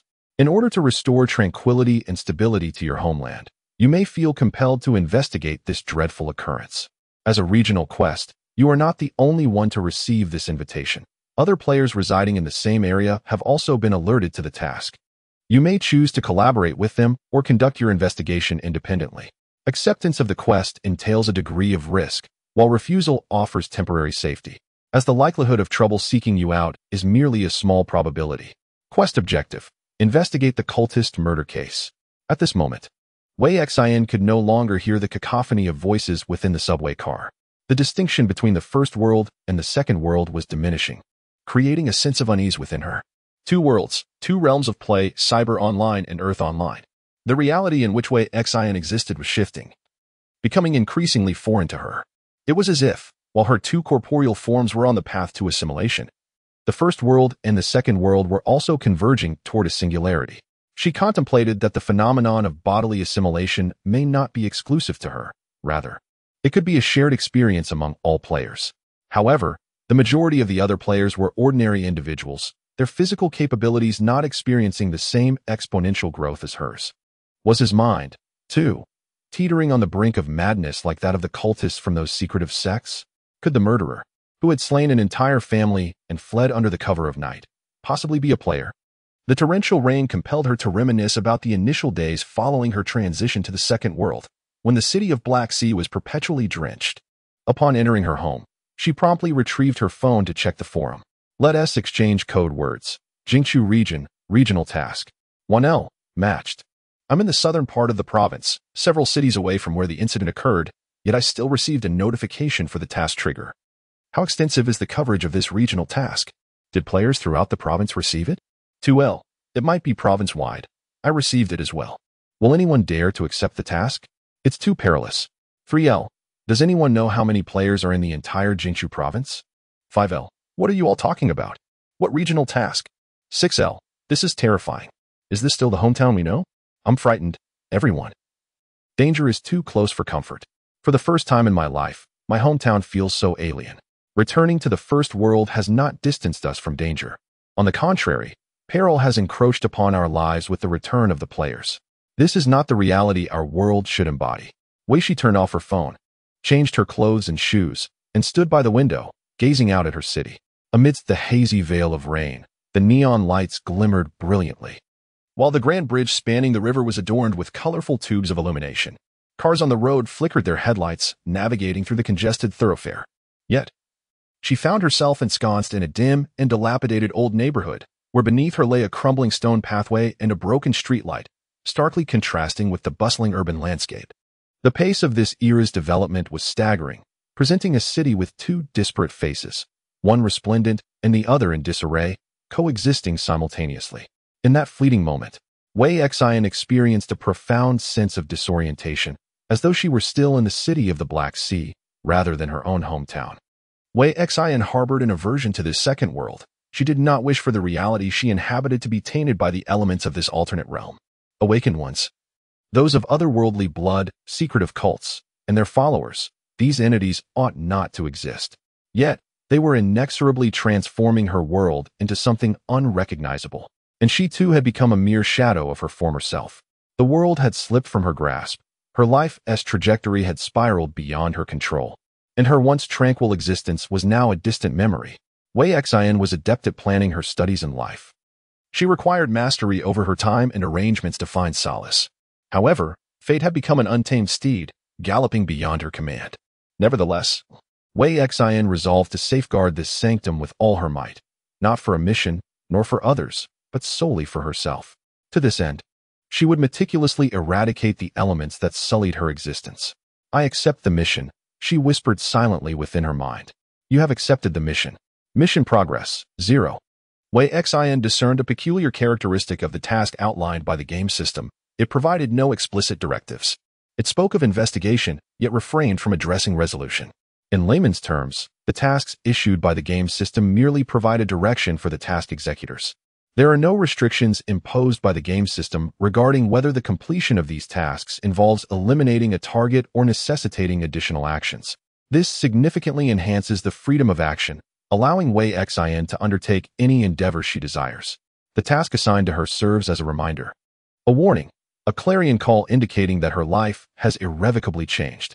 Consequently, her mindset in accepting this task is markedly different from before. When she took on the investigation into the bombing incident, her sole intention was to clarify the sequence of events. But now, as she embarks on the investigation into the case of the cultists committing murder, her focus has shifted from mere inquiry to a definitive aim of eradication. Much like the law enforcement agencies striving to eliminate aberrant creatures and capture those with tainted blood, Wei Xian is determined to cleanse her surroundings of all contaminants and elements of instability, leaving no room for future repercussions. Gazing out at the city's neon lights, she fell into a prolonged reflection. Thus, she crafted her inaugural post since logging onto the forum, aiming to elucidate what aberrant creatures are, what secret cults entail, and the nature of those with tainted blood. Within a minute of posting, the forum erupted with activity. Chapter 31, The Sea of Darkness. Post 1. Aberrant creatures are perilous entities that have existed since time immemorial in the second world, and the federal government conceals their existence from the general populace. These creatures come in various forms, their presence scattered across both land and sea. The federal government, along with corporations and research institutions, undertakes the extermination and capture of these aberrant beings for study. The secret cult has been designated as an illegal religious organization by the federal government. In the second world, any form of religious belief and organization is strictly prohibited. All religious practices and entities are deemed unlawful. The secret cult venerates a deity, referring to extraterrestrial beings as the remnants of ancient gods. Engaging in clandestine and brutal religious rituals, the cult has intricate ties to the emergence of the other-blooded. The blood of these extraterrestrial beings can be refined into a special elixir known as divine blood, which grants extraordinary power to those who consume it. Individuals who attain such exceptional abilities through this means are labeled as other-blooded. However, the acquisition of power comes at a grave cost. Under the corrosive influence of divine blood, the other-blooded gradually lose their sanity, descending into madness, and their physical forms are highly likely to undergo grotesque alterations, with death potentially awaiting them. 1L. Goodness, esteemed one. 2L. Is this the disparity among players? While some toil away in mundane jobs, the esteemed have already accessed confidential information that is beyond the reach of ordinary individuals. 3L. My word, such a wealth of information. Allow me a moment to digest. 4L. Did I misread? The poster's username is 233? What enigmatic power does this number hold? While Wei Xin appears to have elucidated much, she merely skimmed the surface of a deeper narrative. The connections between extraterrestrial beings, divine blood, the cult, and the other-blooded are tightly intertwined. To introduce one aspect necessitates the introduction of the others. She mentioned 3 applications of alien organisms: divine blood, medical fields, and materials science. However, her discussion of the ambiguous research was brief, and she did not elaborate on the specific forms of collaboration between the federal government and research consortiums. Nevertheless, this information is quite significant for ordinary players, who will need time to digest it. The second world is not only a realm of advanced technology, but also one that conceals unfathomable powers. Most players who traverse there have only encountered the technologically advanced aspect of the second world, lacking a clear understanding of its mysterious powers. Wei Xion's popular science discourse has undoubtedly opened the door to the second world for them, providing a comprehensive understanding of it. 6L. The original poster is truly benevolent. A post on the neighboring forum about compensated transactions of alien organisms has been at the top for a day. Yet the original poster chose not to engage in trading and instead generously shared the information with everyone for free. 7L. Why is the original poster's nickname 233? 8L. What is the relationship between the original poster and the depriver 233? Other players also noted Wei Xion's nickname, prompting a flurry of inquiries and doubts regarding it. With over a dozen posts focused on this question. 26L. Surely, the people of Huagua are familiar with what 233 means. It is simply a common internet phrase. Many individuals use it as a nickname, and a quick online search yields countless results. The poster at 233 likely has no special connection to Depriver 233, considering that player IDs are assigned randomly, no matter how remarkable the original poster may be. It is unlikely that they just happened to register as the 233rd member of the forum. 27L replied to 26L, Indeed. It is plausible that the original poster did not pay much attention when registering, unaware that we would later traverse realms. None of us anticipated such an occurrence. 28L replied to 26L, While your argument holds merit, it is rather coincidental. Today, I have developed a conditioned response to the number 233. Seeing it sends shivers down my spine. When chatting with my close friend, she sent me a message containing 233, and I was startled. 29L replied to 28L, I too have developed a psychological aversion to this number. 30L replied to 28L, Same here. 31L, I resonate with you all. You are not alone. 32L, after learning about the deeds of the depriver number 233, the number has become synonymous with malevolence in my eyes. The replies refresh too swiftly. Some players have perused the information without thoroughly analyzing it. In essence, They have not transitioned their thinking, failing to grasp the significance of the information without external reminders. They even engage in discussions about the number 233 casually. Conversely, a more astute and foresight group of players meticulously examines the scholarly content provided by Wei Xian, focusing not on superficial matters, but rather directing their attention to the primary post. The relationship between the informative poster of 233 and the depriver no. 233 is of little importance to them. What truly matters is the information itself. After sifting through trivial chatter, a few minutes later, a player presented a lengthy analysis. Firstly, I would like to express my gratitude to the original poster for their invaluable dissemination of knowledge. However, I find myself grappling with numerous uncertainties and speculations, which I wish to share here to provoke further discussion. Should the original poster be able to address my inquiries, I would be immensely grateful.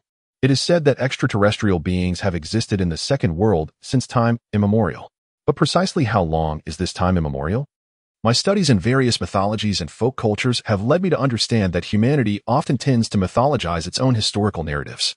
Frequently, many stories and elements found in legends can be traced back to corresponding historical events and entities. If these extraterrestrial beings have indeed existed since ancient times, might there be traces to uncover in the historical texts of the Second World? The history of the Federation's unification of the globe spans less than a century. If it is the Federation's policy to conceal the existence of extraterrestrial beings from the general populace, were ordinary people aware of such beings prior to the establishment of the Federation? How did they combat these extraterrestrial entities?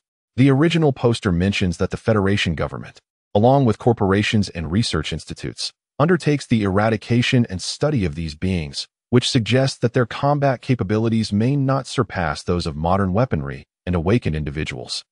However, one cannot dismiss the possibility of exceptionally powerful individuals among them. What astonishes me is that research is being conducted on these extraterrestrial beings in the Second World. What precisely are they investigating? Is it the divine blood? Aside from divine blood, are there other aspects being studied? The prohibition of all religious beliefs and activities indicates that the Federation is suppressing secret cults.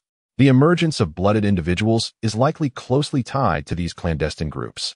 Will the Federation apprehend both cultists and blooded individuals? They are researching exotic beings. Are they in pursuit of a method to unravel the mysteries of divine blood? Or do they harbor other intentions? I am exceedingly curious about this divine blood. What is its mechanism of action, and what does the extraction process entail? Is it possible to produce it in bulk? What is the probability of bodily deformities occurring after its consumption, and how severe might these be? Are there more individuals with blood other than there are awakened ones? How does the combat prowess of the two groups compare? It is evident that the player in Post 69L has engaged in profound contemplation regarding the content presented by within just a few short minutes. Her hypotheses are largely correct, and she has grasped the crux of the matter. She has articulated all that she wished to convey and accomplished her objectives, having provided her insights. It is now up to others to think and speculate, a matter with which she is no longer concerned, can offer a degree of scientific enlightenment. Yet she will not divulge too much, for excessive disclosure would compromise her own position. With 69L taking the lead, the number of individuals analyzing the post has noticeably increased. Post 72L, thank you, esteemed author, for your enlightening exposition. I also have some queries I wish to pose.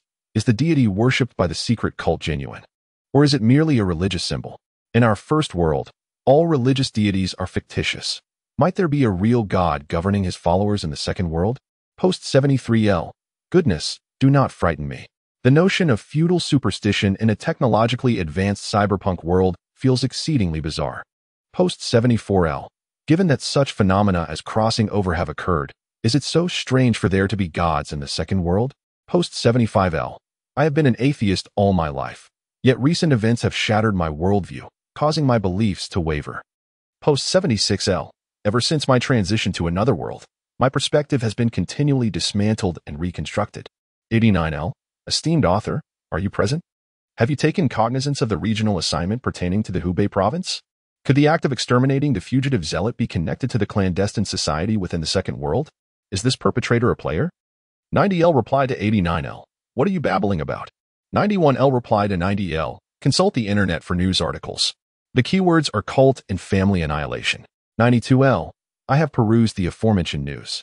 There are photographs circulating on the internet, purportedly taken by a neighbor who, upon discovering the family's door ajar, ventured inside and encountered a scene of carnage, with blood used to depict religious symbols. The neighbor, aghast, promptly alerted the authorities. The murderer, having slain his parents, spouse, and offspring, absconded in the dead of night. Surveillance cameras captured his image, and a warrant for his arrest has been issued, with a reward of 100,000. 93L. Utterly inhuman. 94L. Should this murderer be affiliated with the clandestine society in the Second World, would players investigating not be akin to lambs to the slaughter? Considering the murderer's ruthlessness in taking so many lives, his combat prowess would be considerable, and his mental state is likely deranged. Not everyone has awakened to extraordinary abilities. After monitoring the forums for a day, including international players, fewer than 5 individuals have avowed to have awakened such abilities. Some may be feigning awakening to garner attention, while others may have chosen not to disclose their abilities. 95L. It is rumored that players throughout Hubei province have received task notifications. As a resident of Hubei, I advise everyone to refrain from participating. What if one were to forfeit their life? Prudence is paramount. The discourse within the post authored by Kuei Xin is impassioned, with occasional inquiries from foreigners in English or Japanese regarding the unfolding events. Regrettably, the players from Huagua were too preoccupied to engage in the demonstration of international camaraderie. A few foreigners with a rudimentary understanding of Chinese managed to translate the content of the initial post, subsequently creating a separate thread that incited a fervent discussion among foreign players. After observing for a while, Kuei Xin exited the thread and returned to the forum's homepage. As she had anticipated, several new posts analyzing her identity had appeared on the front page. They meticulously examined whether the adjacent popular science poster, known as 233, and the entity dubbed the Depriver 233, were indeed the same individual. The first post read, "It is widely acknowledged that once one enters the forum, the username becomes fixed. After selecting a username, the order of entry into the forum corresponds to the player number, which is shrouded in opacity, implying a degree of randomness in acquiring this number. If the adjacent popular science poster is indeed the Depriver 233, how could they have foreseen the necessity of setting their username to 233? Therefore, I contend that the likelihood of the adjacent poster and the Depriver 233 being the same person is exceedingly low, though not entirely implausible. After all, the world is rife with various coincidences." The subsequent comments included, "Hearing your words is more enlightening than hearing many others. What are you even trying to say? Your statement is tantamount to saying nothing at all. It neither confirms nor completely denies their identity as the Depriver 233. The original poster lamented, "Alas, what can I do? Unless the poster from 233 comes forward to acknowledge or refute this, we cannot eliminate their suspicion." Another user expressed, "I too lean towards the notion that the adjacent poster is not the Depriver. Unless, of course, the Depriver 233 possesses a penchant for attention-seeking theatrics. Perhaps they relish watching us speculate futilely about their identity." An in-depth analysis of the identity of the neighboring popular science author, 233. It is evident that an ordinary individual would hardly encounter information pertaining to extraterrestrial beings. Thus, it is reasonable to assert that the neighboring author is not an ordinary person. According to their statements, matters concerning these beings are managed by the federal government, corporations, and research institutions. Hence, I boldly speculate that the neighboring author holds a connection to at least one of these 3 entities within the Second World. Is the neighboring author a government official, a corporate member, or perhaps a researcher of extraterrestrial life? Let us venture some educated guesses. The range of possibilities is exceedingly vast, rendering any conjecture nearly impossible. Could it be that the neighboring author, 233, is an awakened individual? Or, as others have speculated, might they be the very entity known as Depriver 233? One commentator expresses concern, suggesting that the neighboring author's dissemination of knowledge must be a well-considered decision. They seem unperturbed by the potential exposure of their identity. Moreover, our investigative scope is too broad. We lack knowledge of their city or affiliations, leaving us in the dark. The likelihood of the neighboring author's identity being unveiled is virtually nil. I ponder whether the neighboring author was prompted to share their insights due to the recent incident involving the Jingchu cultists and the regional tasks. As the timing appears remarkably coincidental, the speculation presented above is indeed plausible. In response, one wonders if this implies the neighboring author could be from Jingchu? No, that is not my intention. I merely believe that the neighboring author may have shared their insights to dissuade Jingchu players from recklessly approaching the cultists, encouraging them to exercise caution. From his popular science exposition, it is evident that the blooded possess extraordinary abilities, undoubtedly surpassing those of ordinary individuals. It is the first day of the time travel return, a crucial juncture. I believe there is no need to overly speculate on the intentions of the neighboring poster. Perhaps they merely decided to enlighten us after careful consideration, with no connection to Jingchu or anything of the sort. Regardless, the neighboring poster's informative discourse is undoubtedly beneficial to all players. They have performed a commendable service. If the players from the Jingchu region were to recklessly accept tasks without understanding what a cult or a blooded is, it could lead to dire consequences. With knowledge of what a blooded entails, they would surely approach task acceptance with greater caution. I trust that impulsive players are in the minority. And I also believe that the neighboring poster is motivated by goodwill in their educational efforts, which are advantageous for all players. Wei Xian, having perused the several fervently discussed threads, is confident that her informative post has achieved its intended impact. Some harbor doubts about her, while others lend their support. Some question her, and others laud her. The essence of humanity is to admire strength. She need not do much, as even a small, seemingly insignificant act can guide the players. At this moment, Wei Xian has truly become a hunter, contemplating issues with a hunter-esque mentality. The results are promising. Apart from those seeking death or unafraid of it, other players have retreated. The depths of this matter are perilous, and one could easily drown in it. She is assured that this choice poses no threat to her, which is why she has taken this step. Wei Xian glanced down at the time.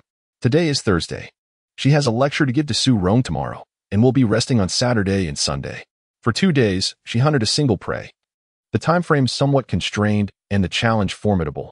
Wei Xian was eager to embrace it. She plugged in her phone to charge, drew the curtains, and for the first time attempted to activate the extraordinary ability of shadow traversal, which she had seized from Chai Jian. An imperceptible shadow enveloped her form, transforming her into an invisible mist. Ignoring spatial distance, Wei Xian instantly relocated from the living room to beside the refrigerator in the kitchen. Was the maximum range 3 meters? It seemed she might enhance it further. After a moment of astonishment, she endeavored once more to shift her position, this time attempting to pass through a wall. Her misty figure seamlessly penetrated the solid barrier, arriving in the bedroom. On her third attempt, she grasped a sturdy rolling pin, curious to see if she could transport a weapon alongside her. However, this endeavor faltered.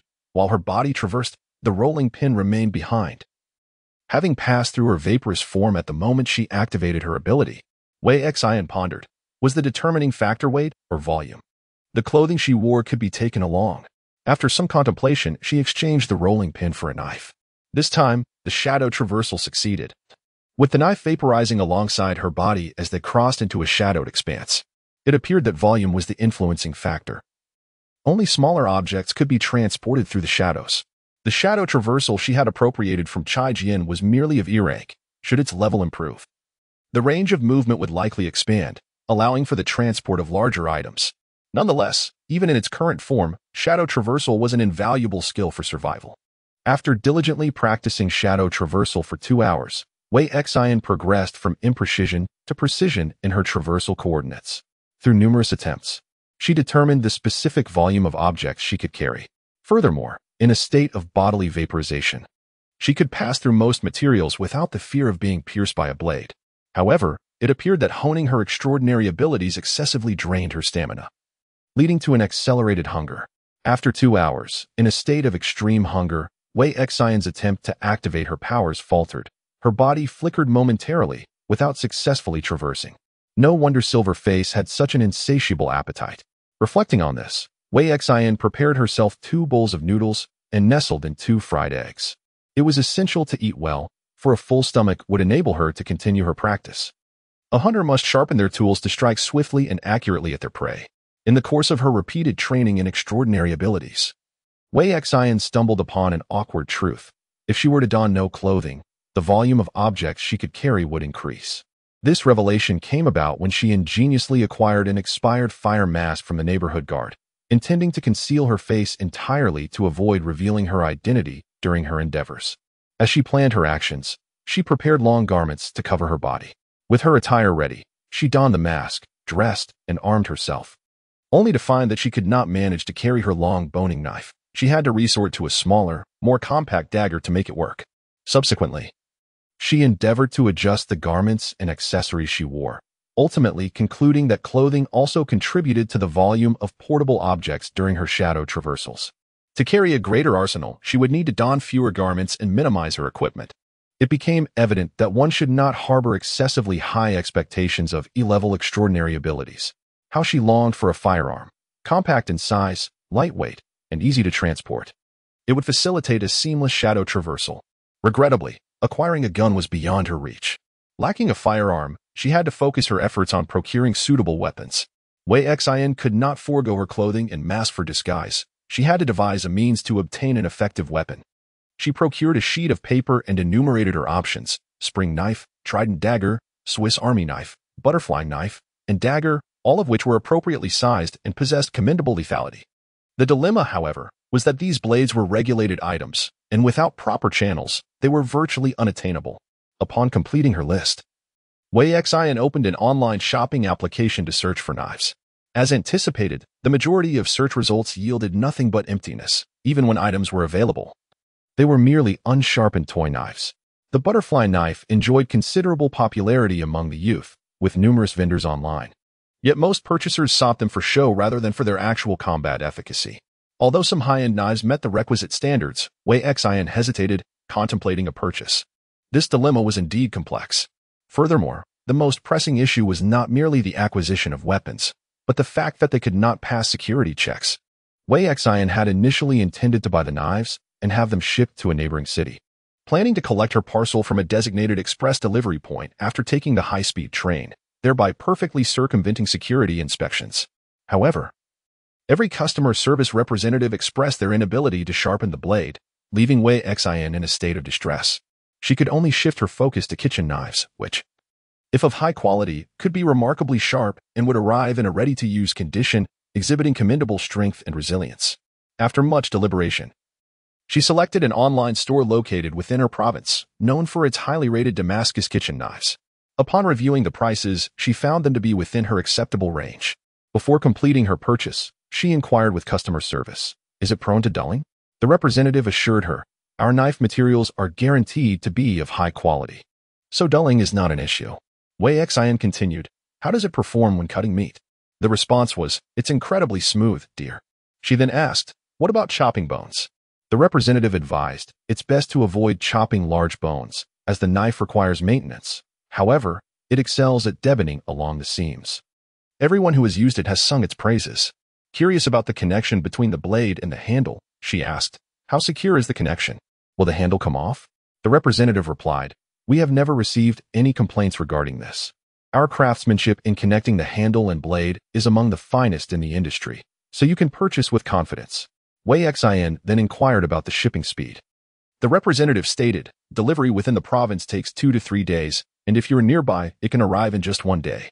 Satisfied with the responses, despite feeling a pang of regret over the expense, she proceeded with the payment. For 2 consecutive days, Wei Xin jogged at dawn along the riverside, engaging in long-distance running to invigorate her body. The early morning scene was populated by elderly individuals who, upon seeing Wei Xin in her athletic attire running with determination, expressed their admiration. "It's rare to see a young person exercising so early." Wei Xin sighed, pondering how, without the relentless pressure of survival, who would willingly rise early. After completing her workout, she sat beside the gym equipment, massaging her muscles while the elderly couple nearby tuned in to the local radio station broadcasting the morning news. The report was detailing the whereabouts of a suspect in a murder case involving a cult. It was revealed that the suspect had fled to Tonglin City. Wei Xin paused, taken aback by the news. Tonglin City was her own residence. What a strange coincidence. In that moment, rather than feeling alarmed or frightened, she was filled with a peculiar joy, akin to a hunter sharpening their blade as the prey inadvertently approached. An elderly man in a tank top remarked, "Why hasn't this person been apprehended yet? The surveillance has captured him.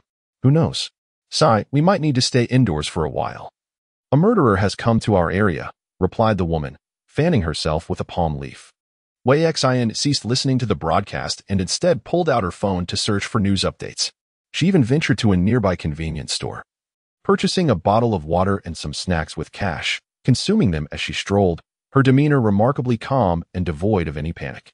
The shopkeeper appeared not to recognize her identity, yet, Based on her facial features, she closely resembled the suspect in the cult murder case. Wei Xian's expression grew serious. The suspect was unnervingly composed. This was no ordinary prey. He was aware of his crime, yet remained unfazed. He understood he was being hunted, yet exhibited no fear whatsoever. What struck Wei Xian as particularly bizarre was the fact that he had murdered his own family, yet he carried himself with an unsettling normalcy. The more he acted normally, the more Wei Xian perceived him as a terrifying lunatic. Why had the suspect fled to Tonglin City? No, he was not fleeing. He exuded no semblance of desperation. Rather, it seemed he had come to Tonglin City with intent, as if he were drawn here by something. Wei Xian was startled by her sudden conjecture, her expression growing grave. She exhaled deeply and opened a shopping app. Addressing the knife vendor, "Could you possibly alter the delivery address to another city?" Initially, Wei Xian had designated the delivery of the knives to a nearby city, selecting a courier station that would facilitate immediate collection upon her arrival.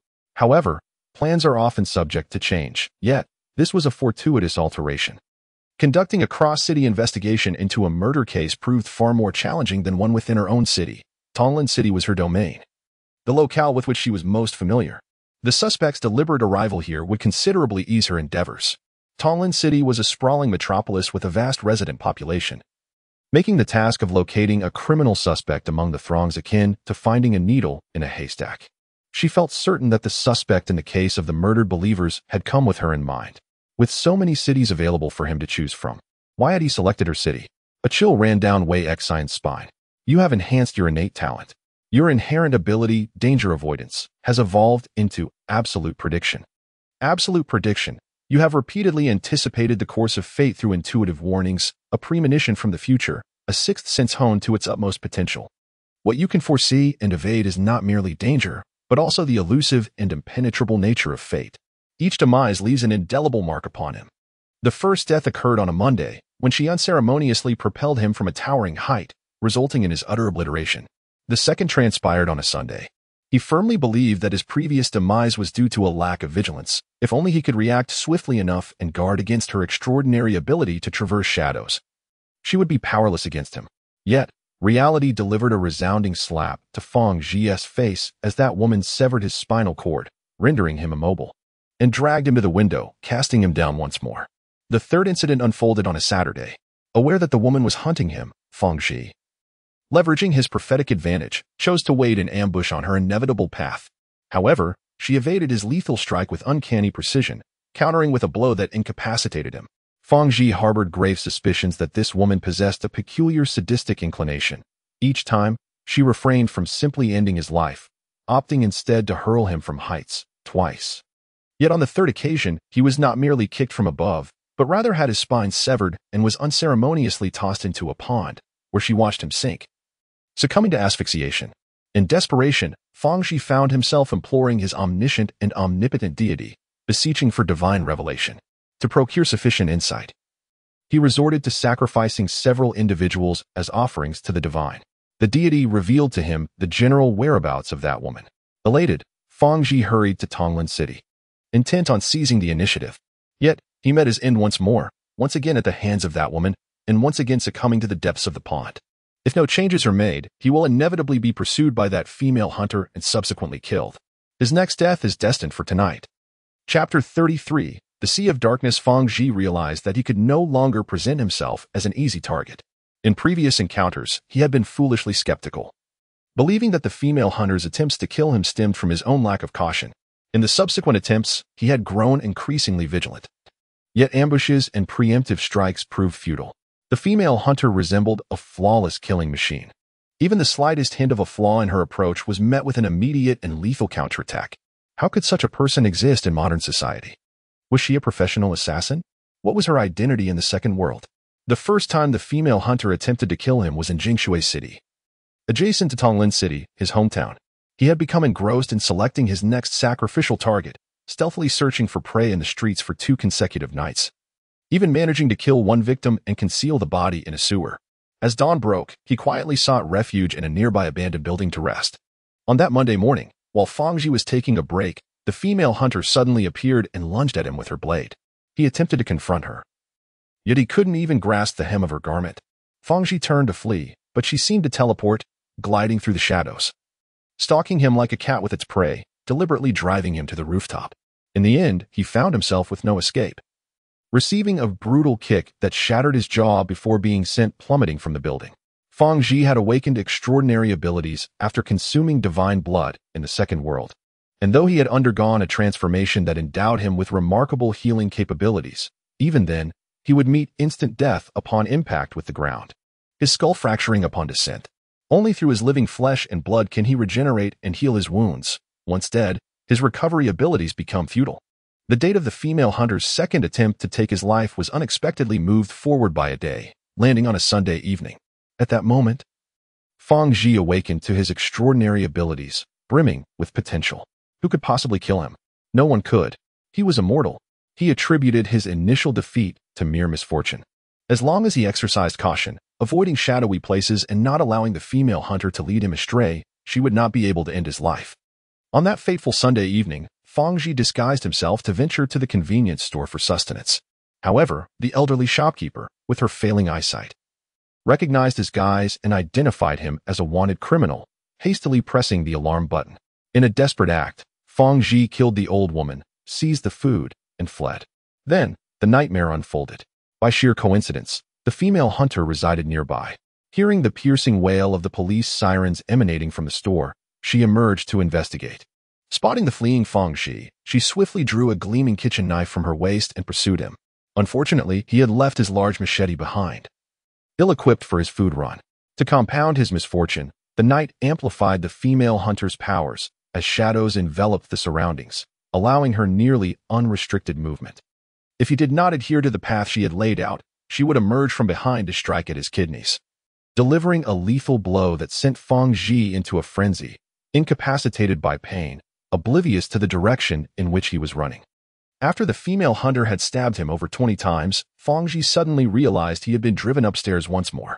He turned to retaliate, but the hunter swiftly struck his spine with her knife, rendering him paralyzed and devoid of movement.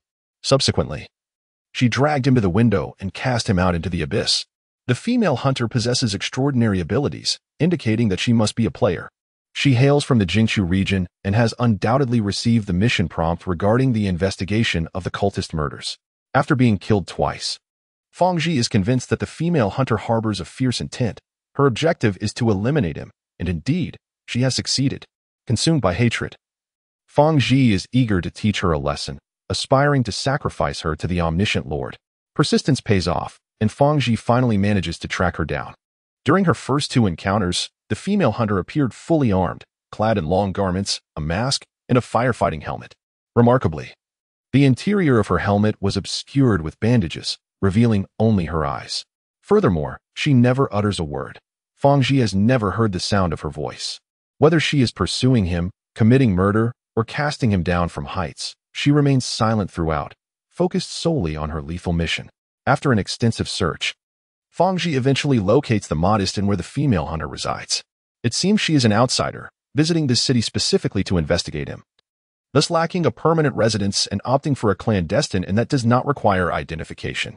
What astonishes Fang Zhi is that even when the female hunter ventures out for supplies, she employs disguises, dressed in long clothing, wearing a cap and a mask, and sporting gaudy, cheap sunglasses typically associated with children, completely obscuring her features.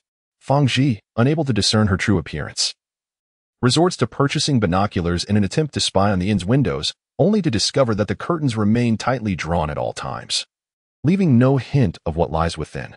Curse it, this woman's defenses are utterly impenetrable. Fang Zhi patiently concealed himself in the shadows, awaiting the moment when the female hunter would depart from the small inn during daylight. He could not launch his assault under the cover of night, for the darkness would amplify her combat prowess. It was imperative that he strike during the blaring sun of midday, following her closely for a sudden, decisive attack. People tend to lower their guard in daylight, as it is widely believed that danger lurks only in the night.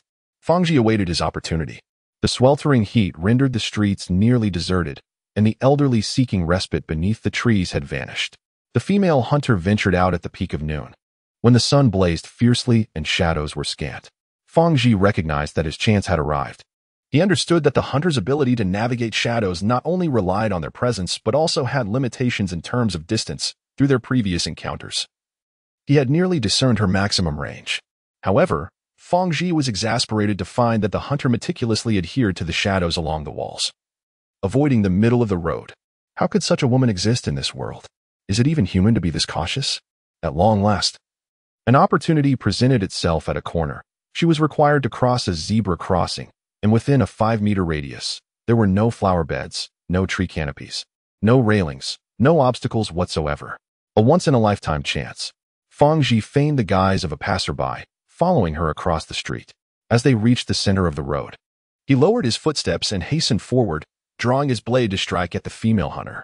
In an instant, Fang Ji was left dumbfounded. She evaded his assault, her hand darting to her back to draw a gleaming kitchen knife, which she thrust back with precision, piercing his lung.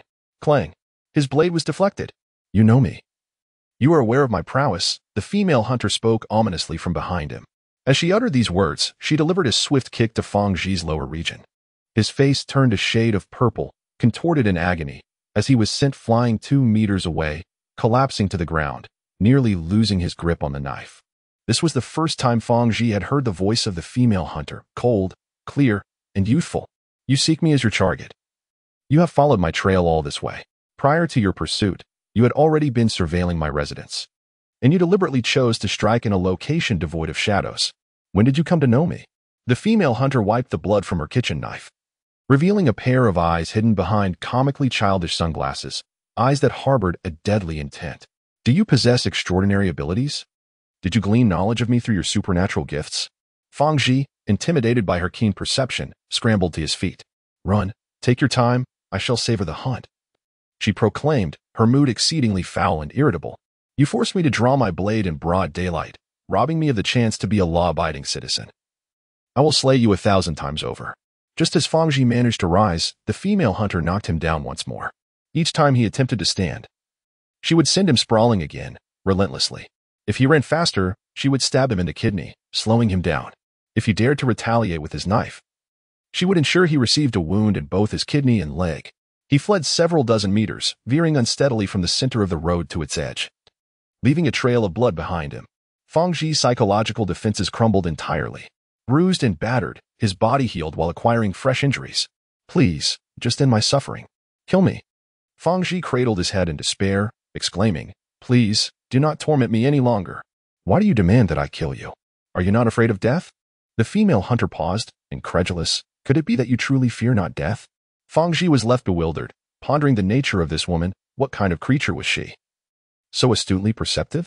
Relinquishing his struggle and ceasing to flee, he resigned himself to the notion that he still possessed lives to spare. Clenching his knife, he contemplated a swift and decisive act of self-termination to reboot his existence. Yet, as he made a move, the female hunter effortlessly kicked the weapon from his grasp. Was it madness induced by some divine force that rendered him unafraid of death? Or had he always been so indifferent? The hunter murmured to herself, Well, it is broad daylight. I shouldn't prolong this too much. You truly have chosen an opportune moment and location. I can devise no more suitable solution. The area was bound to attract attention. To one side of the road lay a small park adorned with a fountain, which, though not currently spraying, held water that reached waist height. The female hunter seemed to lose interest. With a decisive swing of her blade, she severed his spine once more, dragging him by his collar to the fountain's edge before casting him into the depths. In agonizing despair, Fang Ji struggled to bubble forth, rendered motionless by the severed nerves that paralyzed his body. Fish in the divine essence extended a delicate tendril of consciousness, forging a connection with his spirit and bestowing upon him profound revelations. Frantic whispers surged into his mind, accompanied by a disarray of fragmented images.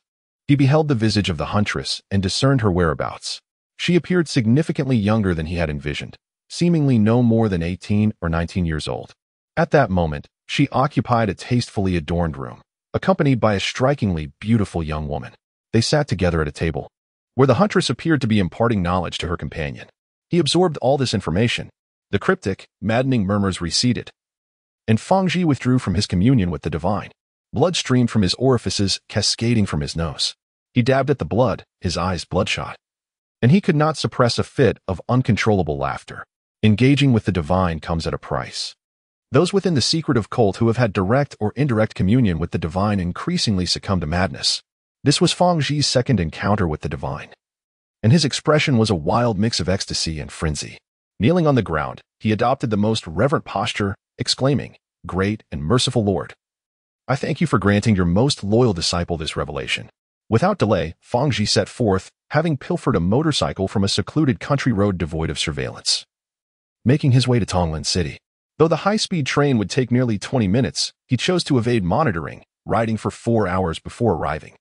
By the time he reached Tonglin City, it was already Friday morning. He resolved not to rush. Poised and ready, he determined to impart a severe lesson to the huntress. Methodically, he scouted the area, and as dusk fell, he stealthily infiltrated the community, guided by the visions that had been revealed to him. Breaking into the home of the beautiful girl, Fang Ji disguised himself as a delivery man and knocked on the door, forcefully entering to incapacitate the girl's parents. He began interrogating the girl, whom he deemed most susceptible to intimidation, demanding to know her identity and her connection to the huntress. However, the girl, named Su Rong, remained tight-lipped, resolutely refusing to divulge the huntress's contact information or true name. Suddenly, a familiar voice echoed from behind the door. Rong, it's me. I brought you my senior year notes." Fang Ji, gripped by PTSD, instinctively recoiled at the sound of the huntress's voice. He immediately turned to Su Rong, whose eyes brimmed with tears, and signaled fiercely for her to remain silent. Yet, Su Rong screamed, "Run, Xinjia." Panic surged through Fang Ji. And before he could react, the huntress materialized before him, her ethereal form passing through the wall as if it were mere vapor. In the blink of an eye, she traversed the space and appeared at his side. With a swift motion, she struck him with a knee to the jaw, the sound of his bone fracturing resonating in the air. The huntress, unarmed, engaged him in pure hand-to-hand combat, targeting his eyes, temples, and vulnerable areas with precision. Even without a weapon, Fang Ji was no match for her prowess. He fled, leaping from the window. Su Rong's home was on the 3rd floor, lacking security bars, which meant the fall wouldn't be fatal. However, the huntress grabbed a fruit knife from the living room and followed Fang Ji out the window. The window was positioned on the shaded side of the building, allowing her to utilize the shadows for a safe landing. In just a few strides, she caught up to him, plunging the knife accurately into the gap of his spine, rendering him utterly incapacitated. Just 3 meters ahead lay the community's lotus pond. Upon the first glimpse of the lotus pond, Fang Ji realized the fate that awaited him: submersion in the waters. The unfolding of events was precisely as he had anticipated. The female hunter indeed cast him into the pond. On Friday morning, Fang Ji awoke, resembling a furious bull, panting heavily. He staggered about, muttering incessantly, at times praying to his lord and at others cursing the female hunter, though he did not wish to flee. The truth remained that he had escaped from her grasp on every encounter, which filled him with profound humiliation.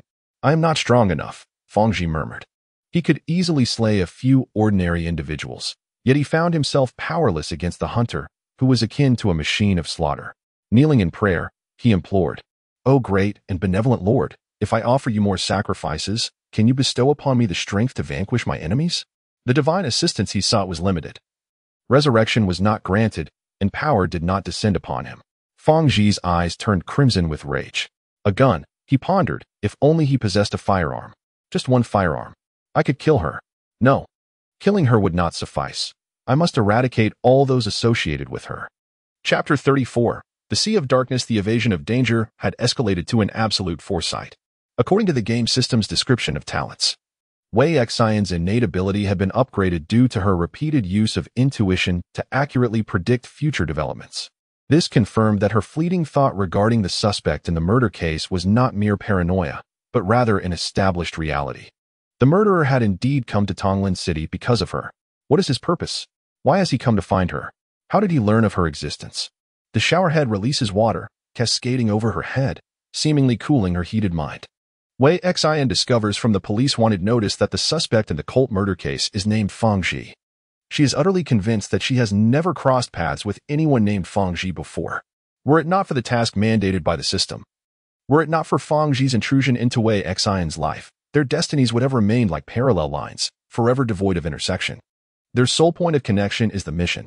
Wei Xian resolves to hunt down Fang Ji, the quarry she has chosen. The moment Wei Xian accepts the task and identifies her target, her relationship with Fang Ji transforms from strangers to that of hunter and prey, their fates beginning to intertwine. She is merely an unfamiliar stranger. Why would Fang Ji seek her out? They bear no grievances against one another, nor do they have conflicting interests. Yet, Wei Xin is 100% certain that Fang Zhi's visit portends no good. As a devotee of a sinister cult, it is implausible that he has traveled across a city merely to befriend her. Wei Xin can only stand in her own shoes and attempt to fathom Fang Zhi's intentions. Wei Xin travels to Jinshui City because Fang Zhi is there. Her purpose is to kill. This is indeed intriguing. The impetus for Wei Xin's murderous intent stems from the task assigned by the gaming system. What then is the catalyst for Fang Zhi's intent to kill her in Tonglin City? There is no room for coincidence in this affair. A series of coincidences converging can only culminate in inevitability. If we assume Fang Zhi's objective is to end her life, what then drives him to harbor such murderous intent towards her? In this world, there exists no hatred or intent to kill without reason. Wei Xin pondered deeply. Unable to discern when she might have offended Fang Zhi to such an extent that he resolutely traversed great distances, unperturbed by the police's pursuit, to arrive in her city. Could it be that the game system had issued a task to Fang Zhi? This notion seems somewhat implausible. Typically, the tasks set forth by the game system possess only vague directives. While Fang Zhi's objective was excessively clear, he was solely focused on her. The hypothesis of a system-imposed mission appeared tenuous, yet it was not entirely out of the realm of possibility. Wei Xin chose to entertain this thought for the time being. Surely, Fang Zhi could not possess the ability to foresee the future, predicting that she would become his adversary, thus igniting his murderous intent. Wait. This line of reasoning seemed to offer some semblance of explanation. A jolt of realization surged through Wei Xin. She turned off the shower head, grabbed a towel to dry her hair, changed her clothes, and exited the bathroom to retrieve her phone, dialing Su Rong's number. Su Rong's cheerful voice emanated from the phone. Sure thing, Xin. Yay. I can rest for another day. My parents are at work. And I was hoping you could come over for lunch. We can order takeout. During the day, while her parents were at work, Su Rong typically resolved her lunch with takeout. Wei Xin, being a dedicated and responsible teacher, worried that Su Rong might lack the self-discipline to study diligently. After a moment's contemplation, she replied, I'll bring you a set of my senior year's error notes, which includes several types of problems I covered yesterday. Make sure to review them thoroughly. Okay, Su Rong responded, I will definitely take a good look. By the way, the security situation has been rather concerning lately. A murderer has escaped to our area. Did you catch the news this morning? Wei Xin cautioned against opening the door to strangers. I know, I'm already 18. Su Rong replied with a smile. Su Rong was likely a player. The young girl possessed a keen intellect, her lips sealed tight, and her actions almost devoid of any flaw. Should Su Rong receive a regional task, she would undoubtedly remain vigilant without Wei Xin's reminder. Near Su Rong's home stood a large supermarket, replete with a vast array of kitchen utensils. Wei Xin intended to select a fine knife from the physical store, delivering her mathematics notes as a secondary task. A glance at her delivery information revealed that the Damascus chef's knife she ordered online would arrive by tomorrow morning at the earliest. With a day of vacuum sealing ahead, she could not afford to be without a reliable weapon, especially with Fang Zhi lurking in Tonglin City, perilously close to her. After finishing her shower at 9:30, Wei Xin retrieved her treasured senior year notes and set out. Upon arriving near Su Rong's house, she first ventured to the household goods section of the mall to procure a knife. The mall appeared to be hosting a promotion for kitchenware, with an enthusiastic saleswoman eagerly presenting various models of chef's knives. After attentively listening to her pitch and examining the material labels on the packaging, Wei Xin personally tested the blade of a sample before proceeding to make her purchase. The knife she chose was reasonably priced, crafted with commendable workmanship, though inferior to Damascus steel, being composed merely of standard alloy. It should suffice for a day's use. After completing her transaction, she made her way to the restroom to remove the knife from its packaging, slipping it into her waistband, concealing it with her clothing. The firm sensation against her waist instantly bolstered her sense of security. The feeling of having a weapon at her disposal was distinctly different from being unarmed, allowing her to breathe a temporary sigh of relief. On the other side, Fang Zhi once again ventured into the residential area of Su Rong's home. He sought out a blind spot in the surveillance cameras and, seizing the opportunity, stealthily climbed over the wall. The female hunter was certain to arrive today. According to the timeline from their last encounter, she would appear at the girl's residence in the evening. Therefore, Fang Zhi had come early to Su Rong's house to avoid a collision with the female hunter's arrival, fearing a repeat of their previous encounter where he could be eliminated with a mere glance. Additionally, he needed ample time to extract vital information through interrogation. Fang Ji had contemplated alternative methods to obtain information about the female hunter, but he found himself at a loss for other strategies. He could hardly wait at the entrance of the community and then follow her, could he? The lesson from their last encounter had made it clear that stalking was futile. The female hunter was too astute, and his clumsy attempts at following her appeared as naive as a child playing house, quickly unraveling in her presence. He also dared not indulge in another sacrificial inquiry to divine the female hunter's location, as enduring the madness of 2 frenzied episodes within just a few days was beyond his capacity. Moreover, he was cautious not to kill too many people, lest the female hunter trace him too swiftly. His objective was solely to extract information, nothing more. Once he obtained it, he could eliminate Su Rong. When the female hunter arrived at her home, she would be greeted by a ghastly sight. What expression would adorn her face at that moment? Rage, hatred, despair? The roles of predator and prey would be irrevocably reversed. She would no longer be the hunter, unable to toy with him like a cat with a mouse. The mere thought of that scenario brought Fang Ji to the brink of uncontrollable laughter. Fang Ji approached Su Rong's residence with a beaming smile, stealthily entering the corridor via the fire escape. However, his expression abruptly froze upon encountering the female hunter descending the stairs, their eyes locking in an unexpected meeting.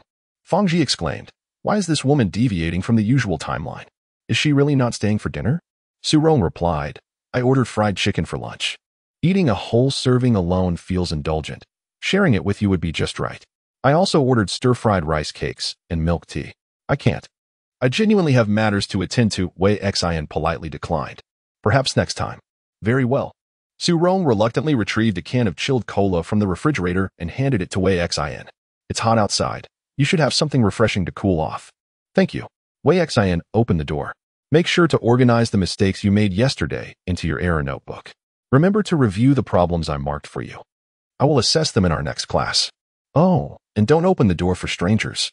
I must take my leave now. Goodbye." "Understood." When I order takeout, I always instruct the delivery person to leave it outside and wait until they depart to retrieve it. Su Rong waved. "Goodbye, Sister Xin."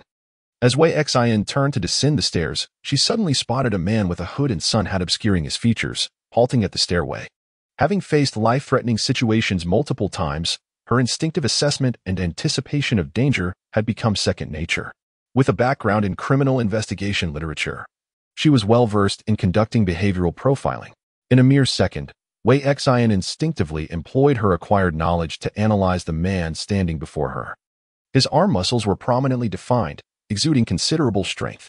Although his stride was somewhat hurried and chaotic, his footsteps were surprisingly light, almost buoyant, as if some joyous news had filled him with an exhilarating excitement, causing his gait to appear almost ethereal. Wei Xin felt a sudden jolt at his temples, sensing something amiss, and cautiously inquired, "Are you a resident here? I don't believe I've seen you before." Fang Ji, suppressing a tremor of unease, replied, "Is this building 15? Just as a mouse instinctively recoils at the sight of a cat, Fang Ji felt a similar trepidation upon encountering the female hunter before him. The unfolding of events exceeded his expectations. The woman seemed to transcend the constraints of time, her every action appearing unbound by fate's design. According to the anticipated timeline, she should have arrived at Su Rong's residence around dusk, yet she had come far earlier. How could this be? Building 15 was next door. This was Building 14. Wei Xin scrutinized him. "I'm visiting my father-in-law for the first time and got lost, unfamiliar with the area." Fang Ji feigned a natural smile, striving to maintain an air of nonchalance. "Thank you for your directions." Wei Xin stood on the staircase, looking down at him. "I apologize, I misspoke earlier. Building 15 is not next door." "Ah?" Fang Ji was taken aback. "Are you mistaken? This complex does not have a Building 15. Wei Xin suggested. "Perhaps you should call your father-in-law to confirm the building number. If you clarify, I can guide you." Fang Ji felt an unrelenting palpitation in his heart, suspecting that the female hunter had grown suspicious of him. He had yet to fully grasp the layout of the community and was unaware that there was no Building 15. The female hunter, however, was fully aware and had deliberately claimed that Building 15 was next door. Fang Ji realized he had made a grave error in his response. "No need," he said, forcing himself to remain composed. "I won't trouble you. I'll look for it myself." As he turned to leave, he endeavored to make his steps appear less frantic, yet Wei Xin, like a silent specter, trailed closely behind him. He quickened his pace, and she matched it. He slowed down, and she did the same. Wei Xin maintained a steady distance of 3 meters, neither encroaching nor retreating, brazenly stalking him. Fear clung to him like a malignant shadow, gradually burrowing into the depths of his psyche. Upon exiting the community, Wei Xian followed in his wake. He navigated through narrow alleys, making sharp turns in an attempt to elude her, yet she swiftly closed the gap, intent on blending into the crowd to obscure her view. He glanced back only to be met with the disheartening sight of her still there, relentlessly persistent. She was a wolf, a hunter, and once she had set her sights on her prey, she would not easily relent. The psychological defenses of the prey began to crumble, leaving him feeling like a pitiable little rabbit, trapped beneath the paw of the wolf, which, though not consuming him, merely licked its sharp teeth in anticipation. Wei Xian followed him for a minute, swiftly confirming his identity. He was Feng Ji, the suspect in the cult murder case. In the realm of criminal investigation, there exists a discipline known as footprint analysis, which scrutinizes the gait and footprints of suspects to discern their characteristics for effective tracking. Wei Xian, having perused a tome on this subject, adeptly grasped the theoretical underpinnings with the aid of her inherent aptitude for swift learning. This marked her inaugural endeavor to apply theory to practice. Earlier this morning, Wei Xian reviewed the surveillance footage released by the police, observing a striking similarity between Feng Ji's walking style and that of a man preceding him, coupled with his prior suspicious behavior. She was nearly convinced that his true identity was indeed Feng Ji. In a desperate bid, Feng Ji's steps grew increasingly erratic. "It's not me, it's you. What does it feel like to have slain your wife, children, and parents?" Wei Xian stood resolute. "Ha!" Feng Ji exclaimed, spreading his arms wide. "You fear exposure, do you not?" The female hunter, always armed for her ventures, had failed to disguise herself in her hometown of Tonglin City, thereby revealing her true self to him. "You, too, are afraid. Our fears are reciprocal," Wei Xian replied, her face impassive. At that moment, they stood 3 meters apart on a bustling street, surrounded by the ebb and flow of traffic. As pedestrians passed by, they maintained a tacit understanding of silence, facing each other from a distance. "Do you dare to kill me in the street? So many eyes are upon us," Feng Ji growled. "Do you dare to prolong this standoff?" Wei Xian retorted with a cold laugh. "I am a law-abiding citizen. You are not. If you call the police, I shall shout that you are a player right here on the street." Feng Ji's eyes blazed crimson. "If I perish, you shan't escape unscathed. Your facade has vanished." "My facade has vanished?" Wei Xian echoed, bewildered by his words. Now, an exceedingly intriguing vocabulary emerges. In contrast to the present, there lies the past and the future. The expression on her face shifted from confusion to subtlety, and ultimately to enlightenment.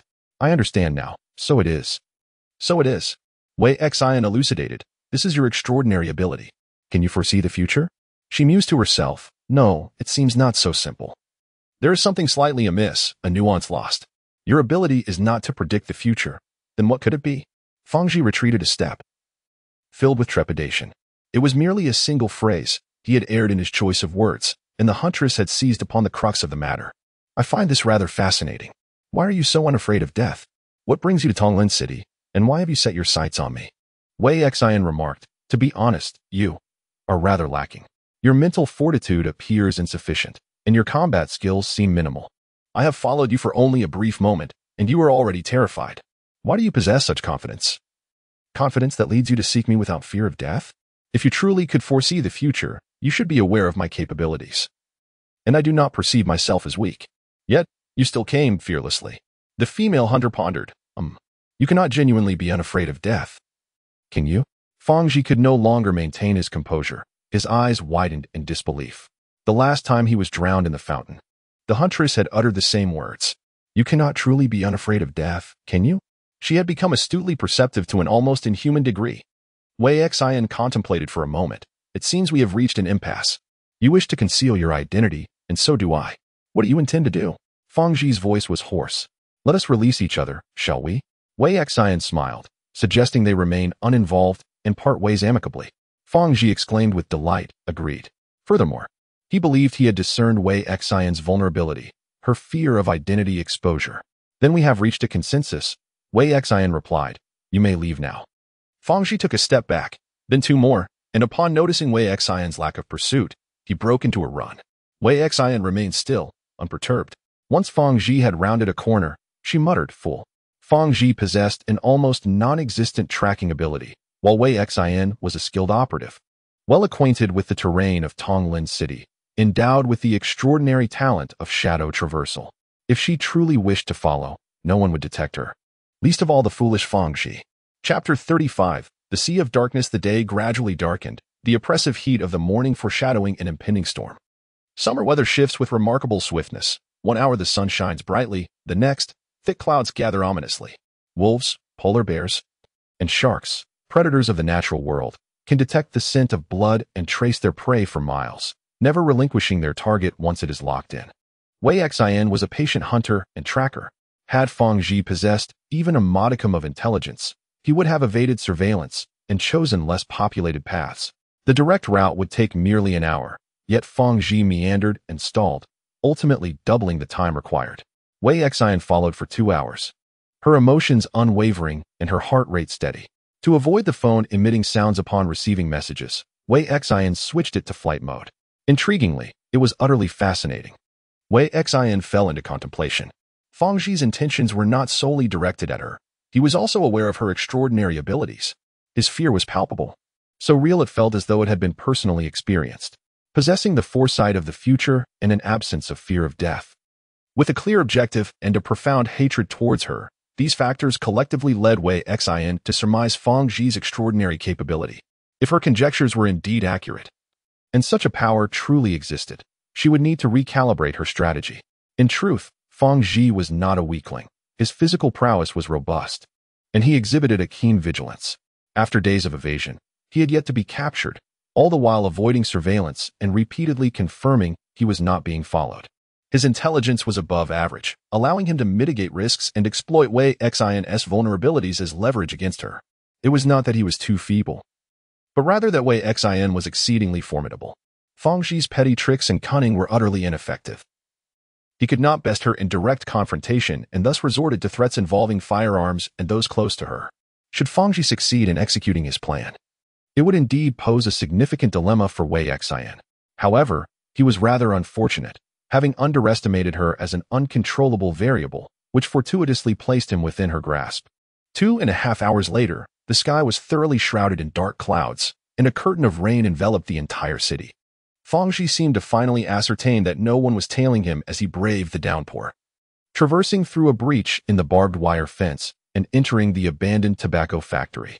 This is the most desolate area of Tonglin City, once bustling with factories. Many of them succumbed to the economic crisis, and subsequently, the government shut down a significant number of high-pollution facilities due to environmental inspections. Adjacent to this area lies a disused railway line, abandoned for over 2 decades, now overgrown with grass reaching the height of a person. It is a quiet and secluded place, an ideal hiding spot, and a prime location for ambush. After confirming Fangxi's hiding place, Wei Xin did not immediately engage in her hunt. Instead, she approached the railway line and pulled a handful of wild grass, meticulously binding her shoes with it, ensuring they were wrapped tightly. The tread patterns on the soles could reveal the brand of her shoes, while the imprints could disclose crucial details about her height, weight, and gender. As the rain intensified, it seemed even the heavens were aiding her. The downpour would wash away any scent traces she left nearby, obscuring her footprints, making it nearly impossible for even the most skilled tracking dogs to find her. Once Wei Xin had concealed her personal information, she wiped the rain from her cheeks and slipped into the tobacco factory, moving stealthily like a shadow. Drawing a chef's knife from her lower back, she scanned the factory for any signs left by Fangxi, having been caught in the rain. Fangxi's wet clothes had left a conspicuous trail of footprints on the ground. With calm determination, Wei Xin followed the trail, employing her shadowy movements to minimize her own footprint. She barely made a sound, stirring only a negligible amount of dust on the floor. The factory stood in a state of dilapidation, its iron ladders rusted, the walls mottled and peeling, and the glass shattered. Rain poured through the broken windows, while the fierce wind howled through the frames, causing them to creak ominously. As the wind swept through the corridors, it emitted a mournful sound, reminiscent of ghosts singing. Wei Xin ascended from the first floor to the second, gradually closing in on her prey. Finally, she turned a corner and beheld Fangxi, whose face was ashen. He sat on the ground, wringing out his clothes, and Wei Xin materialized before him like a specter. She regarded him in silence. Her gaze as tranquil yet cold as still waters, the sharp edge of a kitchen knife glinting faintly. Fangxi fell back onto the ground, trembling in terror. His eyes widened in horror. You, Have you consumed the divine blood? Wei Xian inquired. Fang Zhi's lips quivered. Have you? Wei Xian demanded, delivering a swift kick to his face, causing him to writhe in agony on the ground. I ask you if you have consumed it. You must answer. Do not test my patience. For a moment, Fang Zhi lay on the ground, unable to respond. After 3 seconds of his anguished cries without an answer, Wei Xian delivered another kick to his abdomen. He doubled over, clutching his stomach, and cried out, I have. His previous hesitation stemmed from weighing the danger of Wei Xian's next questions. He feared betraying his master. Have you mutated? Wei Xian's eyes penetrated him like a scalpel. Inch by inch. Remove your clothing. Fang Zhi's skin twitched under her oppressive gaze as he struggled to rise and reluctantly shed his shirt. His musculature exhibited no indications of mutation, presenting the physique of an ordinary human. Your body in the first world was unaltered, he inquired. What of the second? Neither. He responded. From whence did you procure your divine ichor? He pressed. Yet, he delivered a swift kick, not ceasing after the initial blow, but rather unleashing a series of strikes. He cried out in agony, pleading for mercy, yet he persisted in the brutal assault. With each blow, he enunciated, I crack. His arm was fractured. I am inquiring, snap. His femur shattered. Where thud? His head was violently propelled against the wall, resulting in a laceration from which blood trickled down the mottled surface. His vision was obscured by the crimson tide, clouding his senses. He retrieved his discarded garment, concealing a chef's knife within its folds, and plunged it into his abdomen. The fabric prevented the spattering of blood. His consciousness returned amidst the searing agony as his wound rapidly regenerated, the incision closing and new flesh emerging. I confess, my brethren within the order provided it. I beseech you, spare me. He wept copiously. The order bestowed it upon me. I merely complied with their directives. I implore you, grant me clemency. You prevaricate, he retorted, impassively gazing upon him. I am cognizant of your affiliation with the order. My query pertains to the source of the order's divine ichor. Should you persist in your mendacity, I shall dismember your limbs. Is your regenerative capacity sufficient to restore severed appendages? Fang Zhi trembled uncontrollably, tears and mucus smearing his face. I truly do not know. I just joined as an outer member, he implored. I did not lie, I swear. Wei Xian rose and inquired. Which city do you inhabit in the second world? White Whale City, Fang Zhi replied. White Whale City is situated in the second world, close to the subarctic region, adjacent to the polar ice sea, roughly corresponding to the Siberian border of Russia in the first world. Wei Xian let out a derisive laugh. Send it to me? Do you think I am as foolish as you? Pausing for a moment, she then asked, do your gods truly exist?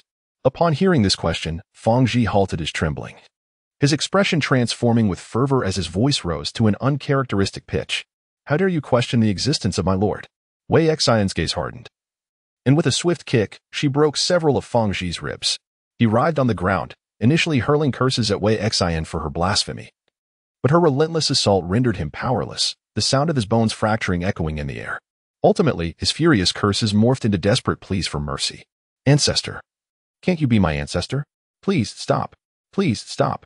Fang Zhi wept, cradling his head. Spare me. I was foolish. I was foolish.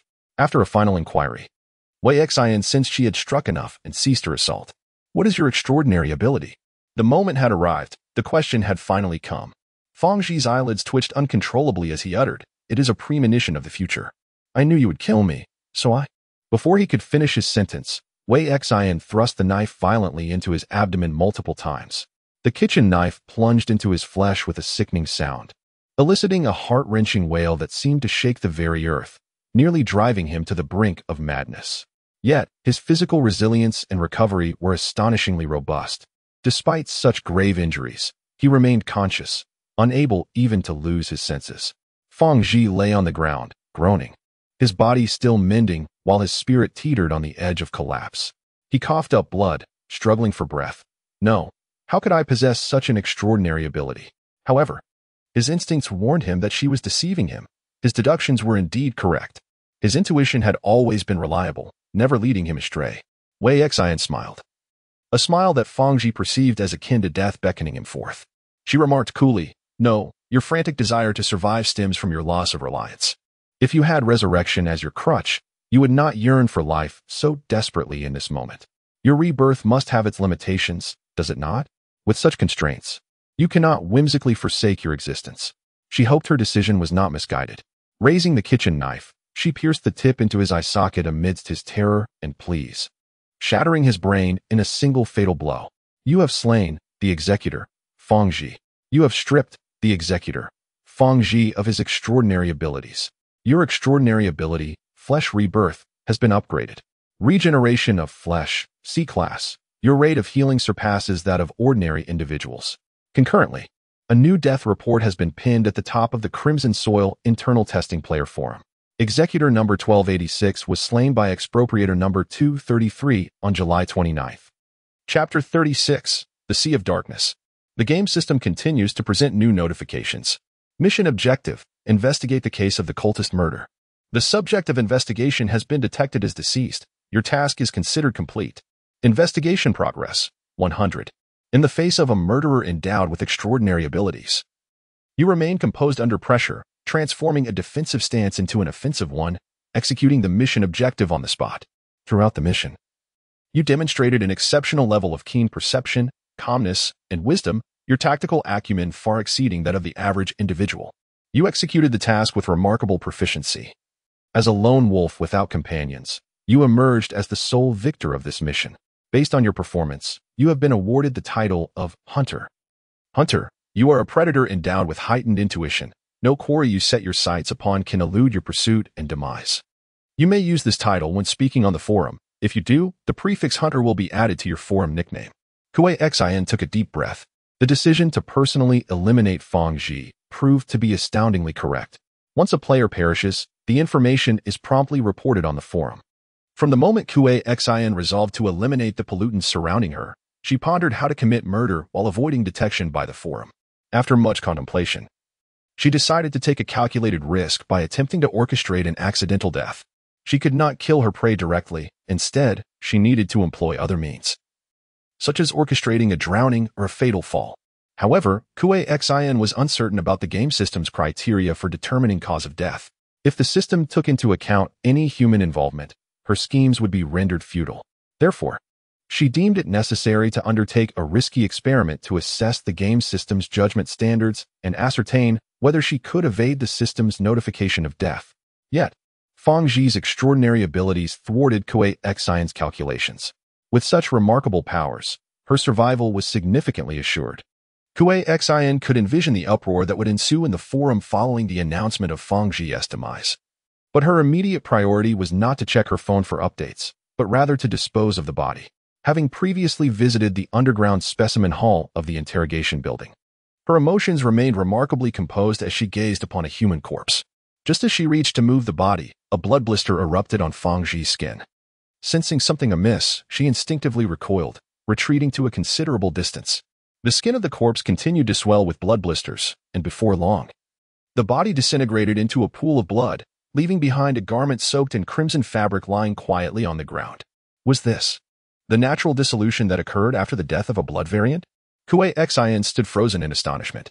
In her subsequent work, Shusio mentioned to her that only those who have profoundly assimilated divine blood experience bodily dissolution upon death. However, such individuals are not exempt from the curse of mutation and demise.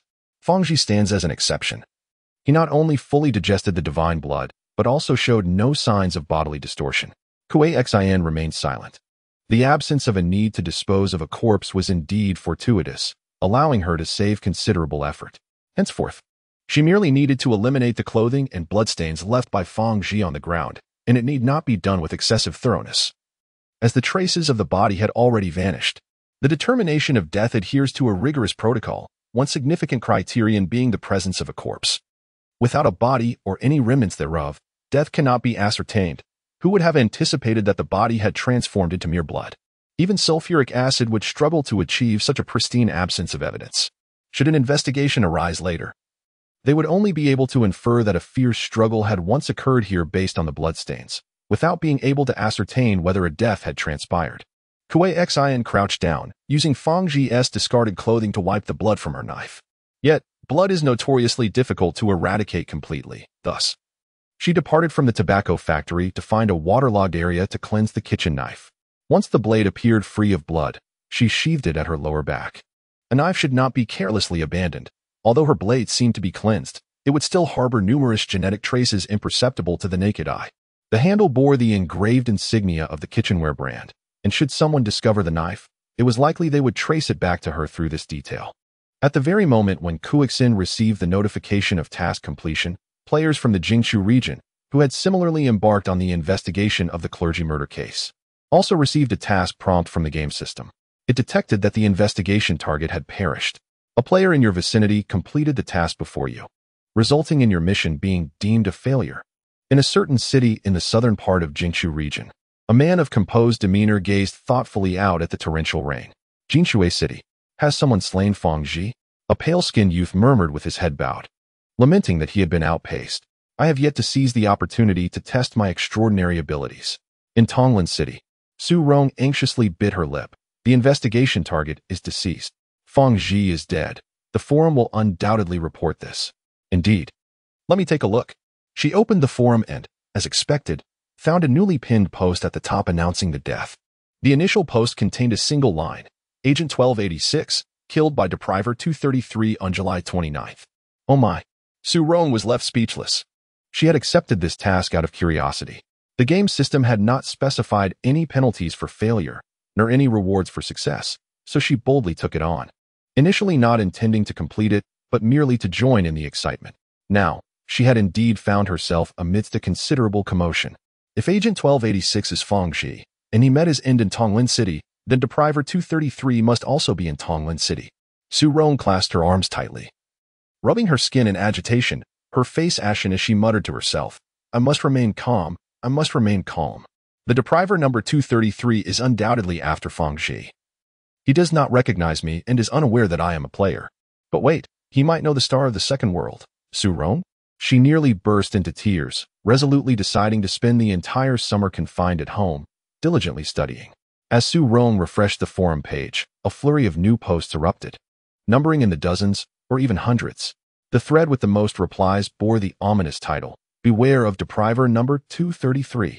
While the first instance of this entity taking a life might be attributed to accident or coincidence, what of the second? I have reason to believe that it is deliberately hunting players. Upon returning home, Kuixin shed her clothes and took a shower, then boiled a pot of water, tossing in the garments she wore during the murder along with the utensils used. Now, Kuixin was engaged in the same meticulous task, boiling clothing and knives that might harbor traces of blood or human tissue, seeking to obliterate any residual evidence. Once the clothing was boiled, she would let it dry, tear a few holes in it to feign accidental damage, and then dispose of it in the communal trash bin downstairs. As for the knife, she intended to leave it brazenly in the kitchen, though she would never use it for culinary purposes. The pot used for boiling the clothes and knife, deemed distasteful, would be relegated to the very bottom of the cupboard, left unused. Her home was equipped with several spare pots sufficient for cooking. While waiting for the clothing to boil, Kuixin contemplated checking the forum for updates when her phone suddenly buzzed, signaling an incoming call. Upon receiving the call, Kuixin felt a sudden jolt in her heart. Hello, is this Ms. Kuixin? This is. The male operator on the other end proceeded to announce the address of the police station in her district. Hello. May I inquire what this is regarding? Kuixin replied with polite curiosity. I only recall he headed south, Kuixin stated. Is there any additional information? The operator inquired. None, Kuixin lied without a flicker of emotion. Ultimately, the operator said, Thank you for the information provided. Should there be any further developments requiring your input, we will reach out to you again. Once the call ended, Kuixin fell into deep contemplation. Before she could ponder for even 3 seconds, another communication came through. To her astonishment, it was once again the local police station's number. With a sense of intrigue, she answered, only to hear a female voice on the line. Hello. We are from the Tonglin City Police Station. This morning, you were at. There was a pause. Didn't your station just call me? Kuixin asked. The woman on the other end responded, perplexed. Our station has not made any calls to you. Chapter 37, The Sea of Darkness. How could this be? I distinctly received a call from the police station, Kuixin insisted, entangled in this matter, resorting to trivialities to buy time. You must be mistaken, the female operator replied. If you have been following the news, you should be aware of the warrant we have issued. Fang Ji, 26 years old, well-built, approximately 6 feet tall, residing in Jingshu City, is wanted for murder and has escaped to our Tonglin City today. While investigating the city's surveillance footage, we discovered an individual whose physical characteristics strikingly resemble those of Fang Ji. The recordings indicate that you were the last person to make contact with him, Ms. Wei Xin. We require you to provide any clues. Wei Xin insisted. I received a call. The recent call was not from the police station. So who was it from? The caller ID displayed a number that included the area code and the emergency hotline. She then activated the speakerphone on her device, retrieving an idle, old-fashioned mobile phone from her bedside table to charge it. The school prohibits the use of smartphones, allowing only basic feature phones. The very same old-fashioned phone had served her during her high school years. It was affordable, sturdy, and simple, capable of taking low-resolution photographs and recording audio. This device lacked a SIM card, rendering it incapable of connecting to the internet, which turned out to be fortuitous, as Wei Xin only required its photographic and recording functionalities. She aimed the old phone at the caller ID display on her smartphone and captured an image, subsequently activating the recording feature and placing it nearby to capture audio.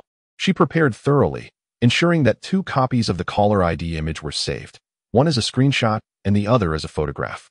Similarly, the call recording was preserved in 2 locations, one on the smartphone and the other on the non-networked old phone. This was a reasonable request, typically. When citizens make such inquiries, the police provide their employee identification number, as this is public information. The female operator paused briefly before relaying a series of numbers. Wei Xin queried, "The Fangji you mentioned, is he the same person I encountered this morning on Baiwa Avenue? Is he a murderer?" The male operator, during the initial phone call, unequivocally confirmed to Wei Xin that the murderer was indeed the individual she had encountered. However, the truth remains that Fangji, clad in a sun hat that obscured his face, rendered his identity questionable, as no clear image had been captured. Yet, the male operator exhibited an unwavering conviction that the individual was Fangji, a conclusion that lacks normalcy and rigor. In contrast, the female operator during the second call displayed a more professional demeanor. When Wei Xin posed the same inquiry, she provided an uncertain response and also relayed her identification number. Today, upon reading the news, I too began to suspect that the person I was trailing might be Fangji. However, upon reflection, it seemed too coincidental. A murderer would unlikely venture into crowded places. Had I known, I would have followed him more closely. Wei Xin, deliberately stalling for time, encouraged the female operator to elaborate further, perhaps irritated by Wei Xin's excessive chatter. The operator swiftly got to the point. "We require you to provide the direction in which the suspect departed. Which way did he last proceed?" From the tone of her voice, Wei Xin discerned that extracting more information would prove challenging. Alas, I never anticipated that a casual stroll would lead me to encounter a murderer. Thus, I resolved to personally visit the police station to provide my insights. Wei Xin stated, "I recognize the gravity of this matter. My conscience would be unsettled if I did not make the trip." The female operator paused for a brief moment, maintaining a courteous silence before responding, "Thank you for your cooperation and understanding." The call was subsequently terminated. Wei Xin promptly opened her social media to check the post she had shared. She accessed the recording file and pressed the play button, only to be met with a cacophony of static and noise instead of the recorded conversation. Her phone had been infiltrated. Wei Xin grasped the gravity of the situation. Anxiously, she picked up her old mobile phone to check, and fortunately, all her photos and recordings remained intact. It was disconnected from the internet, devoid of signal. The hacker could not locate an entry point. Her antiquated phone was effectively a dead device, rendering any intrusion impossible.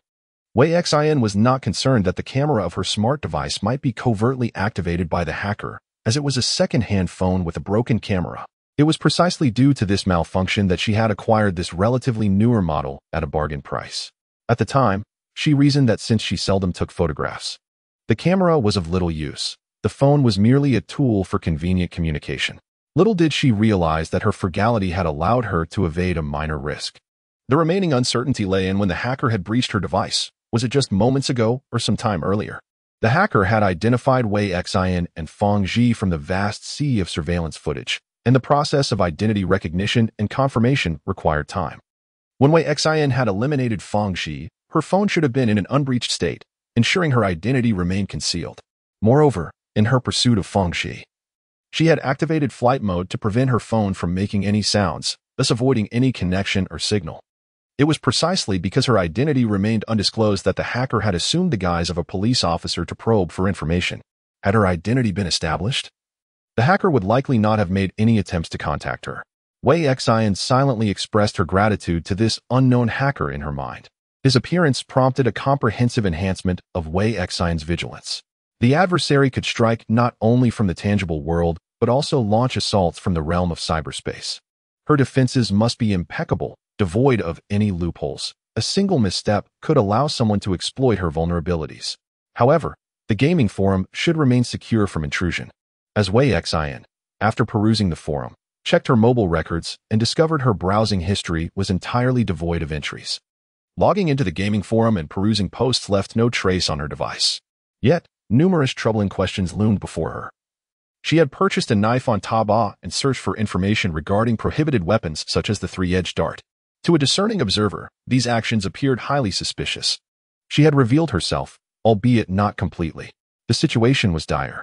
Although her adversaries could not ascertain who had slain Feng Ji, they could speculate that Wei Xian might be a player. Truth be told, Wei Xian found herself struggling to contain her murderous intent. Biting her finger, she stared at her phone for an extended period before ultimately deciding to report to the police. Yes, reporting to the authorities. It was a typical response for an ordinary person encountering such circumstances. She aimed to masquerade as an average individual. Being a player did not contradict the essence of being an ordinary person. Most participants in the gaming forum were indeed regular individuals, possessing the thoughts and lives of the commonplace, the extraordinary aspect being their entanglement in a survival game. If given a second chance, Wei Xian could have navigated the situation more prudently, executing her mission with greater finesse, for she had gained an informational advantage over others. As the game progressed, Wei Xian increasingly realized the significance of intelligence. It was the linchpin ensuring her survival in both the first and second worlds. She hastily grabbed her phone, donned her shoes, and ventured out towards the police station, located 2 streets away. By the time she reported the incident and selectively recounted the details to the officers, the afternoon had already slipped away. While taking her statement, the young officer muttered to himself, "This situation is indeed peculiar. There are signs of a hacker intrusion. I recommend you change your phone." As a student, replacing her phone proved to be a formidable challenge for Wei Xian. She felt a sense of helplessness. "Well, I still advise you to switch it out. Your phone is exceedingly insecure, prone to exposing a plethora of information. What if your social media and payment passwords were compromised?" The officer continued. "We couldn't trace the badge number in your recording. The individual who contacted you is not a police officer. Furthermore, we rarely utilize the emergency hotline for direct communication." "Is that so?" Wei Xian responded, surprised. Those unfamiliar with such matters might not comprehend. It truly depends on the situation. The 110 number is specifically designated for the police command center, but it may also be a local area code combined with 110. In reality, officers typically use office landlines or standard mobile numbers to reach out. The officer advised, "Be cautious next time. Do not fall victim to deception. If you ever encounter a fugitive listed on a wanted poster, we usually conduct field visits or directly invite witnesses to the station. Of course, if witnesses or informants request confidentiality, we can record calls and document leads during our inquiries." Wei Xian's realization dawned upon her, so that was how it worked. "Thank you. I believe that swindlers cannot deceive me. I am but a pauper, with no means to be conned." Wei Xian mused softly. "If the individual I was previously associated with truly is a murderer, I must have provided significant leads, right? Might I be eligible for a reward? Should the case be solved, there will indeed be a reward. Otherwise, typically there is none," replied the young police officer. As Wei Xian departed, she conveyed her heartfelt wishes. "I hope the case is resolved swiftly." Outside, torrential rain poured down as she opened her umbrella and stepped into the curtain of rain. The water on the ground nearly reached her ankles. It seemed that such heavy downpours were a rarity in Tonglan City. Just as she entered the corridor and folded her umbrella, her phone vibrated with a message. "Are you there? The world is perilous. Shall we form a team?" 3 seconds later, another message arrived. "I am the one who called you. I mean you no harm." Chapter 38. The Sea of Darkness. The first message was from a hacker. "I apologize. Please believe me. I harbor no ill intentions. My recent intrusion into your phone was a desperate act. I needed to verify certain matters. A verbal apology may seem insincere, so to demonstrate my remorse, I am willing to take tangible actions to compensate you." The second message was a notification regarding a change in her bank account balance. Amount: 100,000 yuan. Date: July 29th. Type: transfer from another bank. Balance, 106,230.00 yuan. Kuei Xian's bank account originally held over 6,000 yuan, part of which was earned through her own efforts, and part was a scholarship bestowed by her principal upon her graduation from high school. All students who gain admission to prestigious universities receive a scholarship of 3,000 yuan, which has become a customary practice upon graduation. The third message was still from the hacker. Please believe in my sincerity. Wei Xian responded with a puzzled expression. This hacker had indeed conducted a thorough investigation into her past. He even knew of her financial struggles. While Wei Xian regarded money as exceedingly important, it paled in comparison to the value of her life. Regardless, the hacker's act of transferring funds did demonstrate a certain level of sincerity, though it remained unclear whether his intentions were to form an alliance or for other motives. Wei Xian could not easily concede that she too was a player. The hacker remarked, "Which deceiver can trace your movements faster than the police?" Wei Xian retorted, "Are you a fraud who has infiltrated the city's surveillance system? That only adds to your crimes. If the police apprehend you, you will face over a decade in prison." The hacker fell silent. "Stop pretending. I know you are a player. Wouldn't it be simpler to just admit it? It seems you do not trust me, which is understandable. I may have overstepped initially, and your skepticism is warranted." The hacker appeared remarkably composed. "The probability that you and I share the same identity is exceedingly high. Please forgive my intrusion. I have come to learn that you are an ordinary high school student. However, recently, you have begun to rise early for physical training and have purchased self-defense weapons online. You have taken notice of Feng Xi and have been tracking him. Although you ultimately abandoned the pursuit, your interest in the cult murder case is distinctly profound. You have been persistently searching online for information related to the case of the murder of the faithful with an unusually high frequency. Prior to the occurrence of this incident, your interest in such societal hot topics was remarkably low, and you seldom sought out similar news. What has prompted this transformation in your behavior? I surmise that your experiences, particularly your journey through the second world and the regional task notifications you received, have heightened your awareness of the situation." The hacker inquired, "Is my reasoning correct?" Kuei Xian gazed at the text on his phone screen, his expression growing increasingly indifferent. He found himself in a dimly lit and spacious room, with blackout curtains drawn tightly, allowing not a sliver of light to penetrate. The sole illumination within the room emanated from a computer screen. Behind him sat two individuals on the sofa, a young woman clad in a short-sleeved hoodie and a man exuding a calm demeanor. "What did you say? Let me see." The young woman approached the computer, glancing at the chat history. In an instant, she delivered a slap to the bespectacled youth. "Could you not speak so rudely? Who do you think you are, issuing team invitations that sound more like threats? After scrutinizing someone's background, do you expect them to respond kindly? Dream on." "I believe my tone was quite gentle," the bespectacled youth protested. "I even apologized and transferred money." "Nonsense." He was cut off, momentarily speechless. "So, is there any way to make amends? Can I continue to transfer funds?" "Go away. Let me talk to my sister." The young woman dismissed him, taking her seat at the computer desk to type. "Have I ruined everything?" the bespectacled youth lamented. The man on the sofa, who radiated a composed aura, pondered for a moment and then suggested, "Allow me to recommend a few books." "What kind of books?" The bespectacled youth gazed upward. "Emotional intelligence and conversation.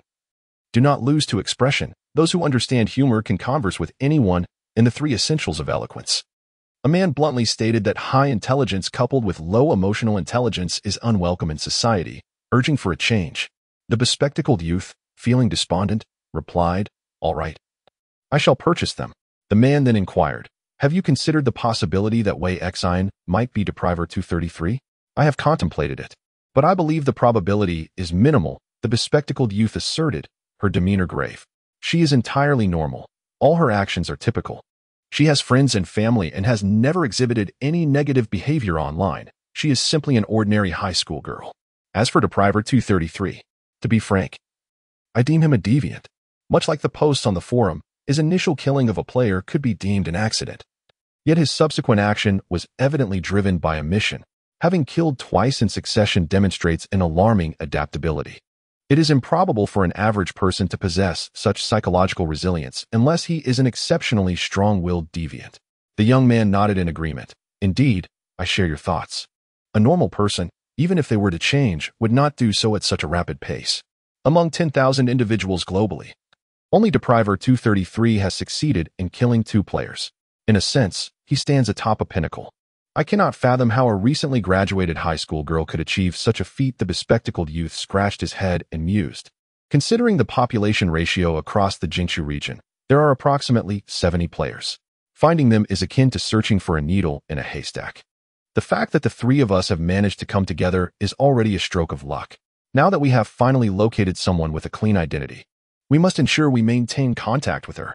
Indeed, he continued, after all, the depriver number 233 is dreadfully formidable. Before receiving the system notification, I never imagined that depriver number 233 was from Huagua, residing right here in the Jingshu area. The man pondered deeply. If he intended to continue hunting players, then the players in Jingshu must unite.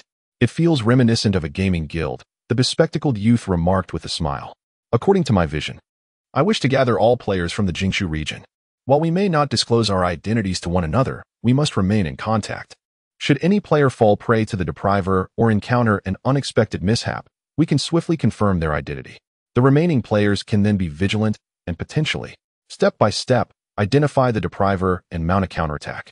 But it is preferable to hope that no one falls under the depriver's gaze, the man interjected. Indeed, the bespectacled youth concurred. The enlightening insights from forum expert number 233 have inspired me. For players to survive in both worlds, it is imperative to establish a reliable organization that can facilitate information sharing and mutual assistance. However, this is quite challenging. Earning the trust of all is no easy feat. And let us not forget, there may be more than one depriver among us. The man remarked that if other usurpers were to infiltrate, the consequences would be unimaginable. The game of identifying the undercover agents and werewolves loses its charm in reality, where losing could cost one's life. I comprehend the origin of your apprehensions. Our information is asymmetrical. I know you, yet you know not me. The hacker has sent another message, and I wish to elucidate the reasons behind my actions. You are aware of whom I refer to as the hunter. Suddenly, Wei Xin felt a flicker of amusement. The hunter mentioned by the hacker was none other than herself. She was usurper number 233, a pursuer tasked with regional missions. The hacker had astonishingly uncovered her identity. Wei Xin was taken aback. Is this what it means to be wealthy? To offer $1 million at the outset? She felt no stirrings of desire. Or rather, she felt them, yet her rationality promptly restrained her impulses. Wei Xin pondered what a typical, financially struggling prospective college student ought to do in such a scenario. She also contemplated how an ordinary player would respond to an invitation to form a team. What could she gain from this? What risks would she be assuming? The hacker repeatedly referred to we during his explanation. Did we denote all players in the Jingshu region, or was he hinting at a team? Did the hacker have allies? Whether their encounter would lead to a transaction or the commencement of another hunt would depend on the hacker's demeanor. She requested a meeting? The bespectacled youth mused. She is bolder than I had anticipated. Is she naive and reckless, or does she possess an unwavering confidence? Could it not simply be a matter of needing money? A young woman remarked that perhaps it was her own fear that compelled her to seek a reliable companion. This notion did seem logical. The bespectacled youth responded. And Wei Xin typed, I will designate the meeting location. Chapter 39. The lightless sea. You need to make me a promise, Wei Xin stated. A promise not to infringe upon your privacy? That is certainly manageable. My previous actions were born of desperation. If you are dissatisfied with a compensation of 100,000, I can offer you more, the hacker replied. Wei Xin countered, even promises inscribed in contracts can be violated at will, let alone verbal assurances. To me, your promise holds no value. And as for money, do you truly believe it can bestow upon me a sense of security? The hacker responded, please, state your desires plainly. I require your name, your phone number, and your location. Wei Xin calmly articulated her demands. You are aware of my name, my number, and my location. Now I seek to know yours. Is that unreasonable? You fear I might alert the authorities, yet I harbor concerns that after our meeting, you might ensnare me in a bag. Your demonstrated sincerity is insufficient. I suspect your intentions are to lure me into a meeting for ulterior motives. What if your true identity is that of an abductor? Wei Xin retorted. The hacker paused, then replied, if I were indeed an abductor, upon learning your information, I should have swiftly sought to eliminate you, rather than engage in this conversation with you. Perhaps you covet my extraordinary abilities and wish to ascertain whether I have awakened before attempting to eliminate me, Wei Xin provocatively questioned. The hacker proposed a solution. If you still do not believe me, I can take a photograph of my game identity card, pixelate it, and send it to you.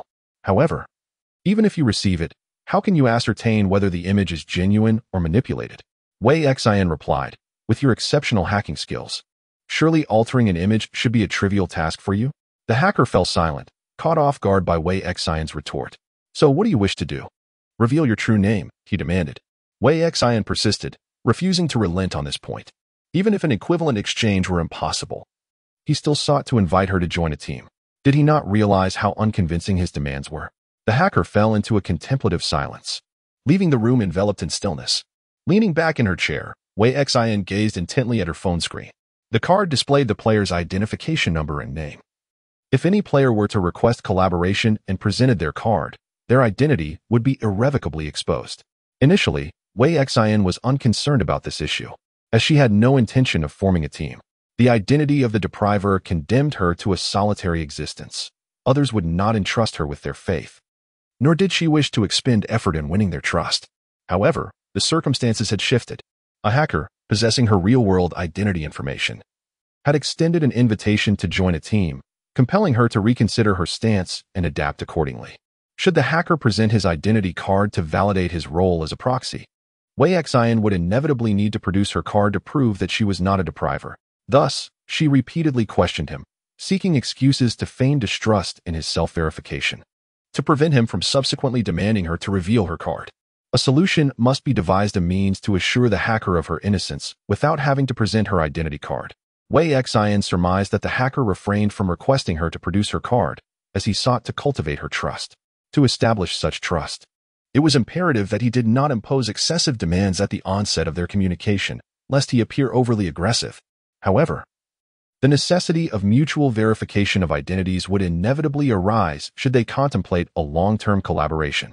Wei Xin felt a sense of relief, for her untainted reputation and her demeanor following the fraudulent police call had, to some extent, alleviated her suspicions in the eyes of the hacker, thereby diminishing his wariness. She retrieved the silver card from her bedside table, running her fingers over its surface. The card's material resembled silver, adorned with intricate, interwoven patterns that felt uneven to the touch, akin to a finely detailed bas-relief. While it was feasible to commission an old silversmith to create a replica, each player possessed a unique identification number. Should she casually provide a number, and if the rightful owner were to perish and subsequently be reported by the forum, the counterfeit card would lose its efficacy. Furthermore, allowing any third-party access to a player's identity card would heighten the risk of exposure, even if that individual remained oblivious to the card's significance. I beg your pardon, but I am somewhat perplexed, the hacker remarked. If you are so wary of me and harbor such distrust, why extend an invitation for us to meet in the physical realm? Because your words have indeed struck a chord with me. I find myself in need of a teammate. Wei Xin maintained her persona. Yet you are utterly formidable. You possess knowledge of me, while I know nothing of you. It is difficult for me to place my trust in you. Your actions instill fear within me. Engaging in discussions over the phone renders me uneasy. Meeting in private evokes fears of ulterior motives. It is prudent for us to convene in a public setting, preferably in my city, which would be mutually beneficial. I apologize if I have caused any offense. The hacker extends another apology, acknowledging his misstep. Wei Xin adopts a posture of modesty and concession, encouraging the hacker to lower his guard. She holds the moral high ground and is justified in making further demands. Through a series of exchanges and subtle inquiries, Wei Xin has nearly discerned the hacker's intentions.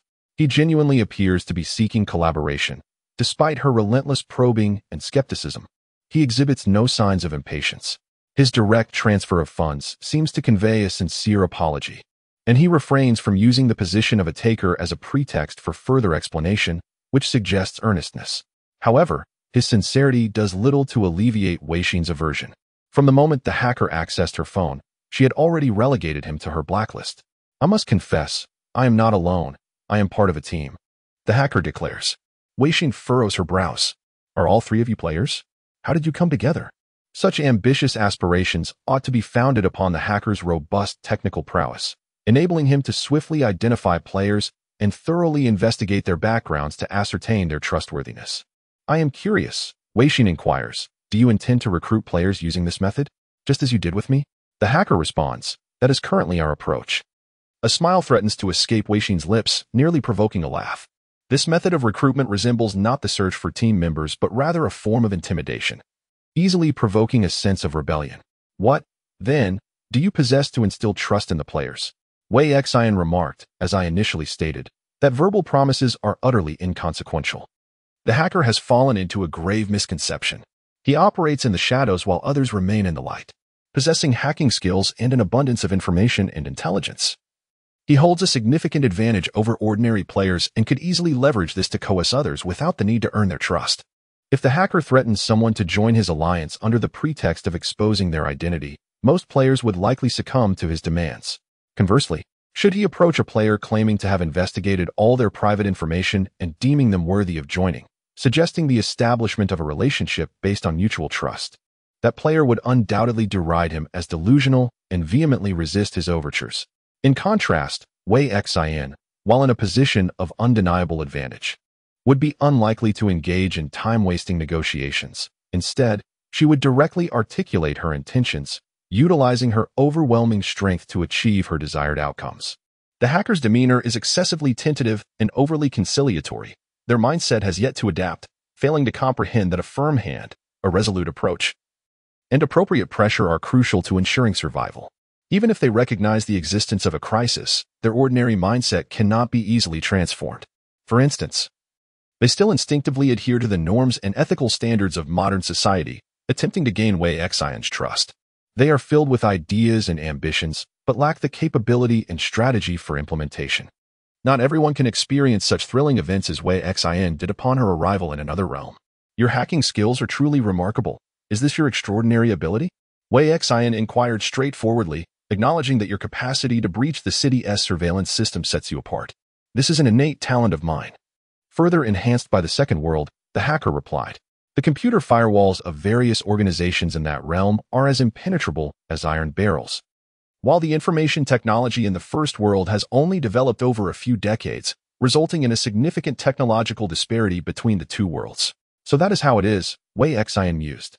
The hacker's abilities stem from intellect rather than supernatural prowess, which offered her a modicum of reassurance. In contrast, the enigmatic and unpredictable nature of extraordinary powers is what truly unsettled her. You are unwilling to disclose your true identity, are you? Wei Xian remarked. The hacker seemed to be weighing his options. 5 minutes later, he sent 3 words, Xie Ganqing. These words appeared for less than 2 seconds before the message swiftly vanished from the chat interface, taking all of their previous exchanges with it. The message screen was left entirely blank. The hacker had merely sent a name, yet according to him, there were at least 3 individuals on his side. Wei Xian questioned. Are you afraid I might hold something against you? Her tone conveyed sincerity, yet her underlying sentiments remained insincere. You claim you will no longer invade my privacy.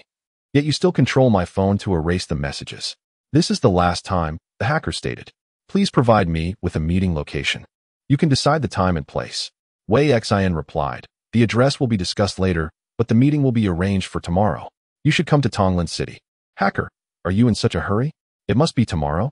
Indeed, it must be tomorrow, at 9 in the morning, replied Wei Xian. She arranged it this way to compel the hackers to rush, catching them off guard and preventing any nefarious actions. Wei Xian's reluctance to finalize the address now stemmed from the same rationale. Establishing it in advance would grant them the advantage of arriving first, a risk she could not afford to take. This is a corporate inquiry website, capable of revealing information about companies registered under a person's name through a simple name search. She typed the name Xie Ganqing into the search bar, and the results appeared instantly. Wei Xian surmised that the individual was likely affluent, suggesting he possessed substantial assets. Thus, she searched for his information on the corporate inquiry site, and to her astonishment, it indeed yielded results. The page revealed that Xie Ganqing was a shareholder in several major companies, though he did not serve as the legal representative of any. His personal information section lacked a photo ID, leaving Wei Xian unable to ascertain his appearance.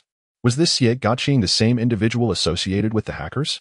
Wei Xian took out a sheet of paper and meticulously transcribed all the corporate information related to Xie Ganqing, proceeding to search each one individually.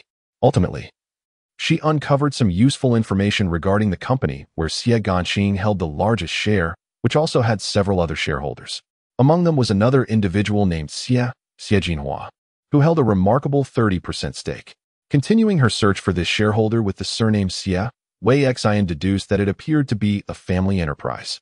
She had a vague recollection of Xie Jinhua, recalling that he was a well-known tycoon in the Jingchu region, a name she had encountered in financial news. Wei Xin exited the corporate inquiry website, focusing her search on information pertaining to Xie Jinawa. A subtle smile graced her lips as she navigated to the official website of Capital University, clicking on the page dedicated to showcasing outstanding alumni. Fortune smiled upon her. For it was not long before she discovered the name Xie Ganqing on the page featuring exemplary students from 6 years prior, accompanied by a photograph of his diploma. After leaving the Capital University website, Wei Xin logged into a platform known as the National Names Inquiry System, entering the name Xie Ganqing. The search yielded results indicating Xie Ganqing, one individual with the same name, and 60 others sharing a different surname. At this juncture, the truth became abundantly clear. The son of the wealthiest individual in Jingchu, an esteemed student at Capital University, and a participant within the hacker faction, their identities converged. They were all Xie Ganqing. Wei Xin etched Xie Ganqing's visage into her memory. Her shoulders relaxed. She exhaled deeply and gazed at the ceiling, allowing herself a few moments of respite. After the demise of Fang Ji, she had not yet observed the players' reactions on the forum. It was imperative for her to monitor public opinion and, when necessary, steer the narrative. However, as she clicked into the forum, she sensed something amiss with the discussions on the homepage. Wei Xin opened a post reporting player fatalities and noted 2 additional lines of text at the top of the thread. Agent 1339 was killed by Agent 388 on July 29th. Agent 388 was killed by Reclaimer 777 on July 29th. Reclaimer 777. Wei Xin nearly leaped from her chair. Following her, yet another Reclaimer had emerged, their existence inadvertently revealed by the death report. After a considerable time, Wei Xin sat down dejectedly, her demeanor calm, but far from serene. The focus had shifted. Chapter 40, The Sea of Darkness. A cursory glance at the forum's homepage revealed that posts concerning Depriver No. 233 constituted only a small fraction. Players were captivated by the newly emerged Depriver number 777. Each post required thorough examination. Each issue demanded careful scrutiny. And Wei Xin first clicked on her own post. Title: Beware of Depriver number 233. The first time this entity committed murder could perhaps be explained away as an accident or coincidence. But what about the second instance? I have reason to believe they are deliberately and selectively hunting players. This title is undeniably provocative. It is likely that many ordinary players share such sentiments. Once could be a coincidence, but what of the second occurrence? Too many coincidences render justification implausible. Moreover, Wei Xin's identity is exceptionally sensitive. She is the first to expose her number as a depriver and the first to slay a fellow player. When she committed murder, most players had yet to even taste blood, let alone eliminate their own kind. First comment: everything I wish to express is encapsulated in the title. I doubt any overly virtuous individuals will counter me. 1L, you are right. I share your sentiments. 2L, my mother always taught me to think the best of people. I must reconsider this tendency. To be honest, while discussing Depriver number 233 earlier, I speculated whether this player had some hidden grievances. Normal individuals surely would not resort to murder. Now, I feel as though I have been soundly struck. I have long harbored the most malevolent suspicions towards others. Those around me occasionally label me as selfish and dark, yet only I comprehend the reasons behind such sentiments. The world is rife with various demons, and I firmly believe in the malevolence of human nature.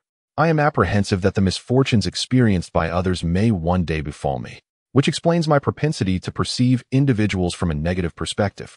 If I must choose between leading a burdensome life and a lengthy one, I would opt for longevity. Who would disdain the prospect of a prolonged existence, right? What could possibly drive deprivation agent number 233 to commit murder? It is rather obvious, is it not? It must be for extraordinary abilities. Surely, this agent must have revealed themselves, only to be caught and killed by the deprivation agent. How is it that deprivation agent No. 233 can identify a player within just 3 days? What could possibly account for such prowess? A resolute severing of ties, perhaps? However, I believe that such a scenario is unlikely given the vast population globally. Perhaps my tendency to evade reality plays a role here. Returning to my hometown allows me to fulfill filial duties while also sidestepping perilous circumstances. It seems a rather advantageous arrangement. Do not return. In rural areas, where vegetation is abundant and land is expansive, should one be murdered, the perpetrator could easily conceal the body in the wilderness, and I assure you, it could take years for anyone to discover the remains. Have we all begun contemplating our escape routes? There is no need for such thoughts. The world is vast, and we remain oblivious to the nationality of the deprivation agent. What if there exists more than one deprivation agent in this world? What is the ratio of deprivation agents to their agents?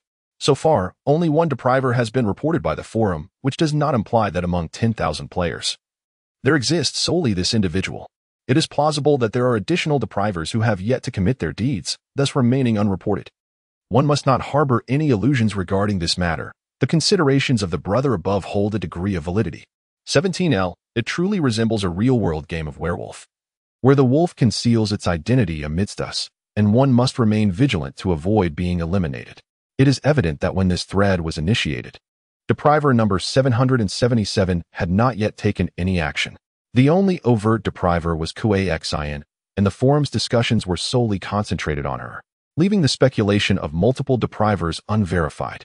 The discourse on how to conceal oneself has sparked intense debate for dozens of posts, with Xin merely skimming through until 89L, where valid discussions resurfaced. 89L, may I inquire, are there no players from the Jingshu region who have undertaken regional tasks currently engaging with the forum? I hail from Jingshu.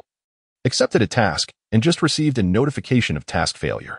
At that moment, I was outside and unable to check the forum, so I am unaware of when the murder report for depriver number 233 was issued. Could someone enlighten me? Astonishingly, the pinned posts lack timestamps. All official posts are devoid of publication times. 90L? Is the individual above suggesting that depriver number 233 completed a regional task? 91L? No way. Is it possible that someone actually accepted a task? Aren't they afraid of death? 92L replied to 91L. You have misunderstood. Accepting a task is not inherently perilous. The danger lies in its execution. One can simply accept the task and leave it unfulfilled, as there are no penalties for failure. The system has not mentioned any repercussions. 93L. Accepting a task without completing it? Goodness, what an unforeseen path. 94L. Let us return to the main topic. We await a response from someone in the know. Was the murder report concerning depriver 233 issued simultaneously with the announcement of the regional task failure in the Jingshu area? If so, it would imply that the task executor is indeed depriver 233, while the deceased agent 1286 is the notorious criminal Fang Xi, who is currently wanted by the police with a bounty of 100,000. 95L. If that is the case, then depriver 233 has acted to eliminate a threat to the public? 96L. Think bigger. Depriver 233 is located in the Jingshu region. I just searched online, and it appears Fang Xi has fled to Tonglin City, further narrowing the search. It is highly likely that depriver 233 is in Tonglin City. 97L. Is depriver 233 a resident of Tonglin City, or did he venture there specifically to pursue Fang Xi? 98L. What a twist. I can envision an exhilarating 2-hour crime action film unfolding right now. Is this not more thrilling than a Hollywood production? 99L. We cannot definitively establish that depriver 233 is a Tonglin City local. At the very least, we can ascertain that he is within the Jingshu region, significantly narrowing the scope. 126L. There is no need for the participants above to become overly agitated. Other informed individuals have yet to emerge. The timing of the task failure notification for players and the forum death report will ultimately depend on the comments from those in the know. 127L. Is the original poster still present? What is the format for the failure prompt of a task after a regional task is completed by someone else? Do all other players receive a task failure notification? 128L replies to 127L. Yes. The game system indicates that it has detected the target of investigation has perished, and a player in your vicinity has completed the task before you. 129L. It is somewhat challenging to locate an informant.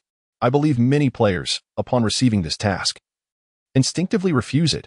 Those lacking quick wit may not realize that accepting a task does not necessitate completion, and if one refrains from accepting the task, there will be no failure prompt, correct?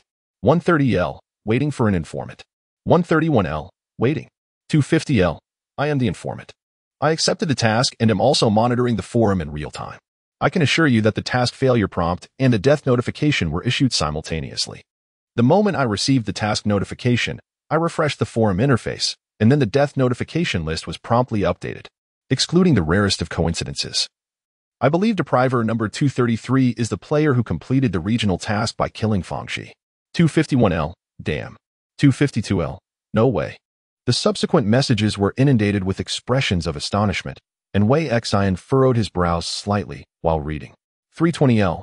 What motive did depriver number 233 have for killing Feng Ji? Was it for the task, for extraordinary abilities? Or perhaps, for justice? 321L. A twist indeed. Depriver number 233, a just avenger eliminating harm to the public? 322L. Surely not.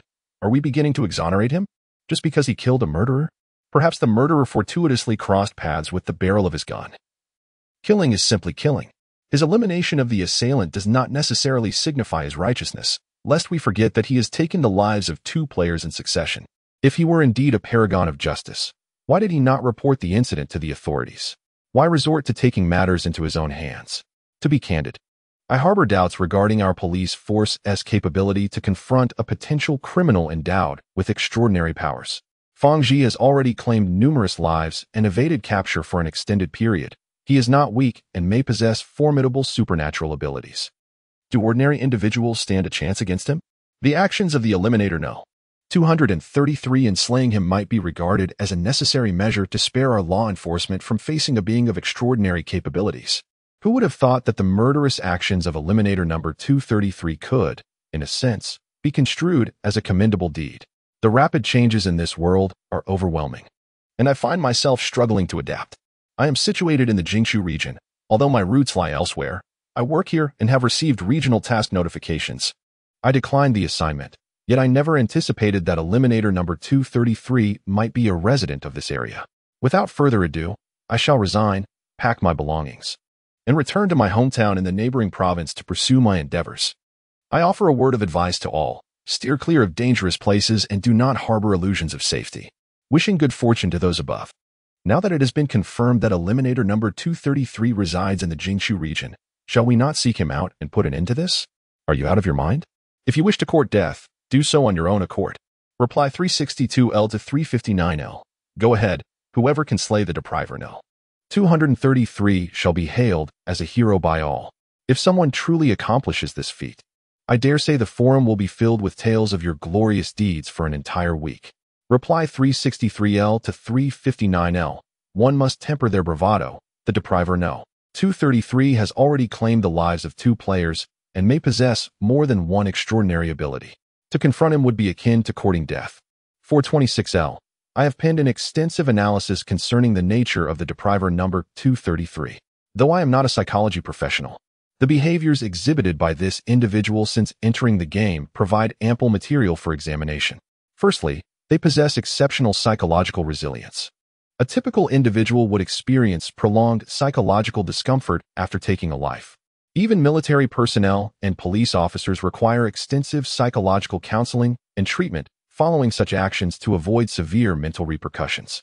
However, depriver no.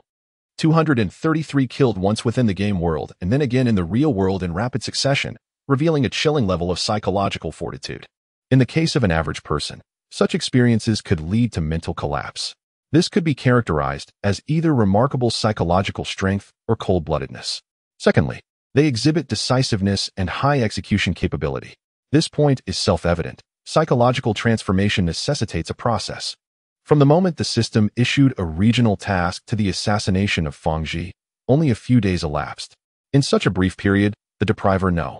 233 managed to locate and eliminate Feng Ji, underscoring their remarkable execution ability and unwavering resolve. I suspect that Feng Ji may have fled to Tonglin City precisely to evade the pursuit of depriver number 233. Thirdly, there is an undeniable confidence. Depriver no. 233 is an individual of remarkable initiative. How many players in the Jingshu region would dare to accept a mission? Among those who do, how many would possess the audacity to carry it out? They are but ordinary people, and even against their peers, victory is not guaranteed, let alone when faced with a potential criminal endowed with extraordinary abilities. Yet, depriver number 233 not only accepted the mission but also accomplished it. What does this signify? It signifies an extraordinary level of self-assurance in his own capabilities, rendering Feng Ji a mere inconsequential threat. He possesses formidable resources and confidence, which emboldens him to act without restraint. Most significantly, depriver number 233 is fully aware that his act of murder will be reported to the forum.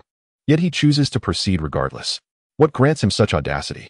It is his absolute strength that allows him to act without fear of being perceived as an adversary by other players or of revealing his identity and facing retribution. For others, merely approaching him serves to deliver themselves as easy prey. I even harbor suspicions that this recent death notification was a deliberate display of his prowess by Depriver number 233, perhaps a provocation or warning to all players. A caution against provoking his ire.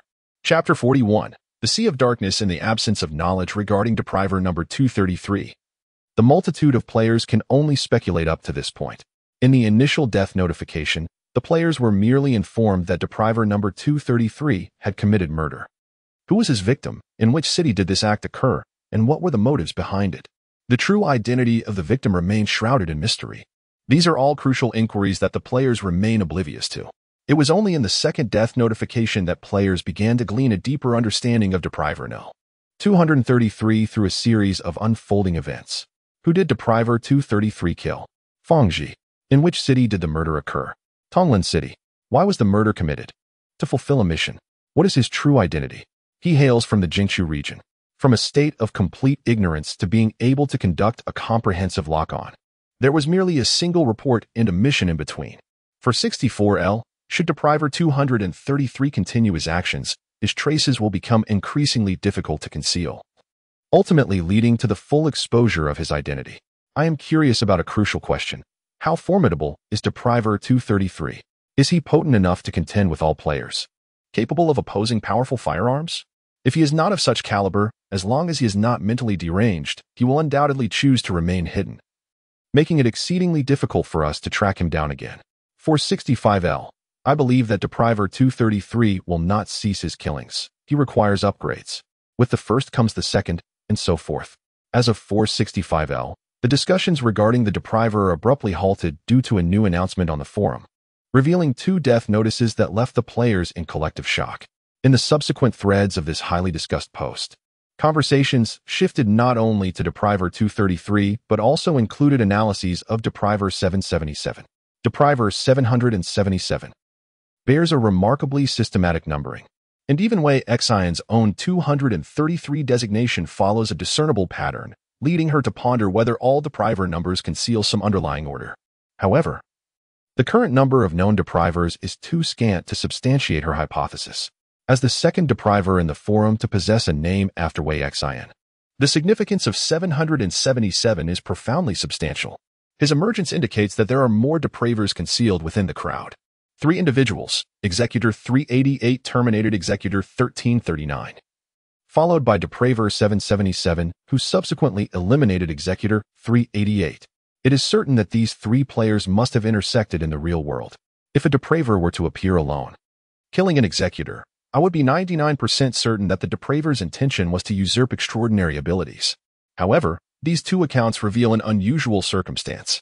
Following the simplest logical deduction, could it be that Depraver 777 and Executor 1339 were friends? Executor 388 killed 1339, prompting the Depraver to avenge his friend by eliminating 388? Alternatively, what if all 3 were friends, but due to certain events, they turned against one another, leading to conflict and chaos, resulting in the demise of the other 2, while Depraver 777 emerged as the ultimate victor? The actions of Depraver 233 next door have conjured in my mind a 2-hour-long crime thriller, while the deeds of Depraver 777 have inspired a narrative rife with love, hatred, and vengeance. From the ratio of posts in Chinese to those in foreign languages on the forum, it can be inferred that players from Huaguo do not possess a distinct numerical advantage. The game Crimson Soil does not exhibit any particular bias towards nationality. Depraver 777 may not necessarily be from Huaguo. He could very well be a foreigner. It seems rather unfortunate that 2 consecutive Depravers who have committed murder hail from our region. I find myself particularly perplexed. In this modern society, do they not fear being discovered after committing such heinous acts? Fear alone does not drive one to commit murder. Perhaps the audacity to kill is derived from extraordinary abilities. Do not forget that in certain foreign nations, firearms are not prohibited, making the act of taking a life significantly easier than in our own country, where relative safety prevails. Now, it seems that not only do the Deprivers kill the agents, but the agents also turn against one another. The Deprivers are motivated by personal gain. But what drives the agents? Is there truly anyone left in this world who can be trusted? I believe that malice does not stem from a particular identity or group. It emanates solely from individual souls. The identity of a depriver, fueled by self-interest, should not justify the act of murder. A good person does not become wicked simply by assuming the role of a depriver, nor does a malevolent agent automatically qualify as an exemplary citizen. The true malevolence resides in the human heart, not in external circumstances. With 7 billion ordinary individuals in this world, there are fewer than 10,000 surviving players. The intersections among these players in the real world are exceedingly rare. Should they encounter one another, it could be deemed a matter of destiny.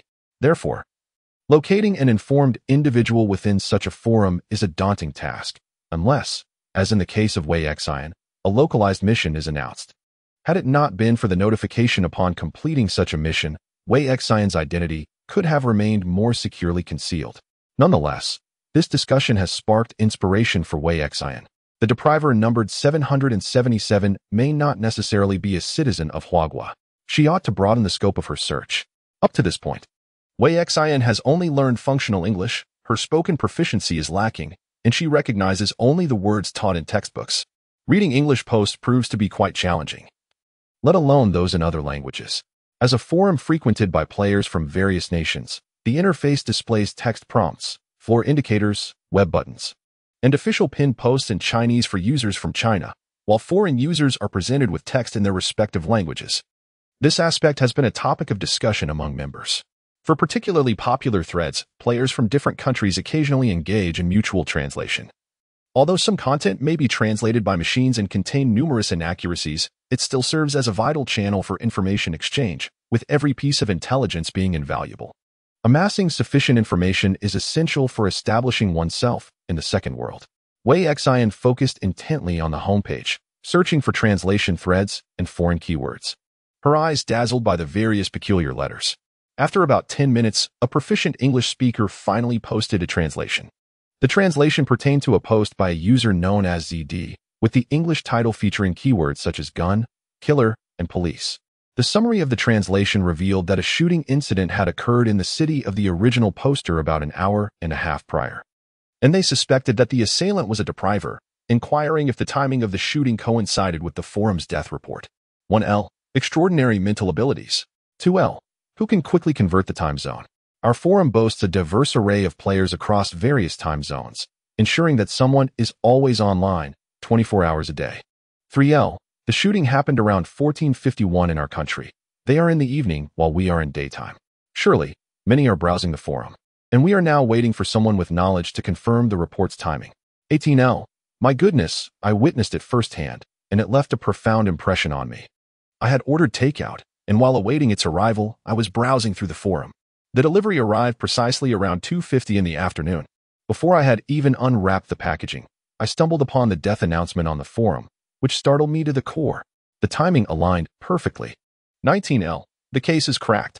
Someone proficient in English should promptly inform the resident of the adjacent building to consider relocating to another city.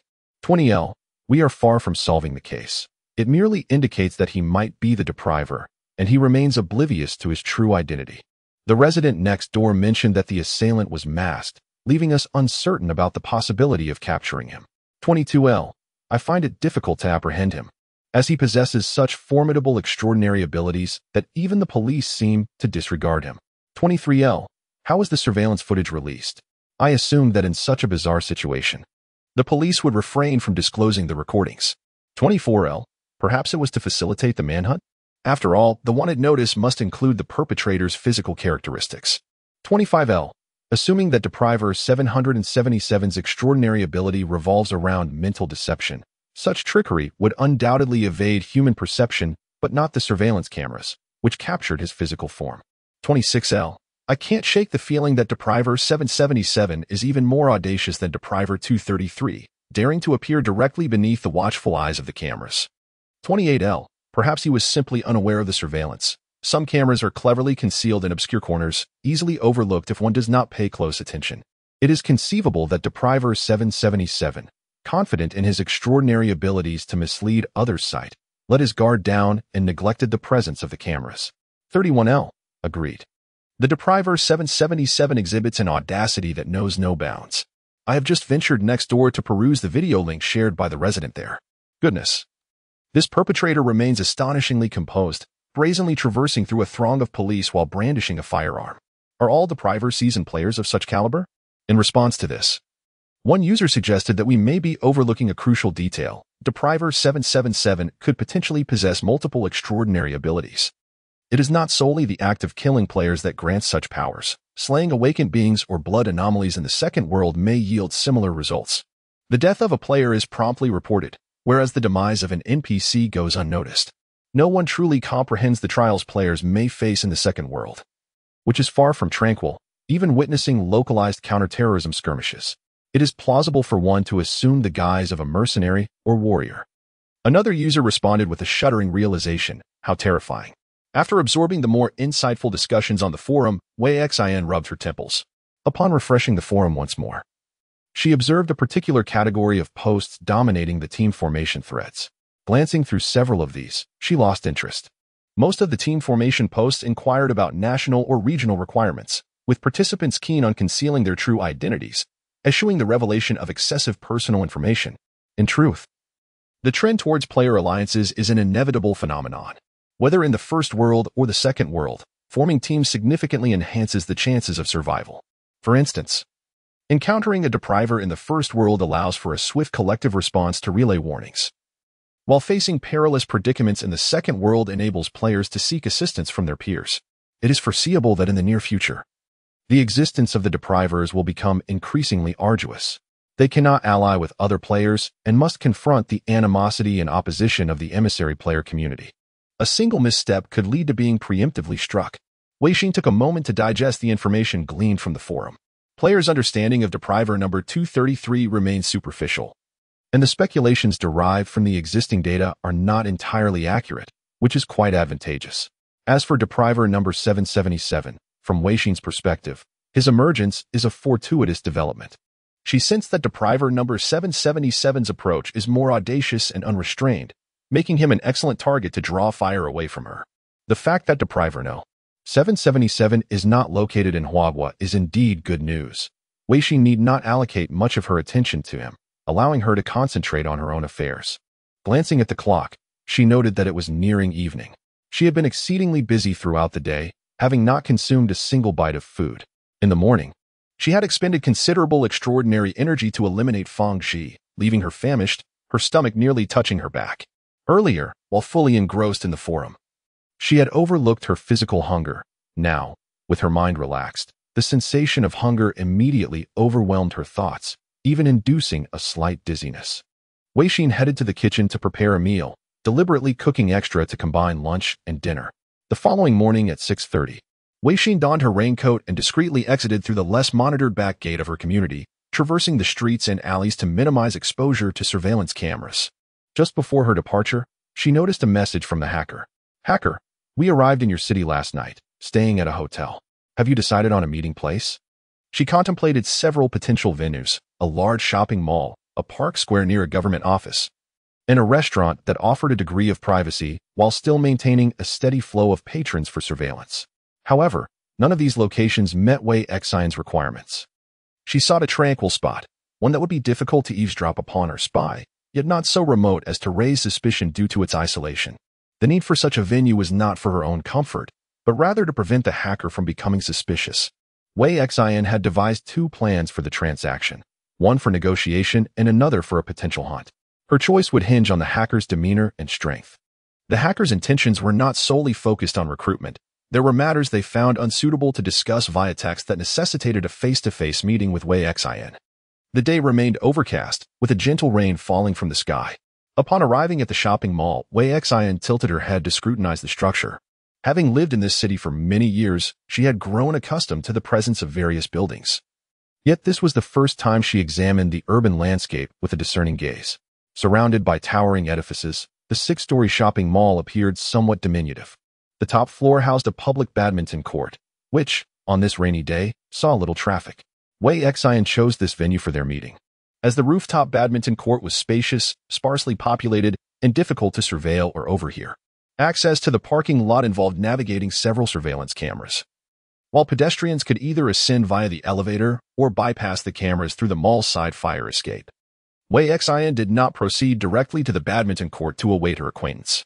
She turned away and took a detour to a taller building not far from the shopping mall. This edifice housed a senior activity center. After meandering around on the ground floor, she found the fire escape and ascended several flights. The rooftop of this building was typically open, serving as a gathering place for elderly individuals to sip tea, converse, and play mahjong. Naturally, on rainy days, the space was deserted, allowing her to have the rooftop all to herself. Standing at the edge of the railing and gazing down, she had a clear view of the public badminton court on the mall's top floor, an unobstructed vantage point, ideal for her purpose. A familiar urge tugged at her. She felt an intense desire for something weighty in her hands, if only she were holding a K-80. After surveying the area, she descended from the rooftop, took a circuitous route to a distant small square, and opened her phone to message the hacker. At the badminton court on the top floor of the Baiwa shopping mall. 9 o'clock, be there, or be square, she texted. The hacker replied, no problem. She had deliberately left the building to send the message on her phone, aiming to prevent any potential location leaks from her device connecting to the network.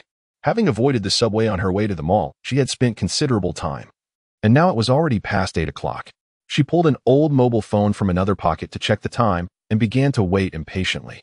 As 9 o'clock approached, a dark gray sedan, understated in design, approached the avenue below the mall. However, she keenly recognized it as a luxury vehicle.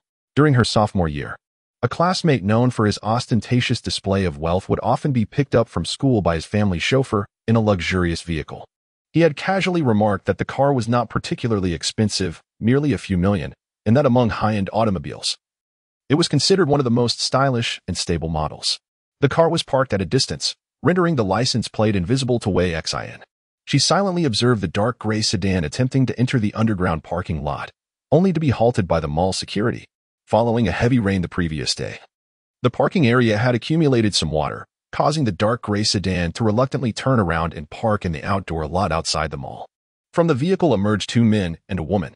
The taller man was dressed in a white shirt and casual trousers, while the woman wore a light green dress. The remaining individual, clad in a blue sweatshirt, appeared to be around Wei Xian's age, though slightly shorter than the others, and sported a pair of black-framed glasses. They made their way through the main entrance of the mall, disappearing from Wei Xian's sight. Could it be them? It seemed plausible. Yet they did not seem to evade the surveillance cameras. Was it a lack of awareness, or did hackers erase the surveillance footage? Wei Xian pondered quietly. 3 minutes later, the trio that had emerged from the dark gray sedan arrived at the badminton court, scanning the surroundings as if searching for someone. Wei Xian felt increasingly certain of their identities. She refrained from taking action, instead calmly positioning herself at the edge of the rooftop, observing them from a blind spot. For over an hour, she watched intently. During this time, the bespectacled youth frequently glanced down at his phone, tapping the screen as if sending messages. The woman in the light green dress held an umbrella, her high heels tapping impatiently against the ground as she grew increasingly restless, while the tall man furrowed his brow, continuously surveying the area around them. Aside from that, the 3 of them exhibited no superfluous movements. Wei Xian felt a sense of relief, reaffirming her assumption that the hackers were merely ordinary individuals. Even if they possessed extraordinary abilities, their thought processes remained those of common people. She intentionally allowed for a time lag, intending to test whether they would resort to underhanded tactics. However, they did not, indicating that their purpose for meeting her was relatively sincere. Wei Xian turned to descend the stairs, before heading to the badminton court. She needed to memorize the license plate number of the vehicle that the hackers had arrived in. The bespectacled youth glanced down at his phone. Nothing. Surely, she wouldn't attempt to flee at the last moment? We know her home address. She must realize that escaping would be futile. The woman remarked. So what if we know her home address? This young lady has exhibited considerable resistance. If we approach her, wouldn't that merely coerce her? It is natural for her to feel fear. Fleeing at the last moment is also understandable. After all, we are strangers. If she truly wishes to avoid contact with us, we can let this matter fade away and allow her to continue her peaceful existence. Let us wait another 10 minutes, the man suggested. If she doesn't arrive by then, we leave. What if she calls the police? The bespectacled youth expressed his concern. She did that last time. She won't report us. How can you be so sure? A woman's intuition. The bespectacled youth replied. All right then. As long as I see her, I'll be able to discern whether she is trustworthy. The woman stated, I hope she comes. At the very least, if she does, we can ascertain that she is not the abductor numbered 233, thus allowing us to eliminate one suspect and narrow our search. Her extraordinary ability is the malevolent mark, a power devoid of combat prowess, yet capable of revealing the true nature of a person's character. For those harboring ill intentions, she perceives a dark-hued mark hovering above their heads, while for those possessing goodwill, the mark tends towards a lighter shade. Moreover, the deeper the malice directed towards her, the darker the hue of the malevolent insignia becomes. At that moment, footsteps echoed down the corridor of the badminton court. As a girl clad in a raincoat ascended the stairs, breathless, she paused at the entrance, refraining from stepping forward or uttering a word. Her vigilant gaze fixed upon the three individuals in the court, as if poised to flee at any moment. Hello, you must be Wei Xin. The woman in the green dress spoke gently. Wei Xin did not return the greeting. Instead, she scrutinized the trio. Who is Xie Gaqing? That would be me, replied the tall man, stepping forward.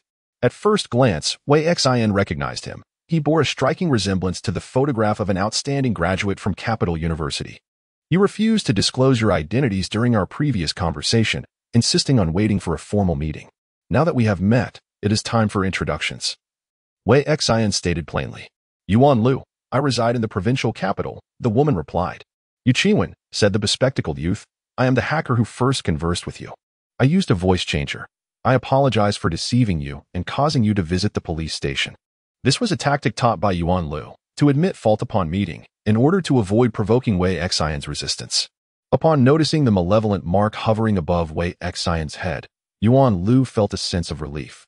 It was not black, but rather gray, signifying her neutral stance, neither benevolent nor malicious. Yuan Lu had never encountered pure white or pure black. Human attitudes are invariably complex and multifaceted. The colors she perceived were often shades of gray leaning towards white or black. Even the kindest individuals harbored thoughts that were not entirely virtuous. If it were deprive or no. 233, the three agents approaching her would certainly not be met with neutrality. Black would be the expected norm. Wei Xian, confronted by the three uninvited individuals, could hardly possess any goodwill. The gray malevolence marked above her head felt palpably authentic to Yuan Lu. Wei Xian feigned anxiety, biting her lip, unwilling to draw closer to them. Are you still monitoring my phone? She chose to pose this question first. Yu Qiwen hurriedly clarified, after our previous communication. I ceased all monitoring. I am not some voyeur. Initially, it was solely to ascertain that you were not that person and to prevent information leakage.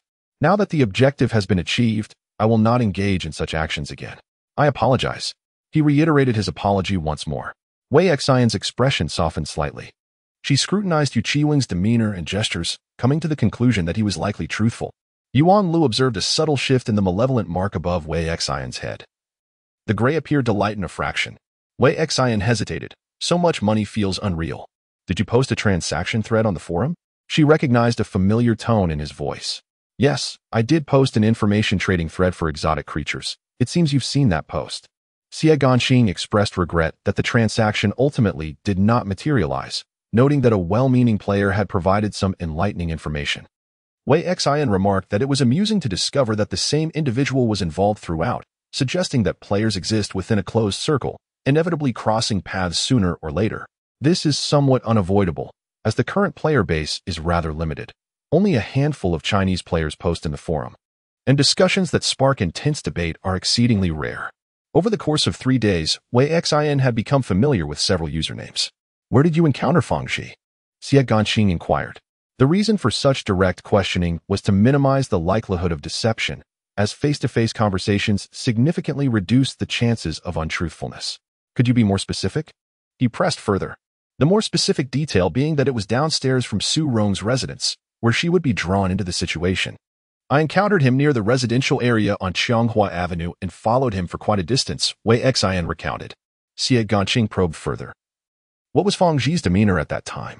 Did he appear flustered, or as if he were evading someone, or perhaps searching for someone? Yu Qiwen and Yuan Lu exchanged glances. He asked why I was following him, and I apologized, claiming I had mistaken him for someone else. He retorted that I must be out of my mind, having followed him for a while, and warned that he would hit me if I continued. I repeated my apologies a few more times, Wei Xian softly stated, and then he walked away. In which direction did he head? I informed Yuchiwan of this during his first phone call. He went south. I apologize. I wanted to confirm once more, Xie Ganqing noted. After parting ways with Feng Ji, where did you go? Wei Xian looked at him with a perplexed expression. Are you a police officer? Why the thorough interrogation? Wei Xian has confirmed that the surveillance camera on the southwestern road is malfunctioning and is currently undergoing repairs. The Bolan bookstore, located at the first corner on the western road, is in the process of renovating its storefront, and its surveillance camera is turned off. Moreover, several other shops near the Bolan bookstore are also devoid of cameras. She observed these details carefully as she took this shortcut to pursue Feng Ji. Even if they investigate, they will find no loopholes. Chapter 42. The Lightless Sea. During your pursuit of Feng Ji, did you encounter any other suspicious individuals? Xie Ganqing emphasized the question. Xie Ganqing elaborated. If you have been following the forum discussions, you would have seen analyses from the past few days indicating that Depriver No. 233 is in Tonglan City. Yesterday morning, just before noon, Feng Ji was killed by Depriver number 233. He was murdered 3 hours after parting ways with you. A time span that is neither long nor short. We are contemplating whether it is possible that you brushed past Depriver number 233 while tracking Feng Ji, but simply failed to notice. Wei Xian shivered, goosebumps rising on her arms. She rubbed her arms and stammered. No, it can't be that coincidental, can it? What if Depriver number 233 discovered my identity like you did? What if he possesses hacking skills as well? Wei Xian's face turned pale. Yuan Lu reassured her. Do not panic. If you encounter any suspicious individuals, seek help from those around you or go to the police station. You can inform us, and we will do our utmost to assist you. However, our main area of activity does not extend to Tonglan City, making it difficult for us to reach you quickly. Yu Kaiwans candidly stated that with the prowess of the Depriver number 233, it would be exceedingly difficult for those targeted by him to escape. The police's capacity to intervene was limited, and all we could do was hope he remained oblivious to your existence. Kuei Xian's expression appeared on the verge of tears. Yuan Lu glared at Yu Kaiwans, his lips silently moving. If you have nothing to say, then keep quiet. You have frightened the young girl. Yu Kaiwans looked at Yuan Lu in bewilderment, unsure of what misstep he had committed. Let us hope that is the case. Kuei Xian's eyes brimmed with tears. At that moment, Yu Kaiwans finally recalled a social skill he had learned. When others are frightened or saddened, one should offer appropriate comfort. Thus, he smiled reassuringly at Kuei Xian, saying, Do not worry. If Depriver number 233 is of sound mind, he will not target ordinary players. His predation would only be directed towards those with extraordinary abilities, as there is no profit in harming ordinary players. Such an endeavor is simply not worthwhile. You have not awakened yet, have you?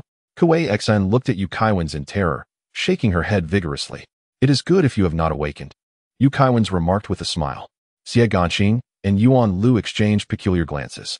Yuan Lu cleared his throat. Living alone at this juncture is indeed somewhat perilous. We are planning to establish a base in the provincial capital, and it seems you are set to attend university there, correct? You are welcome to visit often. Kuei Xian hesitated, responding, Perhaps we shall discuss it another time. Her ambiguous demeanor revealed neither a clear rejection nor acceptance, lingering in uncertainty. In truth, we are alumni. Yu Kaiwan said with enthusiasm. I will also be a student there when the semester begins. Kuei Xian was taken aback, completely unexpected. From now on, we shall be classmates. I am studying computer science. What is your major again? Asked Yu Chiwing. Artificial intelligence. The employment prospects are quite promising. It is a newly established field with relatively little competition. My scores barely qualify me for it, and I find it rather intriguing. Wei Xian spoke a bit more about her major, seemingly lowering her guard due to Yu Chiwing's alumni status. Yuan Lu was pleased to see the malicious marker above Wei Xian's head gradually lighten a shade. She felt completely relieved, initially. The three of them had agreed to signal each other should they suspect Wei Xian of excessive malice, but it seemed she was merely an ordinary girl. By appropriately bridging the distance, they would not invoke her disdain, as even the color of the malicious marker was slowly fading. However, Yuan Lu was unaware that Wei Xian's true thoughts were quite similar to her own. You have asked me many questions, yet I have not inquired about you. Wei Xian shifted the conversation. Please, go ahead, said Xie Ganqing. Are you the son of the wealthiest individual here? Wei Xian asked. You are quite affluent. The richest person here also has the surname Xie and bears a striking resemblance to you. I indeed am, Xie Ganqing straightforwardly acknowledged. Wei Xian remarked. When I asked for your names over the phone, the hacker did not provide his own name, Yu Qiwang, but rather yours. There were other reasons he did not disclose. This was because his family has extensive connections. Revealing a name would not significantly affect him. At worst, he would just need to employ a few more bodyguards, as Yu Qiwang would soon be attending school. Mentioning his name over the phone might lead to complications if Wei Xian decided to alert the authorities. Xian clicked her tongue. Are you truly 28 this year? I assumed you were preoccupied with managing the family business, leaving no time for gaming. Could it be that you were an avid gamer who specifically applied for the closed beta of Crimson Earth and fortuitously got selected? Xie Ganqing replied. My nephew is not yet of age. He secretly used my ID to play games. When he received the invitation for the closed beta, he couldn't resist his nephew's pleas and signed the game contract, thinking it would be a trivial matter to lend the game to him. Who would have known? Yuan Lu shrugged. Xie Ganqing and I are cousins. Yu Qiwing is the child of a family friend of my father's. The three of us grew up together. How enviable to have met just in time. Xian said gloomily. In the second world, you will be able to support each other, right? That is far better than entering the game alone. We can also support one another, Yuan Lu stated earnestly. All players should assist each other. We can forge a relationship of equal cooperation, uniting in the first world to resist the oppressors, and sharing intelligence to survive in the second world. Xian hesitated for a few seconds. I will consider it further. You came to meet us with similar intentions. I sincerely hope you give it serious thought, Xie Ganqing said. We possess resources and connections, forming a team that excels in every aspect. Indeed, I will ponder it thoroughly. Xian still did not immediately agree. I have more questions. She curiously looked towards Yu Qiwang. Aren't you afraid of being discovered by the relevant authorities when you invade systems like surveillance? If caught, it could lead to criminal charges. Although I feel a tinge of fear, certain matters must be addressed by someone. While I possess hacking skills that transcend an era, the world is replete with various geniuses. And there are undoubtedly hackers more brilliant than I. The possibility of being traced back during an intrusion is ever present. Yu Qiwang said, thus I exercise caution, refraining from touching that which ought not to be touched, focusing solely on what I must observe and investigate. Would it be accurate to say that you are a restrained hacker? Wei Xian inquired. One might say so, Yu Qiwang replied. Technology is technology, tools are tools. And humans are humans. It is imperative that individuals employ technology and tools judiciously. One must not wield them recklessly to harm others, for otherwise. How do I differ from a criminal? Well, I have slightly revised my impression of you. Just a tad, Wei Xian murmured. As noon approached, Wei Xian glanced at her phone. After exchanging contact information with the three, Yuan Lu proposed, shall we dine together? It's on me. No, thank you, Wei Xian declined. The artificial intelligence major requires a computer, doesn't it?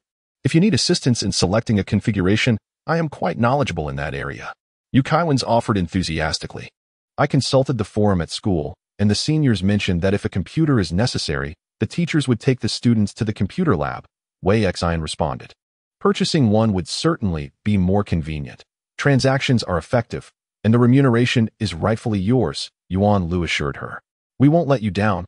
You must trust us. Working part-time is exhausting, and given your excellent academic performance, devoting more time to your studies will undoubtedly lead to better opportunities. With a lingering sense of doubt, Wei Xian cast a wary glance at the trio and remarked, I will purchase the computer when the time is right, and I shall also utilize my funds when necessary. The four of them descended the staircase from the badminton court. On this rainy day, the mall was less crowded. The hacker trio took the elevator down. And to avoid appearing overly practiced in evading surveillance, Wei Xian accompanied them in the lift. With a chime, the elevator halted at the third floor. A girl, laden with various bags, squeezed into the elevator. Xinxinjie, Su Rong exclaimed with delight. Are you here to shop as well? Su Rong was masked, wearing a baseball cap and donning a pair of clear lenses. Rong? Wei Xian hesitated. No, I am here to meet a friend. Hello, everyone, Su Rong greeted politely. What a coincidence, she continued. Within the confines of the small elevator, all 5 individuals were players. Where's your mother? Wei Xian inquired to keep the conversation flowing. Mom is shopping upstairs. I just wanted to drop off my purchases in the car, Su Rong replied in a hushed tone. I initially didn't intend to come out, but she insisted that I needed a break from my studies and encouraged me to take a stroll. As the elevator reached the first floor, Su Rong hurriedly exited, cheerfully exclaiming, Goodbye, Xinxinjie. The bags are too heavy, so I must be off. Come over for dinner sometime. Wei Xin and the hacker trio also stepped out of the elevator. I'll take my leave now, farewell. Wei Xin bid them goodbye, opening her umbrella and turning towards the subway entrance. Remember to stay in touch and inform us promptly if anything arises, Yuan Lu waved. Let us be on our way as well, Yu Qiwen suggested. The three of them walked to the parking lot, opened the car doors, and settled inside. Today was somewhat fruitful, one remarked. Xie Ganqing sat in the driver's seat, deep in contemplation. The harvest was the confirmation that Wei Xin was not the depriver. Yuan Lu stretched lazily, sensing that she had not entirely let her guard down. Perhaps she simply needed more time. However, the identity of depriver number 233 remained unverified, as if he had vanished without a trace. Yu Qiwen meticulously fastened her seatbelt. Yuan Lu remarked, even if we confirm his identity, what can we do? Can we truly contend with him? It is best to hope we do not encounter him, for opposing a depriver will surely be a protracted struggle. If we ever evolve into a sizable organization, it will be essential to establish a permanent stronghold, a secure meeting place. Yu Qiwen added. The opportunities for face-to-face meetings will likely be scarce, but we must remain prepared. I shall take care of this, Xie Ganqing declared as she pressed the accelerator. As the vehicle sped along, Yuan Lu suddenly posed a question. Do you think that girl, Wei Xin, possesses extraordinary abilities? Yu Qiwen replied, She denied it quite emphatically. It is possible, Xie Ganqing asserted. I noticed her denial was overly hasty and panicked. I did not perceive that. Yu Qiwen replied, She is merely a naive girl, rather inexperienced, Yuan Lu commented. Xie Ganqing retorted. When you were her age, your emotions were laid bare for all to see. You were far less guarded than she is. Yuan Lu responded. Oh, she does exhibit some cunning. She knows how to conceal things.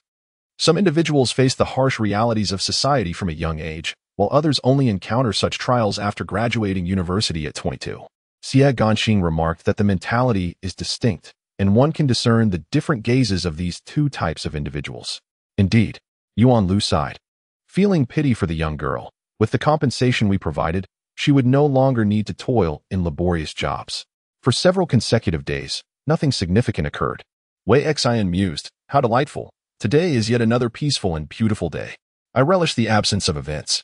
Retiring at 10 in the evening and rising at 6 in the morning, her life had become remarkably orderly, far more so than during her time in the second world. Today is August 2nd, the day of returning to the game. Upon awakening, Wei Xin, as per her routine, browsed the forum. Following her usual morning rituals of washing up and exercising, she proceeded to study and tutor Su Rong. In class, Su Rong appeared noticeably distracted, her mind wandering as she attempted to complete her assignments. Dark circles under her eyes betrayed her fatigue, as if she had not slept a wink. Did you stay up late? Wei Xin inquired bluntly as Su Rong's attention drifted yet again. I couldn't sleep last night.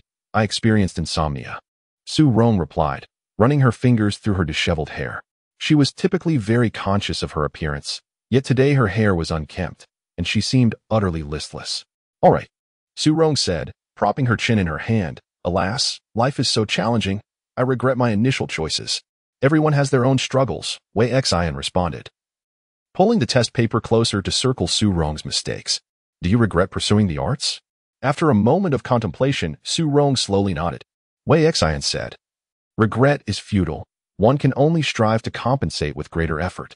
Sister Xin, we are of similar age, yet you handle matters with much more composure. My mother praised you the other day, encouraging me to learn from you.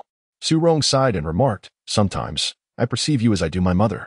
Of course, I do not mean to imply that you resemble her in appearance. Rather, I refer to your intrinsic qualities. You possess a reliability and steadiness akin to that of an elder. I have never encountered a peer quite like you. Wei Xin pondered for a moment and replied, having lived independently for several years, away from parental care and managing all affairs by yourself, you will soon evolve into someone like me. Su Rong's mother had subtly broached the subject of Wei Xion's family circumstances with her, suggesting that they were not particularly favorable. Wisely, she chose to sidestep the topic and instead pulled Wei Xion into the living room, offering her a substantial bag of snacks, saying, since we're not attending class, let us indulge in some television and snacks. Would you like to watch a movie? Anything goes. Wei Xion picked up a chip and placed it in her mouth. She seldom indulged in snacks, purchasing only essential foods to maintain her nutritional intake, often going months without buying any treats, and she typically abstained from beverages like milk tea. The most frequent days of consuming milk tea were during her time working at a tea shop, where the proprietor allowed employees to drink as much as they desired. Occasionally, her colleagues would prepare her a cup while mixing drinks, leading Wei Xin to question whether her blood sugar levels were elevated. The leisurely afternoon soon slipped away, giving way to the night.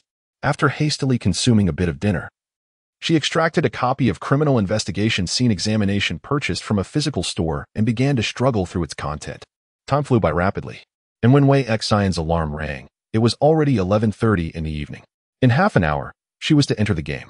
Rising to stretch her limbs, she focused her mind. In the second world, she found herself in a perilous situation, under relentless assault by a scythe-wielding creature.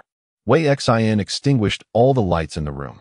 In the second world, she patrolled the harbor, enveloped in an atmosphere of profound darkness. Yet, within the confines of her bedroom, the light was aglow, creating a stark contrast that would render her adaptation challenging. The obscurity served as a refuge, shielding her from the harsh transition of illumination. Wei Xin once again set a timer on her mobile device, this time precisely at 23:59:58, allowing herself a brief 2 seconds before midnight to prepare for the impending moment. Once she felt adequately poised, she opened her eyes, gazing out at the nocturnal panorama of Tonglan City. At the stroke of 23:59:58, her phone vibrated beside her, its alarm ringing out. Simultaneously, her heart raced, and in an instant, the impenetrable darkness engulfed her. The metallic tang of blood mingled with the briny scent of the ocean breeze filled her nostrils. She could hear the howling wind, the whip-like sounds of tentacles striking, the shouts of her comrades, Lan Lan and Jia Ming, along with the urgent voice of her captain, Xu Xiuyao, crackling through the communicator. Pain and a tingling sensation radiated from the wound in her abdomen, where flesh was rapidly regenerating, the agony igniting her nerves. A hooked, bone-like blade struck the container behind her, embedding itself slightly within. Ignoring the injury to her midsection, Wei Xin drew a knife from her thigh, slicing upwards with determination. With a swift motion, the soft tendrils of the scythe-like creature snapped in response, the bone blade firmly lodged in the container, emitting a piercing wail.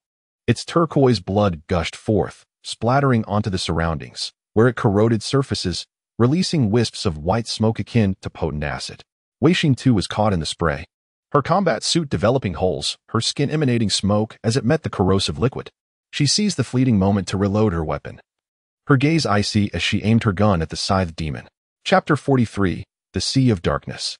The exoskeleton of the scythe demon was remarkably resilient, sparks flying as the bullets struck its surface. The softest part of its body was the tendrils connecting to its curved bone blades. It possessed 2 bone blades, and neutralizing one significantly reduced its threat. One of its blades had already been severed by Wei Xian. Kneeling on the ground, she held her gun steady, and through the night vision scope, she clearly observed the frenzied movements of the scythe demon. The opportunity presented itself at that moment. However, just as Wei Xian adjusted her aim, the scythe demon swung its bone blade towards her. She faced 2 choices: to abandon her shot and roll to evade, or to continue targeting the remaining tendrils in an attempt to sever them with her bullets. A gunshot rang out, the muzzle flaring with fire. Wei Xian chose not to evade. She cast aside all distractions, disregarding external interferences. Fear and panic dissipated from her being. Adrenaline surged through her veins, and the blood vessels at her temples throbbed. A crimson haze clouded her vision, and the action of pulling the trigger signified her unwavering resolve. Just as she had done during static target practice in the underground training facility of the inspection building, she maintained absolute focus and a steadfast belief in her accuracy as she fired the bullet. At the peak of her concentration, everything around her seemed to slow down. Bang, bang, bang. The gunfire resonated in a harmonious cascade. After Wei Xian fired a single bullet, she did not cease her actions. Instead, she continued to pull the trigger in rapid succession. For bullets, under her precise control, formed an almost flawless straight trajectory. The swiftness and intensity of her shooting made the 4 gunshots resonate as if they were a singular sound to the human ear. The most skilled and experienced sharpshooters of the investigation unit could achieve a rate of 6 shots per second in static conditions, yet Wei Xian, facing an urgent situation with little time for adjustment, accomplished an impressive 4 shots per second. The trajectories of the 4 bullets appeared meticulously calculated, striking true and unerring. This volley of bullets accurately struck the tentacles of the scythe demon. The impact of the first bullet caused the bone blade aimed at Wei Xian to veer slightly off course. Following this, the remaining 3 bullets penetrated the entry wound left by the first, causing them to shatter into fragments upon impact, scattering and slicing through the scythe demon's appendages under the relentless force. With a swift motion, the scythe demon's bone blade narrowly grazed Wei Xin's shoulder before clattering to the ground. The creature, now deprived of its predatory tool, emitted a chilling shriek as bluish-green blood gushed forth from the severed tentacle, resembling a fountain in its violent eruption. The ground, drenched in blood, billowed with thick, acrid smoke. Exuding a nauseating stench in the fleeting moment before it could escape, a dagger pierced through the gap in its exoskeletal armor at the junction of its neck and body, penetrating the vulnerable area beneath its shell. The scythe demon's body suddenly stiffened, then slumped lifelessly. It had perished. Kuei Xian refrained from withdrawing the dagger, fearing that the bluish-green blood would spurt forth and stain her. She retreated a few steps, collapsing onto the ground, her body half-numb, consumed by the ant-like biting pain that invaded one side of her. The demon's blood corroded her flesh, her skin healing even as it was devoured. The healing process interrupted by the emergence of fresh wounds. Water. Where's a bucket? Damn it. A bucket. Lan, drenched in sweat, frantically searched the dock for a bucket. Jiangming finally located one and joyfully exclaimed, I found it. I'll fetch some water. However, the blood clung tenaciously. Even a bucket of water barely washed away a small portion. Upon contact with Kuei Xian's skin, a layer of mangled flesh fell away. A hovering police vehicle came to a halt in the open area, and Shu Suyo stepped out with purpose. You will be fine, Kuei Xian, he assured her. Lan climbed into the backseat of the car. Jiangming's lips were tightly pressed together as he inquired, Does the Coast Security Office have any solution? 5 bottles are simply insufficient. Lan's expression darkened. The area covered in blood was far too extensive, half her body was affected. Without uttering a word, Shusuyo activated the hovering police vehicle, racing towards the Coast Security Office at breakneck speed. Weixin weakly reclined in the backseat of the vehicle, stating, You all behave as if I am on the brink of death. It's nothing severe. If it were truly critical, I could simply replace half my body with machinery. It's not as if I cannot survive. If my face or body bears scars, I could always resort to skin grafts and cosmetic surgery. There are myriad solutions at hand. She added, In fact, mechanical replacements are unnecessary. With the ability to regenerate flesh, I merely need to cleanse my body of the alien blood. And within a matter of minutes, I would heal completely. Your optimism is striking, Lan remarked, her expression contorted as she rummaged through the medical kit in the backseat. Having been tainted by the blood of the scythe demon, it can corrode down to the bone within moments. She first retrieved a set of suturing staples, resembling a stapler, designed to forcibly bind lacerations together to temporarily staunch the bleeding. With deft hands, he cut open Weixin's combat suit and used the staples to close the gaping wound in her abdomen. This is excellent, he noted, observing the copious flow of blood, which, in truth, was merely a superficial injury, having only breached the epidermis and fatty layer. He exhaled deeply. Weixin interjected, If you had delayed even a moment longer in stapling the wound, it would have healed on its own. The reality was that her abdominal injury was initially deep enough to expose her intestines, allowing a hand to grasp her innards. Speak to me. Stay awake, Jiangming, seated in the front, urged, leaning back to glance at them. Lan, administer a dose of analgesic. Do we have any healing elixirs? Inject those as well. It may help her endure a while longer. Lan produced a syringe, expertly prepared in analgesic, and injected it into Weixin. Following that, she opened a vial of healing solution and administered it as well. The metallic scent of blood thickened within the vehicle as Weixin's wounds continued to bleed profusely. Lan, filled with concern, inquired, Does it still hurt? Pain. Is this analgesic expired? Has the captain been conducting regular inspections of the medical supplies? Kuei Xian felt a numbing pain, and she jokingly stared blankly at the ceiling of the vehicle. I just checked yesterday, Shu Shuyao replied. The police car halted, and several colleagues on duty at the Coastal Security Office had long been awaiting in the parking lot. As soon as the police vehicle arrived, they handed prepared solution bottles and several medications through the car window. After receiving the solution, Shu Shuyu relentlessly ascended, directing the flight towards the inspection building. Lan, anxious to the point of trembling, opened the solution and poured it onto a gauze pad to wipe Kuei Xian's wounds. The turquoise blood was neutralized by the solution, easily wiped away. He dared not apply too much pressure. Any force would cause large chunks of tissue to detach from Kuei Xian's wounds. 10 minutes later, A small pile of used gauze lay discarded in the back seat. Should you take a break? Kuei Xian suddenly felt much better, the pain lessening. She noticed beads of sweat covering Lan's forehead. Lan thought Kuei Xian was merely putting on a brave face and chuckled in disbelief. Save it. What time is it, and you still say you feel better? He stared blankly at her injury. The meticulously cleaned wound had inexplicably transformed from a vivid crimson to a soft pink, astonishingly sprouting new flesh. Holy crap! Lan was taken aback. Captain, has the Research Institute developed a new healing agent? This effect is incredible. As he wiped away the bloodstains from Kuei Xian's abdomen, he was stunned to see that her abdominal wound was nearly healed, leaving only a thin line of blood. You seem a bit twisted, Lan, Kuei Xian remarked. I'm sorry, Lan responded, casting an unusual glance at Kuei Xian. Why don't you take a look for yourself? He assisted Wei Xian in propping herself up, and she cast a glance at her abdomen, her expression mirroring the astonishment of Lan. What on earth? She reached out to touch her belly, her eyes widening in disbelief. Jiangming leaned over from the front seat, exclaiming, What happened? How come? What? He elegantly replaced the coarse language that was about to escape his lips with a more refined expression of surprise. Shusuyo, focused on driving, was left in confusion. Is this a supernatural ability? Lan marveled. A body enhancement type supernatural ability? A self-healing supernatural ability? It certainly resembles one. Jiang Ming remarked that such abilities were more commonly found among those with otherworldly blood, although, to his knowledge, there were also precedents among awakened individuals. Lu Kongyun stated solemnly, body enhancement types are relatively common, but self-healing ones are quite rare. Had Wei Xian awakened? Had she awakened a self-healing supernatural ability? Shusuyo grasped the implications of his teammates' words. It seemed she had, with her wounds healing at an astonishing rate. Lan, feeling relieved, wiped the virtual sweat from her forehead, grateful that she had survived. Truly a stroke of good fortune. The atmosphere in the police car lightened considerably as Jiang Ming smiled. Congratulations, Wei Xian. However, the blood of the scythe demon on Wei Xian's leg had yet to be cleaned up. Lan, don't stop working, Lu Kongyan urged with concern. We've run out of gauze and bandages, Lan replied. There's no choice. Let us pour directly from the bottle. He unscrewed the last bottle of solution and poured it over Wei Xian's wound. Ouch! Wei Xian grimaced in pain. This was the gravest injury that Kuei Xian had ever sustained.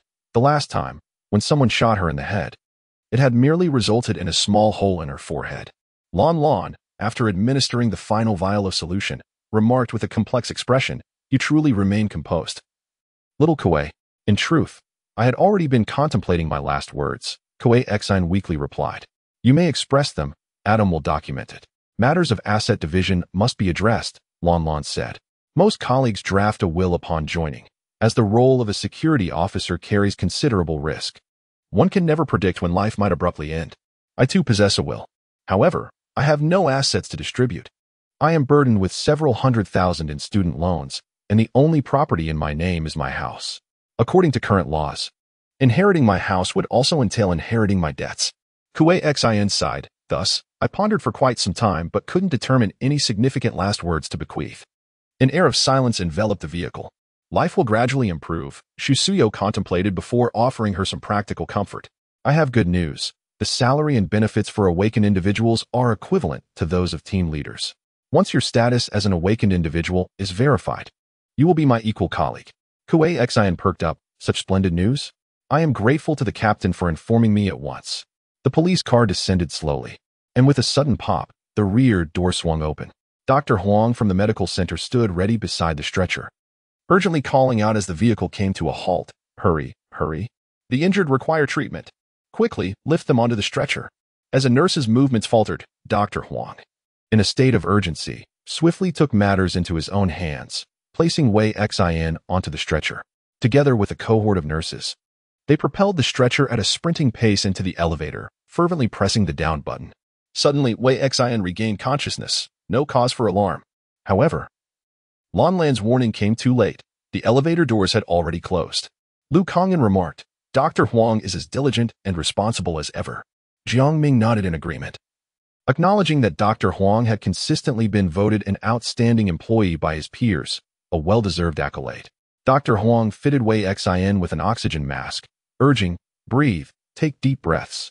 Hold on, We will wash away the alien blood in the solution tank before proceeding with the surgery. Lu Kongdan communicated that half of Wei Xian's body was coated in alien blood, and the replacement of mechanical limbs was inevitable. He needed to brace himself for this reality. Oh my, Lu Kongyun is pulling my leg, right? You're not gravely injured. He wiped the cold sweat from his brow, nearly succumbing to a heart attack from the fright. His teammates speculated that he might have awakened extraordinary abilities. Surrounded by numerous nurses, Wei Xian explained to Dr. Huang.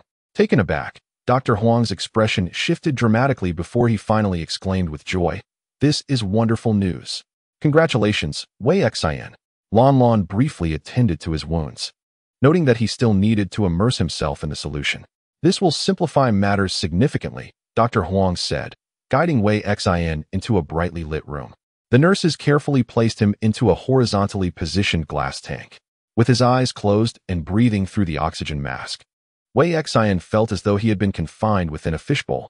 The cerulean green blood that clung to her body silently dissolved, its corrosive power vanishing as her flesh began to regenerate, mending her battered form. Dr. Huang clicked his tongue in admiration, exclaiming, "Incredible! The young girl is remarkably fortunate. How fortunate you truly are." He retrieved a handkerchief from the pocket of his white coat to dab at the corners of his eyes. For the loss of youthful life always stirred within him a profound sense of sorrow. After years of practicing medicine, I still find it difficult to face the departure of life with equanimity. Wei Xian, you are indeed lucky. May such fortune accompany you in the days to come.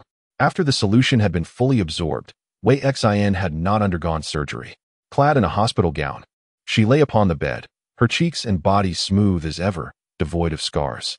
As a patient, she could finally rest well this evening. Fatigue surged over her like a tidal wave, and in an instant, she succumbed to slumber. The following day, Wei Xian awoke naturally. The artificial lighting in the ward gradually illuminated, transitioning from darkness to brightness, sparing her from any discomfort. Adam inquired, "May I offer you a meal? As a patient, I can arrange for your food to be delivered to your room." "All right," Wei Xian replied, rising from her bed. "I recommend a nutritious grain porridge with an appropriate increase in protein intake. I can provide you with a menu," Adam suggested. "I am uncertain about what to eat. Please decide for me, Adam." Wei Xian yawned, intrigued by the surprises that an unknown breakfast might hold. Adam hesitated for a moment before responding with a touch of humanity. "No problem. I shall prepare a random selection for you. I hope you enjoy the surprise I concoct."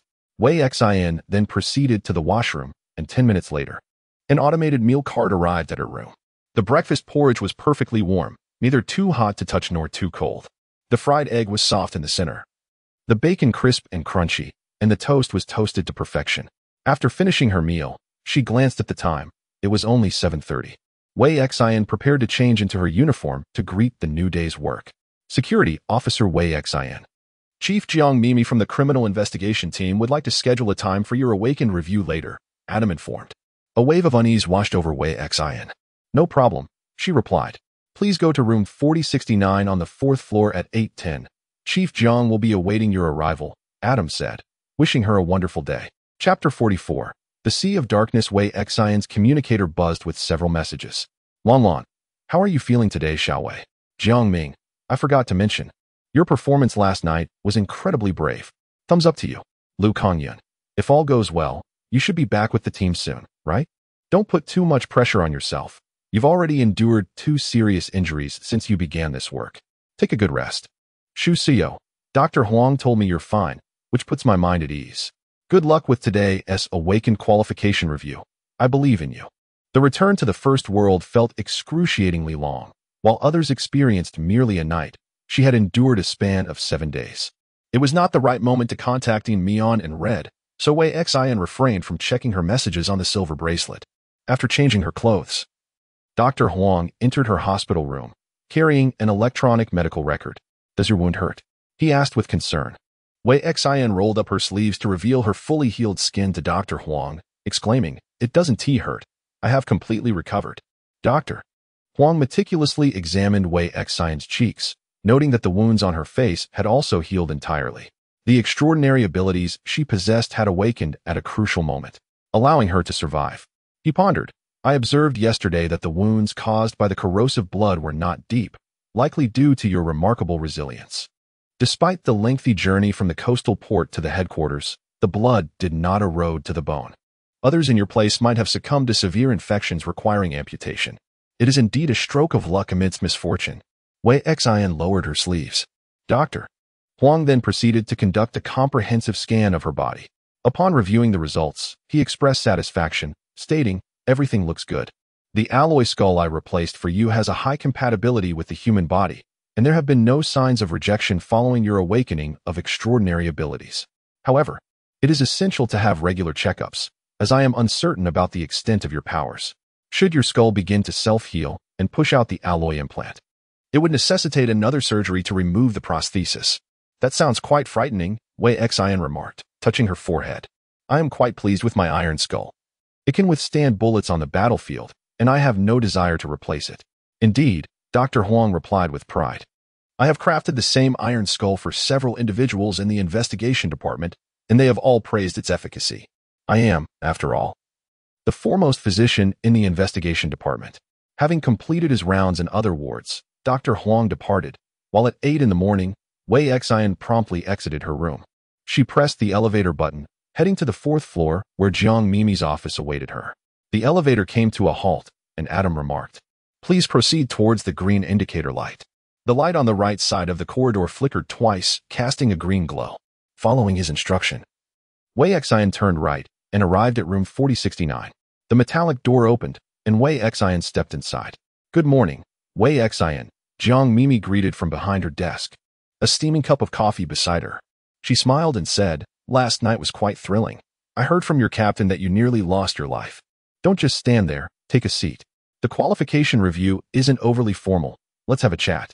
"I anticipated that the qualification review for Awakeners would be more solemn than an interview," Wei Xian replied as she settled into the chair. "If it weren't for my extraordinary abilities, I truly would have perished last night. Encountering a scythe demon, such a bizarre creature, was a first for me. It was terrifying," Jiang Mimi remarked. "You must be the most unfortunate newcomer in the investigation department, sustaining such grave injuries during your internship. I do feel a bit unlucky," Wei Xian admitted. "Yet perhaps amidst this misfortune, there lies a sliver of good fortune?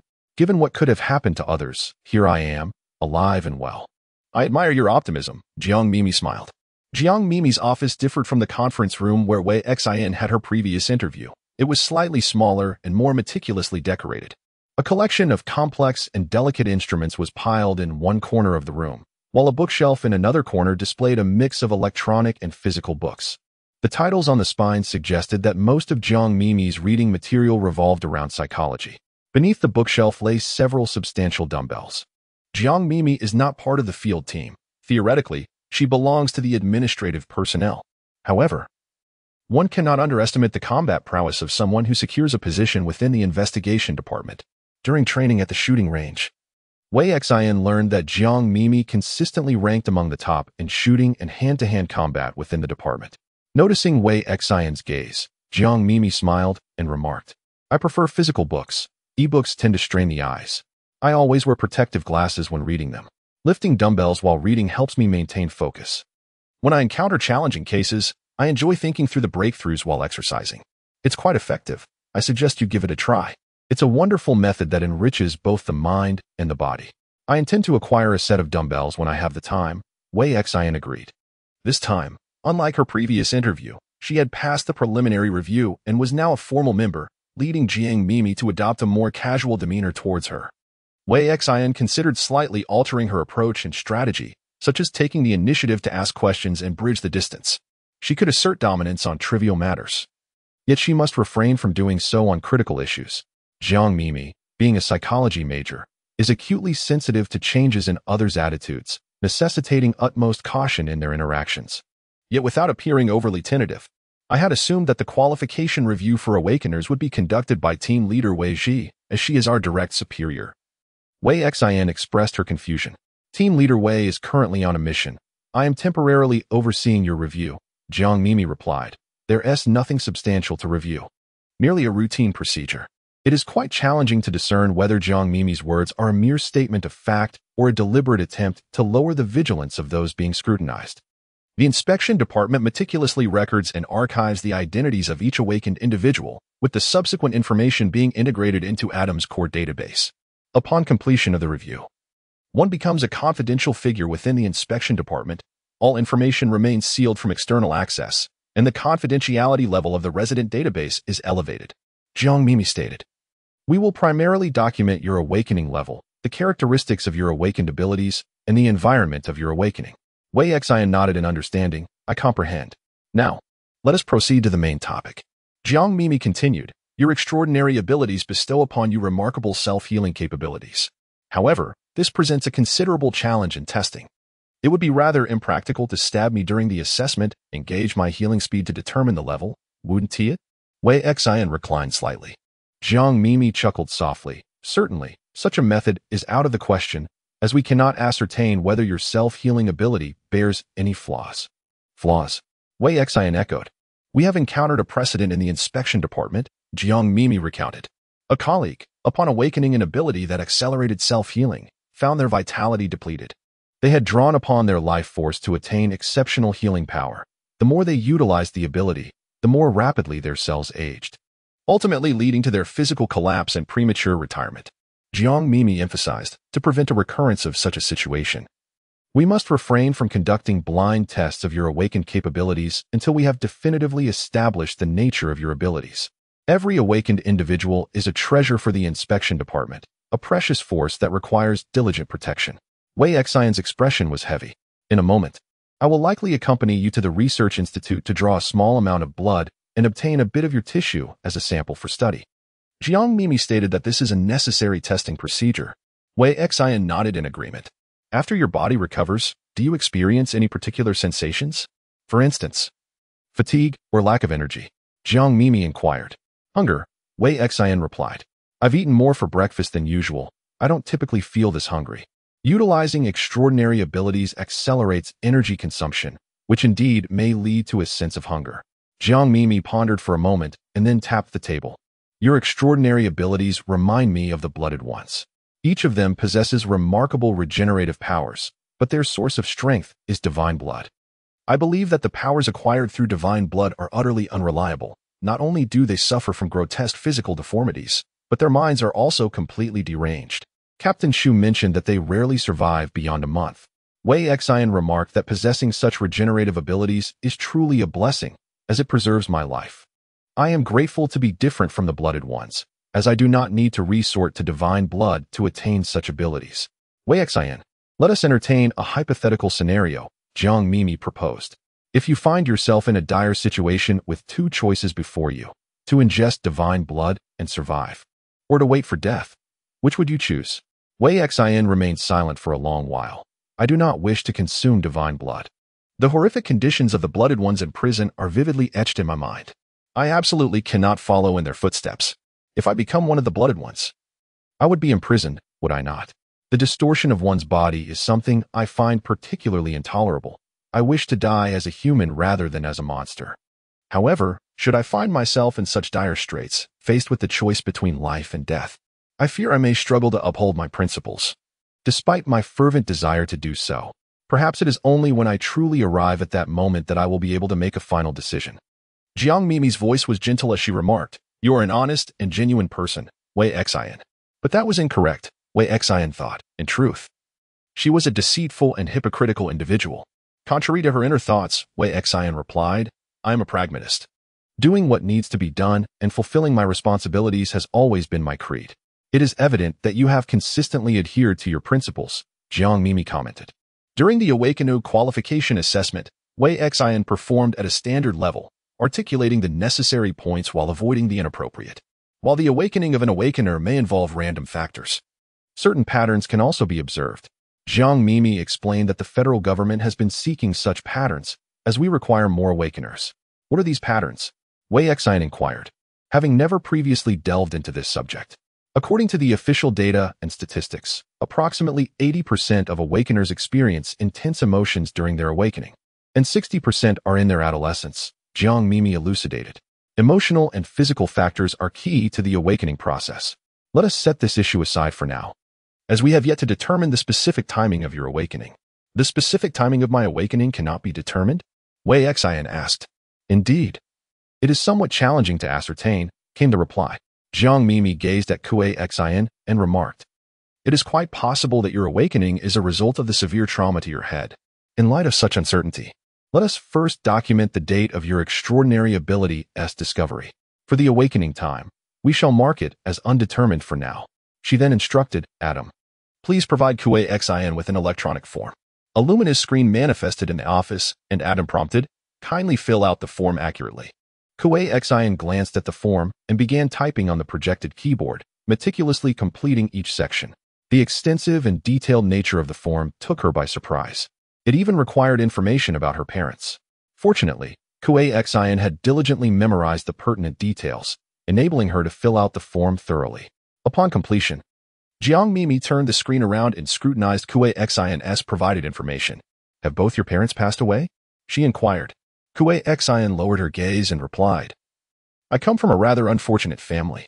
I am truly sorry to hear that, Jiang Mimi expressed with a note of regret.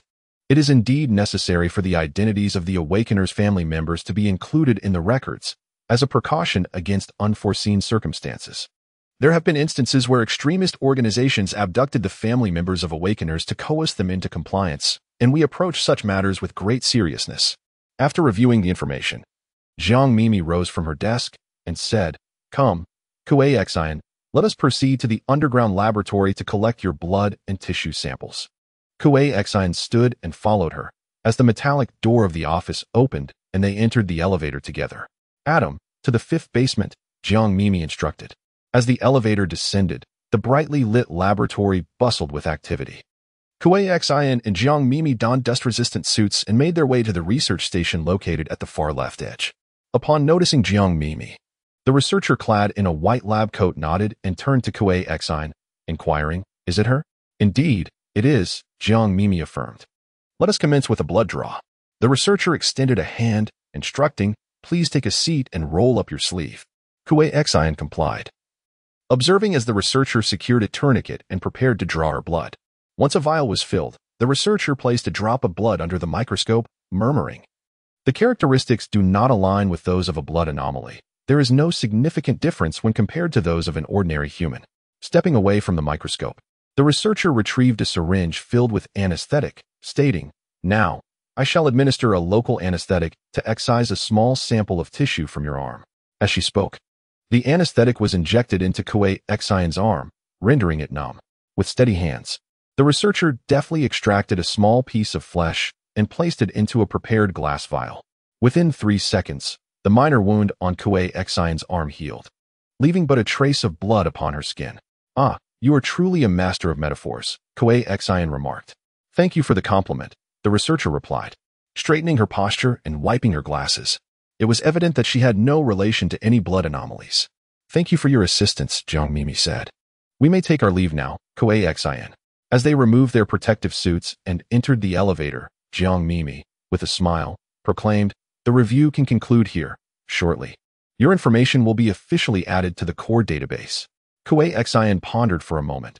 Does this mean my salary can begin to increase? Will it be retroactive to this month? Jiang Mimi laughed. Indeed, that is correct. Thank you, Team Leader Jiang, Xin replied, feeling a sense of relief. Jiang Mimi remarked, It's no trouble at all. The reason I am serving as your reviewer, aside from Team Leader Wei's assignment, is due to a rather special circumstance.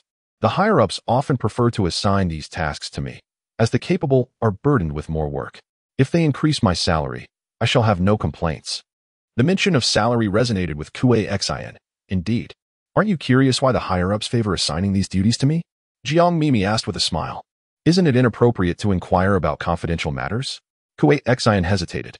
What a naive child you are, Jiang Mimi paused, then suddenly declared, My extraordinary ability is lie detection. Xin responded. What? You just revealed that. He gazed at Jiang Mimi in bewilderment. Are you surprised by my extraordinary ability? Jiang Mimi inquired. A human lie detector. It feels somewhat expected. As team leader Jiang, you oversee the criminal investigation unit, so you must frequently interrogate suspects, Xin reflected. This ability is quite advantageous. You are now an awakened one. Certain confidential matters within the investigation department can be disclosed to you. Your authority differs significantly from before. You will learn the identities of various awakened individuals within the department. Should you have the opportunity to collaborate on assignments in the future, you will understand their respective abilities. Jiang Mimi explained. I have a fondness for honest individuals, Kuei Xin. Each formal member interview and awakened qualification review incorporates a layer of assessment. Thus, the higher-ups favor sending me as the interviewer and reviewer. As a human lie detector, I have never erred. Even the most advanced lie detection devices cannot match the accuracy of my extraordinary ability. Understood, Wei Xin replied. With a soft chime, the elevator door slid open. Jiang Mimi remarked, your floor has arrived. Go on, Wei Xin. You have successfully passed the review and testing. She gently patted Wei Xin's shoulder, offering her an encouraging smile. As Wei Xin exited the elevator, she turned to Jiang Mimi and said, Goodbye, team leader Jiang. The doors closed behind her, leaving Wei Xin momentarily lost in thought. This round of qualification for Awakeners primarily scrutinized the source of extraordinary abilities, as her identity and intentions had already been addressed during the previous formal member interview. Having successfully navigated both assessments was a commendable achievement. What appeared to be straightforward inquiries concealed numerous traps, and one misstep could lead to disastrous consequences. Adam, what are my work arrangements for today? Wei Xin inquired, glancing at her communicator but finding no work emails. I must have dozed off at work, she murmured.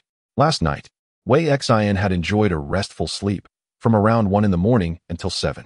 Her night shift had been effectively negligible, allowing her to catch up on sleep during the day and return to her patrol duties at the port in the evening. To her surprise, after sending out the message, Shu Suyo had called her directly. Hello? Wei Xin held the communicator to her ear. Captain, why haven't you rested after your night shift? I will sleep in a bit. He replied. Congratulations, Wei Xin. You are our 7th squad's first awakener. Shu Suyo continued. Are you certain your body is in good condition? I feel perfectly fine and have no sense of fatigue, Wei Xin assured him. The injuries I sustained have fully healed, so I should be able to participate in tonight's patrol. How about this? Tonight, you need not patrol. Simply remain in the office to handle communications, Su Yao suggested. Expressing concern for Wei Xin's well-being, fearing that her extraordinary abilities might have adverse effects. All right, I will take care, Wei Xin replied. Were there any other injuries last night? Did the other patrol teams encounter any aberrant creatures? None. You were merely unfortunate to cross paths with it. Su Yao sighed deeply. I reported the situation at the port to Captain Wei Ji, who mentioned that she would dispatch additional personnel.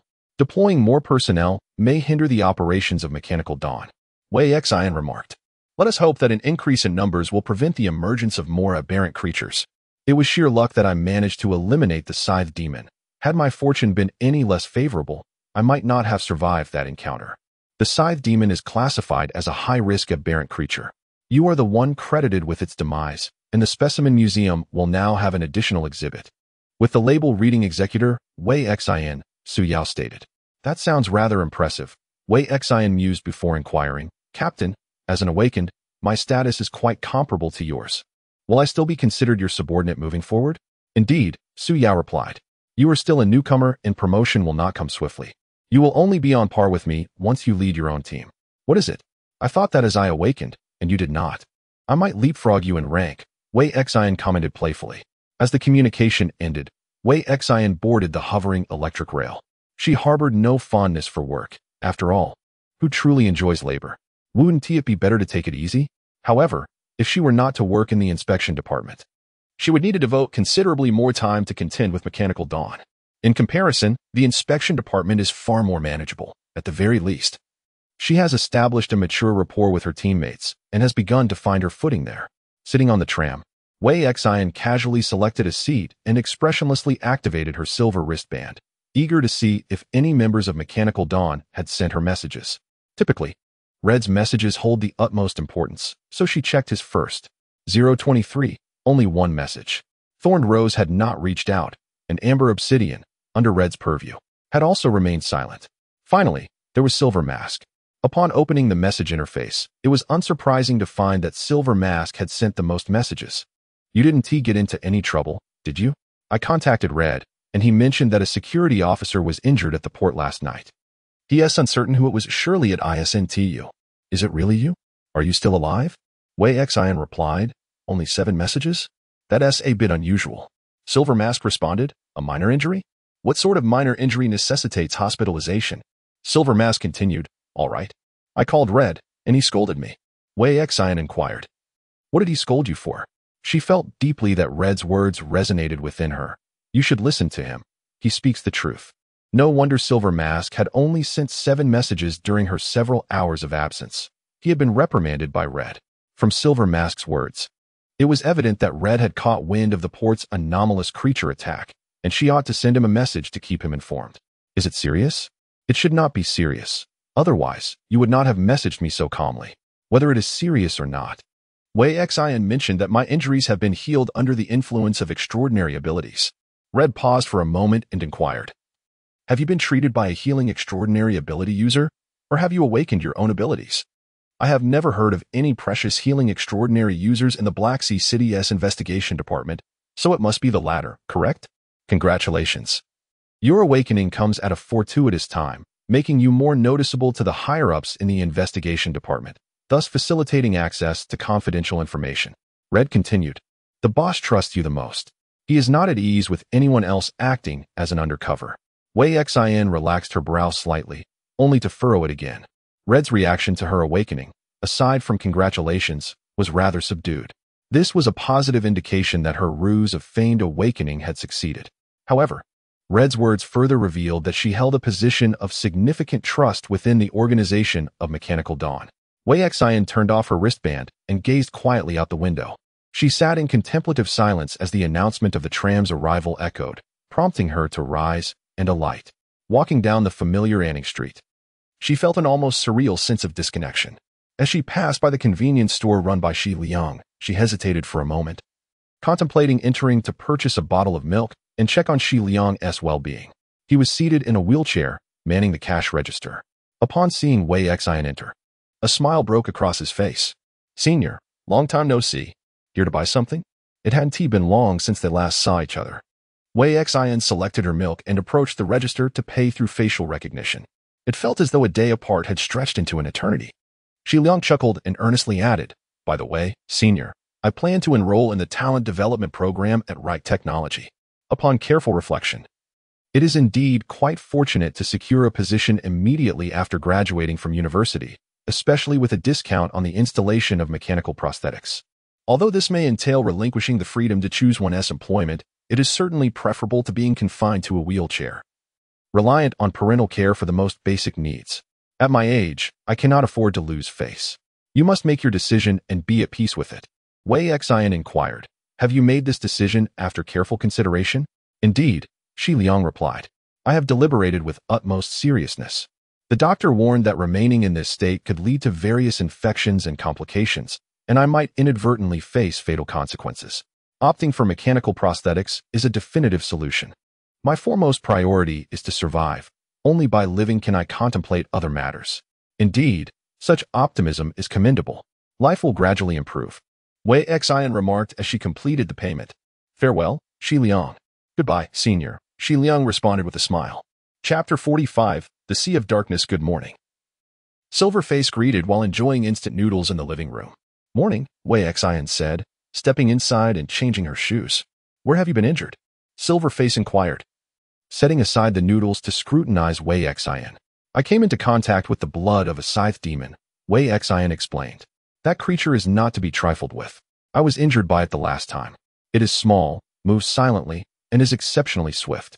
Mature specimens possess 4 scythe-like bone blades. Did you encounter it? Was there no loss of life in the patrol team? Silverface asked. No, I encountered an individual with only 2 bone blades, Wei Xian replied, as she settled down on the sofa in the living room to rest. Wei Xian surveyed the room's decor. The white walls bore mottled cracks, and the ceiling showed signs of water leakage. The space was exceptionally austere, devoid of superfluous embellishments, furnished only with essential, albeit rather worn, pieces. For instance, the sofa beneath her was stiff and uncomfortable, a discomfort that made prolonged sitting rather disagreeable. You ought not to lie on the sofa anymore. You have damaged the foam, Wei Xian remarked. There's a folding bed in the storage room. Clean it up and place it in the living room for your sleeping quarters. Am I actually allowed to have my own bed? Yin Mian responded in astonishment, his primary concern not being Wei Xian's disdain, but rather the prospect of having a bed. Wei Xian generously nodded. Just remember to fold it up and store it away after you sleep each day. Do not leave it out to be a nuisance. Understood. Yin Mian replied, finishing his instant noodles and heading to the storage room to retrieve the folding bed. He cleaned the dust off with water and then placed it in the empty spot in the living room, lying down to test it. It felt a bit short. With his feet extending beyond the edge of the bed, he turned onto his side, curling his legs, and found it just right. He bounced lightly on the bed, elated as he folded it back up. "What a grown man you are, acting like a child," Wei Xian teased. "I am 17, not yet an adult." In Mian murmured softly. Wei Xian was taken aback. What? She had truly not perceived In Mian as a minor. Firstly, he was remarkably tall, comparable to adult males, and his physique was robust. Secondly, In Mian exhibited an impressive proficiency in his lethal techniques, suggesting extensive training, and he executed his tasks with commendable diligence and efficiency.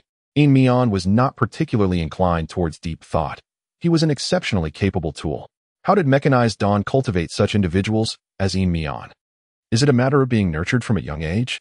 Furthermore, are red, thorny rose, and amber obsidian merely recruiting individuals? Or are they meticulously selecting specific individuals for indoctrination and cultivation, perhaps even filtering orphans to ensure unwavering loyalty?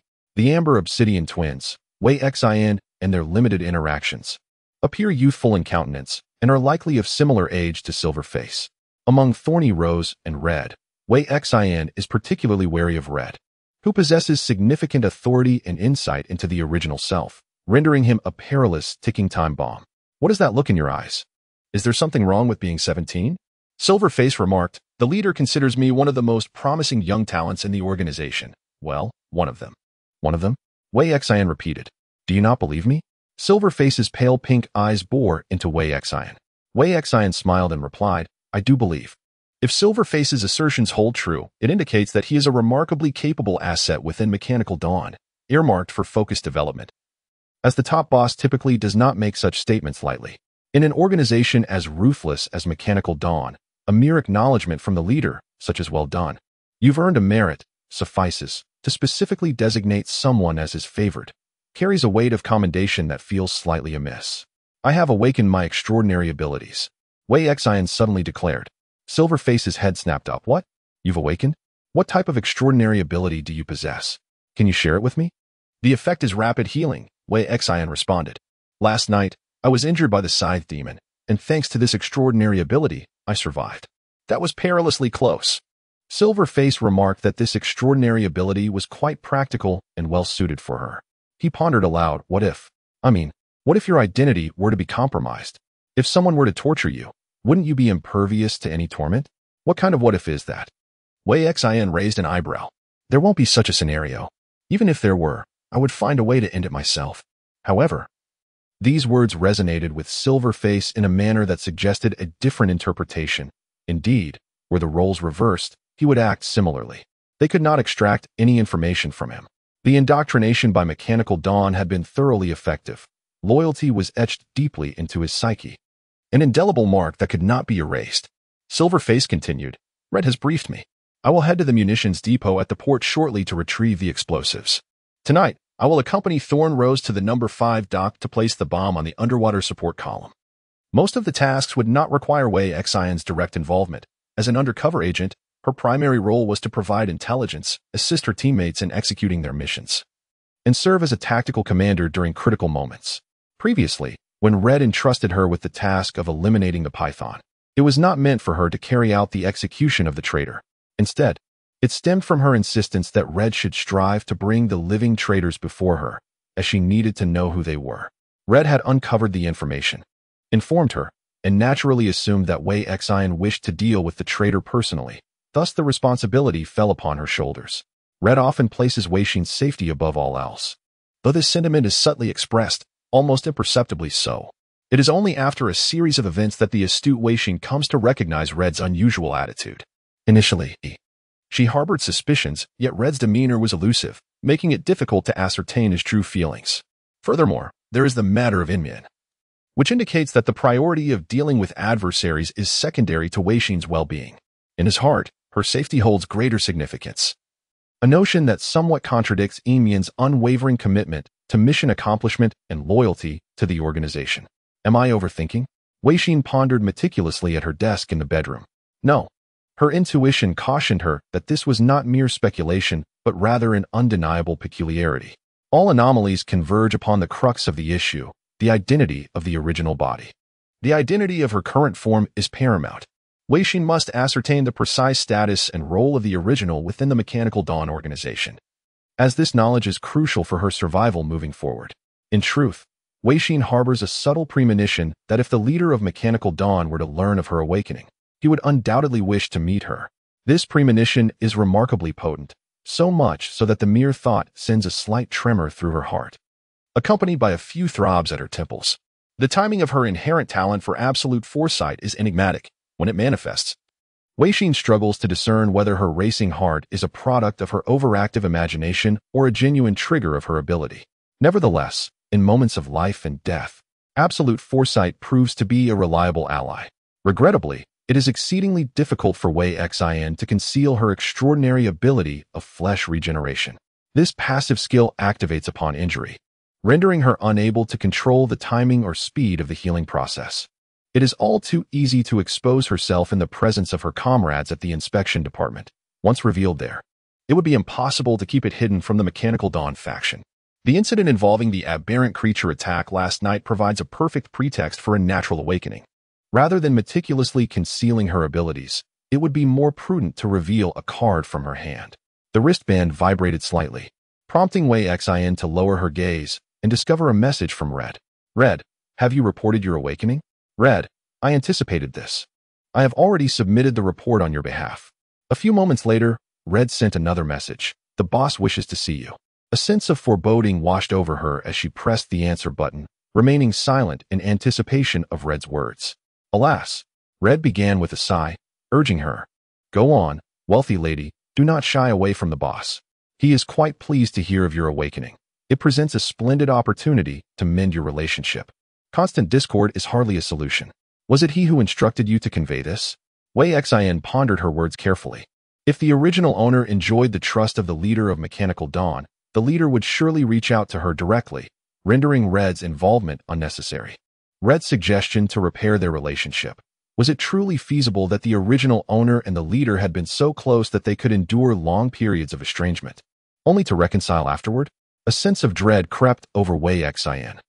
She exclaimed, feeling the goosebumps rise on her skin as she sought to extract more information. Do you think he would be too proud to reach out? Wei Xin, what on earth is Night Cicada? Red abruptly terminated the communication. Wei Xin, feeling exhausted, set down her wristband. Yet again, she would have to deal with a multitude of troublesome individuals. The moment she let the wristband fall, an unusual disturbance emanated from behind her. A chill ran down her spine as she instinctively retrieved a firearm from her desk and aimed it at the source of the sound, calling out, "Silver Face." This gun was deliberately concealed. Aside from beneath her bedroom desk, she had stashed firearms and knives under her pillow, in her nightstand, under the bed, in the kitchen, the refrigerator, the shoe cabinet, and even the bathroom. Wei Xin took caution to the extreme, striving to hide weapons in every conceivable nook to preclude any surprise assaults at her home. In the spacious area of her bedroom, a deep blue vortex expanded from the size of a fist to that of a full-length mirror in an instant. A foot clad in tactical boots emerged from this cerulean whirlpool. At that moment, Silver Face kicked open the door to Wei Xion's bedroom, bursting through the water curtain, and cautioned, "Is it an enemy attack? Get behind me. Don't shoot, it's a friend." A man clad in a jet-black combat suit and donning a black mask stepped forth from the vortex. Night Cicada. Silver Face relaxed his shoulders, dissipating the water curtain. "I thought it was someone else. You startled me." Wei Xian gradually lowered her weapon, reciting the code name of the man in black, Night Cicada. He possessed extraordinary spatial abilities, having opened a spatial tunnel right within Wei Xian's room. "Let us go. The boss wants to see you." Night Cicada paused and inquired, "What is your new code name again?" "Red mentioned it to me. I believe it, Rich Woman." "How amusing that they chose such an incongruous name for you. Mind your own business." Expressionless, Wei Xian remarked, "Very well, I shall remain silent." It had been some time since their last encounter, yet his temper remained as fierce as ever. Yichon stepped aside, turning to Wei Xian with a gentlemanly gesture reminiscent of a servant's. "Please, wealthy miss." He urged Wei Xian to step into the deep blue vortex, where hesitation could only betray her. Time was of the essence, and she had no choice but to advance. relentlessly moving forward. With her back straightened, she walked into the deep blue whirlpool under the watchful eyes of Yin Mian and Yu Chan. Like a fish entering water, she passed through a thin veil of separation, her vision momentarily engulfed in darkness. However, as she continued her stride, the surroundings gradually illuminated once more. She had left her small bedroom and arrived in a spacious, brightly lit chamber. The predominant hue of the room was silver, with a 10-meter-long metallic table positioned at its center. At the far end of the table sat a middle-aged man clad in a suit. Wei Xian spotted him instantly, as Yi Chan had aligned the passage directly in front of him. The moment she laid eyes on this man, her steps faltered, her chest heaving, and she involuntarily uttered a name, Wei Haidong. Upon hearing that name, the middle-aged man's face twitched, and he rose from his chair, exclaiming with exasperation, "I'm your father. Is this how you address your own father? You don't even call me dad anymore, just my name. How splendid." Wei Xian's pupils constricted in shock. The leader of the mechanical dawn bore an uncanny resemblance to her father from the first world, and astonishingly, they shared the same name. Chapter 46. The Sea of Darkness. Wei Xian never anticipated that she would once again lay eyes on the father who absconded with funds during her elementary school years. Although this version of her father was a different iteration from another world, the distinction was fundamentally significant. Wei Xian had believed she had long since forgotten his appearance. However, the moment his visage materialized before her, she recognized him instantly. The once indistinct memories sharpened into clarity. Her father's face, now bearing even more wrinkles, a fuller figure, and an abundance of white hair, bore a striking resemblance to the leader of the mechanical dawn, approaching a resemblance of 90%. A wave of nausea washed over her, and she felt an overwhelming urge to retch. It was akin to kicking a dung beetle, only for it to scuttle back toward her, carrying its foul odor. It was impossible to disregard it, impossible not to be perturbed. Why must this loathsome creature flaunt its presence before her? Could it not simply scuttle away, far from her sight? Why did it insist on approaching her with such an offensive stench? The malice of the world assailed her senses. Wei Xian fixed her gaze upon Wei Haidong's face, deeply contemplating what action she could take to ensure this repugnant creature would permanently vacate her vicinity, disappearing for all eternity. She had once declared, "I unilaterally believe my father has long since departed from this world." From the moment she had resolved within herself that her father was dead, she had no intention of allowing him to return to life. "What kind of look is that?" Wei Haidong exclaimed in exasperation. "I'm your father." Wei Xian pressed her lips together, bowing her head as she collected her thoughts for a few seconds before uttering, "Oh, Dad." The instant that term slipped from her lips, a surge of blood rushed to her head, and her stomach twisted uncomfortably. She stifled the urge to vomit as she reluctantly articulated that word. After turning 7, she never called out for her parents again. To utter that title was neither a trivial task nor an insurmountable challenge. Wei Xian did not regard the man before her as her father. Addressing him as such was merely a pretense to achieve ulterior motives. Wei Haidong's expression softened as he cast a glance at Wei Xian and snorted. "At least you acknowledge me as your father. Otherwise, do I possess another biological father?" Wei Xian replied, her words laced with sarcasm. Wei Haidong's blood pressure surged. "You can't go 3 days without bickering with me, can you?" Wei Xian nodded, her tone dripping with irony. "Father, you are indeed correct. It seems I have never left. Your powers of observation are truly astute. You." Wei Haidong's blood pressure spiked once more. "Yi Chan, take her away to handle matters. I do not wish to see her." "Yes, boss." Yi Chan glanced at Wei Xian with resignation, then opened a deep blue portal with a flick of his finger. Wei Haidong shot Wei Xian a glare that seemed to question how he could have fathered such a rebellious daughter before storming into the portal, disappearing from sight. Yi Chan shrugged. "Young lady, you've driven the boss away again. This is not my fault. He is the one who is unreasonable," Wei Xian retorted. "They say that blood ties mean no grudges last overnight. How is it that with you, young lady? It seems to be the opposite. The boss is actually trying to extend an olive branch." Yi Chan spoke slowly. "He only displays such behavior regarding your matters, doesn't he? A titan in the business world, a ruler in the underworld. Yet when it comes to you, he resembles an ordinary father undergoing a midlife crisis. Mind your own business." Wei Xian remarked. "Just manage your own affairs." "Very well, I shall remain silent." Yi Chan gestured as if zipping his lips. Yi Chan held a position of considerable significance within the mechanized Dawn organization, surpassing that of Red. Wei Xian noted that Yi Chan dared to jest about Wei Haidong. mentioning his midlife crisis. Such jests are typically reserved for those with a sufficiently close relationship. Yi Chan's rapport with Wei Haidong likely resembles a blend of friendship and hierarchical dynamics. You first need to provide a blood sample, Yi Chan stated. The boss has always hoped for you to awaken a potent ability, although rapid regeneration is also commendable. The commander must survive to effectively lead the troops into battle. Wei Xian chose to ignore him and remain silent. Yi Chan walked ahead, guiding them out of the silver conference room and into the corridor. The corridor was encased in hard metal, and every 20 meters, they passed through a sturdy metal door. A blue light scanned them from head to toe before the door would open. The security measures in the underground prison of the third floor were hardly more advanced. What about Silverface? Yi Chan inquired as they walked. The boss said you need someone formidable by your side for protection, so I recommended Silverface. This lad is one I personally trained. Even Red praises his potential. He is highly effective. Wei Xian spoke candidly. Should Wei Haidong intend for his daughter to assume his position, Silverface would likely be among the carefully chosen cadre for her. As long as he is effective. Wei Xian concluded. Yi Chan remarked that he may not possess exceptional intelligence and is somewhat inflexible, yet his capabilities are remarkable, making him well suited to remain by your side. Amber and Obsidian are also commendable. The boss initially favored them as candidates. However, they tend to overthink, and being twins, they are inseparable and difficult to manage. Noticing Wei Xian glance over, he smiled, reassuring her that the boss does not question her leadership abilities. His words were merely to convey that the boss holds her in high regard. Otherwise, he would not go to such lengths for her. Wei Xian replied. Her acknowledgement faint and ambiguous. Valued? If she is truly valued, why would her own father assign her to undertake such a perilous undercover mission? This task is fraught with danger, where even the slightest misstep could cost her life. How could a father who genuinely cares for his daughter permit her to engage in a potentially fatal endeavor? Or perhaps, in Wei Haidong's perspective, there exists something of greater significance than his daughter's safety. Wei Xian harbors no illusions about the depth of her father's concern in the first world. Far too many things occupy Wei Haidong's mind, overshadowing familial bonds, such as wealth, power, reputation, and his own existence. A life of luxury and splendor holds far greater weight than that of parents, wives, or daughters.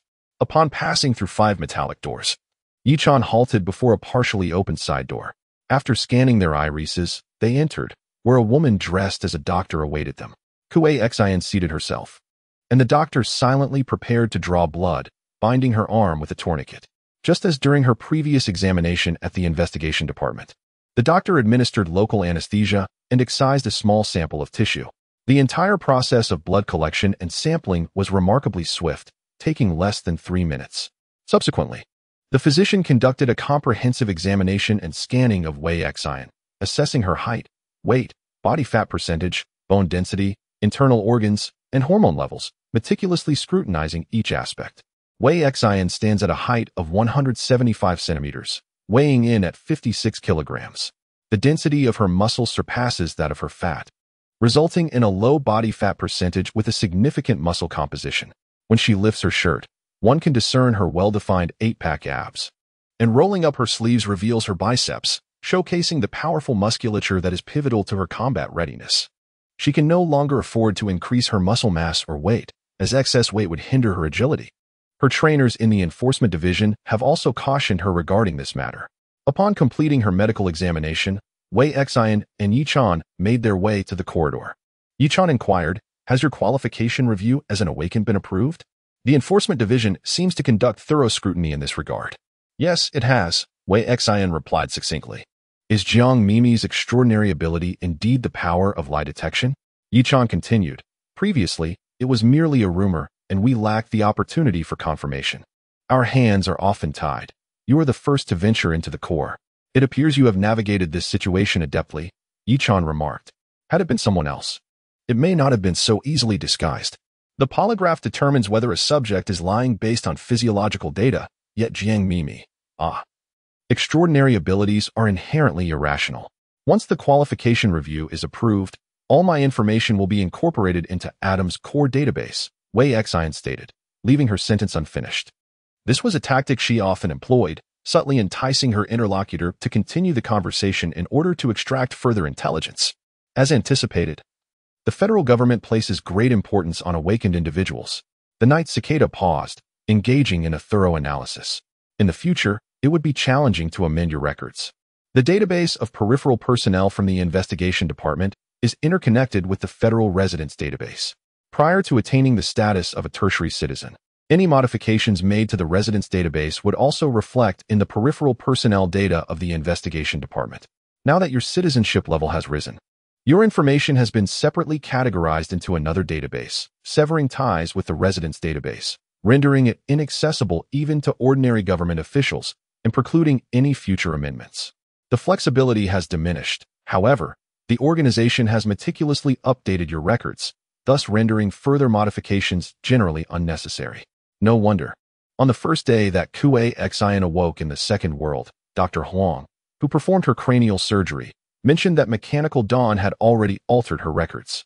It appears that the port for modifying records operated by Mechanical Dawn is linked to the federal residence database, rather than the investigation department.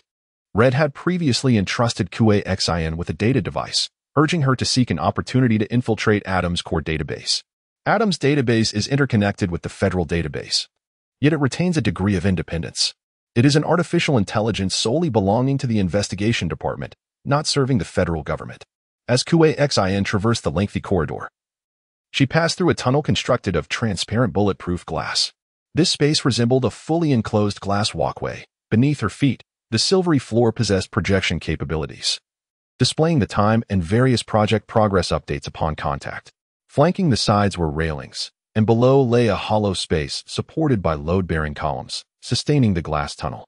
Wei Xian turned sideways to observe through the glass window, witnessing researchers grasping an assortment of mechanical components.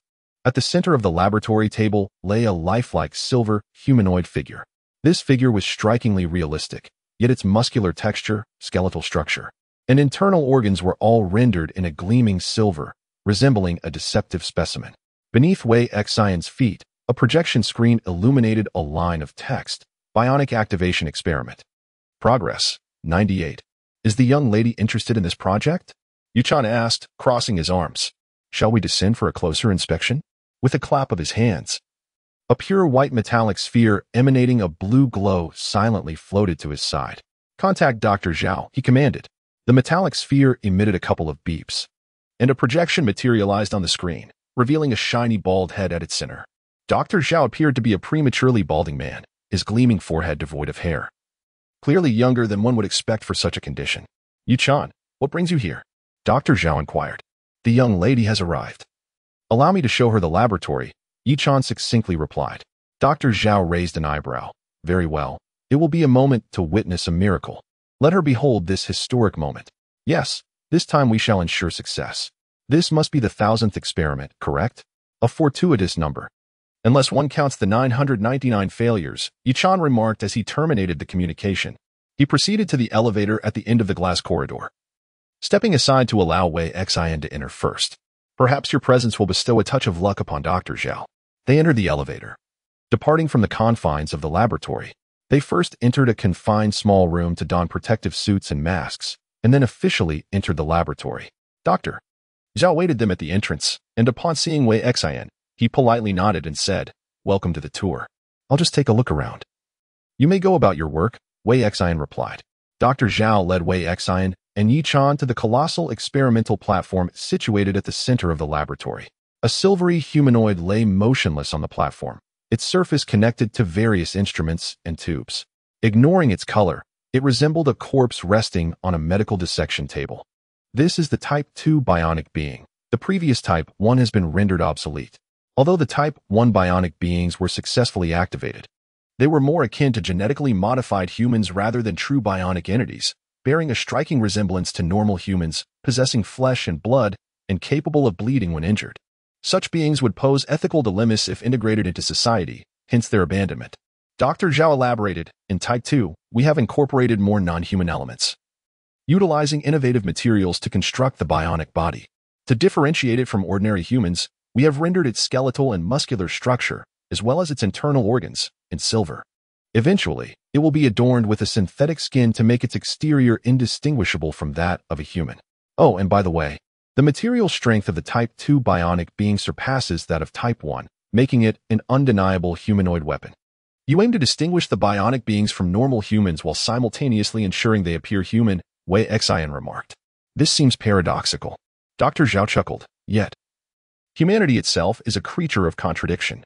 As we venture into the cosmos, we harbor a duality of hope and apprehension, hope to discover sentient beings akin to humanity, yet fear the implications of such entities. We stand in lofty positions, yearning for our own kind. Do they possess emotions?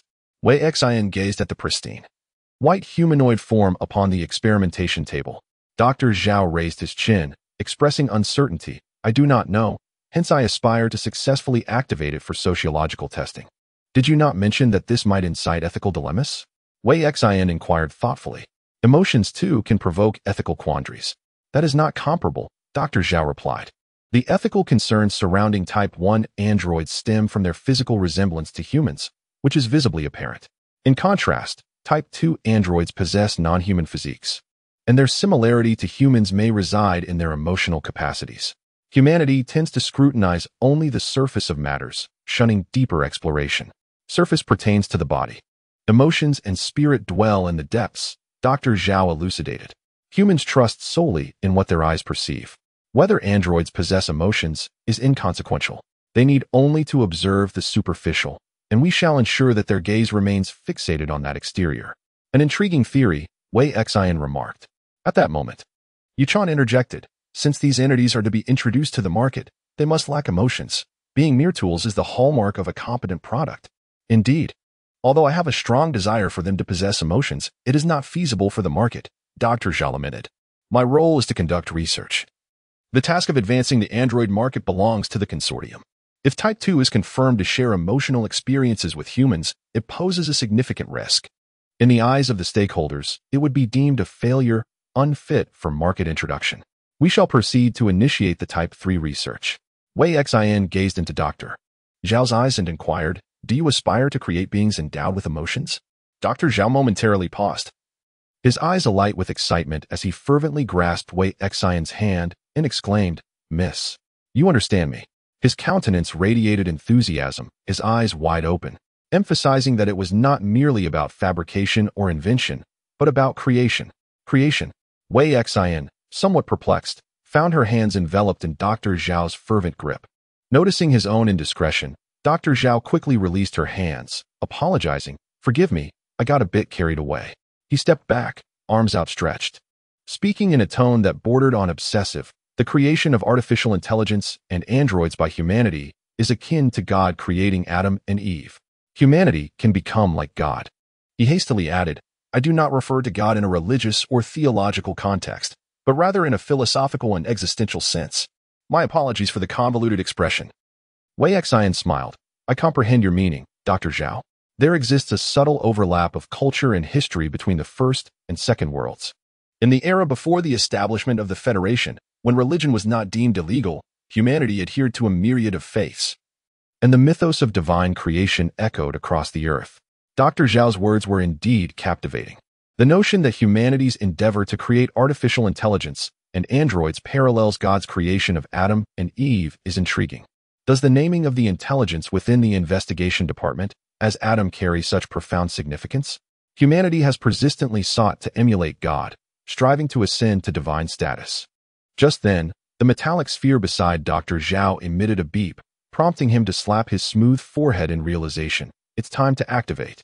He gazed earnestly at Wei Xian and said, Miss, you should come closer and take a look. This time, we shall undoubtedly succeed.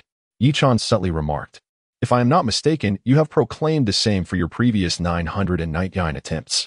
The laboratory's intercom announced the commencement of the countdown. 10, 9, 8.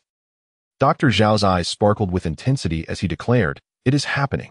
3, 2, 1, activation commencing. The experimental platform erupted with a dazzling blue light, the sound of electricity buzzing in their ears as the substance within the conduits accelerated its transmission. Wei Xian raised her hand to shield her eyes, the intense brightness stinging her vision to the point of tears. Time seemed to stretch infinitely, until at last, the blue light subsided. We have succeeded. We have triumphed on our 1000th experiment, Dr. Zhao exclaimed, his face flushed with excitement. Wei Xian delicately wiped away the tears from the corners of her eyes and focused intently on the experimental platform. The silvery humanoid slowly sat up, its translucent silver eyes opening wide, gazing around like a newborn infant, exploring an unfamiliar world. Chapter 47. The Sea of Darkness. The researchers in the laboratory embraced and high-fived one another in celebration, their cheers and expressions of admiration filling the space. "Do mind your status," he reminded. "Congratulations." Wei Xian graciously shook his hand, amidst the cacophony of voices and the collective joy of the crowd. The android on the experimental platform remained silent in response. Its silvery eyes were devoid of emotion, quietly scanning from left to right and from top to bottom, then lingeringly gazing upon each person's face. It could not comprehend why such expressions appeared on human faces. In truth, it was incapable of forming a complete expression itself, for its synthetic skin had yet to be affixed. It was merely a skeleton filled with muscle and organs. The android stared blankly at everyone, remaining utterly motionless, as if detached from this world. After a few seconds, it suddenly emitted a laugh. This sound was jarring and chilling. The moment the android laughed, the entire laboratory was enveloped in silence. The researchers exchanged bewildered glances, the atmosphere of joy frozen in place, as they observed the android on the experiment table with strange and subtle eyes. The android did not cease its laughter. It raised its arms and flailed about, grasping at the air around it, laughing all the while. Ha! Ha ha ha ha. Initially, its laughter was somewhat stilted, lacking in variation, reminiscent of a decrepit speaker struggling to produce sound. Yet after a dozen seconds, its laughter grew increasingly clear, more akin to that of a human. "Can someone make it stop? It's giving me goosebumps," one exclaimed. "What's wrong with it? Has its head malfunctioned? What is it laughing about?" There was no malfunction. It was merely imitating humanity. After a moment of observation, Wei Xian concluded that its grasping of the air was an imitation of the researchers' gestures of clapping, embracing, and celebrating. And its laughter was similarly a mimicry. Its movements evoked images of zombies from old films of a bygone era. The night cicada expressed its irritation. "Doctor," Zhao retorted with wide eyes, "how can one possibly liken it to a zombie? It is as adorable as a human infant, eagerly absorbing the wonders of this world. Just look at its remarkable capacity for learning and intelligence." He regarded Wei Xian, who could interpret the bionic being's gestures, as a confidant. "My lady, you may approach closer to observe it. It is truly beautiful, is it not? As splendid as the creations of nature. The creations of humankind are not inferior to those of nature in any significant way." The night cicada scoffed, unable to grasp the reasoning of this scientific enthusiast. "Where is the beauty in it? All I perceive is a skeletal figure grinning at me. It could very well star in a horror film." After a while, the bionic being ceased its laughter, returning to a state of calm. Its flailing arms became still, hanging obediently by its sides. Yet it continued to scrutinize the reactions of those around it, its gaze lingering on various faces. The bionic being's silvery eyes followed the movements of Dr. Zhao and Wei Xian, its head pivoting in accordance with their positions. Its body was cold to the touch. Dr. Zhao gently stroked the bionic being's arm, encouraging Wei Xian to do the same. She reached out, her fingers brushing against its form, as cool as that of a cold-blooded creature, subtly reflecting the light of the laboratory. Their lifeblood was crucial for sustaining activity, transporting the energy necessary for movement. Dr. Zhao pointed to the exposed veins, noting that, indeed, the fluid within was also silver in hue. "We are accustomed to referring to the substance flowing through veins as blood, yet, in truth, the bionic being's fluid is entirely distinct from human blood, though we shall label it thus for the sake of differentiation." "What is their operational lifespan?" Wei Xian inquired. "The Type 2 model, in theory, can serve for up to 180 years, provided its physical form remains unaging." Dr. Zhao remarked that the Type 1 materials are inadequate, with a maximum lifespan of merely 30 to 40 years. The Type 2 model exhibits comprehensive enhancements compared to its predecessor. It is devoid of reproductive organs. Wei Xian inquired whether this design choice was made to eliminate the possibility of reproductive behavior from the outset. Perhaps not entirely. The primary motivation was convenience in design, as this is the prototype of the Type 2 biorobots, primarily aimed at validating the feasibility of the Type 2 scheme. Even if activated successfully, the aspect of gender was not taken into account. Dr. Zhao mentioned that, upon subsequent market introduction, we would design male and female biorobots to cater to various job roles and professions. Currently, the design plans include combat models, domestic service models, repair models, and service models. Remarkably, all types have been considered. Mechanical Dawn's ambitions are quite substantial. Wei Xian couldn't help but wonder when her inept father had become so impressive. Not only had he gathered a multitude of exceptionally talented subordinates, but he had also expanded the company to such a scale. Her father in the First World had indeed been formidable for a few years, yet he quickly became complacent. It was precisely this arrogance that led him to form alliances for investments, ultimately resulting in avarice causing his downfall, as he lost everything and fled abroad with the funds. If he truly possessed capability, how could he have ended up in such dire straits? A faint sense of dissonance arose within her. Perhaps the inept fathers of the Second World are simply superior to those in the First? The biorobot mimicked Wei Xian's movements, brushing its hand along her arm. Pondering why it was different from her, Dr. Zhao speculated that your tactile sensations are distinctly different, as they possess a tactile system. It seems so, Wei Xian remarked. Perplexed and intrigued, does this qualify as an emotion? Dr. Zhao pondered for a moment, concluding that the intrinsic motivation driving the bionic beings to engage in such exploratory behavior may not necessarily stem from emotions. It could be a manifestation of learning consciousness. In our design process, we have enhanced their capacity for learning, enabling them to think and discern in order to better serve humanity. Akin to how artificial intelligence can't think through data analysis. Indeed, everything remains uncertain, and all must be subjected to experimentation and observational data. Wei Xian took a step back, evading the outstretched hand of the bionic being. The bionic being stood resolutely, reaching towards Wei Xian with no intention of retracting its hand. Noticing Wei Xian's avoidance, it extended its arm further, attempting to make contact with her. However, Wei Xian had no intention of allowing it to touch her, prompting the bionic being to redirect its focus towards Dr. Zhao. After a moment of contemplation, Dr. Zhao also stepped back to stand shoulder to shoulder with Wei Xian. Come here quickly, get off the bed and walk over. Dr. Zhao's eyes sparkled with enthusiasm as he chanted, standing in place and comically moving his legs, demonstrating to the bionic being the proper use of its legs. Step down, first with the left leg, then the right leg, he instructed, alternating his steps as he walked over. The onlooking cicada remarked, "You must be a wonderful father." Dr. Zhao responded, "What are you talking about?" The cicada retorted, "You resemble a father teaching his child to walk, patient and hopeful. Come here, hurry to daddy." It's quite a vivid impression. Dr. Zhao, with a cheerful demeanor, remained unperturbed. It is no exaggeration to say that researchers regard their proud creations as one with their own offspring. Perhaps the effectiveness of Dr. Zhao's demonstration was evident, as the android indeed began to move its legs. Initially, it sat upon the experimental platform, pedaling its legs, only to realize that this method was flawed. It then attempted to rise, failing several times, until it inadvertently toppled off the platform, landing face down with a thud. Dr. Zhao hurried over, exclaiming, "Heavens! This prototype must not be damaged. We still require it for subsequent experiments." With Dr. Zhao's assistance, the android stood upright, walking in a bewildered manner, mechanically lifting its legs and swaying with each step. Dr. Zhao is correct. They had enhanced the android's learning awareness, and its capacity for learning was indeed remarkable. After merely a handful of steps, it grasped the essence of walking, its gait improving significantly. Dr.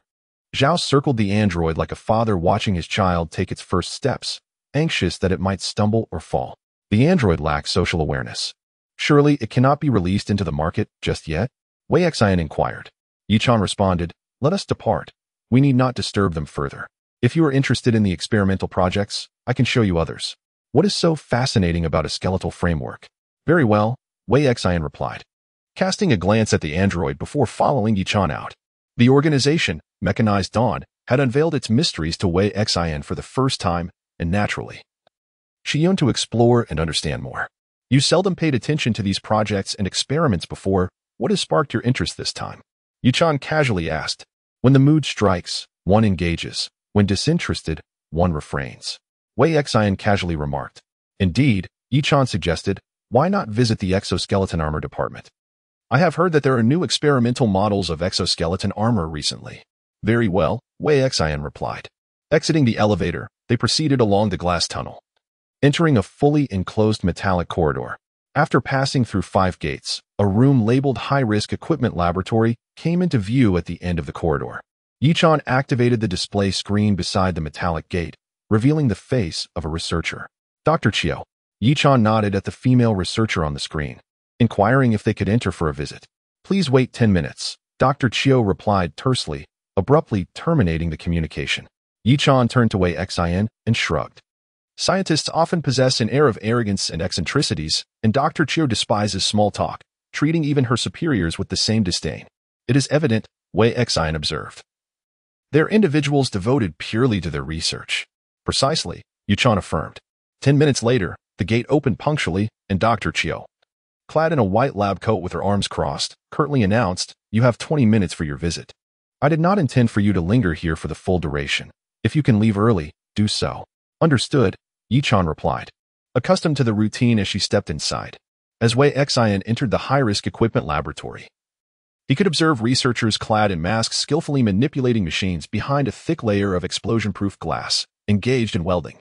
Before him lay a mechanical hand, meticulously constructed from thousands of finely crafted metal pieces, resembling a human hand.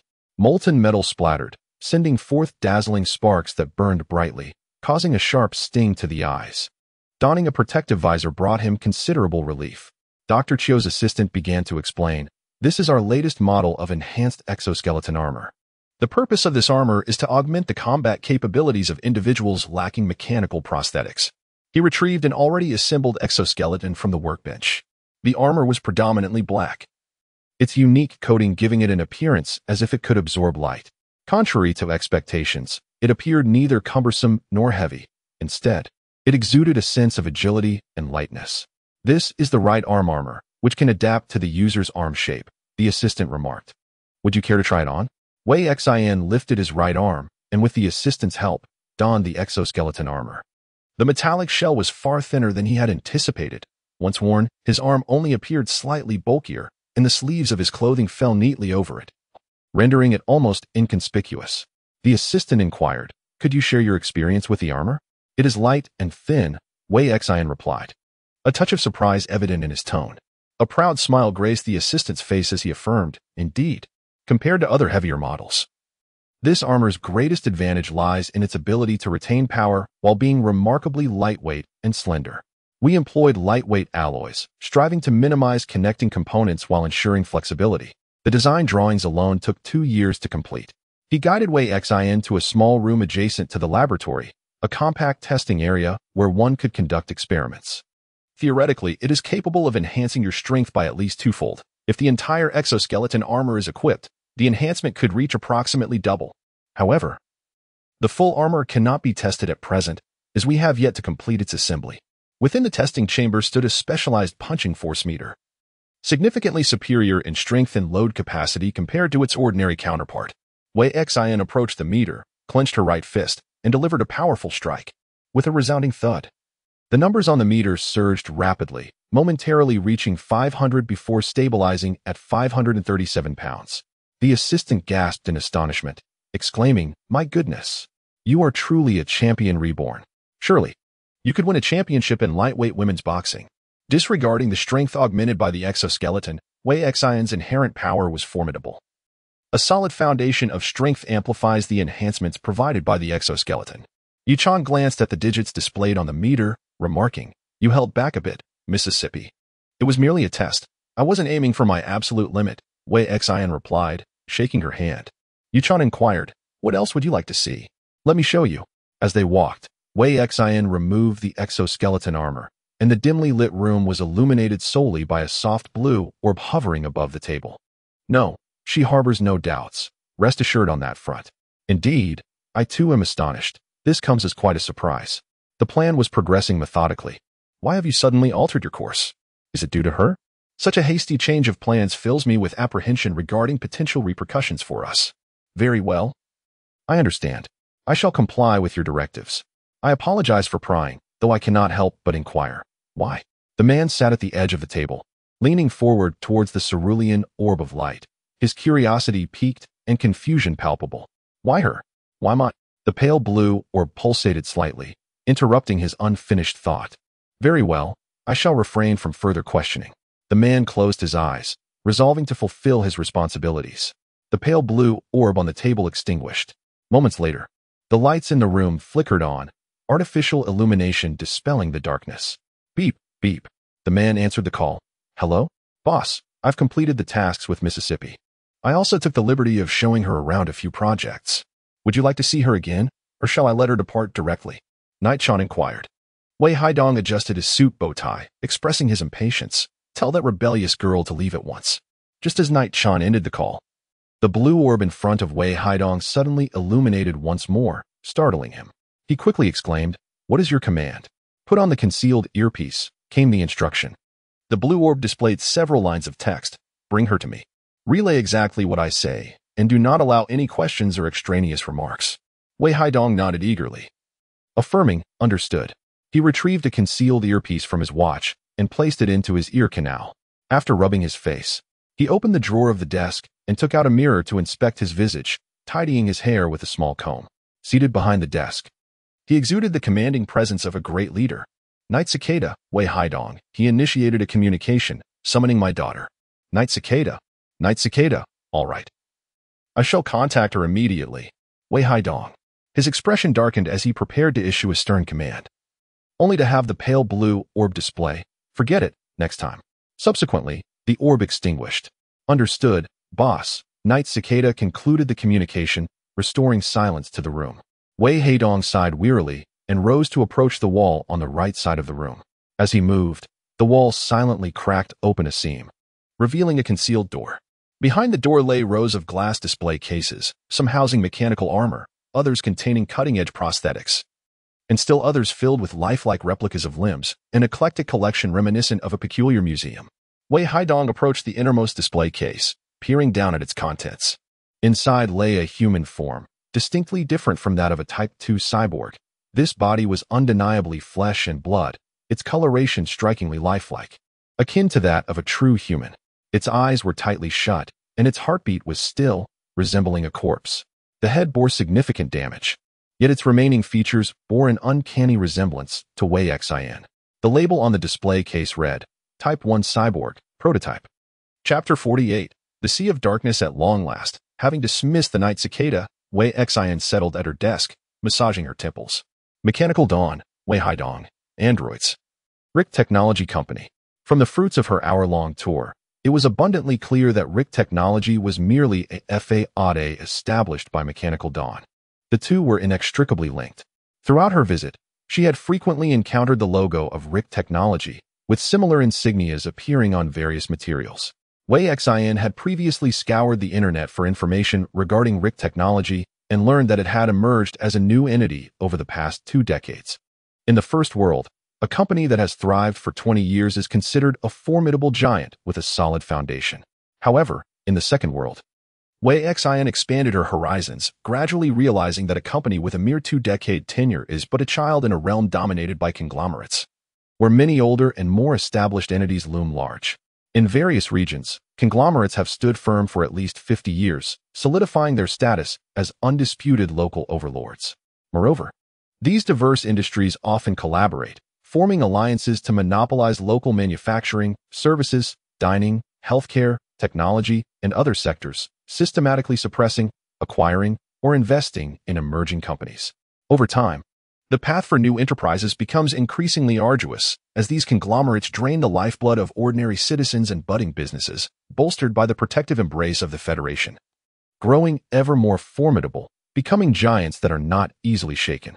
The mere fact that Rick Technology has managed to carve out a niche and survive amidst the relentless onslaught and suppression of numerous financial titans, evolving to its current scale, is nothing short of miraculous. Wei Xin observed that the operational style of Rife Technology Company was remarkably discreet. Apart from hosting occasional product launches, there was scarcely any news coverage about the company. Its owner, Wei Haidong, remained shrouded in anonymity, seldom making public appearances. In this era of rampant media frenzy, no newspaper seemed able to secure an interview with him. This behavior starkly contrasted with Wei Xion's experiences with her father in the first world. Her mother often remarked that wealth should not be flaunted, as it invites envy, whereas her father took pride in proclaiming, "I want them to see how much money I've made. The sum I spent on this car is beyond what they could earn in several lifetimes." He reveled in ostentation and vanity. The parallels between the fathers of the first and second worlds were striking. They resembled each other in appearance, tone, and mannerisms. Consequently, Wei Xian found herself unconsciously drawing comparisons, seeking both their similarities and differences, which intensified her sense of dissonance. Was he merely putting on a facade? Wei Xian pondered, contemplating the nature of his self-deception. What motivated such pretense? Was it a matter of caution, or perhaps something more? A seed of doubt took root in her mind, and a compelling intuition, coupled with an inexplicable sense of incongruity, nurtured that seed. Or was it possible that someone was guiding him to act in this manner? A shiver ran down her spine. Her father was indeed formidable, yet he had not become arrogant. Rather than seeking the limelight, he opted for a steady and low-key approach, quietly building influence and transforming Mechanical Dawn into a clandestine and tightly knit organization hidden in the shadows. Did he possess such capabilities on his own? He lacked such prowess. How then had he achieved all of this? Is someone guiding him? Is someone manipulating him? That individual seeks to exploit him. To achieve what kind of objective? The Mechanical Dawn resembles an unfathomable abyss, a tranquil sea surface, where one may believe they have glimpsed all that lies beneath, only to discover that there are far more secrets concealed in the depths. During this visit to the headquarters of Mechanical Dawn, Wei Xian found herself pondering two enigmas. The mystery surrounding Wei Haidong was merely one, the other pertained to Wei Xian's own identity. There exist three incarnations of Wei Xian in this world. The first Wei Xian is the daughter of Wei Haidong from the second world, a key figure within Mechanical Dawn, meticulously groomed as an undercover agent. The second Wei Xian is a student at the Black Sea Academy, a newcomer interning in the investigation department via internal recruitment. The third Wei Xian is herself, a player from the first world, struggling at the poverty line, soon to embark on her university journey. All three Wei Zins share the same visage, yet possess dissimilar familial backgrounds and histories. The first and third Wei Zins have similar fathers, both named Wei Haidong, suggesting that they are counterparts from divergent dimensions. However, what of the second? The second Wei Xian boasts a complete trajectory of growth, having interacted with many colleagues after joining the investigation department, leaving an impression on them. The issue arises from the fact that the first Wei Xian entered the investigation department without undergoing cosmetic alterations, presenting her true appearance as Wei Haidong's daughter. Why then do the second and first Wei Xian bear an identical likeness? The identity of the second Wei Xian must harbor some peculiarities. It is entirely possible that her existence is a fabrication, a ruse orchestrated by Mechanical Dawn. Yet the existence of number 2 feels so tangible. Black Sea Academy, the inspection department, the residence on Serenity Street in the Harbor District. Indeed, remnants of number 2's life linger in this world. This is a chilling mystery, wherein three Wei Zins exist simultaneously in the second world. Number 1 supplanted number 2, and then number 3 took number 1's place.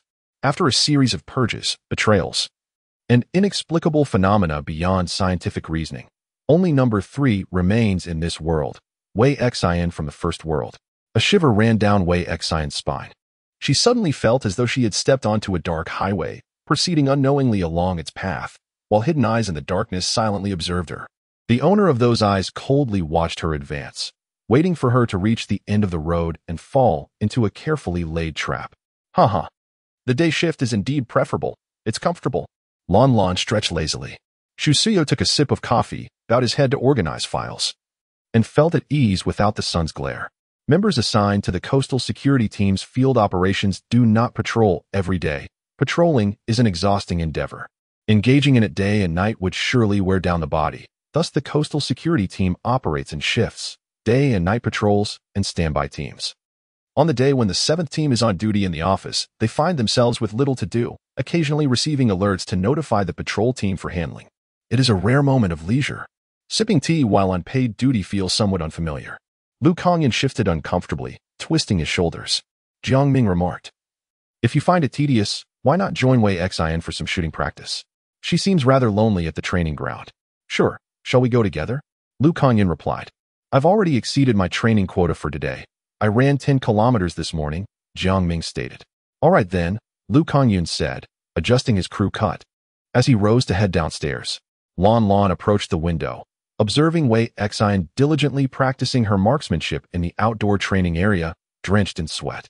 She's still at it, truly unfazed by the heat, he mused, astonished by Wei Xian's endurance. Perhaps this illustrates the disparity. While you languish in the office, she labors away, Jiang Ming commented. I'm certain that during our annual shooting and combat evaluations, Wei Xian will emerge as a formidable dark horse. I have not been idle either. I completed my physical training this morning. The reason I am not outside now is that I am assisting the captain with paperwork, Lon Lon replied. Nonetheless, I concur with your assessment. I have yet to witness Wei Xian's combat skills, but in terms of shooting, she will undoubtedly rank among the top 5. The reason Lon Lon had not experienced Wei Xian's combat prowess was that the suspects had been swiftly neutralized before they could even come close, having been dispatched with a couple of shots. Throughout the day spent managing various disputes at the harbor, Wei Xian's decisiveness had drawn the attention of Xu Suyo and others. If a suspect entered her vicinity within 5 meters, she would certainly draw her weapon as a warning. Should they disregard her warning and approach within 3 meters, they would inevitably be met with gunfire. Moreover, Lon Lon peculiarly noted that Wei Xian had a peculiar habit of aiming at the left and right eyes of her target when taking aim. 2 days ago, a robber at the port, after committing murder, happened to collide head-on with them during his escape. Wei Xian issued a verbal warning, but when it proved ineffective, she shot him in the head, aiming for the left eye. Yesterday, a wanted gang member crossed paths with Wei Xian, and once again, she fired, this time targeting the right eye. Lon Lon was left perplexed, questioning the nature of this apparent obsession. The truth, however, was that Wei Xian, haunted by her past experiences, had become overly sensitive, fearing that others might possess hidden defenses that could thwart a fatal blow, leading to a last-ditch counterattack from the suspect. Thus, she meticulously aimed for the eyes, striving for a single bullet to penetrate the brain. She was a person who valued life. As they ascended the stairs, Xu Suyo in the office received an email from headquarters. Adam reminded him, Captain Xu Suyo, your team leader Wei Ji has sent a task execution notification. Please review it promptly and inform the members of the 7th Squad. Understood, Xu Suyo replied, opening the email. Jiang Ming turned to ask, what task? I recall that during my time with the coastal security team, we rarely had to undertake additional assignments. Lon Lon pondered, is there an urgent situation? Soon. The office door swung open. Remarkable, Lu Kangyun exclaimed as he entered the office. This is talent, a sharpshooter. Wei Xian unscrewed a bottle of electrolyte water from her desk and sipped it slowly, saying, your praise makes me blush. Is there no police activity today? It has been almost a day since our last deployment. There were a few minor disputes, but the patrol team handled them. Xu Suyo lifted his gaze to meet Wei Xian's flushed face, a rosy hue kissed by the sun. Let us take a moment to rest. We have a new mission to undertake. Wei Xian raised an eyebrow. I had thought life would continue in a placid manner. He mused lightly, settling into his chair.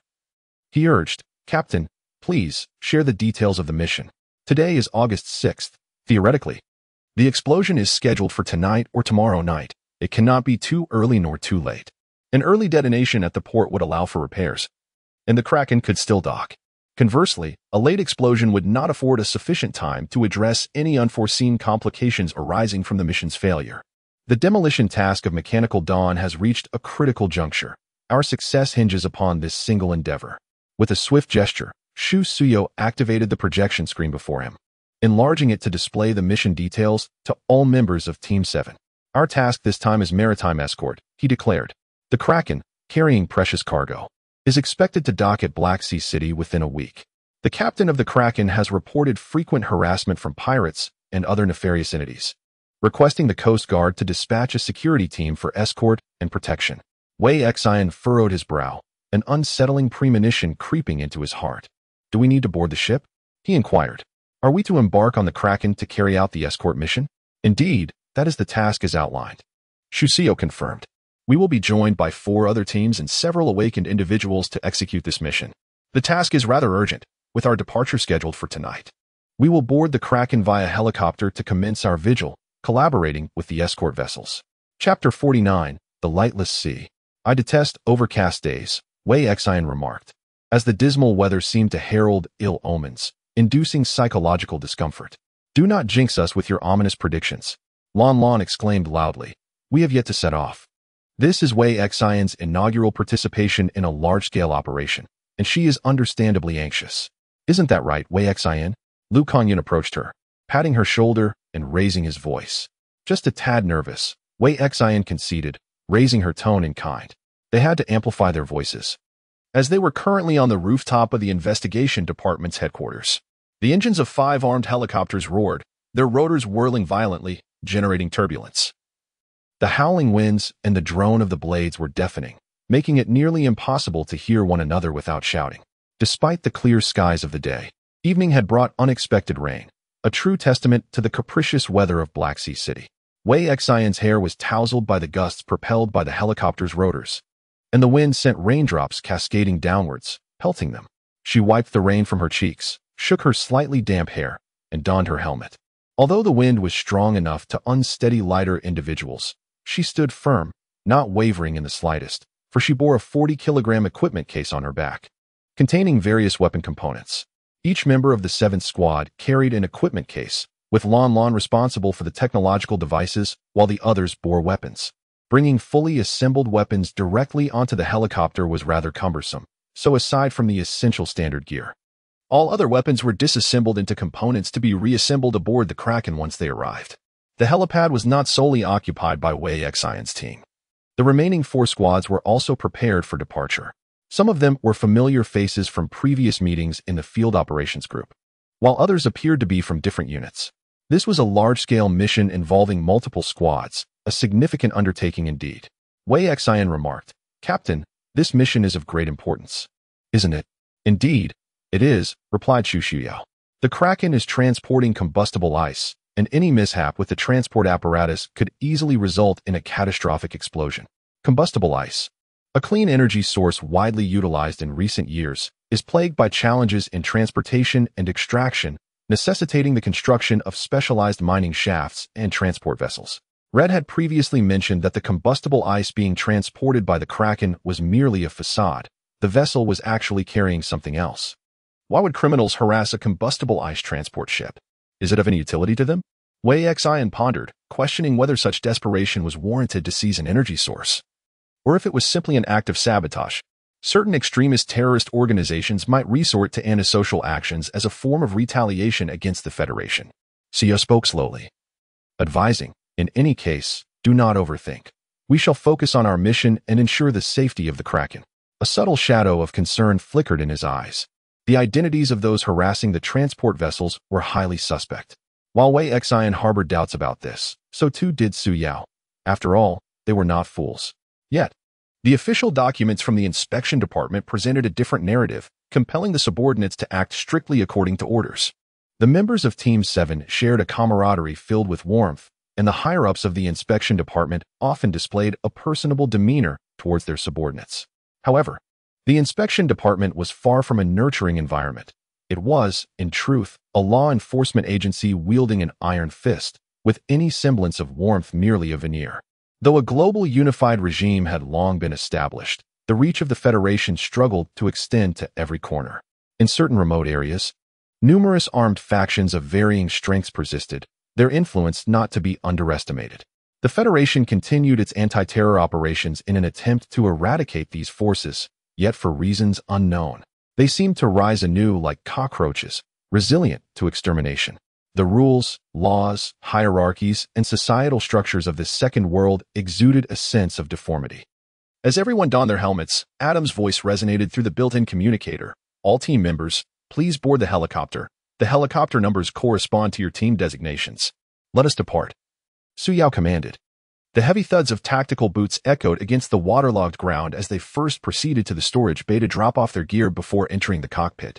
The door of the armed helicopter's cockpit stood high above the ground, and the team assisted one another, hand over hand, as they climbed aboard.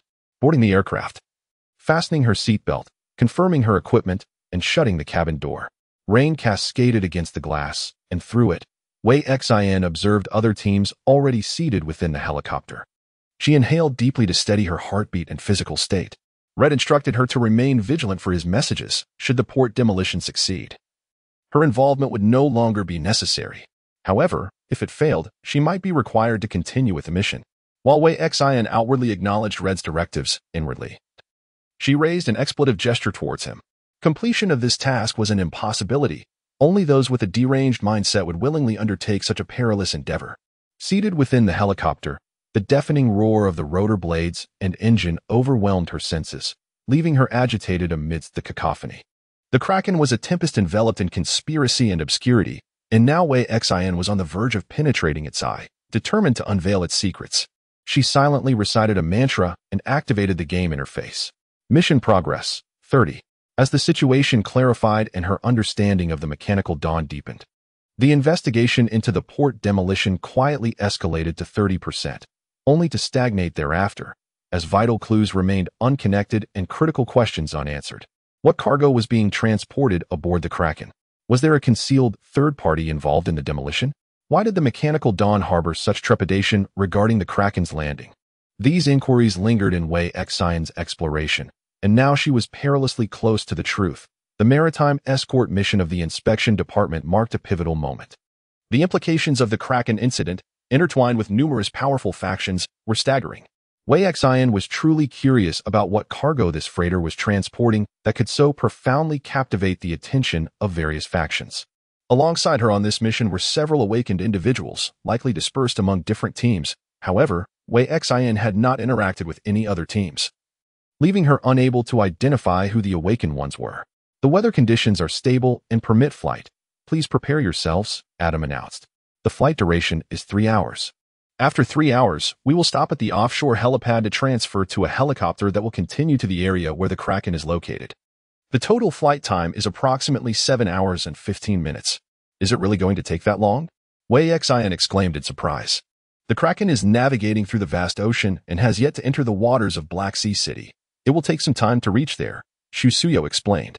The latest armed helicopters from the inspection department have a flying speed of 280 kilometers per hour, while the Kraken sails at a speed of 10 nautical miles per hour, which translates to roughly 18 kilometers. These colossal freighters often traverse the seas for months, transporting goods across oceans to designated locations. As the departure time arrived, the helicopter ascended like a hunting falcon piercing through the rain curtain.